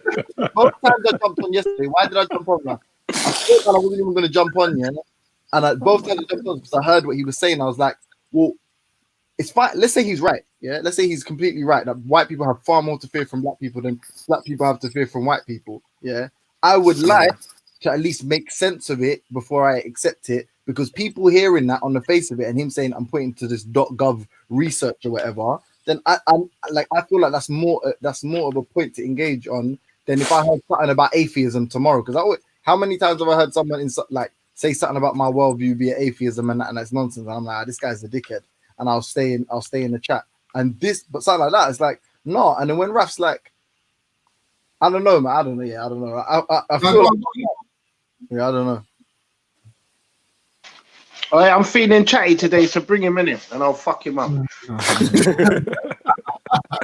It depends on who it is, bro. Honestly, if it's like in general, it's just not worth my time to have those conversations. To try to prove what am I actually doing? Am I trying to prove this guy wrong? Are you mad? What for? Yeah, I don't think there's, because I'm not lying. Listen to him yesterday. He was trying to literally compare the Holocaust to the slave trade. I ain't gonna lie, James. You came in, and, you kind of saved me from that, like, what we call victim Olympics. But just from him trying to say that, like, the Jews have suffered for 2,000 years, and it's like, huh? Like, what? Yeah, no, you know what? I love the Jewish people, right? But my heart's hard to their thing. Like, my heart is super hard to their thing because the way they overdo it and they overgo and like they're the only one that's ever suffered in humanity. It's too much, bro. Your heart to them. Do you know what I mean? I'll say one thing, yeah. MA Shaka on that, because we've had private discussions. I know you're probably more aware of some, like, let's say with regard, like, when people say that this claim about jobs. there's actual statistics and studies done to prove that you are less likely to get a job with an African name. And there's studies and statistics to prove institutional racism, as well as the numerous quotes from institutional the heads of these institutions. Then not only that, the all them, I can't remember what they're called. You know, the UK's version of the Civil Rights Act, them like in 1975, and that the Race Relations Act. Yeah, and then you had the Macpherson, innit? You had that Macpherson thing. Right. So all of that is because my computer was frozen that day as well when I jumped on. All of that, I was hoping that someone just come and just shut my man down with all that information because I couldn't search. And then not only that, but then cross-examine his nonsense information. I'm like, that is like JJ. satisfying. Hey, JJ. Go on. Once you tell him anything positive, do you think it's registering in his thick bloody I don't care about him. I don't care about him. He's got us. Yeah, but I'm saying he's got us how he's got us. But it's information, G. It's information. It's actual information. So, like, No, wait, but listen about James. When we were talking about the coronavirus thing yesterday, and this is why I don't feel. I agree with Freddie on this because I feel like he doesn't really have an intention to do anything but just chat. Because we were talking about coronavirus, and he was like, "Well, can you see that the way they framed the article as if it's white people's fault?" The man's just merely trying to say, like, he's really just trying to be a victim. Like, white people are now. Because I was reading on, if you look on now, populations, right? The world population, white people are literally like less than 12% of the world's population. And then I was reading Business Insider that talked about Europe is becoming the oldest country, the oldest continent right now. And just from that, bro, I'm just like, yeah, I can see why he would worry because it's like, bro, y'all not having kids. You know what I mean? You know, like I get, and then I just don't. I understand, but like there's sometimes I look at what M.A. Brown and Shakara debates. I mean, there's some days it's like, yeah, this might be something fruitful to talk about, but there's some days, bro, it's like, what the fuck is the point of this, bro? They already came in with their viewpoint on an argument, so they just really want to just hear themselves talk. Actually, that's a good point. Sorry, I wait. Sorry, I was just reading the chat. That is true, actually. Now I do remember Shaka has spoken to my man before. I just remember that. Yeah, on So ain't you gonna retract your blood clot statement? Yeah. Well, I mean, okay. If I said that he's never spoke to him, I definitely retract that. I'm wrong now that I just remembered. Still, and he's likely to. Like, I can't imagine. I know what Shakara's like. If he's on and someone comes on and says some fucking. Like if it's done from an intellectual perspective, and with the level of whatever, then he'll respond, didn't it? And he'll just shut the thing down. Yeah. No. Yeah, because if you look at the video between him and Why So Religious, if Shaka's listening, I want to apologize. Hey, MA, it's about you, bro. Where was you then, bro? Where have you been when he's about? Bro, if MA and Shaka are on the channel and my man's on the channel, he will want to change the topic. He won't want to speak about it. Mr. Vice President, where was you? I like MA, bro. You're pagan. Where was your YG reference out? Your YG reference. Where was you, JJ? I heard man chatting shit and I jumped on. I said, all right, go on. Tell me your statistics. This is what James does. James, you're your own worst enemy, you know, blood. Seriously. Like you're telling me in retrospect, and you're asking. I know it can't have been a serious question. That's what it is. It can't have been a serious question. What was a serious question? Because I don't know what I weren't there. I don't know what you're talking about. So it can't have been a serious question. Yeah. Nah, I just want to. Do you know what? If I'm honest, He's trolling. No, I'm not even trolling. But it's that. To be honest, now witnesses said that it's true. Him and Shaka definitely did debate my man for a while as well. Because I remember jumping on and off that day just to put the boot in as well. Yeah. But can I just say, sorry to cut you, bro. I'm feeling chatty today. What I'm saying is, big up man like Witness, yeah? Because I want to change the name to Wisdom, if you don't mind. Yeah. You know what I'm trying to show you? Because this man's full of knowledge. I love it. I love the way he speaks, innit? That's all. You get me? I'm a fan of Witness. Yeah. Witness is... Because he's like... It depends on what topic. Facts. I agree with Raf 100%, and I agree with you, Freddie. He's a what's that? What they call it? A well of wisdom, on certain things, on certain other things. Yeah, Man. yeah, man. I want to change it to Yeah, but wisdom, witness man. don't claim though. But witness He's a don't ever claim volcano. like he knows everything though. Witness never Hey, claims like he if he knows could break everything. shit down simply, like give it the Yeah. ABC, he'd be exactly the same as my elder, the way he talks. You get me, and the way he sees things. You get what I'm saying? Yeah.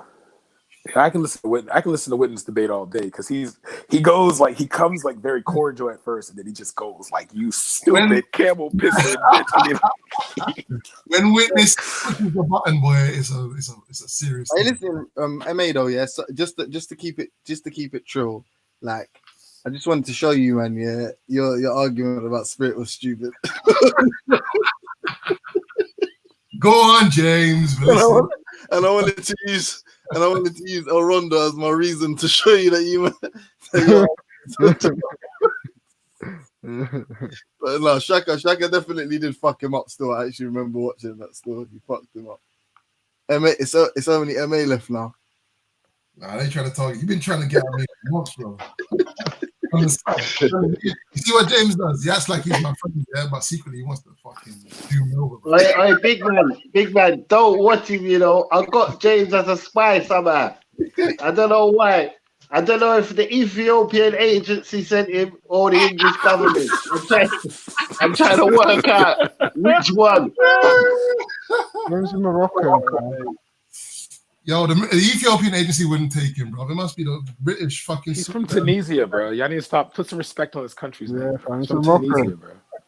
No, all this should let everybody know in the chat is I'm the truest. I'm from every country in Africa. You get what I'm trying to say? He's mocking. So you're an indigenous immigrant invader. Nice. 3 eyes. You know what that pussy I tried to say yesterday, which is funny. He's a million Maghrebian. He said the only you see the guy that shot up. What's that? You know the guy who did the cinema. He said his name. I can't remember his name. He did the cinema. You mean Charleston? Sorry, no, the one who shot the church. Sorry, the church, not cinema. Yeah, Dylan Roof. What about him? Roof. That's it. Yeah, he said that he was actually a liberal, and that the only reason he did that was because he saw statistics that proves that black people were killing more white people. Yeah, when Elron said that, we just ignored him, bro. We didn't take him serious. But no, but it's like it's mad because it's like them people honestly think that looking at statistics with zero context is like clear evidence of white people being proper nice to us and us just killing them. Like, you know, like us just being so ungrateful and just killing white people. Yeah, it was like when he was making a point about the Jews, and one of the points he was like, we would like, do you not know about the whole, you know, the Jews got given what's it called, reparations after it, and he was just like, no, we're not talking about that time. Let's talk before 1948. And I was just like, all right, cool, no problem. You're not making any good point. You're just trying to argue for the sake of arguing. So yeah. Them kind of man there, I don't know what type of life they're living at home, bro. Seriously. No, he's like Scientific got him on Smashy. He's shook, like he's shook, innit? Like he's just scared of a lot of different things in life, and this is the best way to rationalize or make sense of all of how scared he is about the world, isn't it? Right.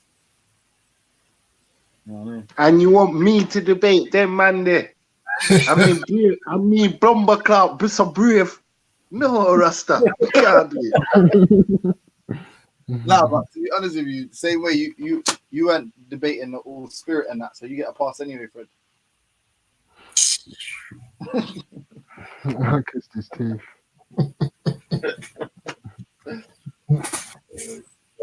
James, boy. It's JJ. When did Elron say that? That's mad. So what? Everybody's been venturing out and everything, yeah. Listen, you know what? Yeah, my life is no different to how it normally is. I'm not gonna lie. Like, I'd rather, like, when this thing is over, I'm still gonna wear a mask, innit? Like, I don't business. Like, you're kidding. Big up. Because it's a human right. At the end of the day, But I just don't want to see you on tape, yeah, King. So just take it off in certain public places, yeah, older. Cause I don't want to see you on tape, family, and like them telling you to stay calm and you really chilled out anyway.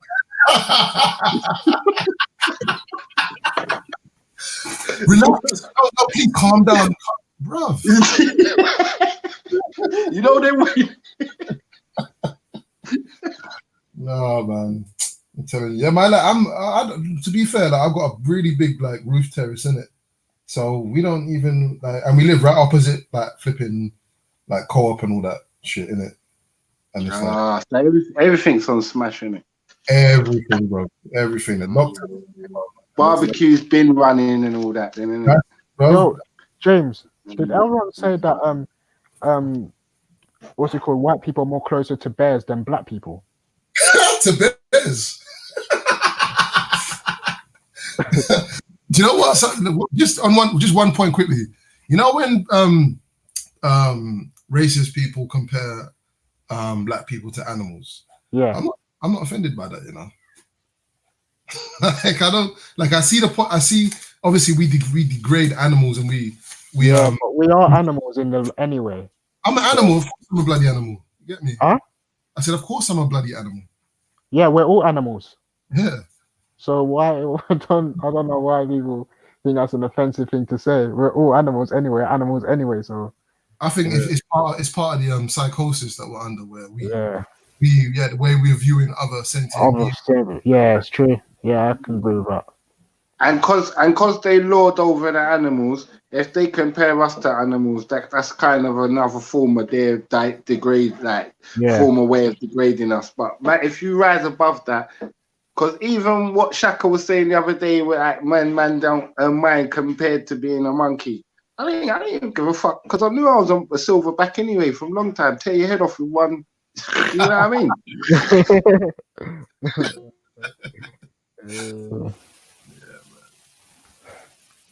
Yeah, man. Clips is upset, boy. What did you say, Raf? What's his name? Elron apparently said that white people are more closer to bears than they are to black people. No. What he said. Okay. So I don't know where Ning got that from. I think white people are more closer to dragons and eagles. He was saying, yeah. I think they're like more closer to dragons and eagles. What he was saying was that that brown bears and polar bears are a subspecies of a different subspecies of bear, and he's saying that white people and black people are more dissimilar genetically than polar bears and brown bears, which he provided absolutely no. That's just bollocks. And he checked out. Literally, it was me and Scientific Method. We both said, "I don't believe that. Prove that to me." And then he disappeared. Then he came back. I don't know what people do with science and misquote his shit and whatnot, fam. I don't know what's wrong with people, fam. Just stay in your lane, your religious lane, fam. Your spirits and soul thing, fam. You get me? Let the science do it there. Let's go, Raf. Just behave yourself, fam. You're not left. You're not science. I mean, did you hear that? Hey. What? Hey, God bless science, isn't it? That's all I can say, man. Pressure on these dons. God bless science. Different pressure on you, man, boy. Who? I don't know. You want to repeat yourself, bro? What did I say? What? Just like I don't know why people misconstrue science, bro. Like if you've got your thing in it over there with the whole saw and slits, and just stay over there in it, like. So basically, you're advising the audience and the children that if they decide to get into God, they shouldn't learn anything else about life. Is that the route? No, I'm not. I'm just saying stop misconstruing science. Like, if you're gonna come in here and saying all your things, no, bro, just stay over. Go on with your thing over there. You get me? You're not size, fam. These are like You're sounding like a Muslim, bro. Like, bro, listen, do your thing I over think so. Hey, Freddie. I think so. Hey, Freddie, you gonna let him talk about your people like that? Boy, you scientific fundamentalist, boy. Fucking hell. Jaja know. Jaja know. Hey, I might have to get you on the terrorist I watch, told you you know. that, bro. I done told you that. I want you guys to be like me. I want you guys to even be better than me, bro. Just drop the woo shit. Yo, he called you a scientific fundamentalist, bro. Do you take that? No problem. I'm a scientific fundamentalist, whatever that is. As long as it's not killing other people because you have a different disagreement with me, like I'm fine with that. You understand? So are Like, you. So not are gonna you. hurt people, but you have a different. Call me a scientific fundamentalist. That's what it means. Just Oh, remember, all right, big man. I'm going to stay in my lane. I promise not to learn anything. So no more just, scientists. You can learn it. Just don't mix the two together. Just don't mix the two together. Don't mix the two. Apple is not an orange. Yeah. Just don't mix the two together. Come on, man. That's all we're saying. yo, I bet, hey, Eramashele, I bet you got bare like superstitious So beliefs what? on your. So what, basically, if we mix the two together, is it some type of What's the scientific superstition haram I have? or what? And I'll drop it now. Tell me. Tell me one thing. I'll drop it now. Yeah, Freddie, what were you saying? No, I'm saying if we manage to mix the two together, like I managed to go into the science world, and I believe in spiritualism. Is there some type of get back for that, or is there some type of? I don't even know what you just said. Is it haram? Is it haram? You said. Can you you're a fundamentalist, and you're saying stop doing it. So I just wanted to know what the repercussions was, because basically, is it haram or do we get 10 lashes? Or I'm not too sure how it goes. You get me? Because you're standing real radical right now. Don't Extremism. Don't work. Right, and he looks like an extremist right now. You look like a scientific extremist right now. That face is all screwed up, man. Yeah, that's what I'm saying. Well, you got the white coat behind the couch, innit? Shit, man. Do you think that will ever be a thing that there will? Well, I suppose there would, innit? Like scientific, like people that what am I even saying? Really, it's just people that have supreme technology using it for extreme ends, extremely negative ends, innit? I suppose that already happened, innit? So yeah, forget it. I ain't got no question. Wait. What do you mean? No, I was saying like the idea of an extremist who I don't know, like someone who's like claims to be an advocate of the scientific method and that, and has the technology to be able to implement certain things as well, is an extremist to the point that they, I don't know what I'm basically like describing. I'm like, can I understand it as an evil scientific genius, maybe? Yeah, and I'm just saying that there's people out there already like that, in it. So I didn't. Yeah, there are people like that. I don't really. I don't agree with them, man. You know my views on that. I don't really agree with them, man. Still, I don't know. Yeah. All right. Well, hopefully we can get the radical side when anybody comes on and they're using science to back up any type That's of. Elron. Elron's already come on. All right. Scientific extremism, boy. Yeah, bro. Ultra's got a little bit of it as well, you know. Yeah, man. You get me? He's gonna make up an IS camp. You get me? Yeah, but Ultra believes in like not measuring the seasoning. That's spiritual, blood. You get me? Yo, Raph. I know, fam. Yo, Raph. Yeah. What were you saying about religious people need to stay over there and not deal with the science? Don't make that face, Alan. Do you guys listen to what I say? You know, if it wasn't for religious people, now I'm saying, if it wasn't for religious people, you wouldn't have something called algorithms. And something called algorithms, you wouldn't. God bless science. Now I'm saying you wouldn't be able to use your laptop to spew that nonsense without religious people. Yeah, you're right. You hear that? Yeah, you're right. Some of the greatest scientists were religious people. So I don't know why the new atheists, seem to think that religious people need to stay over there and leave the science to us. and I don't want to be like you because I'm not an animal. Have you ever seen an animal build a plane? Have you ever seen an animal go into space? What do you mean? Hold on.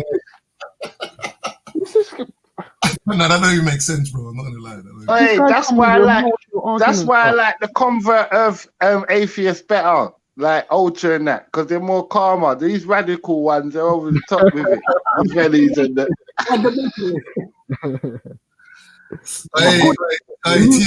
TOITN said this. So what? Hold on. What? So what? Hold on. What was those three claims in it? That was a back to back. He came on that hype thing. All right. The first one. No, I'm saying that you man are radical, innit? You, Velly, Raf, all of them, man, innit? Hey, Freddie, you keep running interference. Like whenever someone said something, and the man can't respond to them because what did? So he said algorithms. You wouldn't have algorithms without religious people. That was the first.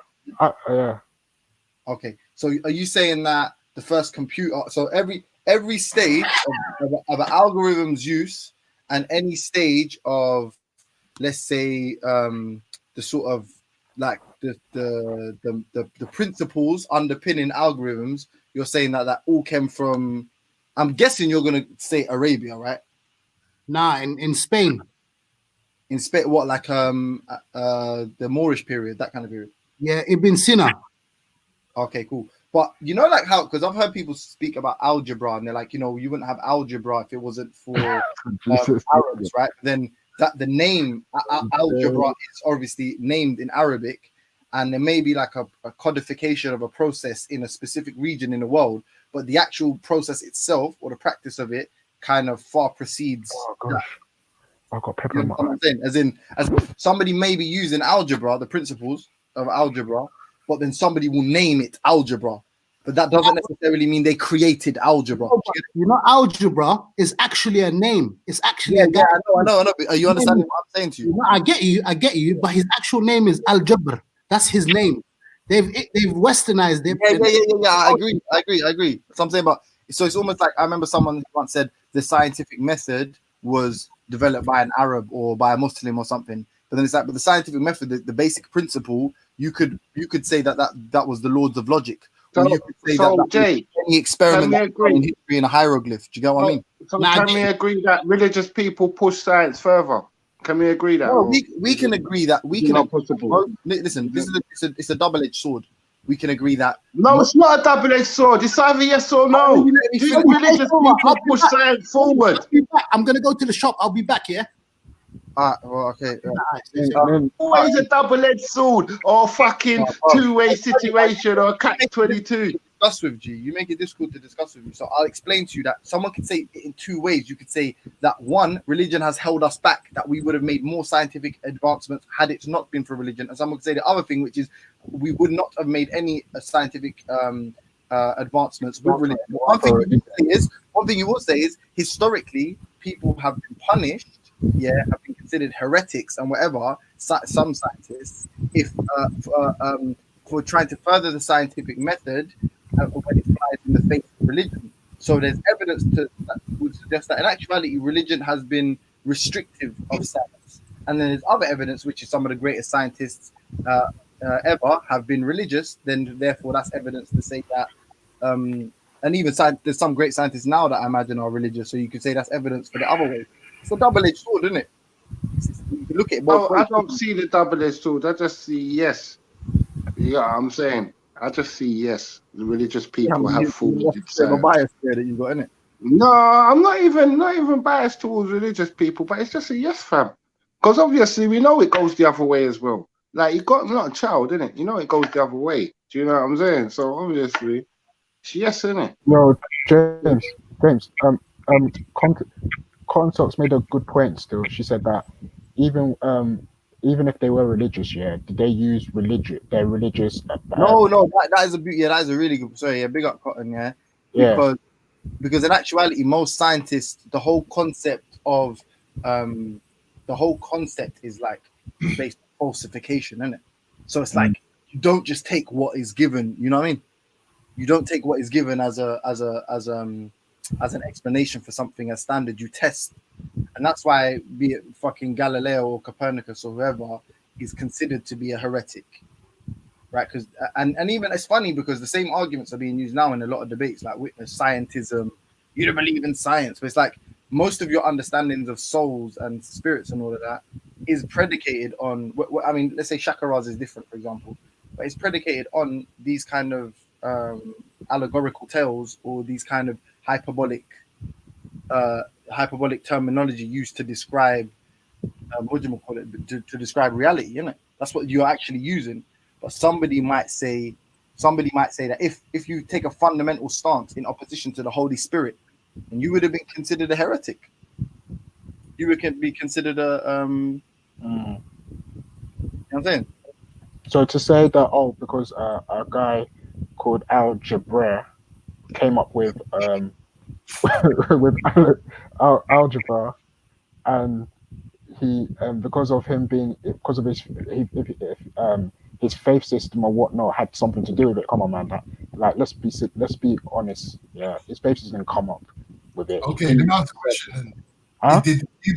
So is there any evidence to suggest that the spiritual beliefs of, say, the guy that came up with algebra or any other scientific There is no. Listen, what should be? Come on. Listen, is there any evidence to suggest that it impeded his ability to be scientific? What do you mean? To just what? You heard him. Is there any evidence to suggest that it impeded him anyhow in doing the experiments? So the way, okay, I'm having a mind blank now, but Here come the hot starter, murderer. yeah, basically, what I'm gonna say, you might got some running little thing in it, man. yeah, no, obviously, like Emma likes to have this. It's ever since I told him that his Rastafari thing was silly, innit? You know what I mean? The man's been upset since then. But yeah, basically, all I'm gonna say is that with that you know, I feel like he separated his belief system and used another method in order to come to that conclusion of algebra. That's what I'm gonna say, innit? No, I'm not going to say that because obviously algebra is very complex and there might have been a lot of struggles along the way and he might have needed inspiration. Very complex. Yeah, it's complex, yeah. And he might have needed inspiration along the way, figuring out certain equations.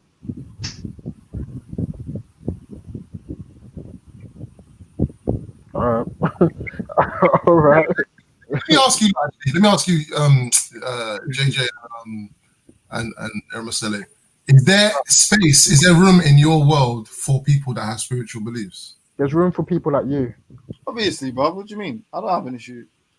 There's room for people. I'll say it like this. There's room for people like you and Shaka.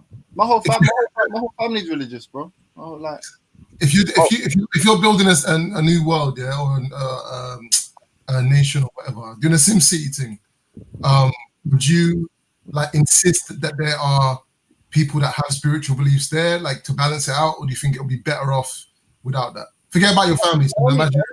I think I share Dark Magician's outlook on life. The only thing is I don't think society should be governed by that these rules or these supernatural and superstitious kind of beliefs. I think it should be. I think a wealth of data should inform the decisions that are made, the provisions, you see what I'm saying, the rules, I guess, for lack of a better word. I think they should be predicated on things that are consistent with the observed reality. I mean, outside of that, anyone's superstitious beliefs that they feel that they wish to hold, no. I mean, someone who believes in Jesus, whatever kind of story, and someone who believes that if a black cat crosses their path, you know, they're gonna have bad luck. Ultimately, the same people, as far as I'm concerned. So, like, and I don't run around talking about people with superstitions. I probably have some superstitions, you know what I mean, when I reduce it down. So, no, I don't. No, I don't. I'm not trying to conduct some program. You know what I'm saying? So I'm looking at Ultra's shenanigans. Ultra be frying too much food. That's like Ultra. Stop frying the food and go and get a barbecue. Yeah, or steaming, bro. Like, it's true. I'm gonna show you real chicken in about half hour. Nah. Yeah, how you do real chicken? Yeah. And Nah, you I can't talk. don't need God to get involved in this one. Nah, Freddie, you can't talk to Ultra like that. That's disrespectful. I said, just show you real chicken. Ultra, he's taking away your black card, you know.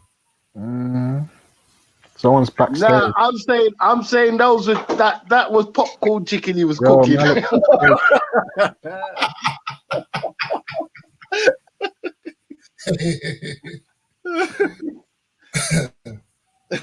really, Malik's backstage still.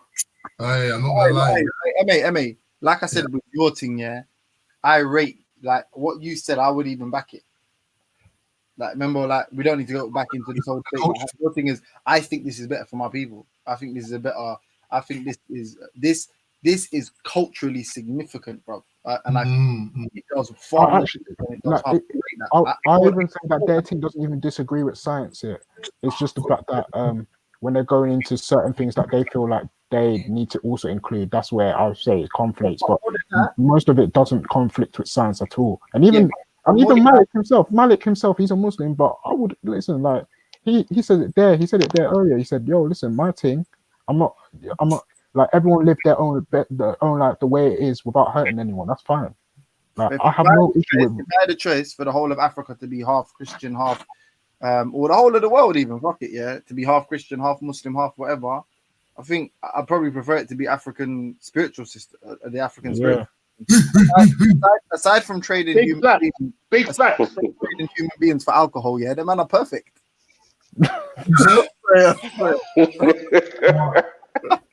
Yo, this is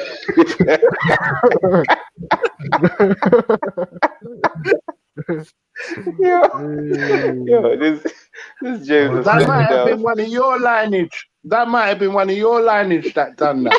So be careful. Yo, Freddie, you're right. Morocco, Tunisia, Ethiopia, none of these countries have ever done that, G. No, be careful, Jay. Be careful, Jay. You don't know. You don't know what they done. You don't know what spirits they invoked for money. Like a Libyan. I did like a Libyan, though. Hey, my wife just said to me, like, Freddie, they did it off the books. hey, Malik, can you hear me, man? What's up, bro? Hey, you know what you're talking about, bro. No, I'm just saying, you lot, my wife is telling me that I prefer her to not be in the house because I'm having fun.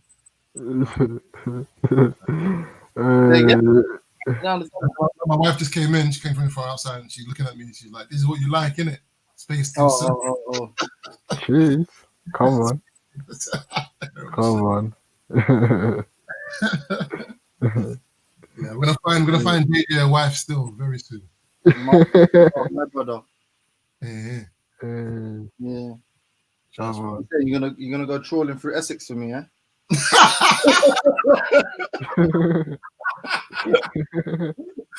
Oh, later. Oh, bro. Now you're gonna find yourself a nice. I reckon you're gonna marry someone from. If you do get married, you'll marry someone from East Africa, man. I believe that. I'm going from my homeland of Libya still. Bruv, he's going for his homeland of Essex. Easy, like Freddie, who sounds like them all from Essex? Me or you? Nah. I'm saying sometimes your views are straight white British. Yeah, they're straight down the line white British, not out African. Yeah. So I'll put you in that category. JJ's Enfield anyway in all them places. No, never. I'm 100%, yeah. From the hood. Freddie sounds like he's from Chelmsford and them areas. Chelmsford, man. Freddie, you know what I'm trying to say? You know what though? I'm not gonna lie. I sometimes get jealous of that real Eastern like twang, bro. You know, Freddie says, come on, bro. I got taught by the best, you know, like the people that actually taught Oliver Twist how to teach. He said Freddie's Fagan and that, yeah. Yeah, you know what I'm saying, man. I got taught by the greatest fucking ever, bro. Oh yeah. Yeah, we used to have some Cockneys out west as well. Still, there's some old Cockney shops in yeah. Yeah, man, that's what I love about East, man, the diversity, bro, man. It's beautiful to see Portuguese, this one, that one. That's what's got me so chatty. Like, it got me business-wise, and don't, like, turn up your nose to people and go to other countries. I meet Portuguese brethren. I'm going to your country straight away. Show me what you're on, then. Not gonna lie, Yeah, you I'm in. Eastmen are proper chatty, man. Whoa. No, it's true. No, it's a fact. It's a fact. I'm sorry, I That lost is the a known fact. conversation. Man said East That's man. a known fact. East man. No, East because we're London. We're talking hustling about East dons, London. fam. We're talking about London No, still. We're talking about London still. you see, East man, bruv, everything's come off the back of a lorry. Trust me. You got what I'm trying to show you. So you have to find a way to move it somehow. So that means you have to open your mouth. Yeah. It's a weird one how it moves the spectrum. It starts in south, and then it goes through south to east. See, to how we said south. South, that's how South men say south. And to the north, and then to the west. See the west. The west is the best part of. I mean, not the west, like not the trampy parts, like Pinner and fucking Norfolk. Yeah. I mean, like the good parts. You get what I'm trying to say? Like fucking Notting Hill and that. Yeah. My side. Yeah, that's where it ends. Yeah, Westbourne Park and that. That's where it ends, isn't it? That's the good Harrow Road. Big up, ends, yes. West 10. West 10's my favourite zone, man. In it? Yeah, like the avenues. Don't know you've been West End, James. Right near the avenues. Queen's Park, favourite station. Yeah, trust me. Yeah. But be honest, yeah, your ends have been gentrified to Ross, M.A. Brown, so don't be trying to back. That's the white people's ends. Nah. You know what it is, yeah? Don't be trying to do credit for that. Hold on, wait. You know what it is, yeah? There's one, maybe 1,000 meter stretch of road in that area that hasn't been gentrified. Everywhere else has, and it's really strange because it's taken them all. Like Labrador Grove, Portobello was gentrified. Like when Notting Hill came out, like it was already mad gentrified already. Do you know what I mean? So it wasn't even the film that turned it like that. It was already done. And that's what, like 99 or something like that. Like one stretch that hasn't been touched. It's still dusty, and it's where I live. You get me? So big up. They started doing Dalston. They're doing up Tottenham. But they destroyed our ends, blood. Everyone's got to leave their council house. Man had like nice council houses. You got to get the fuck out of there. Your mum's dead, your dad's dead. Get the fuck out. You've been living there 34 years. Get the fuck out. You know what I'm saying? It was on one of them ones. I'm trying to do. One time I went Wolverhampton once, yeah. Fuck. That was maybe about 15 years ago. Went for a house party. That house party was horrid. It was dread. Yeah. Can imagine, bro. Huh? No, I can imagine, fam. I can imagine. You know, I'm trying to show you. That was one of the strangest house parties I've ever been to in my life. Bro, proper gentrified, bro. Man's had to swap patties for coffees. You get what I'm trying to show you? And I've had to love it, bro. You get what I'm trying to show you? I'm trying to think. What about that in North? Not too much, What? man. Freddie, how you got is that a Wu-Tang logo on your thing? Or that's from Belly? No, that's Veli's thing, isn't it? I want the game over thing. It's just a hard game over. Oh, okay. I thought it was a Wu-Tang No. thing. Nah, man. Veli's probably had his heart broken, man, on the sly. You get me? One of the bosses at work. Leave Veli out. One of the bosses at work rejected him. Okay. So he put the game over heart up there. You get me? Oh, okay. I'm not gonna lie, yeah. I reckon when Veli's doing work, yeah, sometimes he has to just believe that he's fixed the pipes, bro. You just have to put his faith. You get me? And then done. So you know what I mean? Everyone's got beliefs, man. You got to believe that you have a good job sometimes. Put your faith in the tools that you've got. It's not gonna rust out and mash up when you're in your job. I know why Veli's an atheist, man. Because I think he's had to go to a couple of these jobs and lay the pipe for real.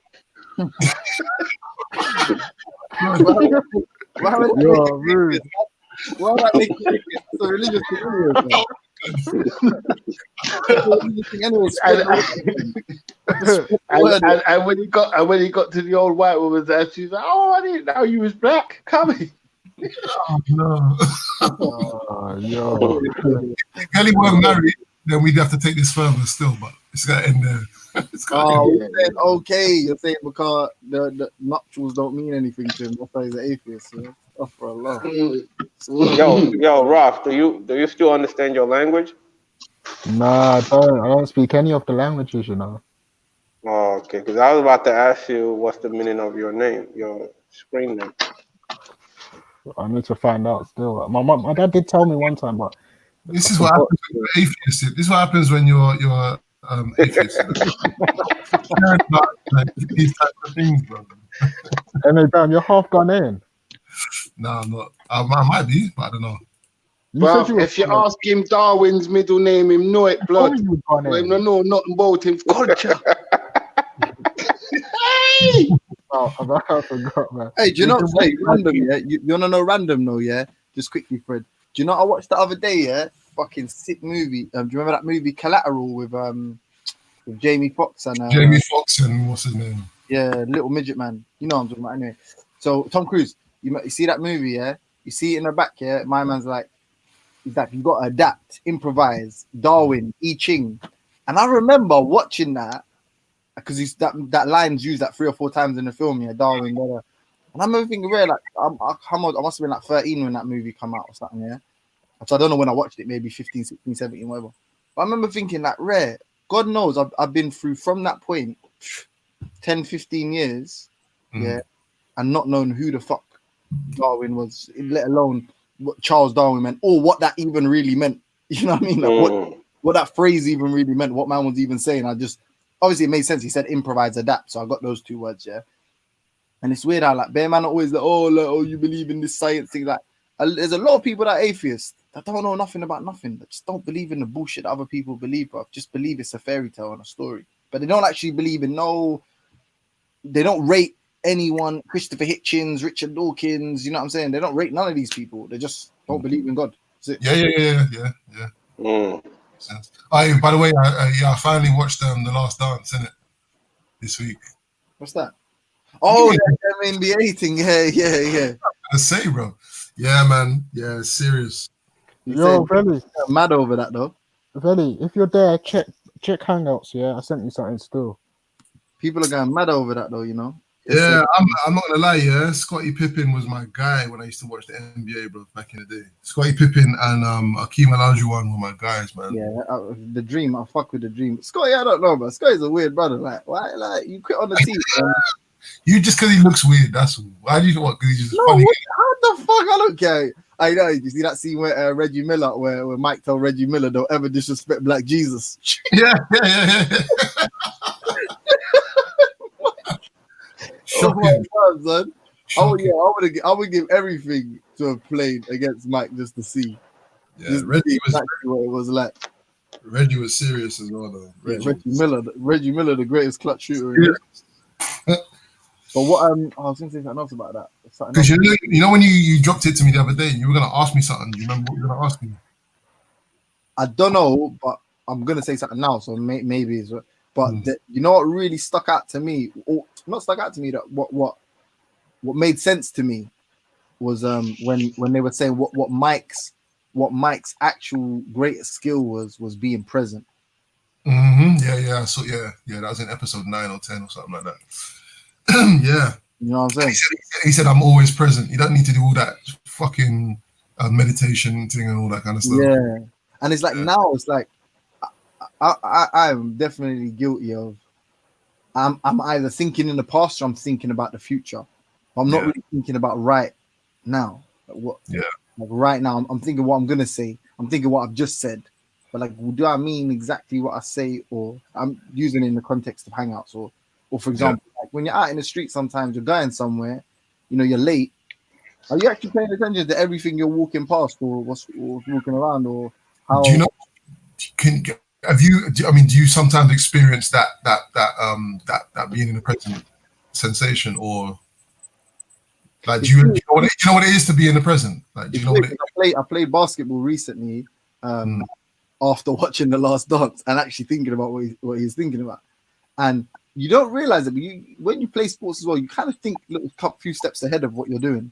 Yeah. Like, I need this bucket, then that will level it up, then this will happen, rather than like just focus on, just who's in front of you, exactly what's going on. So I don't think I did do it a lot. I don't think I thought about it consciously before. Maybe I was, maybe I wasn't. But now a few different times I've been doing something, and you get me. It's interesting, man. Like I used to meditate and that. Like I played a lot of sports. I played a lot of sports. Football was my thing, but I played basketball. I played tennis. Any sport, like just dash at me, I'll be on it, innit? And definitely, like I feel like my ability to be in the present was helped by the amount of sports that I played. So that when I actually came to being still and trying to tap into that, I kind of knew what it felt like. You get me? Sometimes I walk down the street now, and I feel like what I've been able to kind of almost switch it on and off as I've got older. Not switch it off, because why would you switch it off in it? But yeah, I can switch it back on if I feel like I've been displaced or disturbed in some way out of the present. Like I've developed ways of doing that. Like even it sounds mad, but like even there's a thing I do. I look at my hands to place me back in what someone might term the present. Yeah. Yeah, no, that was some deep shit still. I can't even lie. That was deep. Mm-hmm. Yeah, I remember one time when I was how old was I? I was in year 9 or 10. It was 1998. 1997. Sorry. And when I don't know if you remember, France. You're probably quite young then still, but France came to the UK to play England in a friendly just before. 1 second, let me take a quick call. 1 second. Yeah.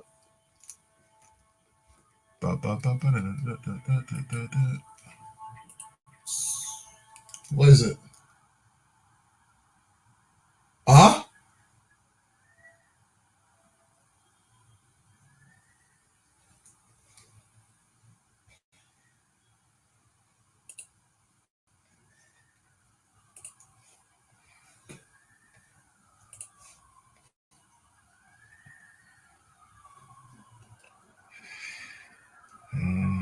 Hello.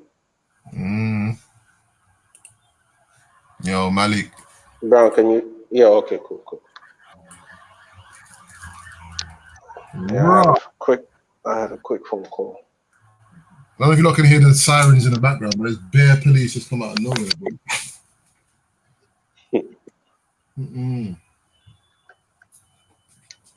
Damn crazy. Yeah, James was just talking about the Chicago Bulls documentary, yeah? Have I seen that one? The Last Dance is on now on Netflix now. Oh. I don't even have a. Oh, okay. Yeah. All right. I know everybody's on Netflix but me. Yeah, it's what, like I've been set up to Netflix for about maybe a year and a half. I do use it sometimes. I don't use it all the time. Yeah, it's not bad.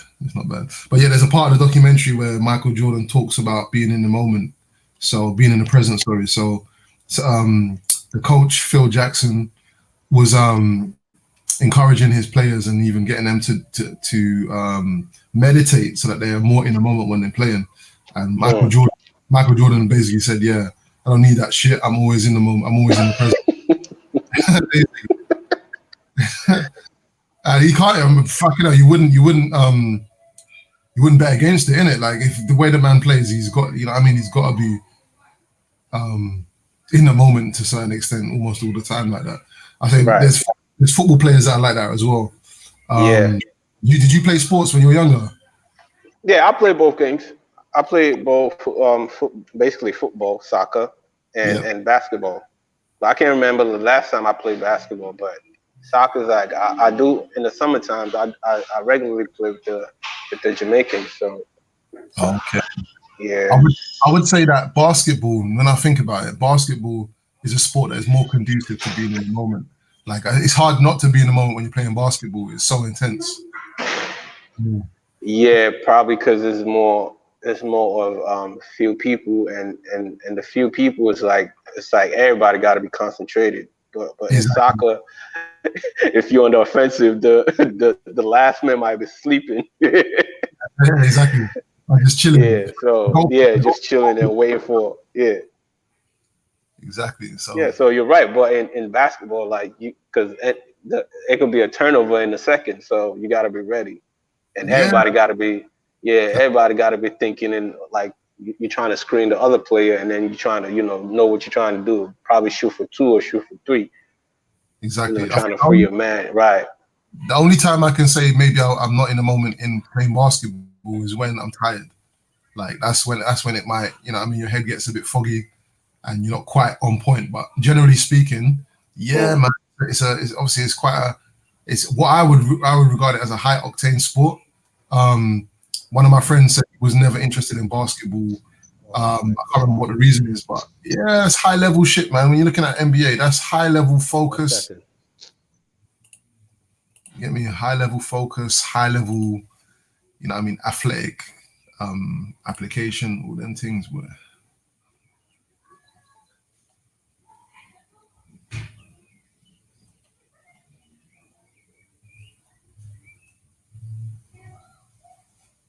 Yo, Veli, you might need to jump on because yeah, I'm probably gonna slide off as well.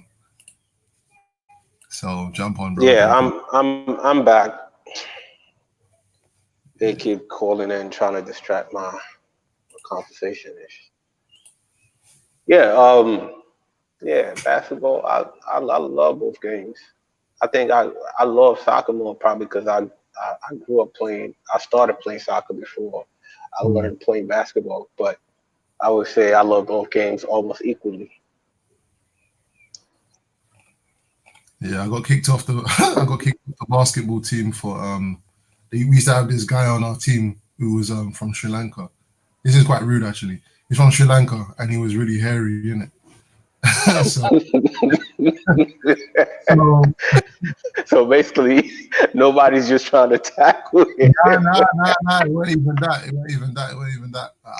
He's a friend, like a friend of mine, innit? And every time he got the ball, 'cause I was injured, innit? I was on the sidelines, and every time he got the ball, I started howling like a werewolf every time he got the ball. And yeah, man, no, Wait, but I was just like bigging it, like, gassing him out. Like, well, you don't find that offensive? Who me? When I felt him. In hindsight, in hindsight, it was bad, innit? But at the time, I was just catching a joke. But yeah, you probably got used to it. But yeah, kicked off the team, man. I was like, yeah, just leave the court. Never to be seen again. I ain't gonna front. People like that, it's gonna be hard for me to like play against them. I'd rather have you on my side. Trust me. I had so many run-ins with coaches, man. Just I don't like authority like that in it, so I just had run-ins all the time. Get kicked off this team, kicked off that team. Right. Yeah. Yo. So who's your favorite? Like if you could pick like 2, 3, 5 people in the history of basketball that you really know, who would you like? Who are the people that? Yeah.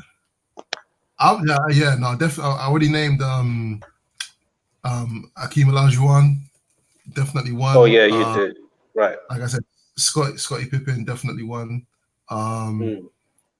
I would say I quite like the little white guy, John Stockton, only because on NBA Jam. Oh my goodness, on NBA Stockton Jam, he was serious on NBA Jam. You couldn't miss with him on the old right. I would say him and was it Jason Kidd?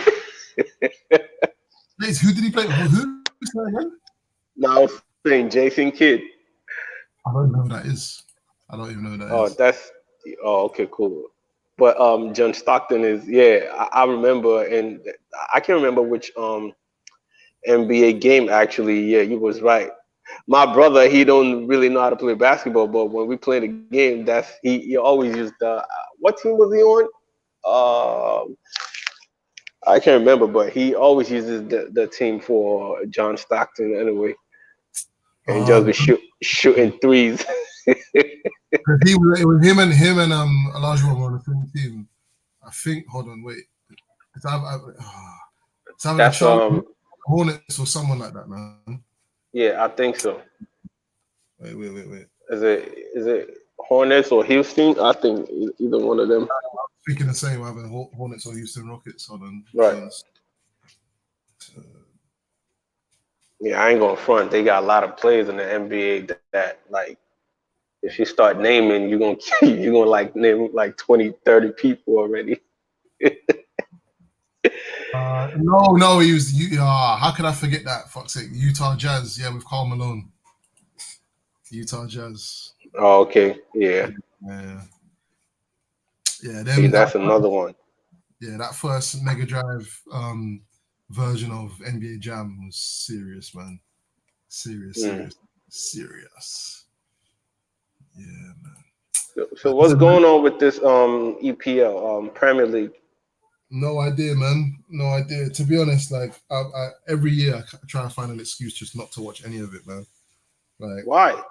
I stopped watching it about maybe 10 years ago, and then no, more than that, man. When I was at uni, so 2005, I stopped watching it, and then I stopped watching it for years because the reason why I just fed up of watching other people make money from playing football, isn't it? Like, it's ridiculous. Oh, so are you more of a basketballer than watching soccer? No. Football was my thing. Football was my thing. Okay, cool. I'm just saying, after a while, I just realized, you know what, these lot, because I got friends in it that were like, how could you watch football? It's shit. Like, them man are just running around, like kicking a ball and whatever. And I just put it into perspective after a while. I'm like, you know what? These lot are running around, kicking the ball, making money, and I'm just watching them make money. Like, this is dead. Oh, I see what you're saying. What you? Sorry, 1 second. Huh? So, how is it? Take it out. Put it back in. Yeah. So I couldn't justify watching it. And to be honest, like those years when I didn't watch it, I was fine, bro. And I only started watching it again when I was mentoring a young boy who was really into football. So that was my way of connecting with him, and then it just went spiral from there back into following it properly. Oh, okay. Yeah, I watch all leagues over here. I can't do without watching soccer. Yeah, even when the German people started their league like last week. So, yeah, I was watching Dortmund and Wolfsburg. And before then, I was watching Dortmund. And I don't know. I watch soccer a lot, and I play a lot too when I get a chance. Yeah, I haven't played football properly since I tore my collateral medial ligament to like the inside of your knee. There's a ligament there, and I tore that about 4 years ago. And Wow. Yeah. Yo, so I had a knee problem also when I was 21. I was running backwards and I fell, and I thought it was a joke. And I was playing video game when I got home, and I was trying to go use the bathroom, and I stood up and I fell. And it was it was a crazy time for me. I went over, I fixed it, and it took me like a year before I could go back. But ever since, it's like my knee's never been the same again. Especially you see how people cry over arthritis, like during the winter time when So I started seeing it also, and I'm like, wow, this thing is not a joke. Like, it's serious, bro. How old are you? You don't mind me asking? I'm in my early 40s. Early 40s, right? Yeah, you're well into that, down that spiral, boy. You're only going one way, man. Yeah. So, but the only thing that I'm really happy about is it's not really like, it doesn't bother me for no reason. The only time it does bother me is if I'm like active. Nah, it's like during the winter time, or if I go beyond like 6 flights, like walking 6 stairs, then I start feeling like it started to get hot.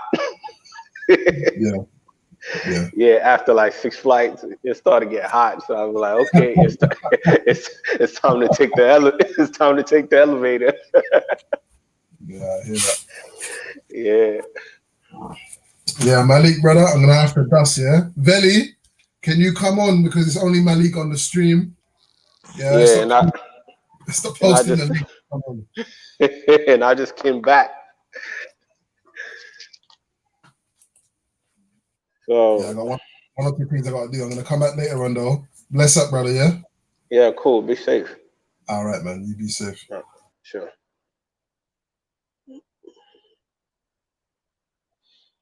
Mm.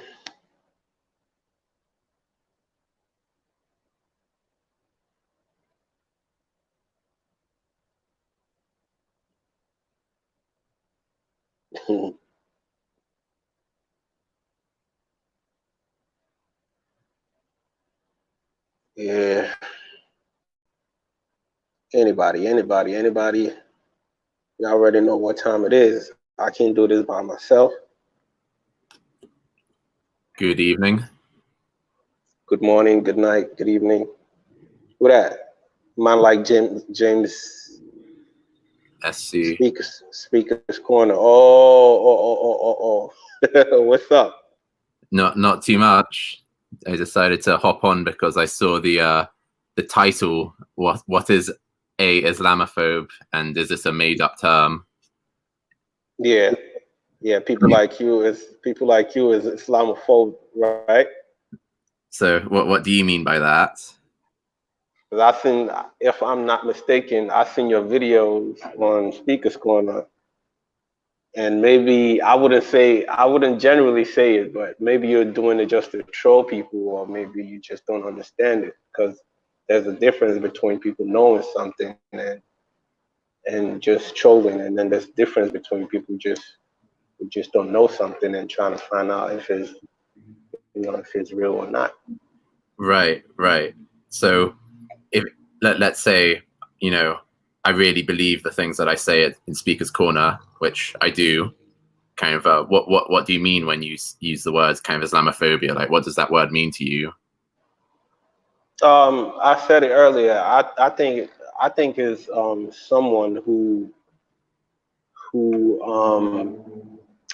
knows for a fact that those things are not real, but I just want to, because I hate the ideology or the way of life, and whatever they say, I'm just going to twist it and make it seem like it's fake or it's So basically, someone with a very strong dislike of Islam. Right, knowing the fact that Islam is not what they think it is. So you're saying someone who intentionally lies about Islam as well. Exactly. Yeah. That's like a perfect way of saying it. Okay, so someone who wasn't lying about Islam, i.e., they genuinely believed the things that they were saying about Islam, would they be an Islamophobe according to you? I would say no, because that goes into probably their understanding and trying to understand, what they thought it was from what it's not. Okay, I gotcha. And so if I would ask you a question right now, me being a Muslim and we live in the same room. If I was hungry, would you feed me? Sure.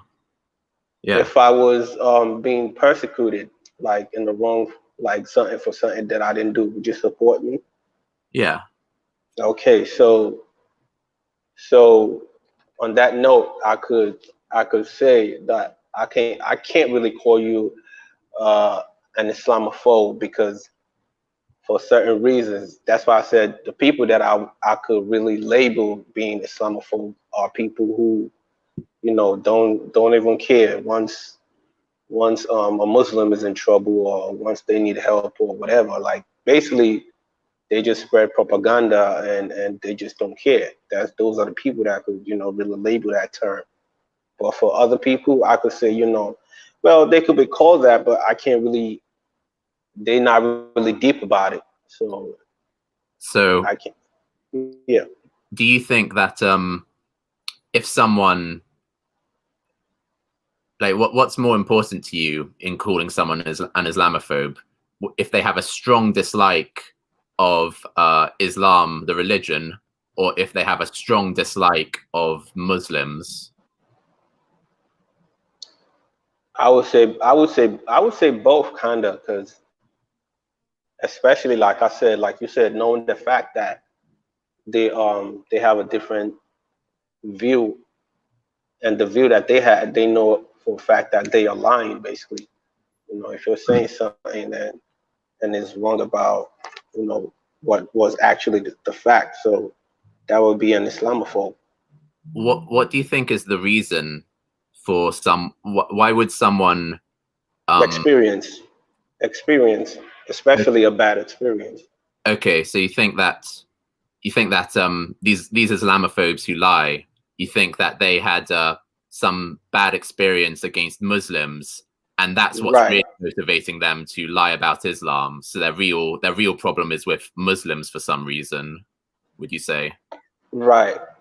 That's my view, because people had bad experience with either Christianity or Islam or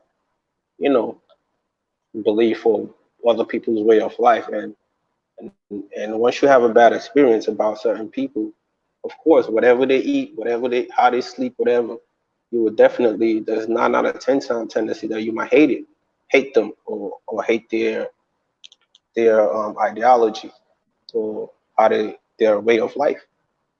So someone who was really against Islam, the religion, but thought that Muslims were, people like anyone else, and that they were being misguided by that religion, and didn't have any kind of hatred or strong dislike of Muslims. I'm taking it you wouldn't call them an Islamophobe. No, I wouldn't really place them in that strong category of being Islamophobe. It might be, but I would say they just trying to due to experience and trying to learn or trying to understand how certain things work. Yeah. Yes, yeah, they might be asking questions. It might be a good question, it might be a crazy question, whatever. It might be whatever, but I can't really put them in that so-called category. So since the way you understand it, like Islamophobes are kind of lying about Islam because of some bad experience or hatred towards Muslims, it seems as though really we should be calling it this like anti-Muslim hatred or anti-Muslim bigotry or Muslimophobia rather than Islamophobia. Do you think that's fair? They all could be in one same umbrella. The terms is just maybe I don't understand it, but the term is just a little different. So they could fall on the same.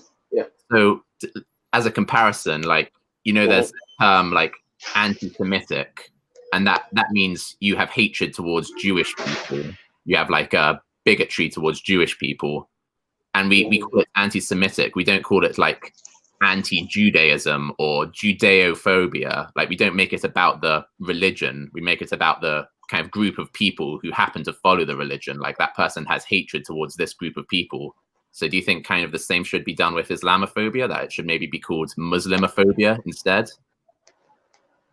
Well, if you call it Muslimophobia or you call it Islamophobia, like I said, it has to do with before someone could be termed as that. I think certain research or certain conclusions has to be drawn. Like, what kind of, did you read their book? What kind of experience did you have? What was something that that's why I was asking you, if you have a Muslim friend, would you feed them? Would you chat with them? Would you certain things? It's just you just basically disagreeing with their way of life, which is normal. Like we all disagree with each other, and I don't have a problem with that. But where I have a problem with is like if you can't stand against justice, or if you um, you know, just because you hate somebody's way of life, or you don't like it, or you don't understand it, then you can't support them when they need help, or you know, care for them or something. That's Yeah, when I have a problem. yeah, I see where you're coming from, and I have a problem with that too. Yeah, we should always be just, and you know, just because Yeah, someone, just basically just because you're atheist don't mean I have to hate you. I don't hate like I don't hate atheists or Christians or Jews or nobody. No, but if you the only reason or the only way that I could really kind of show you hatred is when I notice that you know something, but you're trying to, you know, lie against, or you're trying to be unjust, basically.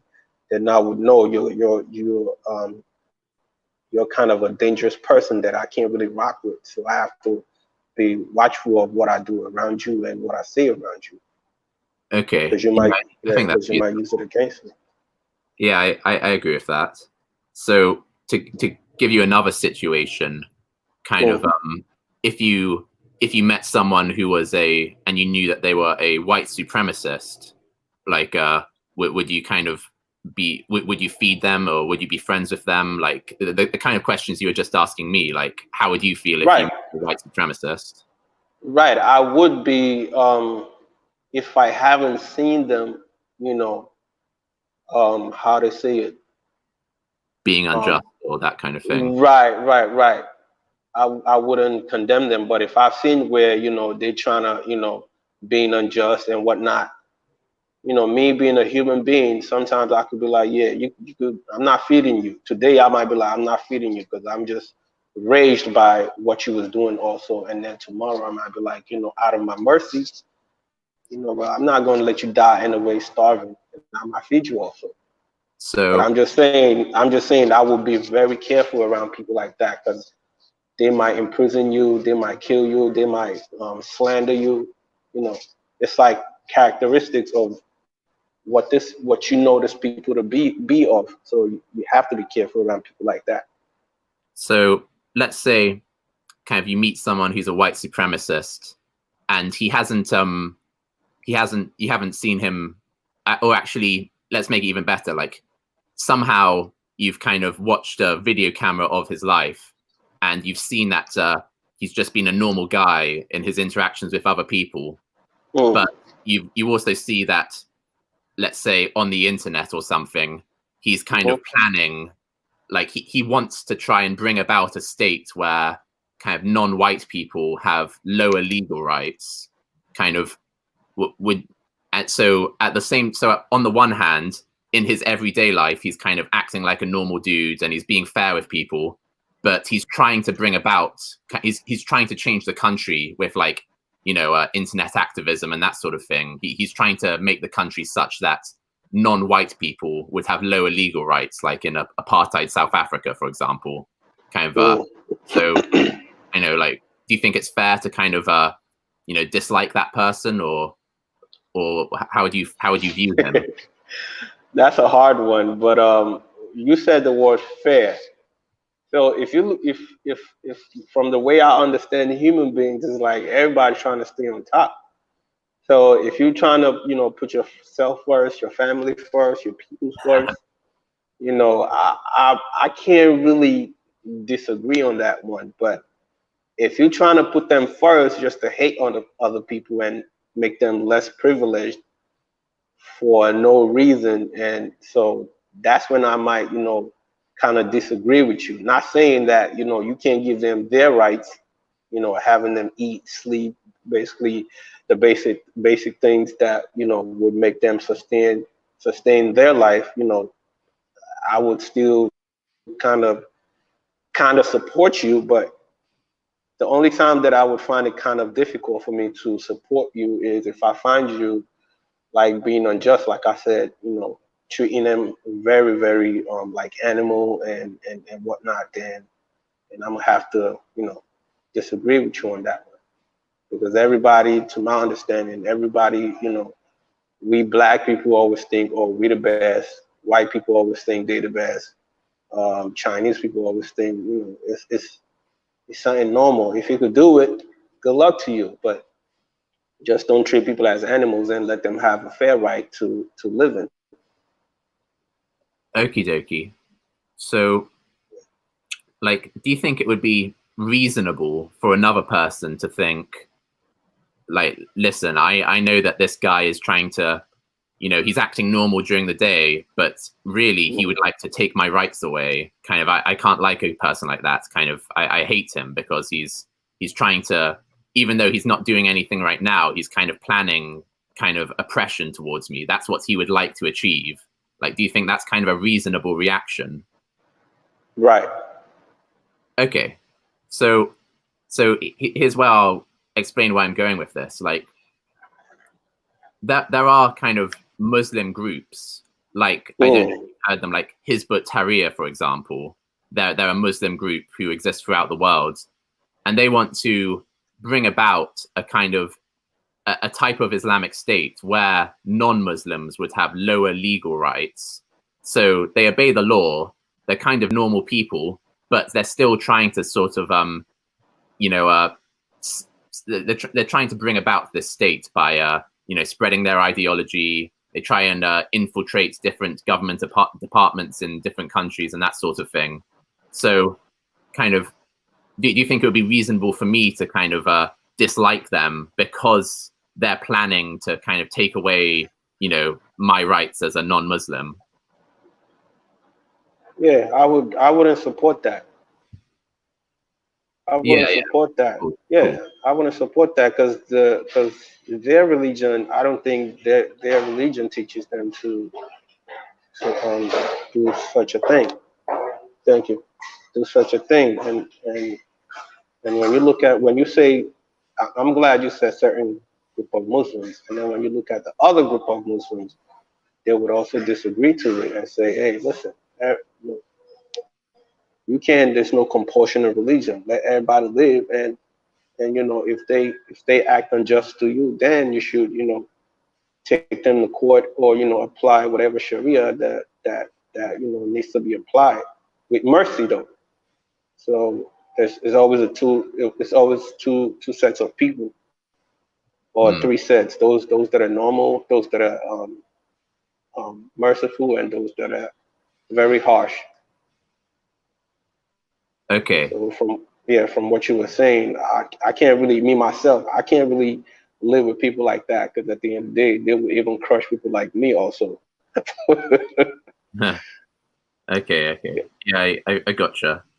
So now here's another kind of sort of thing I'd like to get your input on. See, the thing about some of these groups like Hizb ut-Tahrir is that they are able to justify what they're doing from Islamic law and hadith and the example of Muhammad and his companions. So kind of, to me, it seems kind of like, I know, it seems like kind of Islam has something to do with their actions. Like, kind of, if these things weren't within Islam, then I kind of imagine it would be a bit harder for them to justify these types of policies and attitudes. Yeah, like I said, it all goes back to how they understand their religion, and you would not find it only in Islam. You would find it in almost every way of life. You have the harsh people, you have the moderate people, and then you have the people who's go both ways. They could Good be harsh. afternoon, Malik. How are you? Good afternoon, James SC. Can I get a witness? Veli, if you're listening, Veli Vision, good afternoon to you. Or is it evening? Good afternoon. It's still late afternoon. Good afternoon, Freddie, if you're there. James, I was interested. I needed to ask you in regards to the question of the day. Are you Islamophobic? I am against anti-Muslim bigotry, but I am opposed to Islam. So it depends what you understand by Islamophobic. So if somebody threatens to burn the Quran or destroy the Quran in a public place, is that Islamophobic? Is that showing hatred towards Islam? Yeah. However, the problem is that because this term is used to mean two things at the same time, it's misleading. It's used like people hear the word Islamophobe and they both at the same time, what they understand by that is this person is an Islamophobe, therefore they dislike Islam. And they also hear this person is an Islamophobe, therefore he dislikes Muslims or he's bigoted towards Muslims. So, but I don't think that's necessarily the case. I personally, I'm against Islam, but I'm not against Muslims because I realize that, that there are lots of Muslims who, don't have beliefs like Hizb ut-Tahrir and these other groups. So just to be sure, you just stated that you are against Islam, but you're not against Muslims. And the definition for Islamophobia says, is the fear, hatred of, or prejudice against the Islamic religion or Muslims generally. So you've admitted that you don't like that religion. Yes. That is part of the definition of Islamophobia. So how can... my contention is like, I don't think that's I think it's problematic to kind of link the two things because like it's kind of conflating two separate issues. Like let's say someone could be against communism, but they wouldn't necessarily hate kind of everyone who kind of considers themselves to be a communist. Like I can be against the ideology. It's, we shouldn't like compare a dislike of an ideology, or rather equate a dislike of an ideology with a dislike. Real chicken ultra. No popcorn chicken. Real chicken. But Freddie, that's fine. Freddie, let me get a stick when you're done. Yeah, I don't dispute that. It's just that dislike of the religion, dislike of the ideology is part of Islamophobia. So you admitting that you don't like the religion, that is part of the definition of Islamophobia. But it seems now you're trying to redefine Islamophobia to somehow take yourself out of that definition. But what you admitted to is that you don't like the religion, and that is part of the definition of Islamophobia. Yeah. And plus stating that you will deliberately come into a public place to destroy the Quran, that to me does not symbolize love for the religion. That symbolizes hatred for that religion, which would tie in with the definition of Islamophobia. I mean, if you're Islamophobic, that's fine. Just own it, admit it, but don't like anytime someone asks. So I'm like, I think the best answer to this that doesn't mislead people, because I want people to get if people ask me, am I Islamophobic? I think the best outcome of that question is for people to have like an accurate understanding of my beliefs and biases and whatnot. So the most accurate way to answer that is to say, I am against Islam and I'm against anti-Muslim bigotry. I'm not, if I just say, yes, I'm an Islamophobe, then people think, oh, look, he both hates Islam and he has bigotry towards Muslims. That's what is going to be understood by that kind of answer. Which is why you have to try and redefine what Islamophobia means.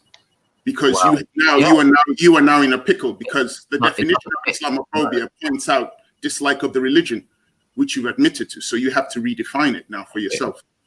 Well, come on, witness. I think you'd qualify as an Islamophobe, given that you have big problems with many verses in the Quran. No, but the difference between you and I is I never tell Muslims about Allah. I never dislike Allah. I don't say Allah doesn't exist, and I don't say Allah exists. I don't know. The problem that I have in the Quran, not with the Quran, the problem I have is with interpretation. So for instance, when Ahmed, a guy who calls himself Maverick, comes on the panel and says there is no slavery in Islam or there's no slavery in the Quran, I will debate with him and say, well, hold on a minute. There's this term called mukataba, which is used in various forms of Islamic schools of thought. That's what I would debate people with, their interpretation of hadiths. I don't say to them, I don't demonize and say the religion is evil. I definitely don't say I'm going to go up to a public place and destroy their book for everyone to see. So for you to try and pull me in with you and say that I'm the same as you, that's reaching it. I would never do that, because I know that's a complete show of hatred and disrespect to a religion. I wouldn't do that. Plus, I actually have relatives who are Muslims.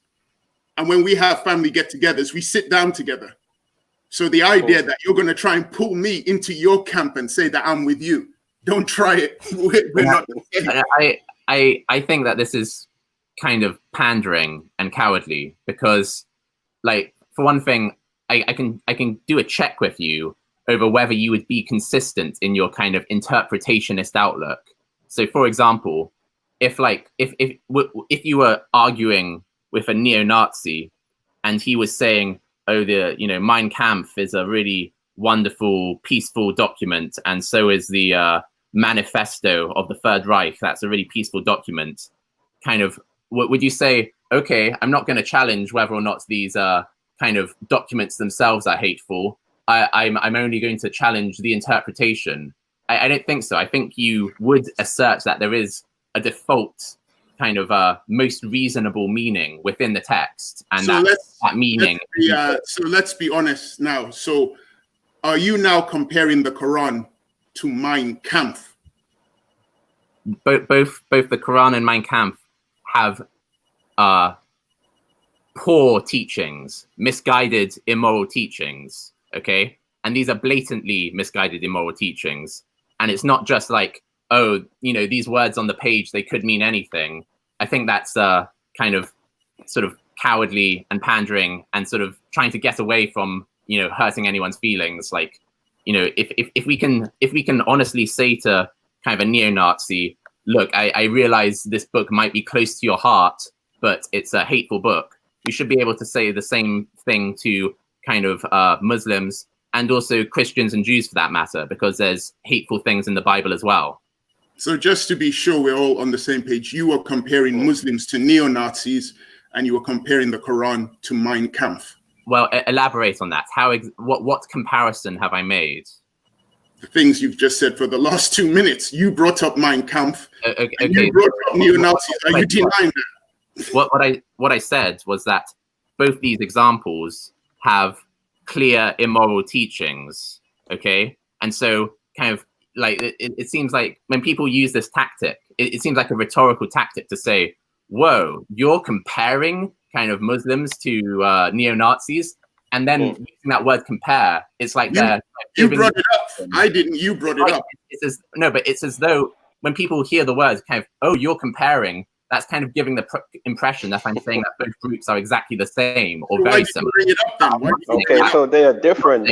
I'm just saying, like, here is a similarity, which I don't think any reasonable person could disagree with. Like, there are moral teachings in both of these they're books. both books on ideologies, right? They both give ideologies and a way to do things. They're both philosophical ideology. But listen, I only have a couple minutes. But one thing I don't agree with, you said someone who does not like Islam is Islamophobic. How I don't agree with that, because there's a lot of people who don't like it, but they're not gonna say anything bad about it. No, you said that falls under the definition of it. I'll give you the definition again. Islamophobia is the fear, hatred of, or prejudice against the Islamic religion or Muslims generally. Prejudice, it says the fear, hatred of, or prejudice against the Islamic religion or Muslims generally. So, witness. That's what comes under the definition of Islamophobia. Witness, do you hate racism? So you're comparing racism to Islam? No. I want to. So why did you ask me about racism? We're talking about Islamophobia. Okay. So, like, I'm just gonna ask you a few I don't things. even understand. I don't understand why you're debating. It's a simple yes or no question. Do you hate racism or not? You already admitted that you do have what part of your beliefs does fall under that definition. You've already admitted it. You've already admitted the fact that you said you were planning to come to a public place to destroy the Quran. Yeah. So I don't understand. What exactly are you trying to argue against? You just admitted those two things. So, like, what I want to show, and I shouldn't really do this because it will give you time to think of a new position to take. So I should have forced you to go along, but I'll just put my cards down anyway, and I'll trust in you to try and be, straightforward. But what I want to show is that kind of there's nothing particularly unreasonable about hating a document which advocates for deeply immoral things that reasonable people should have strong dislike or hatred for. So if there's a document which advocates for racism, then it's reasonable for us to hate that document. And similarly, if there's a document that advocates for slavery, then it's reasonable for us to hate that document. If there's a document that advocates for, hating a group of people based on their religion, then we should also hate that document. So kind of like, surely you have seen verses in the Quran which you have strong dislike of, like the ones that you have argued against on this platform that kind of promote or legitimize slavery. So what I've done on this platform is I've pointed out certain things that people have denied. One thing I've learned on this platform and in Speaker's Corner is that there are different interpretations. And I've constantly said to the Muslims, which one of you is telling the truth and which one of you is telling the porky pies? I'll talk to one group of Muslims, they'll tell me one thing in regards to the verse. I'll speak to another Muslim, they'll tell me something else in regards to that same verse. Right. And I gave you an example of one of those debates that I've had here. So he as a Muslim will say, no, I'm not. He as a Muslim will blatantly tell you that what you're saying about his book and that verse is wrong. So I've reached the stage, I don't fucking know who's telling the truth and who's telling a lie. Sure. And I've said that numerous times on this panel. Are you as agnostic about neo-Nazism and Mein Kampf and the manifesto of the Third Reich? Or do you accept that there are words on a page which have a most reasonable interpretation, and we should be opposed to that most reasonable interpretation of those words on the page? It's not agnostic, like any set of words is equally likely to mean any given sentiment. Arguing against, there's nothing wrong arguing against something. I'm simply saying to you, you want to argue against it, but just own up to what you are. That's what I'm saying. Which you don't want to do. Witness. So I heard a Quranist last week say he was going to burn all hadiths. Is he an Islamaphobe? Yeah, that's a good question, Wallace. What were you saying, Nin? What were you saying? Like the definition of a homophobe is a person with a dislike of or prejudice against homosexual people. That's the definition of homophobe.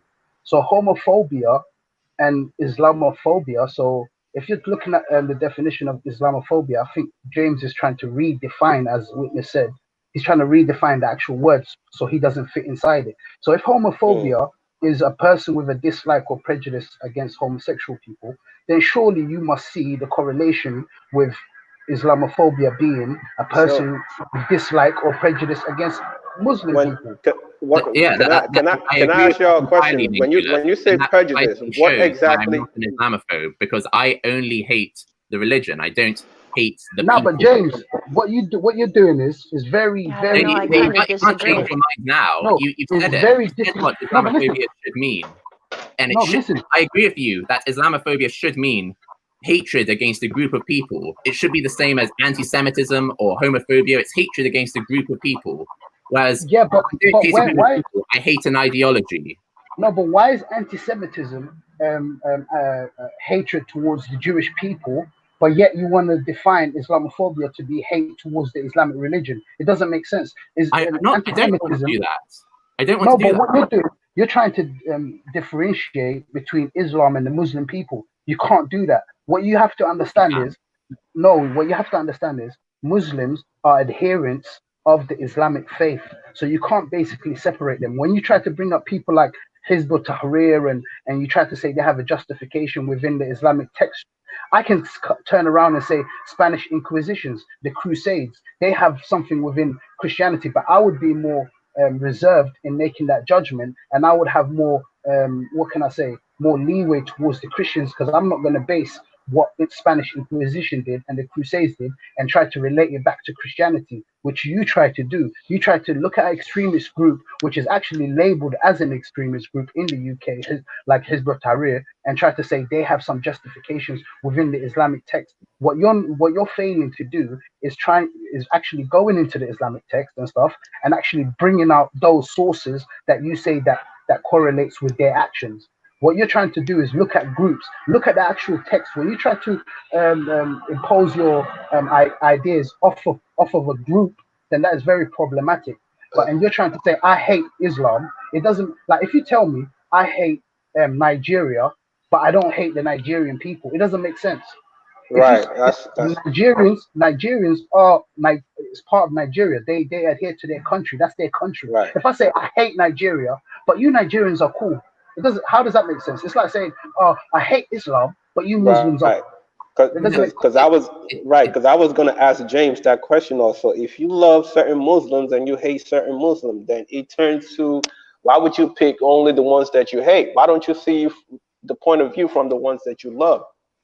Well, because the reason is, unlike so if we look at a country and its people, to some extent, a country kind of is nothing but its people, or its people are integral to the country itself. Like, if the people didn't exist, then the country would just be kind of the borders. That would be it. There'd be nothing else to the country. So I agree that it wouldn't make sense to say, it wouldn't make much sense to say, you know, I hate Nigeria, but, you know, I don't hate the people. Kind of that would be kind of a difficult thing to justify. However, so wait, hold on. Going back to it's different. Excuse me, it's different with Islam because Islam isn't defined by its people. Islam is defined by the teachings of Muhammad. It's an ideology. It's a set of ideas. So even if Muslims today all decided that, I don't know, dog walking is the greatest, the greatest, beneficial thing that you could possibly do, kind of, that wouldn't actually reflect Islam, because, you know, there isn't anything in the Hadith or anything in Muhammad's teachings that says that dog walking is wonderful. So, like, they're totally, independent. Like, whatever Muslims do, kind of, Islam is defined by the teachings of Muhammad, and so that's the difference. So I can be against those teachings, that ideology, but I don't need to be against kind of people who just consider themselves to be Muhammad's followers, because in my experience most Muslims are better than Islam. Most Muslims are better than Islam. Is that what you just said? Yes. Yeah, I'll say that a million times. That's very clear. So the question so the question is, can you hate the action and not the person? Absolutely. Like, well, the thing is, what I'd say is so that it wouldn't be it wouldn't be homophobic to hate homosexual behavior. So, like, what I'd say is that you could hate their behavior, but you don't have to hate that person. So okay. You can you can condemn somebody's actions without condemning the entire person. Just like people say, I hate America. Does that mean they hate America, like every single American? Like the Nigerian, what do you call it? The comparison. Like, I've heard plenty of people say, like, oh, I hate America. America is the biggest devil, blah, blah. Does that mean you hate every American in the place? Does that mean, like, just with China, like, oh, China's this and that, China this, China that? Does that mean every single Chinese person is bad? No. Jay Wallace, do you hate? Can I ask you a quick question? Yeah. Do you hate pedophiles? Do you hate pedophiles? 100%. So you just debunked your whole argument right there. It depends on the sin being committed, really. But the pedophiles commit pedophilia. The pedophilia is the act, yeah. The person committing it is a pedophile. So you just said you hate the pedophile, so you hate the person as well. Right. You hate the person? I hate the pedophiles and pedophilia. Right. So if you hate Muhammad. But that's a crime. You can't compare a crime to a religious ideology or a nationalist ideology. Like, I hate murder. But what James would like to do, Jenny, even though you compare both, right? If we're saying pedophilia, you hate them. Okay, agree. But when we talk about homosexuals, you might hate the act, but don't hate the person. That's what you're trying to say, right? It's also not a crime. It's also not a crime. It's not a malicious act to hurt other people. It's because it's not bad according to her, right? No, it's a bad act, but she don't totally hate the person. That's what she's trying If to it's say. two consenting adults and it's not a malicious act to hurt other person like pedophilia or murder, you can't, like, to me it's not a good comparison, because So pedophilia is a when you're talking malicious about when you're predetermined talking about act to hurt yeah, somebody, but listen, Jay, you have which to Islam understand is that. not. No, but James, you have to understand. I mean, Jay, you have to understand what James is trying to say. If he had the authority and he had the choice, I'll ask James. I won't put words in his mouth. Would you class? Would you say that Islam should be a crime, basically? Like, because you don't agree with it, you don't like it. Would you say that it should be a crime? No. If I had authority, all that I do is simply use my authority to spread, my criticisms about Islam, and then people would leave it freely because they'd see that it's bad.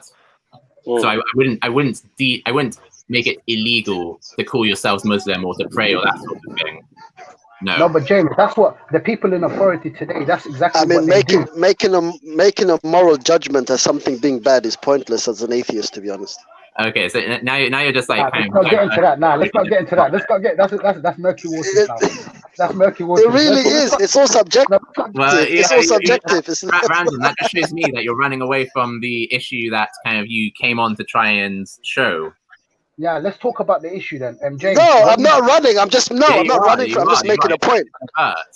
What, James? What you I'm just making a point. I'm just making a point. It's subjective. That's all. Point taken. Yeah, point taken. Yeah. But James, what you just said about the authority, if you had authority and stuff like that, people in authority today are actually spreading this information and lies about Islam to try to make people leave Islam. But the only thing he's doing is actually making people join Islam. So I think that even if you were in power, I think you trying to do that would actually empower Muslims. Going by the statistics of today, as we know, Islam is the fastest growing religion on the earth. So the people actually going against Islam and trying to put misinformation on Islam is only making people join Islam more. Okay, well, in North America, as many Maybe people they don't know how to do it right. join Islam. Right, James? What did you say, Alex? Go ahead, James. My bad. I'm sorry, just real quick, I got to get back into work. So just to clarify my question from earlier. So somebody does not like Islam, but they don't act on it. They don't like talk about it. They just personally don't like it. They don't agree with it. Are they an Islamaphobe? That's the definition of Islamaphobe. Depends on the definition. But I don't know. Like I don't know. I don't really agree with that. Like, because they're not. If somebody just sits at home, they never talk about it, but they don't like it. Right. That's an Islamaphobe. I just gave you the Jay. I just gave you the definition of a homophobe. A homophobe, a person with dislike or prejudice against homosexuals. So if that is the definition of homophobia and you can accept that, why can't you accept the definition of Islamophobia if it's a person with dislike or prejudice towards Muslims? So if somebody doesn't like if somebody doesn't like gay people, they don't like the action, they don't do but they're not out there saying, I hate gay people, I hate this, blah, blah, blah, this is wrong. Right. They just keep all their views to themselves and nobody ever knows that they don't agree with something. Does that really make them a homophobic? Like they just don't like it. Fuck it. I'll give you a good example. I dislike gay people, but I can't be unjust to them, simply. But when we talk about pedophiles, I dislike them, I hate them, I will talk against them, I will do everything against them. So what shoes will I fit in? This is the bet. No, like this is the I don't like that comparison because, like I explained before, like that's a malicious act to hurt another human being. Like there's no if it's two consenting adults, like homophobia is not real like homos are not really hurting anyone if they're keeping it to themselves, if they're not pushing it on other people, if they're not preaching it, if they're not fighting for whatever, blah, blah, blah, if they're just keeping it to themselves, like they're not hurting other people. Jay Wallace, can I give you a comparison? Yeah, a racist. Yeah, as someone who's a racist, if they don't outwardly express their racism and tell people, yeah, these people are this or these people, and he doesn't say nothing and he's at home not saying anything, is that person still a racist? No, because they don't practice it, right? So we don't know.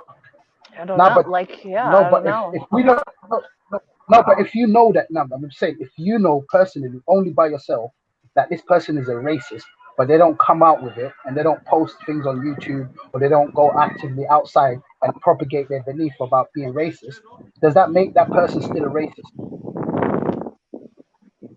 Yeah, inwardly, I would say. Yeah, I guess it was, but I guess, yeah, I guess it does. But, So they but are the, racist, the right? difference with, I think, But So like, there's your is whole, racism a hate? Like a that dislike to becomes me your is argument. different than a hate. Like you could dislike something without hating it, without like, I don't know. Yeah, that's tough. I guess they are. I guess they are. but They are. generally, So that I means think what you're trying to get that goes. at Yes. to begin with was that kind of initially you asked, if I just dislike Islam, like, does that make you an Islamophobe? And I think kind of the sort of the key difference is like what's missing. If someone only dislikes Islam, but doesn't dislike Muslims, that's the thing that's missing here. Because like Nincula said, kind of a homophobe is someone who dislikes homosexuals, and an Islamophobe should mean someone who dislikes Muslims. So if you only dislike Islam, the ideology, but you don't have anything against Muslims as people, then surely you aren't an Islamophobe. No, but Like, James, by I don't. definition, you hate Muslims. You listen. If you dislike Islam, by extension, you dislike Muslims. That's No, you I can't. don't know. I don't agree. I don't agree. I don't agree. I don't agree. James, do you dislike the Prophet, James? Do you dislike the Prophet? Yeah, from what I've been taught. Yeah, from what it's reported about him. Yes. Oh, so you do dislike people?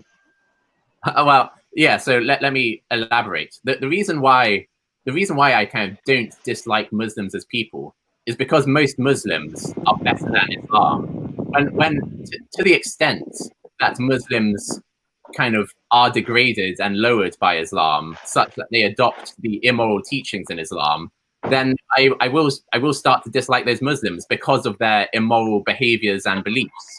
So to give an example, like there are Muslims who, because of Islam, believe that having sex with 9-year-old girls, getting married to and having sex with a 9-year-old girl is a good thing because it's what Muhammad did.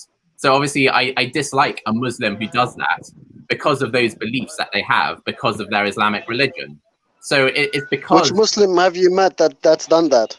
So I haven't met them, but I know that they exist because I've read it in their books of Islamic law, and you see it in the world today in countries like Yemen. There are news stories of young girls like being married off to 40-year-old men, and they die kind of on their wedding night. Well, are they forced? Are they forced to get married? Yeah. Like, are you not aware that in Islamic law you don't a virgin, a virgin beneath the age of 15 can be married off without her consent. Like the father doesn't need But I to mean, marry her off. Christian cults that are doing the same That's- shit. Like there's no, but Mormon that's- cults that are that's doing the un- same thing. Like that's Yeah. So don't I we don't say think it that's all what the Bible comes to teaches. interpretation? No, but James, that's un-Islamic. If you force No, not. girls to get married, that's un-Islamic. You can't force someone to get married. I don't know what That's my Islamic law you're point. talking about. That's my point. I So gotta get back everything. to work. Big up everyone. Okay, James. that's in Islamic law. That's fair. That's a well-held position by Islamic scholars. What, that you can force someone to get married? Yeah, that's a young girl who's beneath the age of 15, a virgin. You don't need her consent. The father Put can the just link.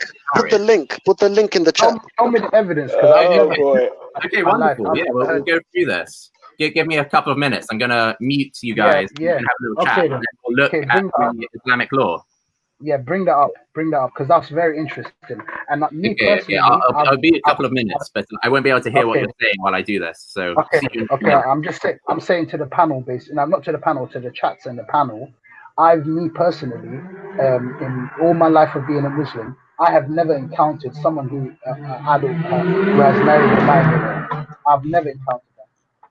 Yeah, but it does happen, and like I said, to me, it all comes to interpretation of a text. What he tries to do, James, is basically say because the Prophet married Aisha at a young age. I know, and that's what I'm saying. He will always find.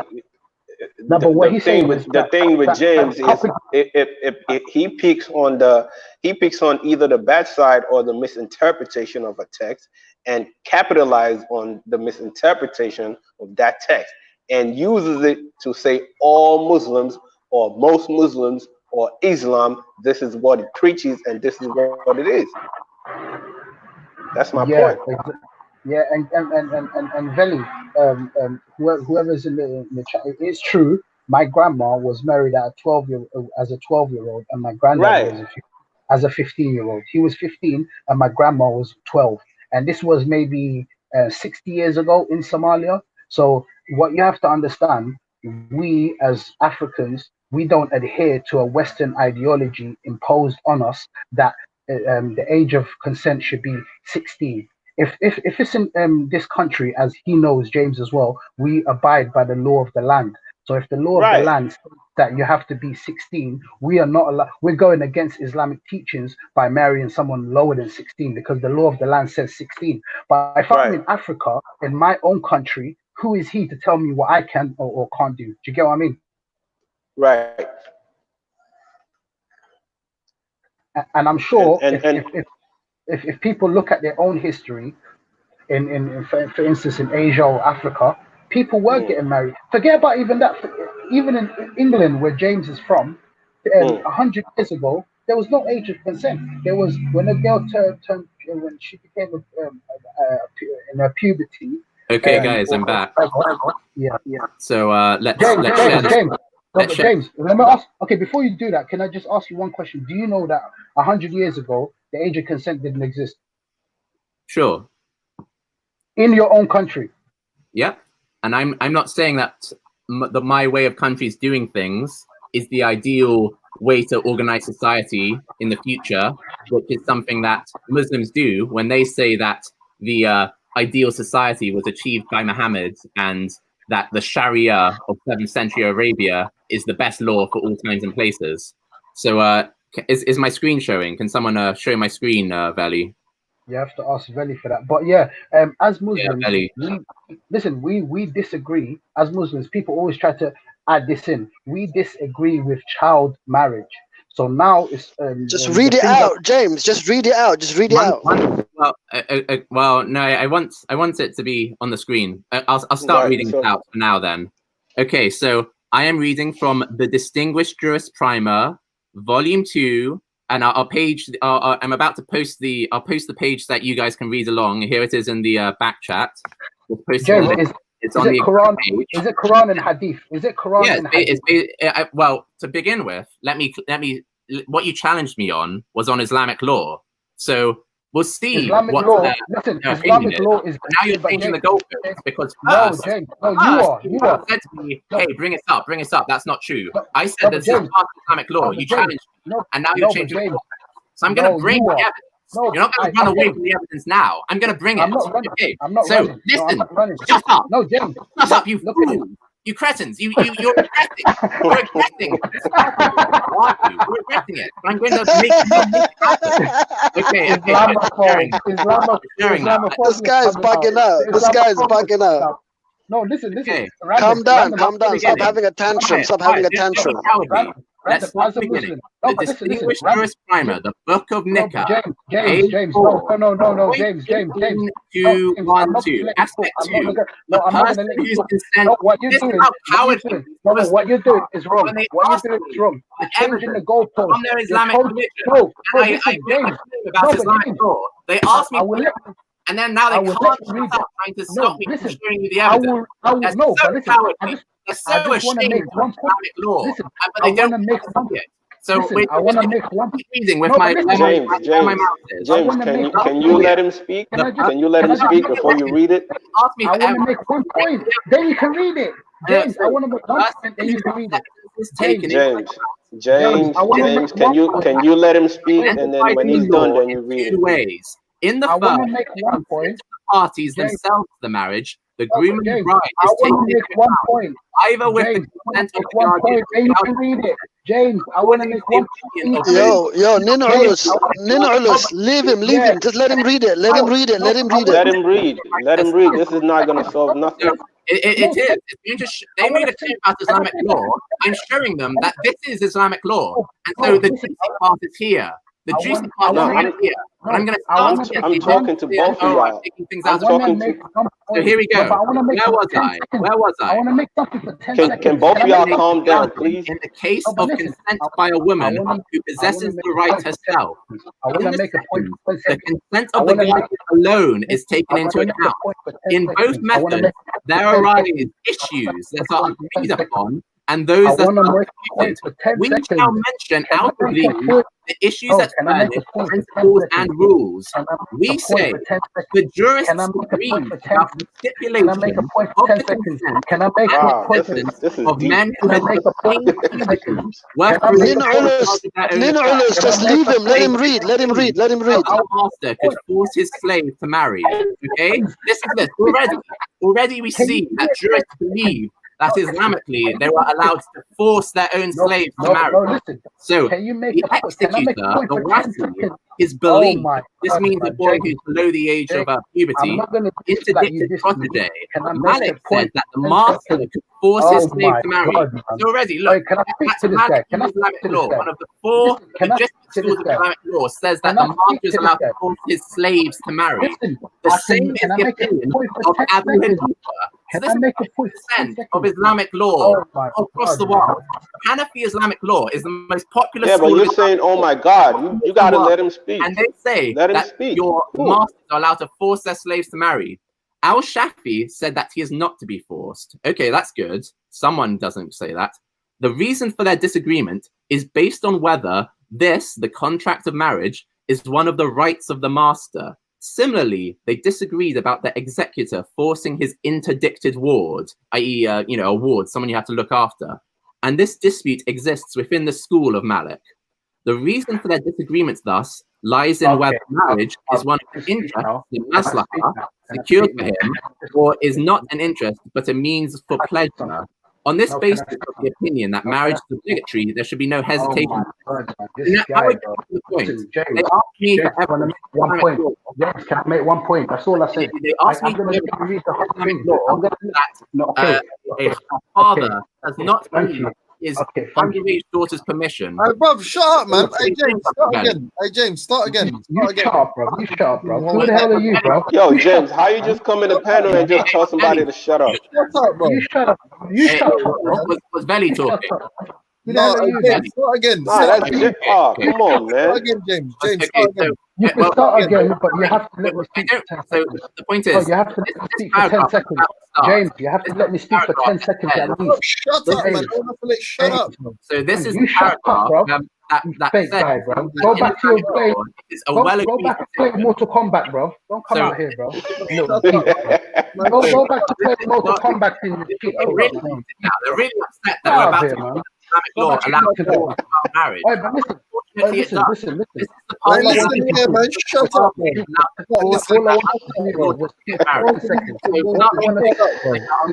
Yo, television. Can I just James Jones seen his brother getting rushed. Women. For 10 seconds. Can you give me the courtesy? 10 seconds. A word of what you got to say. Shut up and get that word. The age of they agreed that the consent woman is to be taken into account because of the saying of the prophet, God's peace and blessings be upon him. Each flowers woman expresses her own consent. So why are you talking? Shut up. Except who is married to Al Hassan. They disagree. Yo. Thank God, Veli's here. Nah, man. Yo. Hey, what I'm saying, no, when the man them on the panel, yeah, the man them have to let one man talk at a time. Let James finish his bit. If you got something you want to come in with, let him finish. And then all I said is, can I just listen. Yo, Lynn, listen. Even though you keep saying to him, I want to say something for 10 seconds, yeah, but he's already reading, innit? So obviously, if he's not stopping, listen. If he's not stopping, obviously let him finish and then come in after. Right. So let him finish his point and then make your point. Anything he said that you disagree with, you won't be interrupted. But if you keep cutting him, then he's gonna cut you. then you're gonna cut him, then he's gonna cut you. No one's gonna hear. We need everyone to hear. Yeah, but we can't even hear nothing. You're right. Okay, we're gonna start again now. So this is the point. Doesn't it make This is sense? the problem. Are we done? No, you're taking the piss, bro. Shut up, man. All you know is that you, bro. And the non-flowered girl. Get out of here, man. Remember, it says the term is used for someone who is a pain to puberty. Yo, listen, James, hold on a sec. Nick. For 10 seconds. Yo, you man, you got yo, but let him, bruv, listen, let him finish his bit, yeah, and then you can break it down whatever's wrong about what he's saying. But he's I don't reading know how you're gonna make a. No, but doesn't it make sense for me to let me speak for 10 seconds? Then he can read every page he wants. Because you know what? Okay, I'll tell you why. I'll tell you why it doesn't make sense, yeah, because he was already speaking. If you were speaking first, I'll be jumping on to tell him to stop to let you speak. He was already speaking, bro. That's what I'm trying to tell you. Okay.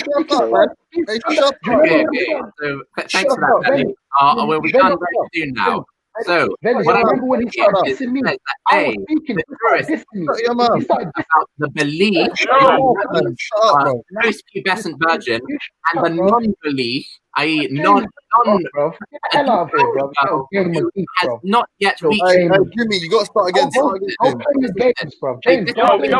Non-belief. Listen, this is pissing me off now, you know, because it's like, bruv, I'm trying to hear what my man's saying.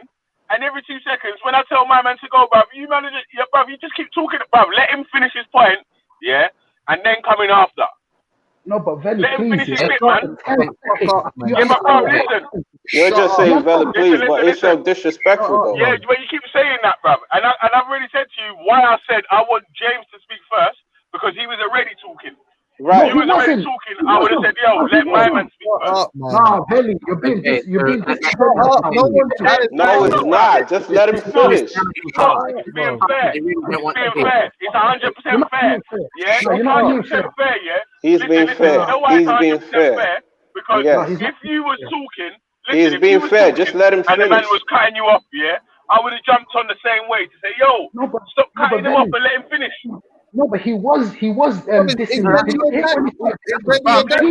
Start reading. You asked me for evidence. Yeah, you asked him for it. You asked him for the evidence. He's gonna read it out, and now you keep cutting him all the way through. Exactly. Veli, I was about to say something. Yeah, you was about to say something, but you gotta let him finish, though. Just let him finish. 10 seconds. So just shut up. Look at this. Veli, look at this. That's the problem. Oh my God. Here, they disagree about belief. And remember, the term belief is used for someone who's a belief, and the non-flowered girl. When she does again, James, again. Please, what can I see? I'll start again because James asked. So they disagree about listen, yo, listen, bruv, listen, you're gonna let him talk, man, because this is annoying. It's like, bruv, do you do this when you're on Respect Show? No. Wait, brother, at least I get the chance to say something. What do you mean at least you get the chance to speak? No. When my man's speaking, yeah, let him finish. Then you're gonna get your chance to speak. Yeah, everyone gets their chance to speak one after the other. I don't get what you don't get. I don't understand how you don't get that, Don't respond. Be silent. Be silent. This is so immature. This is so immature. No, he was already talking, bruv. Nick, no, he wasn't. You're acting like a girl now, bruv. He was already talking, bro. And you keep cutting him saying, "Oh, let me speak for 10 seconds. Let me speak for 10 seconds." It's a diversion, bro. Listen, all this time, yeah, he would have. He's restarted reading the thing about 5 times. Calm down, Lim. Yeah. No, but I'm saying, if he would have let him finish, he would have finished reading the thing by now. Yeah, and you would have got to say what you're saying. All this protesting, you're wasting time, bruv. Yeah, Veli ain't your dad. Let him read the blood clot thing, man. He cut me, Veli. Do you understand? No, but he was already reading, bro. That's what I was saying to you. No. You asked him for the thing, yeah? And then he said, I'm going to go and get it. Yeah? He jumped back on and said, you not ready to hear it now, yeah? He started reading it, yeah? And then you start going, let me speak for 10 seconds. Let me speak for 10 seconds. Nah, Veli. That's what happened, bro. Shut up, Lim. Just let him finish. He's been trying to read the thing. Shut your mouth, man. Shut your mouth, bro. Shut up. Yo. Yo, listen. Allow that, yeah. Yo. Allow that, yeah. Listen, I'm telling man to allow that, yeah. Because obviously, you know what's gonna happen. It's gonna go into another half hour of bullshit, yeah. But let the man read the piece what he wants to read. Yeah, you'll get to reply back to see what he says, yeah. So, because I want to hear everything what everyone says. I don't want to hear just one man say it, talking over another man or nothing like that. We're all trying to listen from YouTube as well. Yeah, James, start again, though, James. Tell us what evidence. Yeah, James, start from the beginning, yeah, because why is James talking? Why is James Jones talking? Why is James Jones talking? I don't get. Mute up your mic, James. Yo, G-man, I beg you, man, yeah. Just chill out now, yeah, and let my man do his bit, yeah. Then after, you man will go back and forth one by one. You get me? But that's all hearing it. Yeah, it's getting annoying still. I can't lie. But yeah, I'm gonna jump back off, man, because I'm on a fucking motorway. Claim as well, James. Tell us the claim as well. What did he ask you to find? Sure thing. I'll do just a quick summary. Thank you. So the claim is. Thank you, Valley. Thank you, Mim. Yeah, thank you very much for that, Valley. Go ahead. So the argument started with the example of child marriage in like done by some Muslims, and so then they said, and I brought up an example of child marriage in Yemen, and they said, well, was that read the thing, man. What's wrong with you? Read the thing, man. What's wrong with you, bro? Read the thing. No, James read it. Clear what the claim was. Read the thing. No, read the thing. Wait. No, read. No, I'm gonna come back in then. No, Veli, man, this guy needs to go then. Yeah. He needs to go, man. That's stupid. It's just stupid. He said he was going to read the thing. I went quiet. Now he's talking some next. Who are you, bro? Who are you, dickhead, bro? Shut up, you dickhead, bro. James, go ahead. Go ahead and read what you got. James. Go play your little games, bro. Islamic law. That's your problem. Game, bro. Diarrhea. Yo, James Jones, you're a little gamer. You're a gamer talking shit, acting like you're a hood man. You're nothing, bro. Don't try to chat shit to me, bro. You're nothing, bro.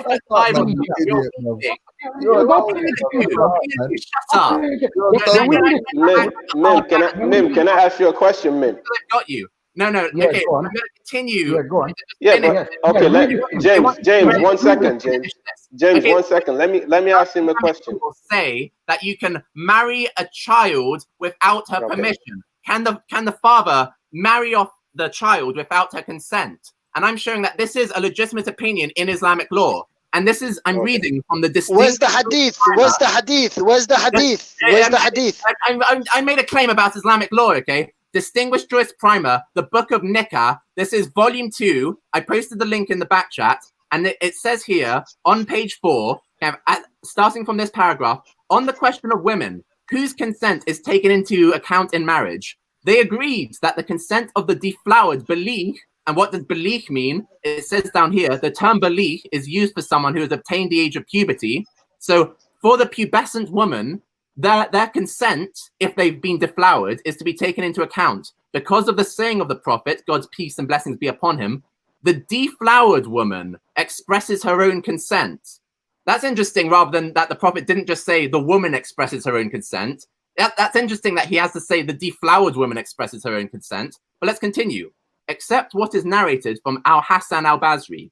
They disagreed about the baligh version, so the pubescent virgin, and the non-baligh, i.e. prepubescent, deflowered girl, when she does not exhibit bad behavior, apparently. About the baligh, the pubescent virgin, Malik, al-Shafi, and Ibn Abi Layla said that it is only the father to force her to marry. Abu Hanifa, al-Thawri, al-Awzi, Abu Thawr, and a group of jurists said that it is necessary to take her consent into consideration. Malik agreed with them about the virgin spinster in one of his opinions.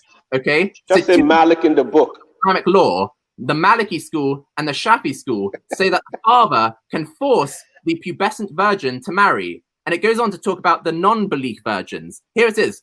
The reason for their disagreement is based on the conflict of the indirect indication of the communication, the Dalil al-Kitab, with the relevant general meaning in this, which is found in the saying reported from the prophets, peace and blessings be upon him, that the orphan girl is not to be married without her permission, and also his saying that the orphan girl is to be asked about herself. It is narrated by Abu Dawood. The meaning derived from it, through the indication of the communication, is that one having a father is different from an orphan girl. The saying of the Prophet in the well-known tradition of Ibn Abbas, the virgin is to be asked for her permission, makes the seeking of permission from each virgin obligatory through its generality. The general meaning is stronger than the indirect indication of the text, but Muslim has narrated in the tradition of Ibn Abbas that an addition that the virgin's permission is to be sought by her father is the decisive on this point of dispute. And it goes on to talk about non-belief deflowered women. So prepubescent, deflowered little girls. Malik and Abu Hanifa said that the non-belief deflowered woman, that the father can force her to marry, while Al-Shafi said that he is not to force her. The later Malachites said that there are three views about her in the school. First, that the father can force her as long as she has not attained puberty after the divorce. This is the opinion of Ashab. Second, that he can force her even though she has obtained puberty. This is the opinion of Sanun. Third, that he is not to force her even if Yes, you're giving us opinions. You're giving us opinions. You do realize that? The original claim was about Islamic law. And I said that this is a legitimate opinion in Islamic law, that you can force girls to marry, like those Yemenis did when they forced these 9-year-olds. Where's the hadith? Show us the hadith. Show us the hadith. Show us the hadith. Show us the hadith. Listen, I made the claim about Islamic law. You guys said, no, this isn't part of Islamic law. And now I've shown it is. Now you're trying to change the goalposts. So Islamic law, hold on. Islamic law is not based on opinions. Islamic law is not based on opinions. Random, can I say something now? Yeah, I'll let you speak. I've been silent. I've listened to Belly. Let me speak now. All the whole 10 seconds. Now you have to give me more because all I wanted was 10 seconds, but you didn't allow me that. Now you have to listen. Shut your mouth. I'm joking. Alright, cool. Yo, James. Cool. Say nothing. He's trolling. Say nothing. Talk. One thing I'm saying. One thing I was trying to tell James. All I was trying to tell James was when I said, "Show me in the Islamic law." James, and everyone should know, and every Muslim will tell you that Islamic law is derived from the Quran and Sunnah. It is not derived on opinions. That's number one. And Random is a Muslim. He can attest to that. Yeah, Random, am I lying when I say the Islamic law is derived from the Quran and the Sunnah and the Hadith? Absolutely hadith. Right. They should know that. Okay. They should know that. Okay. That's number one. Yeah, That's number one. Number two, in the back chat, I've just what's it called? Written down a hadith from the Prophet himself, which is Sahih and is in Bukhari and Muslim. So I can read it for you right now. I don't have to share my screen. I'll just read it. It's just, and it will end your whole argument. That's all I wanted to read. Yeah. Praise be to Allah. The Prophet ﷺ said, the basic principle is that. Go ahead. On the hadith of narrated by Abu Huraira, may Allah be pleased with him, which said that the Prophet ﷺ said, a virgin cannot be married until her consent has been sought, and a previously married woman cannot be married until she has been consulted. This is in Al-Bukhari 5136 and Sahih Muslim 1419. This is a clear hadith saying that the Prophet said a virgin cannot be married until her consent has been sought. This is clearly what it says. What James is now bringing up is waffle. This opinion, that guy said this guy said that, this guy disagreed with this guy because of that. I don't want to hear that. That's why I told you. Yeah. Go ahead. If he can bring me something clear in the Quran and the Hadith of the prophetic saying, which is sahih or authentic narrations, or the Quran, because we derive our laws from these two main principles. If he can bring that, this is what I said, bring it from Islamic law. What he trying to say that I'm changing the goalpost, but really he's changing the goalpost because we don't agree with what this guy is talking about. Because this is just any opinion. Any scholar from any time can say anything he wants. No one is infallible. The infallible ones that we follow is the Quran and the prophetic teachings of the Prophet. So if he can bring me that specifically, then I would agree with him. But what he has failed to do is do that. And what I have done is clearly proven from a hadith from the Prophet himself that says a virgin girl, a virgin cannot be married until her consent has been sought. Simple. Even if she's a child, though. No, but listen, we don't believe in child marriage. What you can do is listen. We can do. Look, James, let me speak. What we can do is How old we was can I? betroth. No, listen, James. We can betroth. You know what a betrothal is? Like when you engage someone. You can engage someone from 3 years old, 4 years old. Doesn't mean you consummate the marriage. Doesn't mean you actually get married with them. When they get to a level. Listen, when they get to a certain age, when they get to an age of maturity and they've reached the age of puberty and they're mentally, physically ready, then you can consummate that marriage. But before that, you can have betroth them like, the parents. No, but Nino, but you have to understand, according to them, it's all about numbers. If she doesn't reach a certain number, then you can't marry. That's what they're trying to say. Okay. So James, when That's you why I say said child, you can never win with. Go ahead. Now, but when you say child, James, this is just clearly us. Okay, even James Jones can jump in on this. Yeah, in Islam, we don't have numbers. Girls reach maturity at different times. It's not just a 16 and everyone's 16. Certain girls reach maturity and puberty and mentally ready. Then certain other. Wait. Hey, Nick, can I ask you one quick question? You know, betrothal. Yeah, you're saying betrothed and that. Do the kids have a choice? So, like, you're smart enough to know that a 3-year-old wouldn't be able to make wouldn't be necessarily cognizant of the decision they were making, right? Yeah, I agree. But when she gets to that age, when she gets to the age of maturity, now she can decide and say, no, you know what, I don't want to be betrothed to this guy, and they have to cancel. You understand that? Betrothed in the first place? Why didn't they just wait till she was old enough to pick her husband? Because the father is healthy enough to make a good decision for a daughter. But then that would be the same as him forcing her if she wasn't. That's not forcing. No, I'm saying if I send my daughter to a good school, that's a good decision for me. I wouldn't send her. No, but she doesn't possess the faculties to make the decision, isn't it? Like she. Yeah, that's why I made a decision, because I'm the father. I sent her to a good school. Period.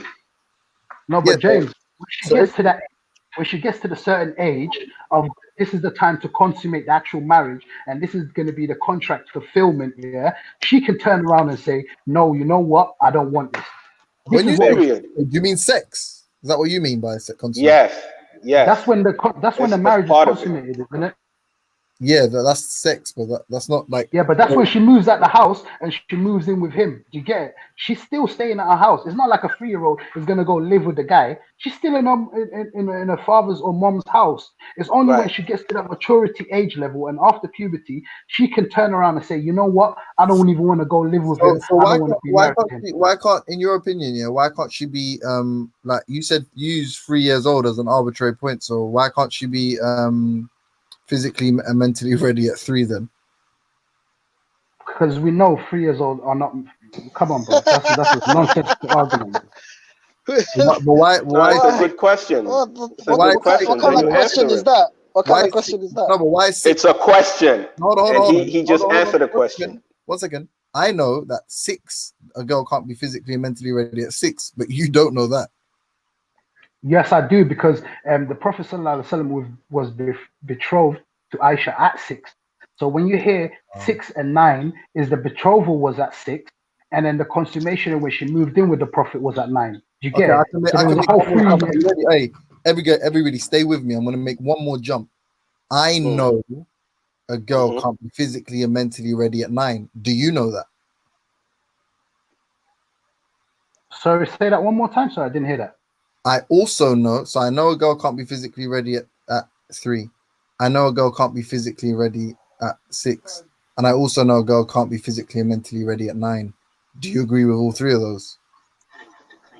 In British law, I agree. How do you know that? What studies did you do? What studies did you do? No, but listen to me. Listen to what I'm saying.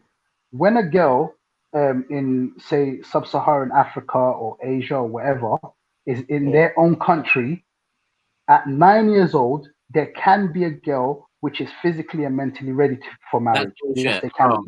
False. Can easily disprove Pu- that. Are you Mims? Mims? Are you talking about puberty? Hold on, James. Hey, James, can I ask James SC a question? So hold on. It's So not to be just clear- puberty. Hold on, James, It's James, James. puberty and Right, I'm mentally just ready. saying included, right? One second, guys. So the claim has been made. The claim has been made. Everybody, there's a consensus on age of 3, consensus on age of 6, not a consensus on age of 9. So I would ask them in the same spirit of the way they've asked us the question. I would ask them, what tests do you guys have for the 3 and 6? And then let's see that cutoff point, because obviously you're using science, right? So what ages do you have for 3 and 6? Because I've never seen, because you said physically ready, yeah. I've never seen in the history of a girl that's 3 years old or 6 years old who's reached her puberty. I've never. If you can bring me that, then you would have a point. It's just puberty. It's not mental anymore. It's just puberty. No, but listen, the girl with puberty should get married. With the Islamic tradition, we have a narration of Aisha getting married at 9, and she was physically and mentally ready. Have you Because the seen one conditions though? Have you of- seen one though? Me personally, I haven't seen one because I'm not looking for 9-year-olds. When you ask, when you ask, well, hold on. When you ask someone for their consent, it implies that you are taking into consideration their mental state. Say that again. I said when you're asking someone's consent, you're taking into consideration their mental state. So if you ask any child in the world, can I marry you, and they say yes, then that automatically says that they're mentally ready to get married. Is that what you're saying? No, that's not what I said. Oh, sorry, I didn't understand it. So explain what you're saying. Again, you're using the word child. How would you define child? So if I go to a 3-year-old and I say, "Do you want to get married?" and the 3-year-old manages to coherently express an affirmative response, then that means that they're mentally ready. Is that what you're saying? No. If we're going to have a discussion about a topic, we need to hold on. If we're going to have a discussion about a topic, we need to agree on definitions. So how do you define child? What did I just ask you? Can you respond to that or not? You asked me a question about proposing to a. You're on mute, Randall. You're on mute. Yeah, but what we're saying is, I said, you're asking me. Hold on. I said you're asking me about proposing to a 3-year-old. That's not a definition. I'm asking for the definition. No, I just asked you because I'm trying to make sense of the claim you made. Are you saying that if you go to any age and the person has an affirmative response to this proposal, that is an example of them having the capacity to be able to be married? Is that what you were saying? Shocking. This is shocking stuff. No, again, like Nin'ulu said, it's got nothing to do with it's how we determine a person's an adult. So I'm asking you, what's the definition of a child? We're using words here. So I'm going to help you. So again, James C, I'm going to need you, because they're going to ask you for study. I haven't experienced a 3-year-old adult. What do you mean experience? Haven't seen. He's talking about heard. Haven't seen. I haven't come across a 3-year-old adult. Okay. So again, if we're going to use words, we need to come to an understanding of what they're defined. So what is the definition? What is the definition of a child? What is the definition of an adult? Have you come across a 9-year-old? No, let me tell you the Western definition of a child. Yeah. Why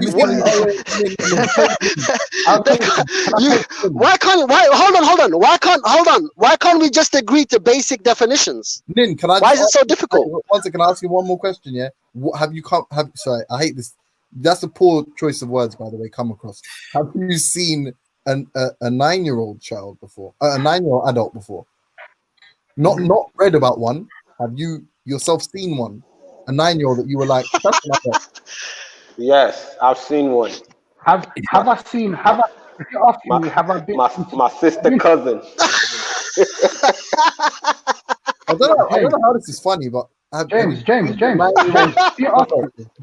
If you're asking me, in Africa, they cook at 9. They wash. They do everything. Again, listen, guys. We're talking, guys. Hold on. We're talking. Hold on. We're talking past each other. If we're not going to agree to definition, we're talking past each other. Have you So seen let a me tell you 9-year-old the adult, Mom? Is it No, James. Can I Am I tell you the asking a definition of a question? child? No, am I James. bro, am I asking a difficult Okay. question? He said No, no to I'll one. answer it. Why can't you say yes I'll or no answer to it. the I'll answer it. If you're talking about No. have I You're asking. No, I'll tell let me you why. answer it. Listen. Random, To let me answer answer it, Let we him need to speak though. understand your definition of child. I haven't seen a 9-year-old adult ever in my life. Have you seen one? James. Have you seen Let one or not? Mims speak. Let James. Mims answer. Me personally. How do you define adult, James? but James, random, how do you define Yeah, adult? random. Let him How do you answer, define please. adult? Yo. Can I Mims, answer? go ahead, Can I Mims. answer? Yes, Yeah. Mims, go ahead. I'm from Somalia, yeah? Yeah. In Somalia, a girl at the age of 9 or 10, she is already cooking, cleaning, working for the family, doing all the adult what's it called, roles of the house Right. at 9, 10. In the Western world, a 9, 10-year-old and menstruating, yeah. But in the Western world, they haven't seen 9, let alone 9, 10-year-old. James is what 30 something, and he's still playing with PlayStations and Game So Boys. does that So obviously, mean that as a female, if You. I'm able Oh to boy, there goes 94. Listen, does that mean that as a female, if I'm able to cook a pot 9-year-olds of rice and peas, enough to yeah, have as safety. a 9-year-old, Fact. what does that now mean? Tell yourself like this kind of African voodoo. So okay, only listen to they're this. like I'm 9 years old. It's I've not been taught true. how to cook a pot of rice and peas, yeah. And oh my God, I've actually started my period as well. What does that mean? that means you're not mentally ready. So you wouldn't class as a person who is ready for marriage, because the conditions is not only physical maturity, it's also mental. So that's the two. It's not just she's bleeding now, she Okay, can get married. okay. Yeah. All right, let me work with that. Okay, let me work with that. I've been a 9-year-old girl. Yeah, and I can actually remember being a 9-year-old girl. Where though? Yeah? Where? So hold on a minute. So this is what I'm saying. Wait, hold on a minute. On planet Earth, in Jamaica. Okay,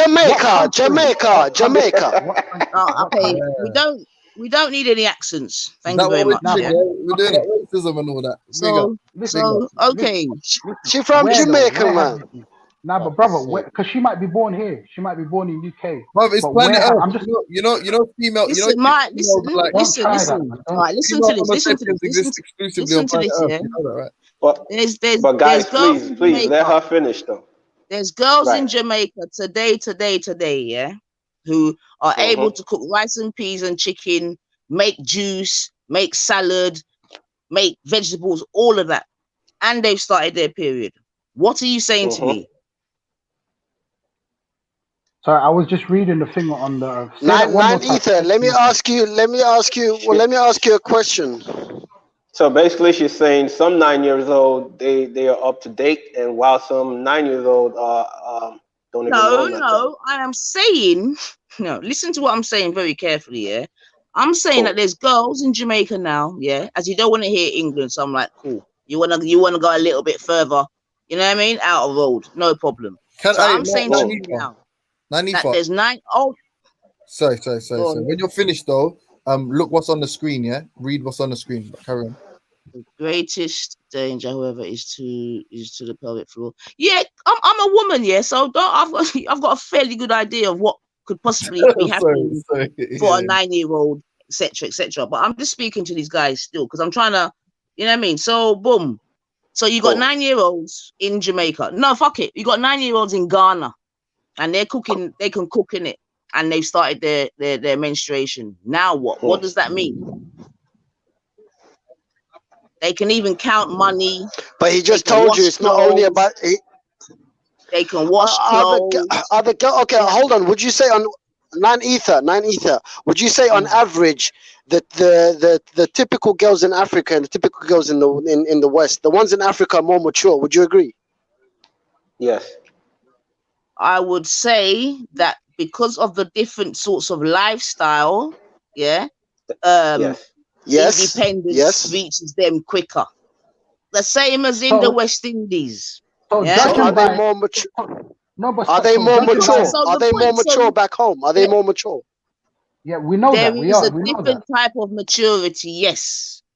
Okay, but listen, Yes. nine. But So now, hold on.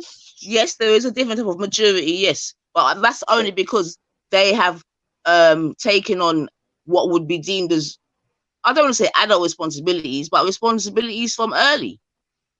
But they're still part of 9. it. But okay, they're so still 9. Their bodies Okay, are. so what I'm saying, listen to me. A 9-year-old in England and a 9-year-old in Africa, they're the same 9-year-old. All it is they're not the that same. No, probably, they're not the same. unfortunately, No, the they're not the same. 9-year-old. Let me finish. Unfortunately, the They're not the 9-year-old. same mentally. They're not the same Let mentally. her They're not the let same her mentally. finish. Right. So let her finish. Okay, then they're not the same mentally. Tell me why not?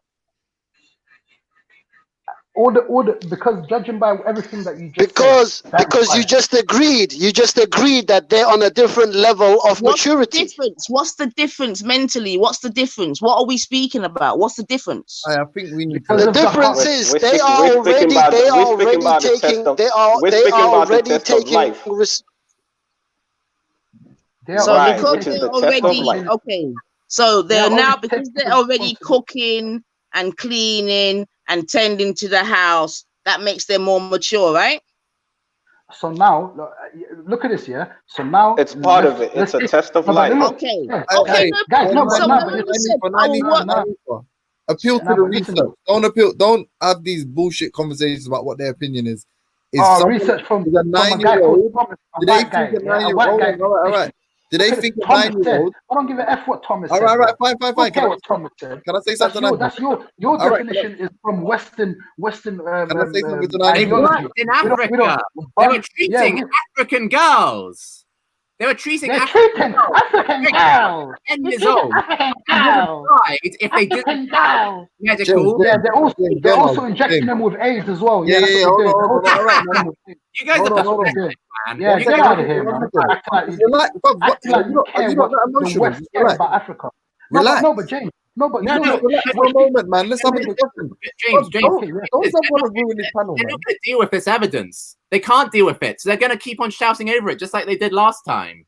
So we can show them clear medical information showing that 9-year-olds, even if they have started their period, their bodies are not safe for getting pregnant.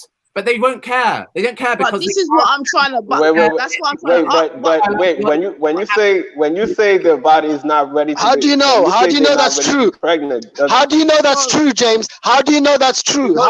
These are because a white guy said it. Because a white guy said it. And gynecologists who have actually studied All right, this. so stop. Wait, 1 minute. 1 minute, James. I beg you, 1 minute. Yes. These are experts. Gentlemen, I beg you 1 minute. Yeah, I beg you 1 minute. What these Have any of you got daughters? Fucking nonsense, man.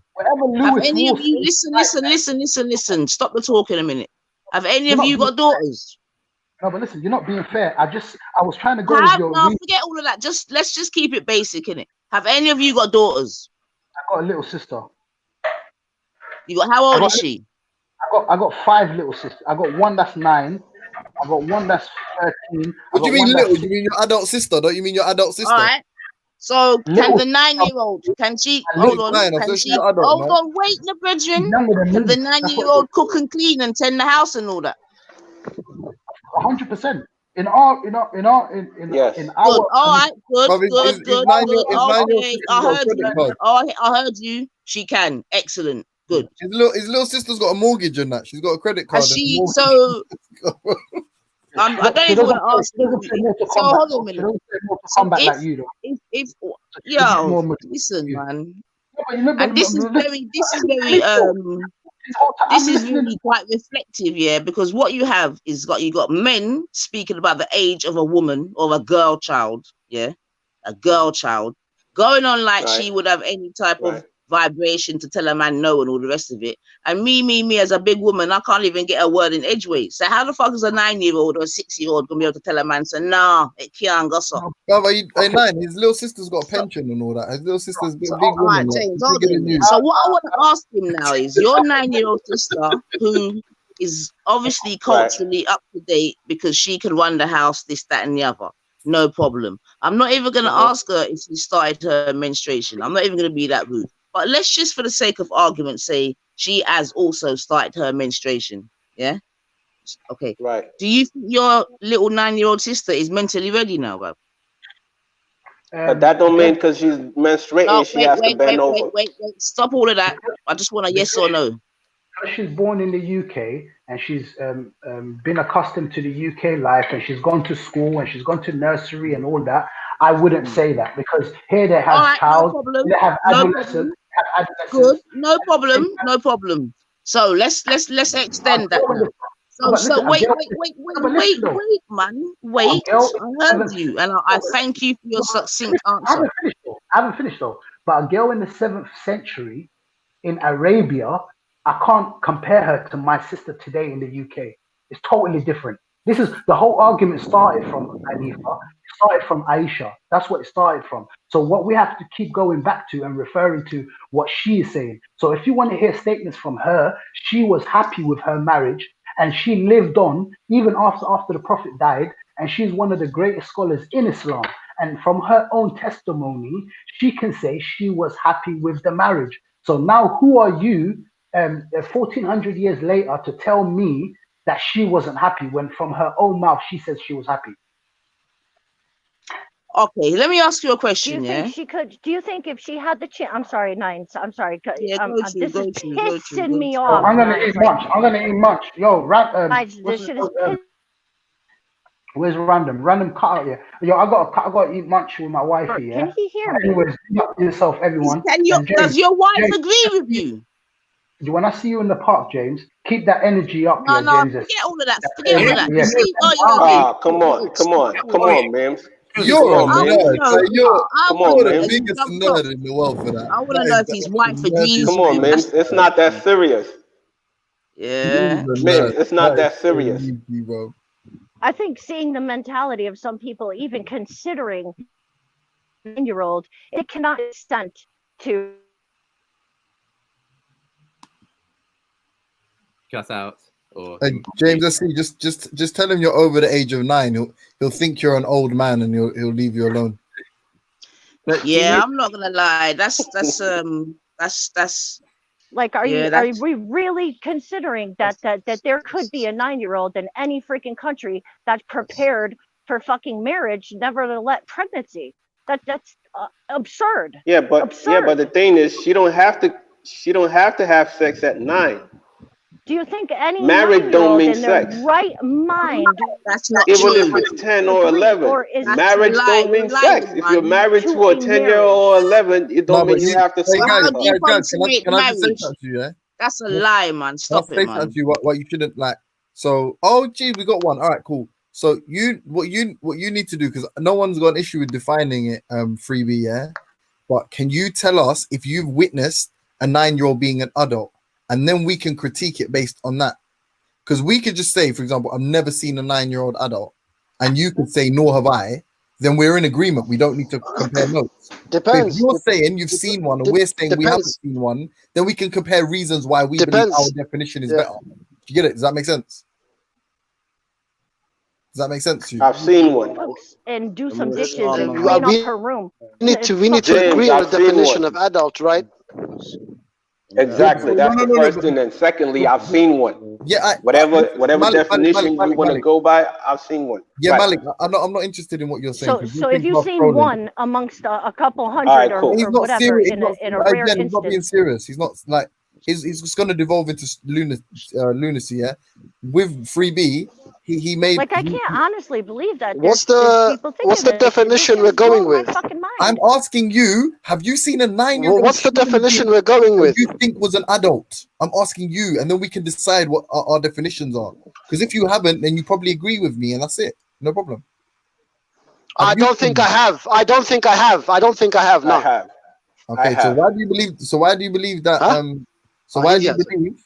So why do you believe that there can be one? I have, because I've seen one. All right, Malik, man, we get it. Go on, yeah, go on, everyone respond to Malik's point. Then seems like it's done. Malik, I've seen one. have you read what I put on screen? So what's the definition? There's no definition. So there's no definition. So you seen one? Would you marry her? Would you marry her? Marriage don't mean sex. Okay, so yes. Would you marry her? So you seen one, so you would marry her. That's fucked up, bro. And how do you Marriage not don't see mean that sex. shit's not fucked But up? the Hadith say that Muhammad did It have don't sex. fucking matter how she can't consent. She can't consent to marrying you. Are you Who kidding said? me? Are you being disingenuous? Like, Who said? are you being completely intellectually honest right now? No, Jen. Huh? Do you have No. Who kids? said? Yes, I do. Well, this is like so. All right, man. This dopey level of conversation can take place on another time. Okay. Random exposure. Have a Random. kid and Random come back pause. to me with that argument. Have a kid and come He back does. to me with this He argument. does. You would fucking murder anybody who thought about murdering your fucking kid. I'll murder anyone who fucking thinks about touching my kid or marrying them or doing that. Of course, kids can be groomed into saying yes to marriage. It doesn't mean that they're freely making that decision by themselves. They're kids in the Middle Ages. Parents freaking made them get married. So of course they had to be okay with that. And of course they had to act like they were okay with that shit. Because if they didn't, they would displease their parents.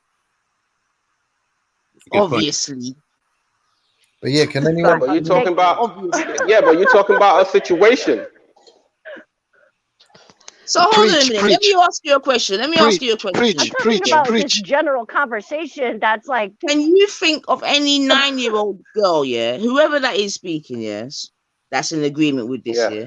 Can you think of any 9-year-old girl, yeah, that is going to be in agreement, yeah, to marrying not even another 9-year-old boy, you know, but a 20-year-old man or whatever?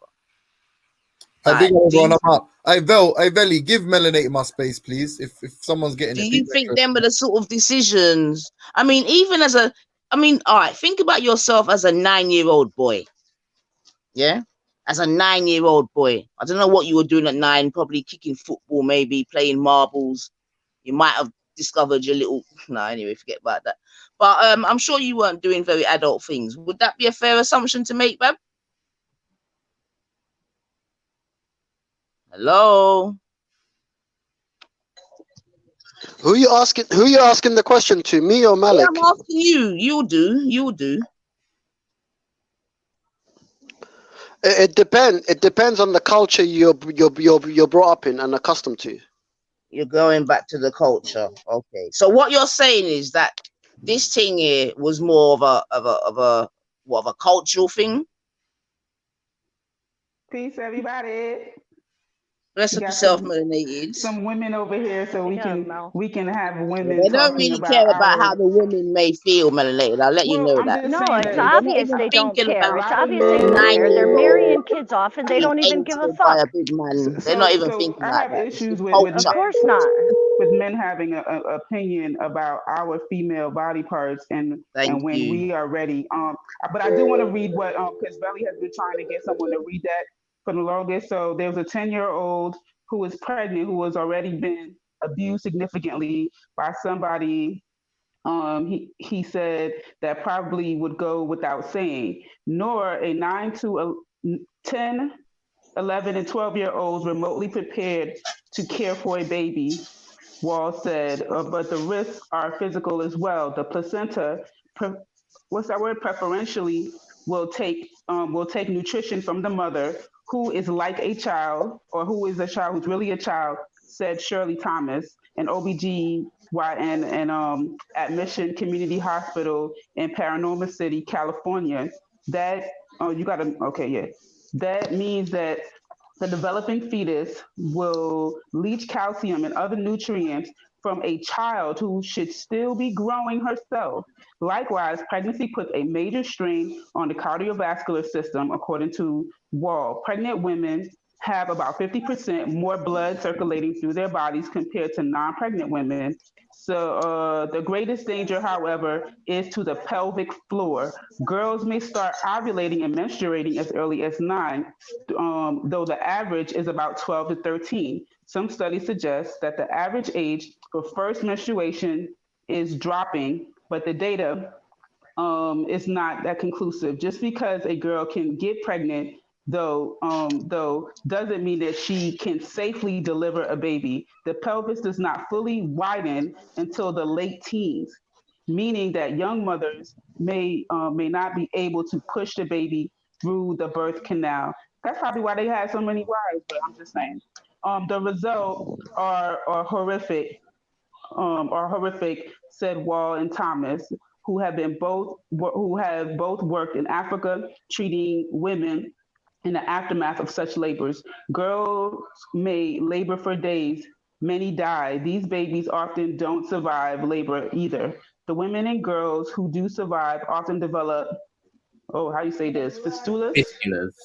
Fistulas, which are holes between oh my God, the vagina wall and the rectum or bladder. When the baby's head pushes out and gets stuck, it can cut portions of the mother's soft tissue between its skull and her pelvic bone. As a result, the tissue dies and a hole forms.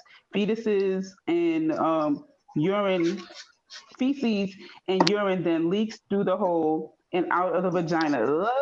Women with fistulas are often divorced and shunned. The young girls are at high risk. This is horrible. Okay, the younger you are, the more trauma will occur because the pelvic floor isn't developed enough. I hope y'all need to stop saying physically, mentally, really ready. Stop saying that bullshit. Okay. Thomas says in that way, she said, well, Thomas said in that way, she said, the young Colombian girl I was fortunate to have access to at a hospital that could provide a cesarean section.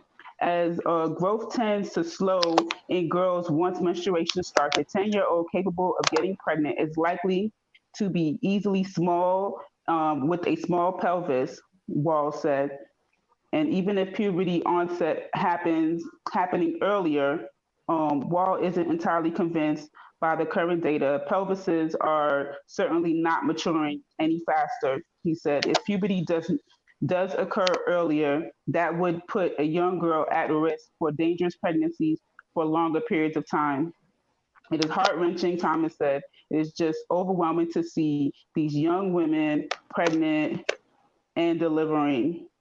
Can you read just a little bit more, please? It'll say who these doctors are at the top of the article. So it starts off here. Yeah. Right here. No 9-year-old, right there. No 9-year-old anywhere in the world should be having a baby. Lois Wall, a professor of obstetrics and gynecology at the Washington University School of Medicine in St. Louis, he told the Live Science. Yeah, and so that's the person's credentials. And, and the other one was we already read was another doctor of obstetrics and gynecology, Sherry Thomas at OBGYN at Mission Community Hospital in Panorama City, California. Yeah. I just without me knowing about the pastillus, I don't know how you say it, pastillus, without me knowing the details of that, I was aware that the risk of a child dying during labor is higher, and this is one of the reasons why when someone is saying, I don't care, like if a young girl is like 5'10" or 5'9" and she's 9 years old, that doesn't mean that someone if you live in a city, you can have a young person that could take the subway, right? Because in the country there is no subway. So the things that you learn, those type of skills, those type of things that you have to be able to navigate just because they could jump on the subway, just because you can send them to the store and they can come back with the change, doesn't mean that they are capable of the maturity that's needed to, one, be in a marriage, to manage relationships. Like 9-year-olds still complain about if you put more juice in their cup than their sibling, right? like let's keep it That's real. what I'm saying, Mel. So does the culture how do you have a does it really 9-year-old matter? It doesn't being matter. responsible for another person's life? I think Exactly. that any person who even agrees with that agrees with exploitation of someone who is more vulnerable. A 9-year-old is vulnerable. Thank you. They are naive. They are children. And if you put a child on the same level as an adult, something is really wrong with your mind. Is sick and now your head. Thank you. Like, Preach. like Preach. you can. I don't like. If you must not. Any parent who's co-signing that, they got to be some sort of absent or distant parent. They probably just buy sneakers and buy clothing. You know, you're not having conversations with your 9-year-old and like, you know what? You're so mature. Why are you even in school? Just get a job. Let's start a career. Like, who does that? That's what I'm saying. There's 15, 16, 17-year-olds who can't even understand the shit, never mind somebody younger. Like, this is insane. Just because they grew up in a different place in a different time doesn't change the fact that they're 9. Their brains aren't even fully developed yet. Their bodies aren't even fully developed yet. Listen, I know someone, right, who lost their virginity to someone who was a lot older than them, right? Just in case. And this person, this older man, told the young woman, down. I gotta go back to work. Cookie, stop trying to be on the live now. He told her a lie about the birth control. So, like, let's just say she wanted to use, let's just say, Jimmy Jam condom, and he said something like, "Hey, you know why they call it Jimmy Jam? It's because it gets stuck a lot. It's gonna jam up in there." And she was like, "Really?" And he was like, "Yeah, I mean, we don't need to use that." And she was like, "Okay." See what I'm saying? Like, easily, your mind, you're a lot younger than this person. You're looking at this person as they are giving you guidance. They could easily exploit you. You want to tell some 20-something-year-old man marrying a damn 9-year-old? He can get that child to do whatever he wants. Like, I don't even understand why that needs explanation to adults. We're not a bunch of little teenagers up on this panel. I don't even understand why that needs an adult. I don't care what book you're reading. The book shouldn't be telling you that. That's just that. I'm sorry. That this co-signing pedophilia shit, like, we need to just done that whole conversation. We need to done that conversation, because that shit is just, it infuriates people. It's getting me upset. And we shouldn't give, we shouldn't need to step around or give respect to an ideology that teaches things like this. Like, somehow it's often seen as kind of, oh, that's politically incorrect. Why are you bringing this up? Like, why can't you just let them believe this? And then anybody, it's not just, no, but it's not. When you say ideology, anybody, like Jen said, they got these Christian cults out here in America. You know, even in California. I bring that up all the time. California is a crazy state. They allow parents to do this to their kids. It don't even say a 9-year-old could marry or a 12-year-old. I think the age is 12. It doesn't say a 12-year-old could marry themselves. It says their parents have to allow them. Why does your parents have to give consent? Because you're freaking 12. You're in the 6th grade. Why are you getting married? So what are they saying? They're saying if the parent gives consent, then it's okay? Yeah, it's saying that it's legal for you to prostitute your child. Absolutely. You give me some money, you can have my child. Absolutely. That's how I'm looking at it. It's legal. So what should be? Because alcohol is so legal. What should be the age of consent according? You don't think alcohol is good for your body, right? You don't think that, but it's legal in America. It's legal. So what do you think the age of consent should be? When you could at least, you can drive a car operate a vehicle, I'm assuming they're feeling you're a little bit more physically and mentally mature at that age, right? You can't be 12 years old and drive a car, but you can be 12 years old and get married. What? That don't make no sense. No. It don't make no sense.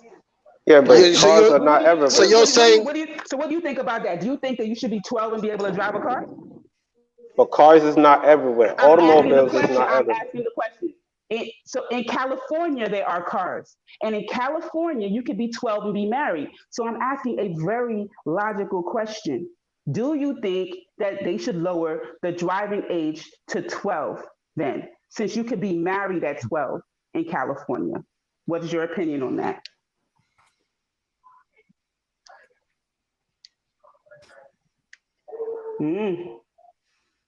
Wouldn't you want some 12-year-olds on the highway with you? Zooming past? Getting in accidents? Well, yeah, they driving. They can, marry one. So. Yeah, this don't make no sense. A 12-year-old can't join the military. A 12-year-old can't vote. Why the hell? Lord of mercy. This is strippiness. I don't even understand how this is a conversation. I don't even understand. This is how this is a conversation. A 9-year-old can't drive a car. They can't get a license. They can't even freaking write their own permission slip of I need to be absent. Me and my husband going on a trip. They can't do that. They can't do that. Could Aisha read when she got married? When she got married, could she read and write? Probably not. Lord of mercy. How did she sign the contract? Did she get to read the contract, the marriage contract? No, it was decided between her and her father. It was decided between Muhammad and her father. Yeah, the men. Yeah, the men again. I hear you, Baba. I hear you. Listen, this is the funny thing is, if I was born in America, if I was born anywhere on this globe, unless you're telling me that in Africa, the kids is like dog years, like 9 times 7 or some shit. I don't know, like 1 year, like my dog she's 10, right? So really she's 70 years. Because everything is times 10. So what is it? Is it 9 times 3? So you can get married at 9 because really you're 27. Is that what we're doing? Right? I just need to understand how this working. Like everything, every 3 years, every 1 year is like 3. Is that what it's gonna be? I don't know, because yeah, some of them just because you have different responsibilities, right? Like Sister Naita said, because you know how to cook doesn't mean that you know how to make good judgment. Because I'm telling you, no one is gonna say, "Oh, you're a married woman. Here goes a driver's license. Here goes you're voting. You're participating in politics. No, you're still a child." And the only reason now you have a husband who's like your dad, but he sleeps with you, right? That's all it is. He's taking care of you. You can't take care of yourself. This is madness. Make it seem like it's American. Some of these people, they do try and claim that it's like dog years, and that in the 7th century in Arabia, kind of girls used to age twice as fast, but it's different from today.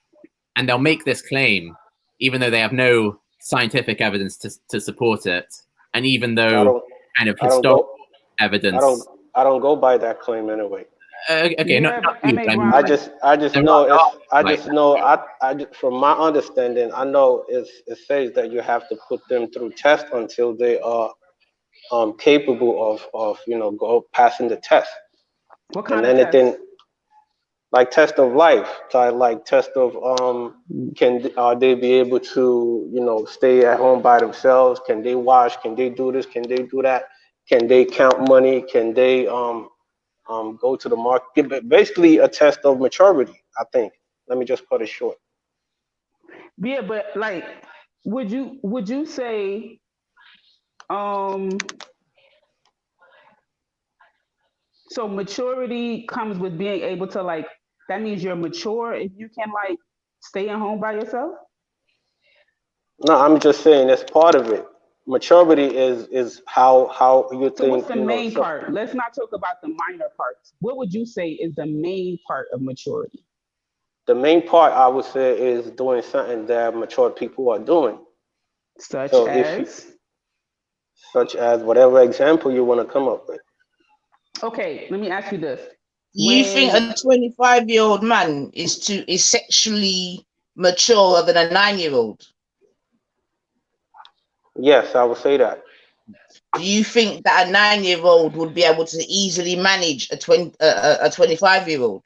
That's why I said marriage is not all about sex. Yes, but but that's just nonsense what you're saying. You understand what I'm saying to you? Because we know what it is. We just talk about 10-year-olds So having just children. stop that, Clearly they had man. sex. How do you mean I it's literally just nonsense? read a whole article about a 10-year-old giving birth and what happens to young ladies 10, 11, and 12 giving birth. Were you not on the panel? Right, So I heard it. having sex. And so what she's saying is, do you think that a 10-year-old could manage sex with a 25, 27-year-old man? I would say no, because she hasn't. Yeah, because I would say she hasn't passed the test of being matured enough. But if you say marriage, then but see that sounds because there is no standardized test.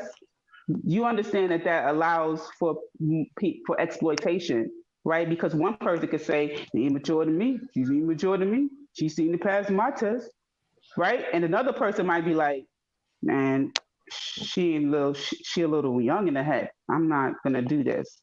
Right. So then you get to select. It's no like standardized way of saying this person is fully aware, they're fully capable of entering into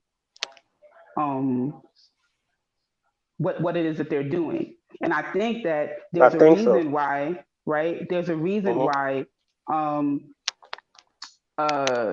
you know, there are limitations for a child being able to do other things, right? Such as operate machinery and things of that sort, right? Because you have to be able to make decisions quickly, your hand-eye coordination, I mean, there's a lot of things that we learn about development and what reasoning and logic.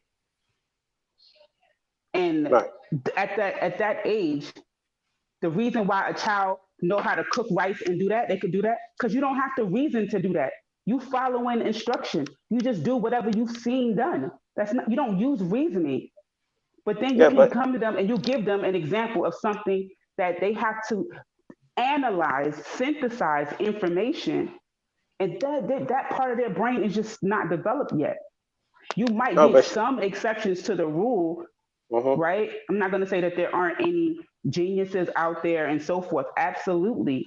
But if you know anything about but if you know that, I'm saying, I use the term genius, right? They didn't pass the test. I'm saying if you know anything about like brain development, the brain is still developing. Ain't no passing no test. The brain is still developing. If you don't have a way to look into the brain, you can't just assume a 9-year-old's brain. Well, it's just not fully developed. Like that's just known. That's scientific. It's not fully developed. Yeah, but that's what I'm saying. Like marrying to it. Even though I'm not in support of it, but I'm saying marrying to a 3-year-old or whoever don't mean that you have to have sex with them just like you got married to them today. That doesn't mean that they're ready to get. But that person will. People who think that way. And then when you talk about a young girl getting her period, that means that she's ready. And what I'm saying is that when a young girl gets her period, number one, like it's just too deep. So that's the responsibility. Brain is still developing because her period comes down. It's not like everything develops all at the same time, right? Like when a baby is born, we know that the top of their head is still very sensitive, right? Their skull isn't even fully completely closed, right? So but they're born. So something happens and they physically come out into, existence, but their body is literally still developing and is forming. Their skull is not closed, right? So a girl gets her period does not mean that in 12 months her body is prepared to bring forth life. True. You see what I'm saying? So Yeah. if she got a period at 9, does not mean she's physically ready, even if she had her period 11 times. That doesn't mean that she's physically ready to, she's ready for motherhood. But the way in which people are saying it is that she's a woman. That she done got that period, she a woman. And I'm like, yeah, you have never been a 9-year-old girl to understand that you're not ready. You're not, your body is doing stuff and you're like, what in the world is this? And if you have a mom or aunts and so forth, and they take you through and they explain this stuff to you, it still doesn't mean that your mind and your body are growing and developing, together. So I just think that it's very dangerous. Yeah, it is. Normalizing I'm supporting you, but this as this is like, oh, this is nothing wrong with this, and we have to be able to look at things that our forefathers did, our ancestors, right? Yeah, and I think what they did was not everything they did is good. Not every True. single thing that they did is good. We cannot True. just be like, oh, they did that. That's what's up. That's how it should be. No, we True. gotta be like, yo, they was tripping. True. I'm not doing that. I actually think that was wrong. Yeah, that's why I'm I sure said they that. had their reasons, but I'm not hearing that. I'm not hearing nobody like, I don't know. I'm not hearing that. And Yeah, that's concerning. but they have people who do that, and they pay for the consequences. Like you said, you have the aunts, you have the mothers, you have the people that train them and help them walk through the period of transitioning between a child, a young woman and a woman. So if you see a man that does it, out of lust or whatever, they pay the consequences. I'm not saying What do that's you why I mean? said marriage. I'm saying if you have a man who sleeps with a 10-year-old and then messes her up, in their mind, I think they should know better, if she's passed the test of being a woman or not. And if you look at it, most people around them will condemn the act. So that's what I'm saying. I'm still foggy. I need somebody else to come on here. I'm foggy on what this woman test business is. And can you tell me if is there men test as well? Yeah, I think so, because if you look at men, if you look at men, they grow up from the same period as women, and then I think men starts bringing out semen when they are between 13 and 14 also. So if you have to judge for a woman also, you should be able to look at it like, okay, if a man should be able to pregnant a woman between the age of 13 and 14, so should be for a woman also. That's why I said you have to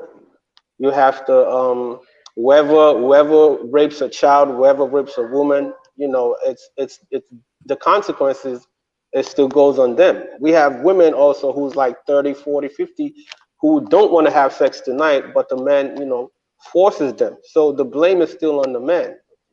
However you look at it, whatever you do wrong is still on you. So you have to, and if you look in the society, you have people, like I said, who train these kids, who know, okay, they are matured enough, they are this, they put it is basically putting people into test until they are capable of doing what they are expected to do as either a man or a woman. But I'm not supporting you saying that because she's bleeding, then you have to sleep with her. No, because you just read out the consequences, which is a fact. But I'm just saying, it says, you have to put them to test until they are matured enough, to whatever operations you want to put them through, that's the right time. Yeah. In America, trust me, in America or everywhere, I've seen people give birth when they were 13, 14. I'm not saying it's right or wrong, but I'm saying I'm not saying it's right or wrong, but I'm saying if you look at the situation, she might be matured enough, she might be enough, she might pass the test of being a woman. Just like you have people who's like women who's like 20, 19, 18, they can't even, wash themselves up. you know, so we can't say, oh, because So being a woman is being someone. able to wash yourself up. No, I'm saying it's part of it. I'm not. I'm saying I'm just trying to because. understand about Yeah. what this Okay. what this measurement of womanhood and manhood, because I'm going to be Yeah, honest it's with you. the Everything you measurement, the said yardstick is is still. everything has Yeah. been very, very vague, right? It seems very task oriented, right? So basically, like in Thailand, how they have like child labor, right? Like all of Yeah. those children they're adults pretty much, right? Because they have jobs. That's not the same. Like they're capable, functioning, they're performing duties at work. They are forced Mhm. into labor. Does that mean they're adults? So a young girl who can sweep, mop, cook, and she got her period, that's all womanhood is. That's all maturity is. No, But I if never she said but if that. she I get said behind it's all part of it. behind the wheel, but she get Yeah. behind the wheel of a car and her feet can barely touch the pedal, I'm Right. just done. I'm just so done Yeah. with this. Yeah. Yeah, but that's the law. That's the law of the land, though. You can't drive until you're 18. You can't get married until you're 16. You got to go back to the law of the land.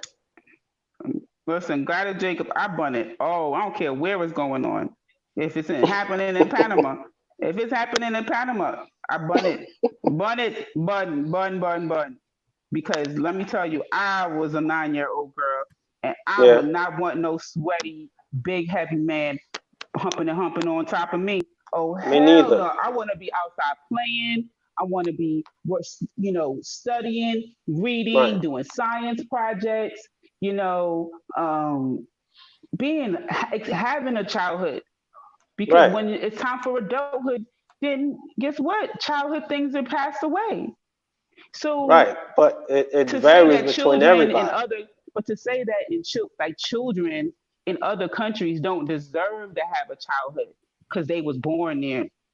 Like if you didn't know no better, if you never seen a child be a child, then guess what?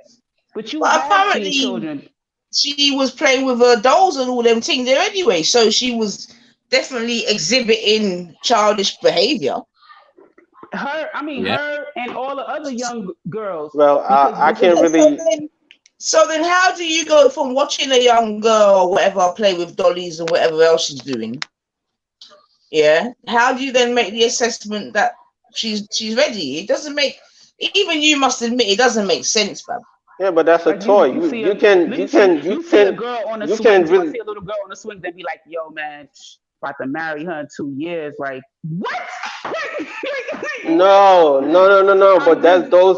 Listen, those are toys, though. We still have people who's grown up and they still play PlayStation. We still have people who's very old and You know adults who what it still do is? certain things I that can't. kids do. Yeah, I can't do this no more, man. Because you keep actually. Come here, mama. Yeah. No, This I'm is a not. bit weird. Come on, mama. Well, you have to Listen, understand you where are I'm making coming excuses. from. You making a lot I of already. No, I excuses. understand. You have to I'm make not. it I'm clear. no. I'm not making excuses. I already set the yardstick, and the What's the yardstick is yardstick? Is what? I told you they have to go through the test of being a woman, and they have to pass that test of being a woman. You the first person I heard about some tests. I ain't never heard about no tests. I Go think through it's. the I think test it's. of being a woman. What? What did you say? Did you just say they have to go through the test of being a woman? I don't know what this. He's not describing what the test is though. That's the problem. But I already told you. Where is this school of testing going on? Because I need to give it a big miss, man. It goes in the community. It goes between the two families. It goes between the family of the husband and the wife. They have parents. They have slavery is a test. Everything awful is a test. Like, what is this, man? I never said nothing about slavery in the test. No, but I'm saying seemingly everything awful is a test, as opposed to it just being horrible. Dog, you get me? This, that, and the other. It's a test. This is madness. Okay, let me say. A woman, listen to me, yeah. A Right. woman or a girl, should I say, being penetrated at 9 years of age by someone who's twice her age and more, it's not a test, fam. It's a I told you. I violation. said yes. I agree with you. I said that's a We agree with violation. that, yeah. Now, if Yeah. you're telling me 2 9-year-olds, I'll be like, you know what? You know what I mean? They're dodgy, but they're all right in it. They're probably Right. But I know Right. that I don't hear no man come up here and try to excuse a 9-year-old No, girl. what he was And saying is that what they do is they put the 9-year-old through a series of maturity tests. no, I know, sis. I heard him, and he also They said test that her the mind. final thing, They test the her final mind, frontier right? is also a test for the woman. And obviously, They if test she her makes mind, it right? through, Go So ahead. she passes. so they gotta leave You know her. what I mean? She get If her she if get her left pelvis home makes it alone through for a the little night, while. you're all Make right. sure she don't burn down the house. You know. Oh, Mhm. she's mature. She didn't start a fire. Right. That's not what Boy, that's if I was but that's living not what them I days, said. I'd be starting bare But fires. what's the but why Bare can I fires I'd be starting. one Are you second mad? one second why can I agree with you and you can't agree with me when you I said would burn all when the you food. I would be like, I can't cook. Oh, I'm a horrible wife. yeah mistakes do happen mistakes do No, I would happen but do. I'm I would saying just make but mistakes like so nobody would think that I'm suitable and I could still be a kid. exactly so that's the point that's exactly what I'm talking That's about. what she should do. Those young girls You don't cook have to go shit. through you have to they go through process, you know, they have like I said, they have their Process. mothers, they have their sisters who've been through it, they have everybody in the community, you know, that looks at the whole situation. And I told you, if you're sleeping with a woman that don't want to be, if you sleep with a 50-year-old woman that she says she don't want it, the consequences is on you. Just like if you sleep with a 9-year-old, the consequences is on you, even though we have people who does it. I'm saying it's wrong. I never said it was right, but I'm saying Madness. they have to go through the series of processes to understand. You know, yes, this person is fit enough to be in the house, or she's not. Naita said, everything is a test, boy. Yeah, Yeah. I'm not. Yeah, what language or what word do you want me to use? It's a process. It's a test. But They have to test them. They have to Nathan, understand them. They have to hunt. Yeah, go ahead, James. like I think we can identify that, you know, because of their religious beliefs, they feel kind of compelled to defend this sort of thing. And, you know, if their belief system is causing them to defend, you know, oh, it's okay to, you know, marry a child and have sex with a child. Okay, Like, I never said. Wait. I never said. Hey, we're not gonna do that again. Me. And hold on. And that's why. That's why I can't argue with you. That's why I can't argue with you because. He's saying he didn't say it's okay to have sex with a child. Exactly. That's my point. So stop saying it. You'll have your chance in a second, then you can refute me. But Cool, anyway, cool, like, listen, cool. So we can see how, you know, for a lot of these Muslims, like their Islamic beliefs lead them to kind of defend and support this kind of child marriage and child molestation, okay, and lead it to see it as acceptable, more acceptable than they would otherwise.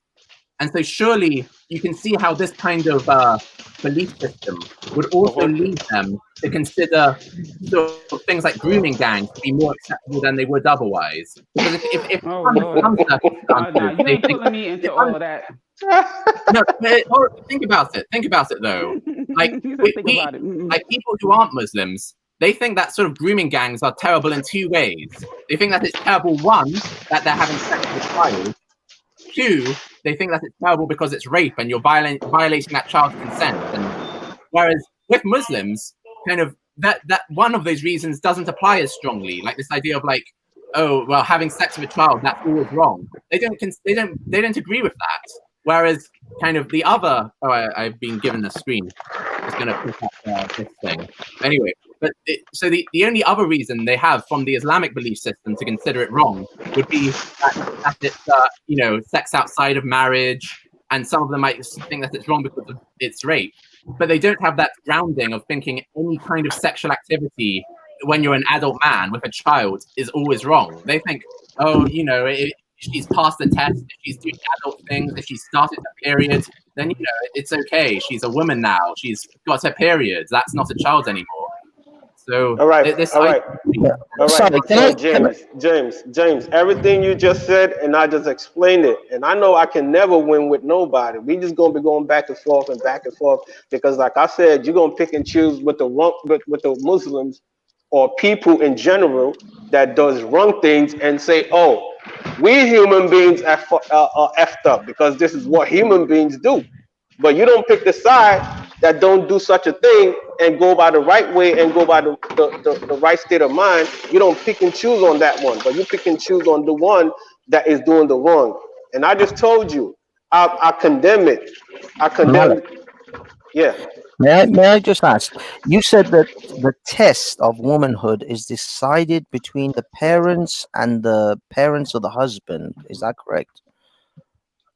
The parents of the husband, the people around the community, yes. Well, yeah, generally the people, whoever those people happen to be. Now, is there Right. any hadiths or surahs that you can quote to say that is listed the test of womanhood in the Islamic religion? I can't really tell you of But is there? Do you know that there is a list of actual things that you will do? Like if I were to take a test, like a 10 question, questionnaire, 10, and I would say, either multiple choice or open forum where I can actually then take these tests. I can take the test like you would, any other type of test, and I would put it to a girl, and then depending on her answer, I can ascertain that this is a woman now. Is there such a thing in the hadiths or the surahs or any of the Islamic texts? Doesn't matter if you know particularly which one, just is there any such thing? In the Quran, I can't really tell you about like an actual passage right now, but I know I've seen something about putting people. It applies to everybody, I think. So there isn't an actual set of actual questions. It's just like put in some righteous person or some wise old man or the parents or something. There is no actual instructions, is there? There isn't like, okay, here's the 10 questions that you put to a girl before you give her away for marriage. There's no such thing, right? No. I know there isn't. I don't think so. There isn't. I know the Quran. At least I know enough about the Quran, and I've read it and remember enough about it to know there is no such thing. Yeah. So you should be able to. One second. You should be, if you've read the Quran as much, you should be able to tell me a kind of passage that says, put the, how to say, the orphans or someone, watch over them until when they are mature enough to. Yeah, there are soliloquies and there are parable type passages which say about looking after young people. That's fine. That's not what I'm talking about. Yeah, I'm saying no. That's not what I'm talking about. I'm saying looking after them until up until a point where they are old enough to decide for themselves. There is right? no standard. Yeah, but you and I just established there is no standardized way of establishing what's a woman. It's up to people's opinions. So you go by the culture of your country. Well, yeah, but there was a time the culture of a certain country said that slavery was perfectly fine. We still know objectively outside of that that culture was wrong. So we know cultures can be very, very wrong. So you can't leave something like this to the culture of a nation, because if that's the case, then maybe the Southerners of the United States were right, because it was their culture after all. I mean, slavery was their culture. Who are we to tell them that their culture was wrong? Are we okay for telling the Southerners that their culture was wrong? I think we are, because America went to a fucking big war for it and killed a lot of them and told them, yes, you are wrong. So cultures can be wrong. We know this. This is not a debate. We know cultures are wrong. I brought, not Ninculus, Malik, I brought the verse you're talking about. And I'll be leaving in another 10 minutes. Go ahead.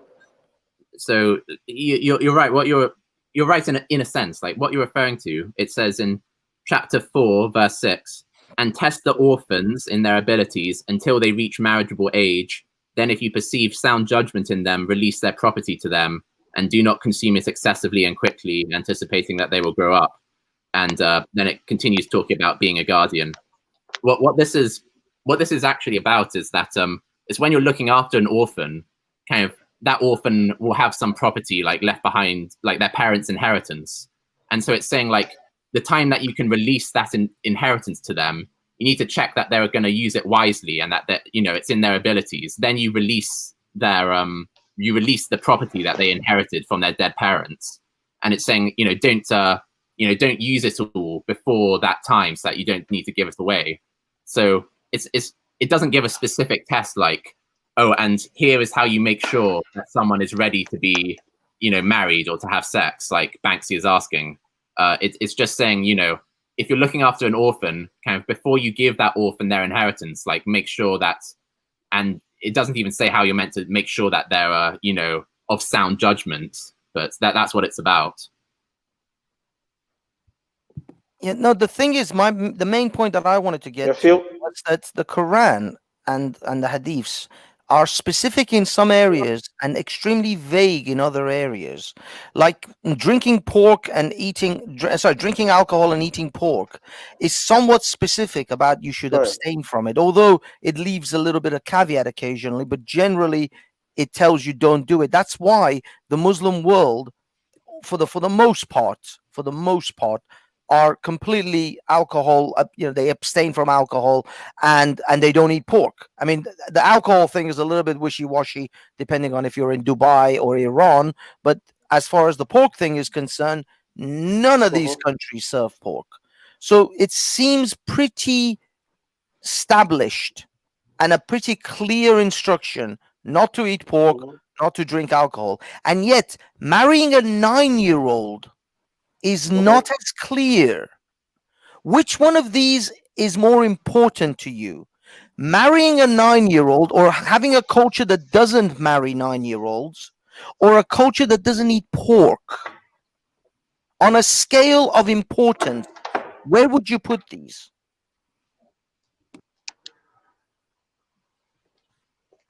I don't know. It says this, it said it.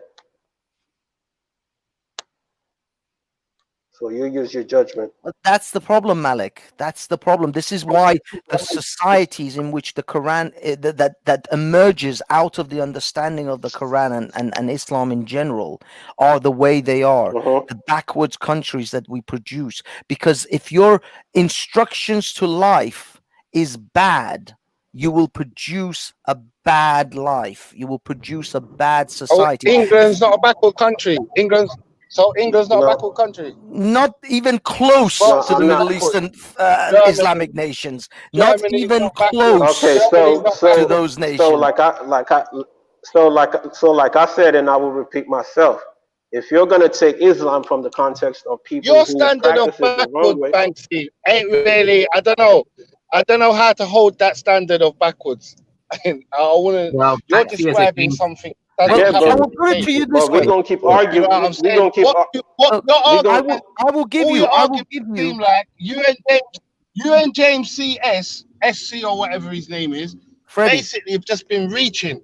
Yeah, Freddie. What you've been doing, you've been taking a couple facts and then you reach into a conclusion. Freddie, like you're saying this happens because of this, and that's not necessarily true. Yeah, Freddie, that's I will Freddie. That's why we gonna keep arguing about it, because, like I said, all they do is take it from those who practice it. You know, no. What they say human beings is people make mistakes. So Freddie, if you're taking your religion from the bad side of the people that practice it in the wrong way, this is what you're gonna get. No, but this isn't from the backside of the people. This is from the Quran and the Hadiths. This isn't from some culture that we took the 9-year-old marriage from. This is from the religion. This is from the ideology. And Freddie.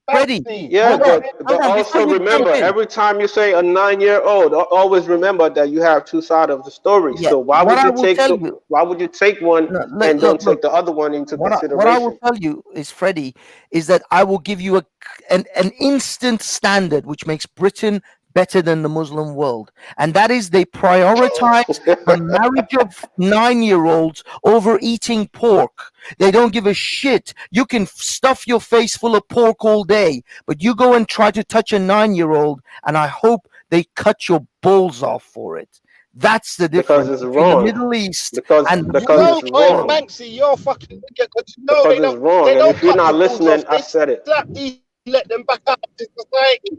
What the fuck are you talking about, Banksy? What are you talking about? You don't know what you're on about, bro. Look at the statistics He's of just the been repeat metaphorical. offenders in paedophilia, please. Can you do that before you talk shit? But your religion says that there's no such thing as paedophilia, though. Do you condemn Muhammad, a 50-year-old man, for having sex with a 9-year-old girl, or do you support? Like I told you, I don't believe in your statement. Okay, what about the other guy? What other guy? There was another guy who was talking just now. Regardless of him, I told you I don't believe, and that's James. That's remember. I'm gonna keep saying it. If you take to that narrative, exactly. So that's the problem with you, James. Wait. And that's why you're gonna always be an Islamophobe. It's so blatant. You can't stop the argument. 1 minute, bro. I'm saying, James, your argument are so biased to one way, bro. You can't structure them properly. Even the question, bro. Even when you leaped, James, you leaped. You done a big leap and a stretch and a reach. So let me get this straight. Do you deny? You said because one passage in the Quran that will condemn. Well, 1 second, man. Let me fucking finish. Let me finish, bro. Why are you doing that? Wait. Because you know you're fucking like cunt. But basically, what you need to do is stop reaching. Stop reaching. Because you know you're interrupting me. Because you know. That's why. That's why you're interrupting me. Because you know you're a liar. That's why you know you're a liar. Can you just answer the question? Let me finish what I'm saying then and refute me, fool. Let me finish what I'm saying, idiot, and then refute me. Okay, go on. Fucking fool. What I'm saying is, you know you was reaching and you was lying when you said one passage in the Quran equates to people in 2020 co-signing fucking grooming gangs. You know that was a lie. No, I'm not. You know that was a lie, innit? No, I'm not. No. What I said, you know that was a reach, innit? And an over-exaggeration at the best of it. Perfectly justifies. What I said was that if these people kind of, due to their Islamic beliefs, kind of justify adult men having sex with children in this context, and they don't see it as kind of totally out of order, then that would lead them to be less condemnatory than ordinary people would. Why? Because brother, you're fucking chatting out your ass because you didn't say none of that. You're waffling now. No, because ordinary people find grooming gangs abhorrent on 2 accounts. 1, because it involves adult men having sex with young girls, and 2, because it involves adult men raping young girls. And so that's 2 abhorrent things that normal people find disgusting. However, so many of these Muslims have proven to us that they don't find one of those things disgusting. They don't find adult men kind of having sex with young girls necessarily. You haven't done enough research. Yeah, but I just questioned every Muslim. Have you questioned every Muslim in Europe to find out that? Have you done extensive research? No, are you talking out your bum? Are you talking out your bum, or have you done proper extensive research? It's about years of it. Now, I want to see 4 years of that to collate what you're saying. No, shut up 1 minute. 1 minute, shut up. No, shut up 1 minute, though. Because show me the data that collates what you're saying. 9-year-old girls. Show me the data that collates what you're saying now. Because you're just waffling. You ain't done no research. James, you ain't done no research, bro. James, is it in the Quran? James, is it in the Quran to sleep with children? Huh? Is it in the Quran to sleep with children? Yes. Yeah, I have it on the screen now. Let's read this. Huh? Here. So, yeah, the Quran permits child sex from verses 65:4 and 33:49. Okay, and here's the explanation. So read it. Yeah. Here one should bear explanation. Okay, so wait. When you talk about explanation, just like I told you before, it's going to be a difference of opinion. You might say yes, and I might say no. You're going to give your reasons, and I'm going to give my reasons. And you're going to stick with your reasons, and I'm going to stick with my reasons. Right, and at the end of the day, 1 second, and at the end of the day, your interpretation is going to be wrong because it's wrong to sleep with children. Has the evidence. Mine has the evidence from Muhammad. What and evidence? Okay. Oh, yeah, right. Okay, so yeah, Well, yeah. Okay. It goes back to the same. Yeah, easy. Go back to the same passage. All you can do is go back to the same passage. You got no evidence. It's just Exactly. conjecture and hearsay and opinions. First of all evidence. Yeah. Quran, chapter 65, verse 4. And Right. those who no longer expect menstruation among your women, if you doubt, then their Hey, period brother, unless it is 3 says months. 2020, unless it says May 2020, also, people are doing it now. those That who have doesn't not mean fuck all. menstruated. That So doesn't it mean says nothing. that you are Unless allowed it says to May divorce 2020 on women it, who have not menstruated, that doesn't females mean who have not fuck menstruated. all. And so, You're chatting out your bum so again. what you're about to say is that, oh, this refers to adult women who haven't had a period yet because of disease. But this is false, because there is proof from Muhammad's own companions that the context of this verse, the circumstances of revelation, the Asbab al-Nuzul, are that this verse was revealed about marrying and divorcing prepubescent girls. And we can see that by going to Tafsir, I'll show you a hadith, which is reported in Wait. You said marrying and divorcing. 1 second. You said marrying and divorcing. Like I told you before. Does it say sex? Yes, it does. No, it doesn't.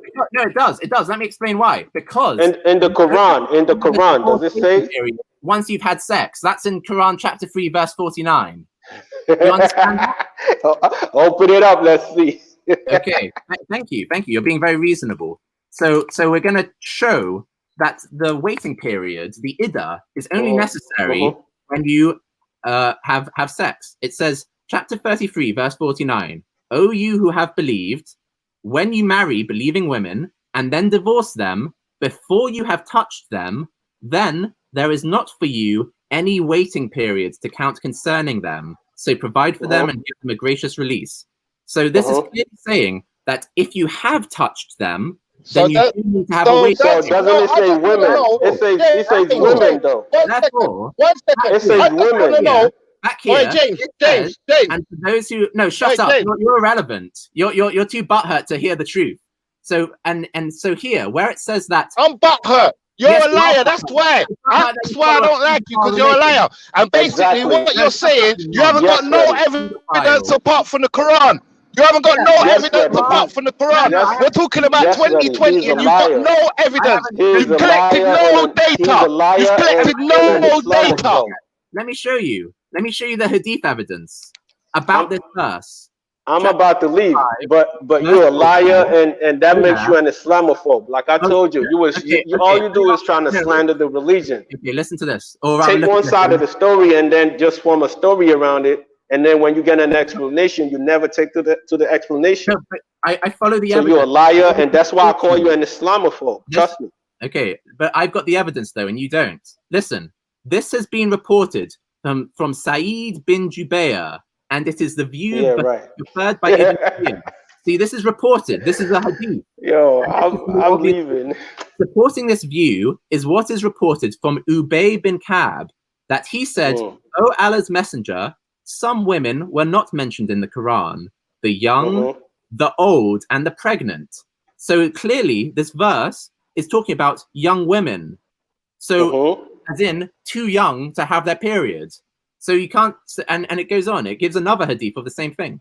Those in menopause among your women, for them the iddah, if you have doubt, is 3 months. And for those who have no courses, and for those who are pregnant, their iddah is until they lay down their burden. Ibn Abi Hatim recorded a simpler narration than this one from Ubay bin Ka'b, who said, "O Allah's messenger, when the ayah in Surah Al-Baqarah was revealed prescribing the iddah of divorce, some people in Al-Madinah said, there are still some women whose iddah has not been mentioned in the Quran. They are the young, the old whose menstruation has discontinued, and the pregnant." So later on, this verse was revealed. Those in menopause among your women, for them the iddah, if you have doubt, is 3 months, and for those who have no courses. So yes, the hadith evidence shows that this verse from the Quran, Quran 65 verse 4, is saying that you can divorce prepubescent women who haven't had menstruation, and their waiting period will be 3 months. And verse chapter 33, verse 49 said that you only need to have a waiting period for divorce if you have had sex with the woman. So the fact that the fact that the Quran is explicitly stating a waiting period for prepubescent girls means that you can marry and have sex with and divorce prepubescent girls. And this is what the Islamic scholars and Muslims did. This is what Muhammad's companions did for that instance. There are reports about this as well. This is what Islamic scholars used to release fatwas. Islamic scholars used to have fatwas about whether you can have sex with prepubescent slaves, whether if they haven't had their period yet or not. So this is the religion. This is what the pious predecessors show, and this is what the evidence shows. Right. Thank you. I disagree with you. It's not nice talking to you because I already know your point of view. This is not my first time of meeting you, and like I said, always believe in what you believe in. Good for you. But we also that knows what we believe in and what's right. We practice to the best of our abilities what is right. So keep spreading your Islamophobe, and it's not going to help you. It's just going to make you look worse. That you're better than your religion. I'm glad that you're better than your religion and many other people who follow your religion. It's not possible for me to be better than a religion that gives me a guideline that I follow. So see you next time. Big up religion. No, Malik, it's a guideline that you mostly ignore. That's what it really is. It's because your morality comes from a better place than the Quran, so you mostly ignore it. Otherwise, you'd be marrying a 9-year-old too. Yeah, which is a good thing. We're glad that they're like that. But sometimes people will say to us, Banksy, they'll say, "Listen, these Muslims like Malik, they don't agree with this interpretation of Islam. So why are you giving them a hard time about it?" And like we obviously like condemn. We don't condemn. We're glad that they are kind of better than their religion, but we aren't going to just like let them say that their religion is better than it is, because it's like if there were if someone came along who said, "Oh yeah, I love communism," and you kind of said, oh, "Whoa, hold on, like communism is a totalitarian system and it leads to a lot of harm and destruction in the world," kind of that's the truth, and it's good to point that out. We shouldn't just like allow them to believe kind of nonsense and whitewash a harmful ideology. Same if there was like a neo-Nazi who said like, "Oh no, like the Holocaust happened and Hitler never oppressed the Jews. Kind of Nazism is just about loving nature and being good to your community." Like, even if they sincerely believed that and they were a nice guy who just had the wrong idea about Nazism, that wouldn't mean that we start kind of pretending that Nazism is good, Well, this is exactly it. I mean, imagine this expression: neo-Nazis are not perfect, but Nazism is perfect. Yeah, exactly. My Kampf is perfect. Neo-Nazis are just not abiding by it properly. Yeah. And what some people will say when they listen to us, like, "Whoa, these guys are saying that Islam is as bad as Nazism." But that's not really what we're saying. What we're saying is that these are two ideologies with a set of ideas, and within those ideologies are bad, harmful teachings. And so we aren't just going to pretend that these bad, harmful teachings aren't there, whether it be for Nazism or for Islam. So you can't like straw man us and say, "Oh, these guys are saying that Nazism is as bad as Islam," because that's not the point being made. The analogy being made is that when someone tries to pretend that unjust teachings aren't within their body of ideology, their scripture, you don't just like allow them to believe it because what's the harm in it, or but it's not doing any harm. They're a nice guy. Like Islam is still kind of Islam is still causing a lot of harm in the world, so we can't just be complacent about it. So these things still need to be criticized until it becomes like so weak that it isn't causing any harm in the world anymore. Like once Islam is in kind of like sort of terminal decline, and there aren't non-Muslims being persecuted as a result of Islam in Islamic countries, like atheists being thrown in jail, or executed, or women being subjugated. Once Islam has become totally powerless and kind of toothless, and it's just like, you know, it's like Christianity. Yeah, once it's like Christianity in the West, then we can like relax a bit and we can be like, okay, let's live and let live. There's no, you know, what's the harm in like letting them believe these things? Let's not be abrasive. But we're not at that stage yet. Like there's still harm being caused, which criticism is a good remedy for. This is the thing, James. This is why I advocate for this. Now, people can call me Islamophobe or whatever, but I wholeheartedly advocate for declassifying Islam so that it is no longer a religion. It is classified as a political ideology. You do that in any country in the world, and you will immediately see a massive decline in Islam and a massive decline in Islam's ability to influence. Because what would happen if you reclassify Islam as a political ideology? They will treat it just like they do Nazism. People won't help but to treat it like Nazism. In fact, in some aspects, it's worse than Nazis. I don't know any aspect of Nazism that encouraged sex with 9-year-olds, sex with children, marriage to children. Even the Nazis were not fucking pedos. Even the Nazis kept off children, kept their hands off children in that way. Islam doesn't even do that. It goes much lower than even the freaking Nazis. That's how horrific some of the aspects of this religion is. And if you reclassify it as a political ideology, in whichever country does that, we'll see an immediate decline in Muslims moving to that country because they're not going to get the same privileges as they would in other nations, and B, you can treat Islam immediately differently to all other religions. You no longer have to, just because the Jews do something or because the Christians or the Buddhists have some temples, you no longer have to give the Muslims mosques. They don't have to. They don't have the right. Just like there is no temple of Nazism. Nazis don't get a temple. Nazis don't get a place of worship, no matter how much they want to suck Adolf Hitler's weenie. They don't get a place of worship. They don't. My Kampf doesn't become their doctrine that you can't question. There is no hate speech. If you notice, there has never been a hate speech prosecution against a neo-Nazi. The fact that somebody said bad things against Hitler. I know that there's a woman in Europe who got prosecuted and went to the European court, and still the court held up. It was an Austrian woman because she criticized Muhammad, but no one's ever gone to court because they criticized Hitler or neo-Nazism. See the difference? Make Islam a political ideology and your problems will be solved.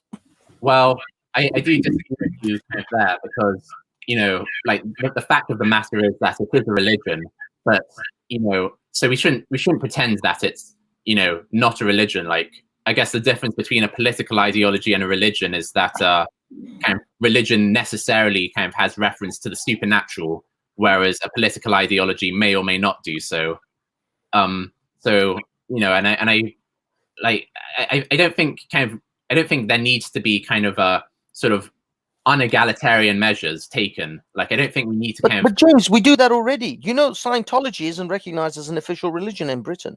But what's the difference of being an official religion, though? Like, well, it's not recognized as a religion. It doesn't get tax breaks. It doesn't get status of religion. And so you can tear Scientology a new asshole. You can go piss on L. Ron Hubbard's grave and no one can touch you for it. I don't know. I think, like, kind of, I'm not sure if I don't agree with like steps like that being taken yet. Like, I think kind of, or at all. Like, I think kind of all that needs to be done. Like, you just need to show. You need to do two things. You need to show kind of the flaws and bad teachings in Islam, and at the same time, kind of encourage the fact that Muslims don't agree with this. Like, no, very few Muslims, when they look into their moral compass, will sort of agree with what's written down. So, you know, just like, I think Muslims do need to kind of be given a lot of credit, because, like, you know, the fact that they are resisting kind of the plain meaning of these teachings and verses shows that kind of you know, their moral compass is still alive and kicking, and trying to avoid them sort of you know, doing these things. If they were just blank slates and only got their, you know, moral guidance from a straightforward, unfiltered kind of reading of the Quran and Islamic law and Hadith, then, you know, the situation would be a lot worse. So, you know, like kind of even though there are kind of like a lot of Muslims who, you know, do need to kind of be criticized for their bad beliefs that they've adopted from Islam, kind of the ones who don't, kind of you know, they should be given a lot of kind of applause while still harshly condemning the religion itself, like kind of, you know, James, praise people who are against it while you know, condemning the religion. James, I just think this is pandering, dude. See, I guess maybe you and I come from a different angle to Islam, clearly because, you know, because of our history and circumstances. But I just don't think we have that kind of time. If you take the Muslim population of Britain and its current growth rates, if you believe any of the Pew data that Taqiyya Watch uses a lot, and I don't know if you've seen the Pew data for 2050 of what Britain or Europe is going to look like. We're looking at 16%. The Islamic population is going to grow to around 15 to 16%. I think in Europe, it's over 20% in places like Sweden, etc., in the next, you know, by 2050. This is an existential threat to the future of these nations, because if you believe in a democratic society, well, then the Muslims are going to make up a huge voting bloc. And already we're seeing it. Already we see the Labour Party pandering to the Muslims. We already see the Liberal Democrats and their cuckolds of Ramadan. I'm going to fast today with Ramadan with eggs and bacon, morons. So we're already seeing political parties swaying and pandering to the Muslim voting bloc. This is only going to grow in Britain. And in Belgium, they already have the Sharia party. That's already going to happen. That's already you know, kicking off. These things are happening. These are realities that which we have to face. Now, I may be long dead by 2050. Who knows? My weight and my heart may not take it anymore. I may be able to shuffle off this mortal coil happily, knowing that Islam isn't going to have a huge influence on my life again. But you and your children and my children or my brother's children, they're going to suffer at the hands of the Muslims in this nation, in the European nations in general. They're the ones who are going to be under the sword of Islam. And so that's the legacy we're going to leave for them. Now, you can go ahead and pander to these barbarians. You can go ahead and pander to this barbaric belief system and pretend that it has some morsel of goodness in it that, you know, that we can extract and try to clap for the good Muslims. You're speaking from a warped point of view, though, man. Whatever, man, whatever. What I'm trying to tell you is that Europe doesn't have that kind of time to pretend to play nicey patty cake with Islam. Make Islam a political ideology, take away its religious rights, and get the fucking Muslims to recognize for some reason, man. I'm glad I don't feel that way about Jewish people, because really, they make me as. I'm glad I don't feel as bad as you do about Jewish people, man. Seriously. But thanks, I think sometimes they're worse than Islam. But I'm so glad I don't display what you're doing. Banksy, you know, I understand where you're coming from. Like, well, I don't want to sort of pander. What I'm just saying is that, like, you know, imagine if like kind of there was a public awareness sort of program. And the saddest thing, you ain't got the balls to criticize Israel or Jewish people. You ain't got the balls to do that at all. Imagine if in religious studies, that's the sad thing. You are James. Imagine if they showed, for example, kind of the masked Arab videos to kind of the entire population. Kind of like we probably have like most Muslims when they're shown the truth about Islam, they don't just like, it doesn't just go water off a duck's back and they're fine with this kind of ISIS teachings.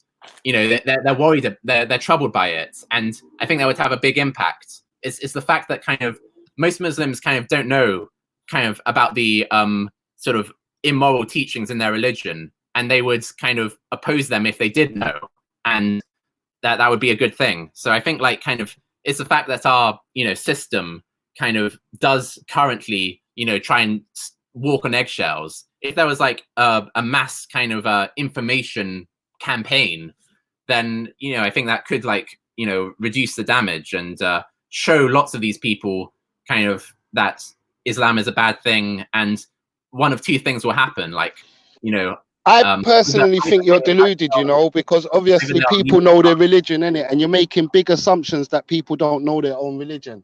There was people that was born into Islam. I think it's a massive assumption you're making, but go ahead. How many Muslims have congratulations, like, Sahih Bukhari? How many Muslims have just like started reading Sahih Muslim, the book of jihad?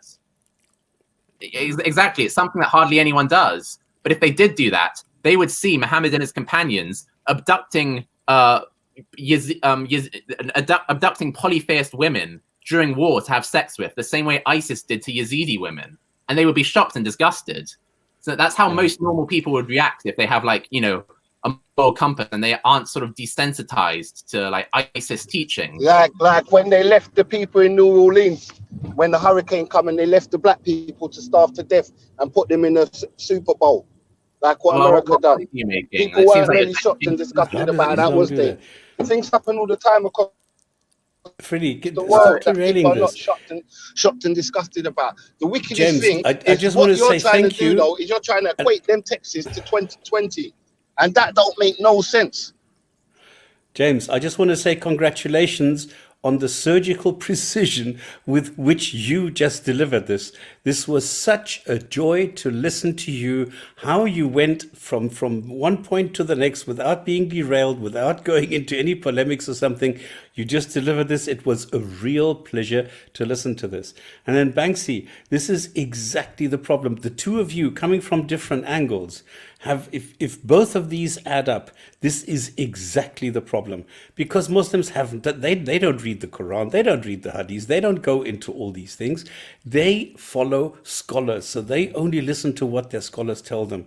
And if I go and confront them with any sentence, they've never heard of these things. They don't know that Muhammad commanded his people to go and enjoy raping female captives. They've never heard of these things. And then when I show them 10, 12, all in Sahih Muslim, Sahih Bukhari, they don't see them. And this is why this is exactly, Banksy is 100% right. The political Islam needs to be exposed and needs to be prohibited. And then James, with the detailed knowledge, this is exactly what the kind of approach that we need to show Muslims why we need to do that. So thank you, both you gentlemen. I'm so thrilled to have heard this here today. This was really a great delivery. Yeah, thanks for that, Stops. Yeah, it's been a interesting chat. And it shows the fact that you need Islamophobia, these made up things. It's a declaration of bankruptcy. And there's a guy in the chat who keeps on heckling, but when I ask him, okay, do you categorically condemn any kind of man who performs any sexual act on a 9-year-old? He can't answer. Because he's brought up to believe that Muhammad was perfect, and therefore he cannot critique somebody who does that, even if it's the most heinous and immoral act that you can believe, that you can think of. They cannot do that. Yeah. We just need more, honesty and candidness, I guess, with as a society. At the moment, but there's not enough people. Everybody's tiptoeing around it. Everybody's scared of being an Islamophobe, of being called a racist, of all these funny labels that are put on people. We shouldn't be scared. We should go do exactly what you did, and you showed how it's done today and how easy it can be performed. You just go to the text and show what it says. That's it.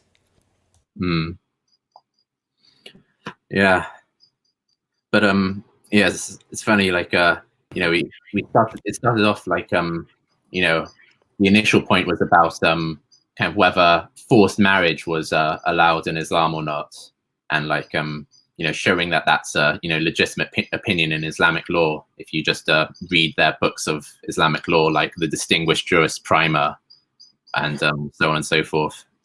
It's not just that. For me, it's like priorities. Is if this was truly a moral book, Would so it be a bigger can I get priority? this straight? Can I get one thing straight, Banksy? Banksy, 1 second. Do you not believe that you're the only one with this knowledge about Aisha and all the 9-year-old? No, but when you come here, you don't believe that there's Muslims that are capable of knowing this? No, but Freddie, when you try to come here and argue against this, and then someone like James puts it in front of you, then why are you arguing against it? Why don't you just accept? I'm not arguing against nothing from conclusion. You would gain more respect from someone like I'm not arguing against nothing. No, but I'm just saying stop lying. What is the lie then? Are you saying that there is no child I'm marriage saying in Islam? my whole contention was, listen to my contention, Banksy.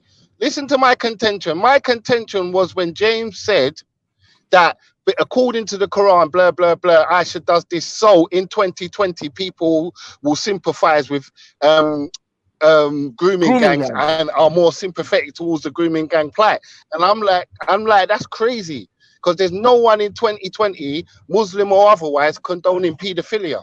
Yes, they are. Yes, there is. That's the thing, they are. They actually are. In 2020, I can take you right now, Freddie. That's what I'm saying. Freddie, right James, now. But Banksy, that's a wild statement, though. Because what I'm saying, he hasn't done enough research to come to that conclusion. Freddie, it's not a statement. He hasn't done enough research to come to that conclusion. You spoke to a couple Muslims in the park and you've come to that wild assumption. No, Freddie, I can take you right now to Iran and buy you a 9-year-old girl. Do you think I'm lying? Do you want to test this? Brother, I'm not, brother, I know that's disgusting. Do you want to test this? But that is on that. I know that it's disgusting, and that's the judgment for Iran and God to deal with, isn't it? Oh, is it? Is it? Why are you being difficult? I'm saying to you, the people of Iran should wake up and stop it. How about if I take you to Afghanistan? How about if I take you to Pakistan and do exactly the same thing? Freddie, you can wake up very quickly. I can take you to Just Malaysia. go to the chat. Do exactly the same thing. I could take you to America. I could take you to Germany. I could take you to everywhere and do exactly the same thing. What are you talking about, bro? I could take you to West End. What the fuck you on about, bro? Can you calm down for a second? If you go to the chat, there's a Muslim there. Ask him if he will condemn anybody who performs a sexual act with a 9-year-old girl. Ask him that. He will not tell you, yes, I condemn it. He's a Muslim and he will not condemn it because he can't. Because Muslims will not condemn pedophilia. Also, Freddie, here's my video on COE, kind of, are grooming gangs influenced by Islam in any way? And we can see in the comments, kind of, if you scroll down, this is a Muslim like me, the commenter, and her replies are, shake my head, what groups? How many groups where? Referring to the grooming gangs. And then she says, sounds like one of these group passing whores and streetwalkers around. So, you know, like you're saying kind of, oh no, like kind of Islam doesn't make people any more kind of hard-hearted or towards these young girls or sympathetic towards kind of but James, you have got no research, James, when you're saying these things. You're making wild assumptions. That's like me saying, because I like chicken, every black person in South London likes chicken. That's like preposterous. You know what I'm saying? That's a stupid thing to say. Look, here's the statistical argument. Here's the statistical argument. Because I spoke to a couple people and they say they like chicken as well. I can't blanketly say everyone likes chicken. No.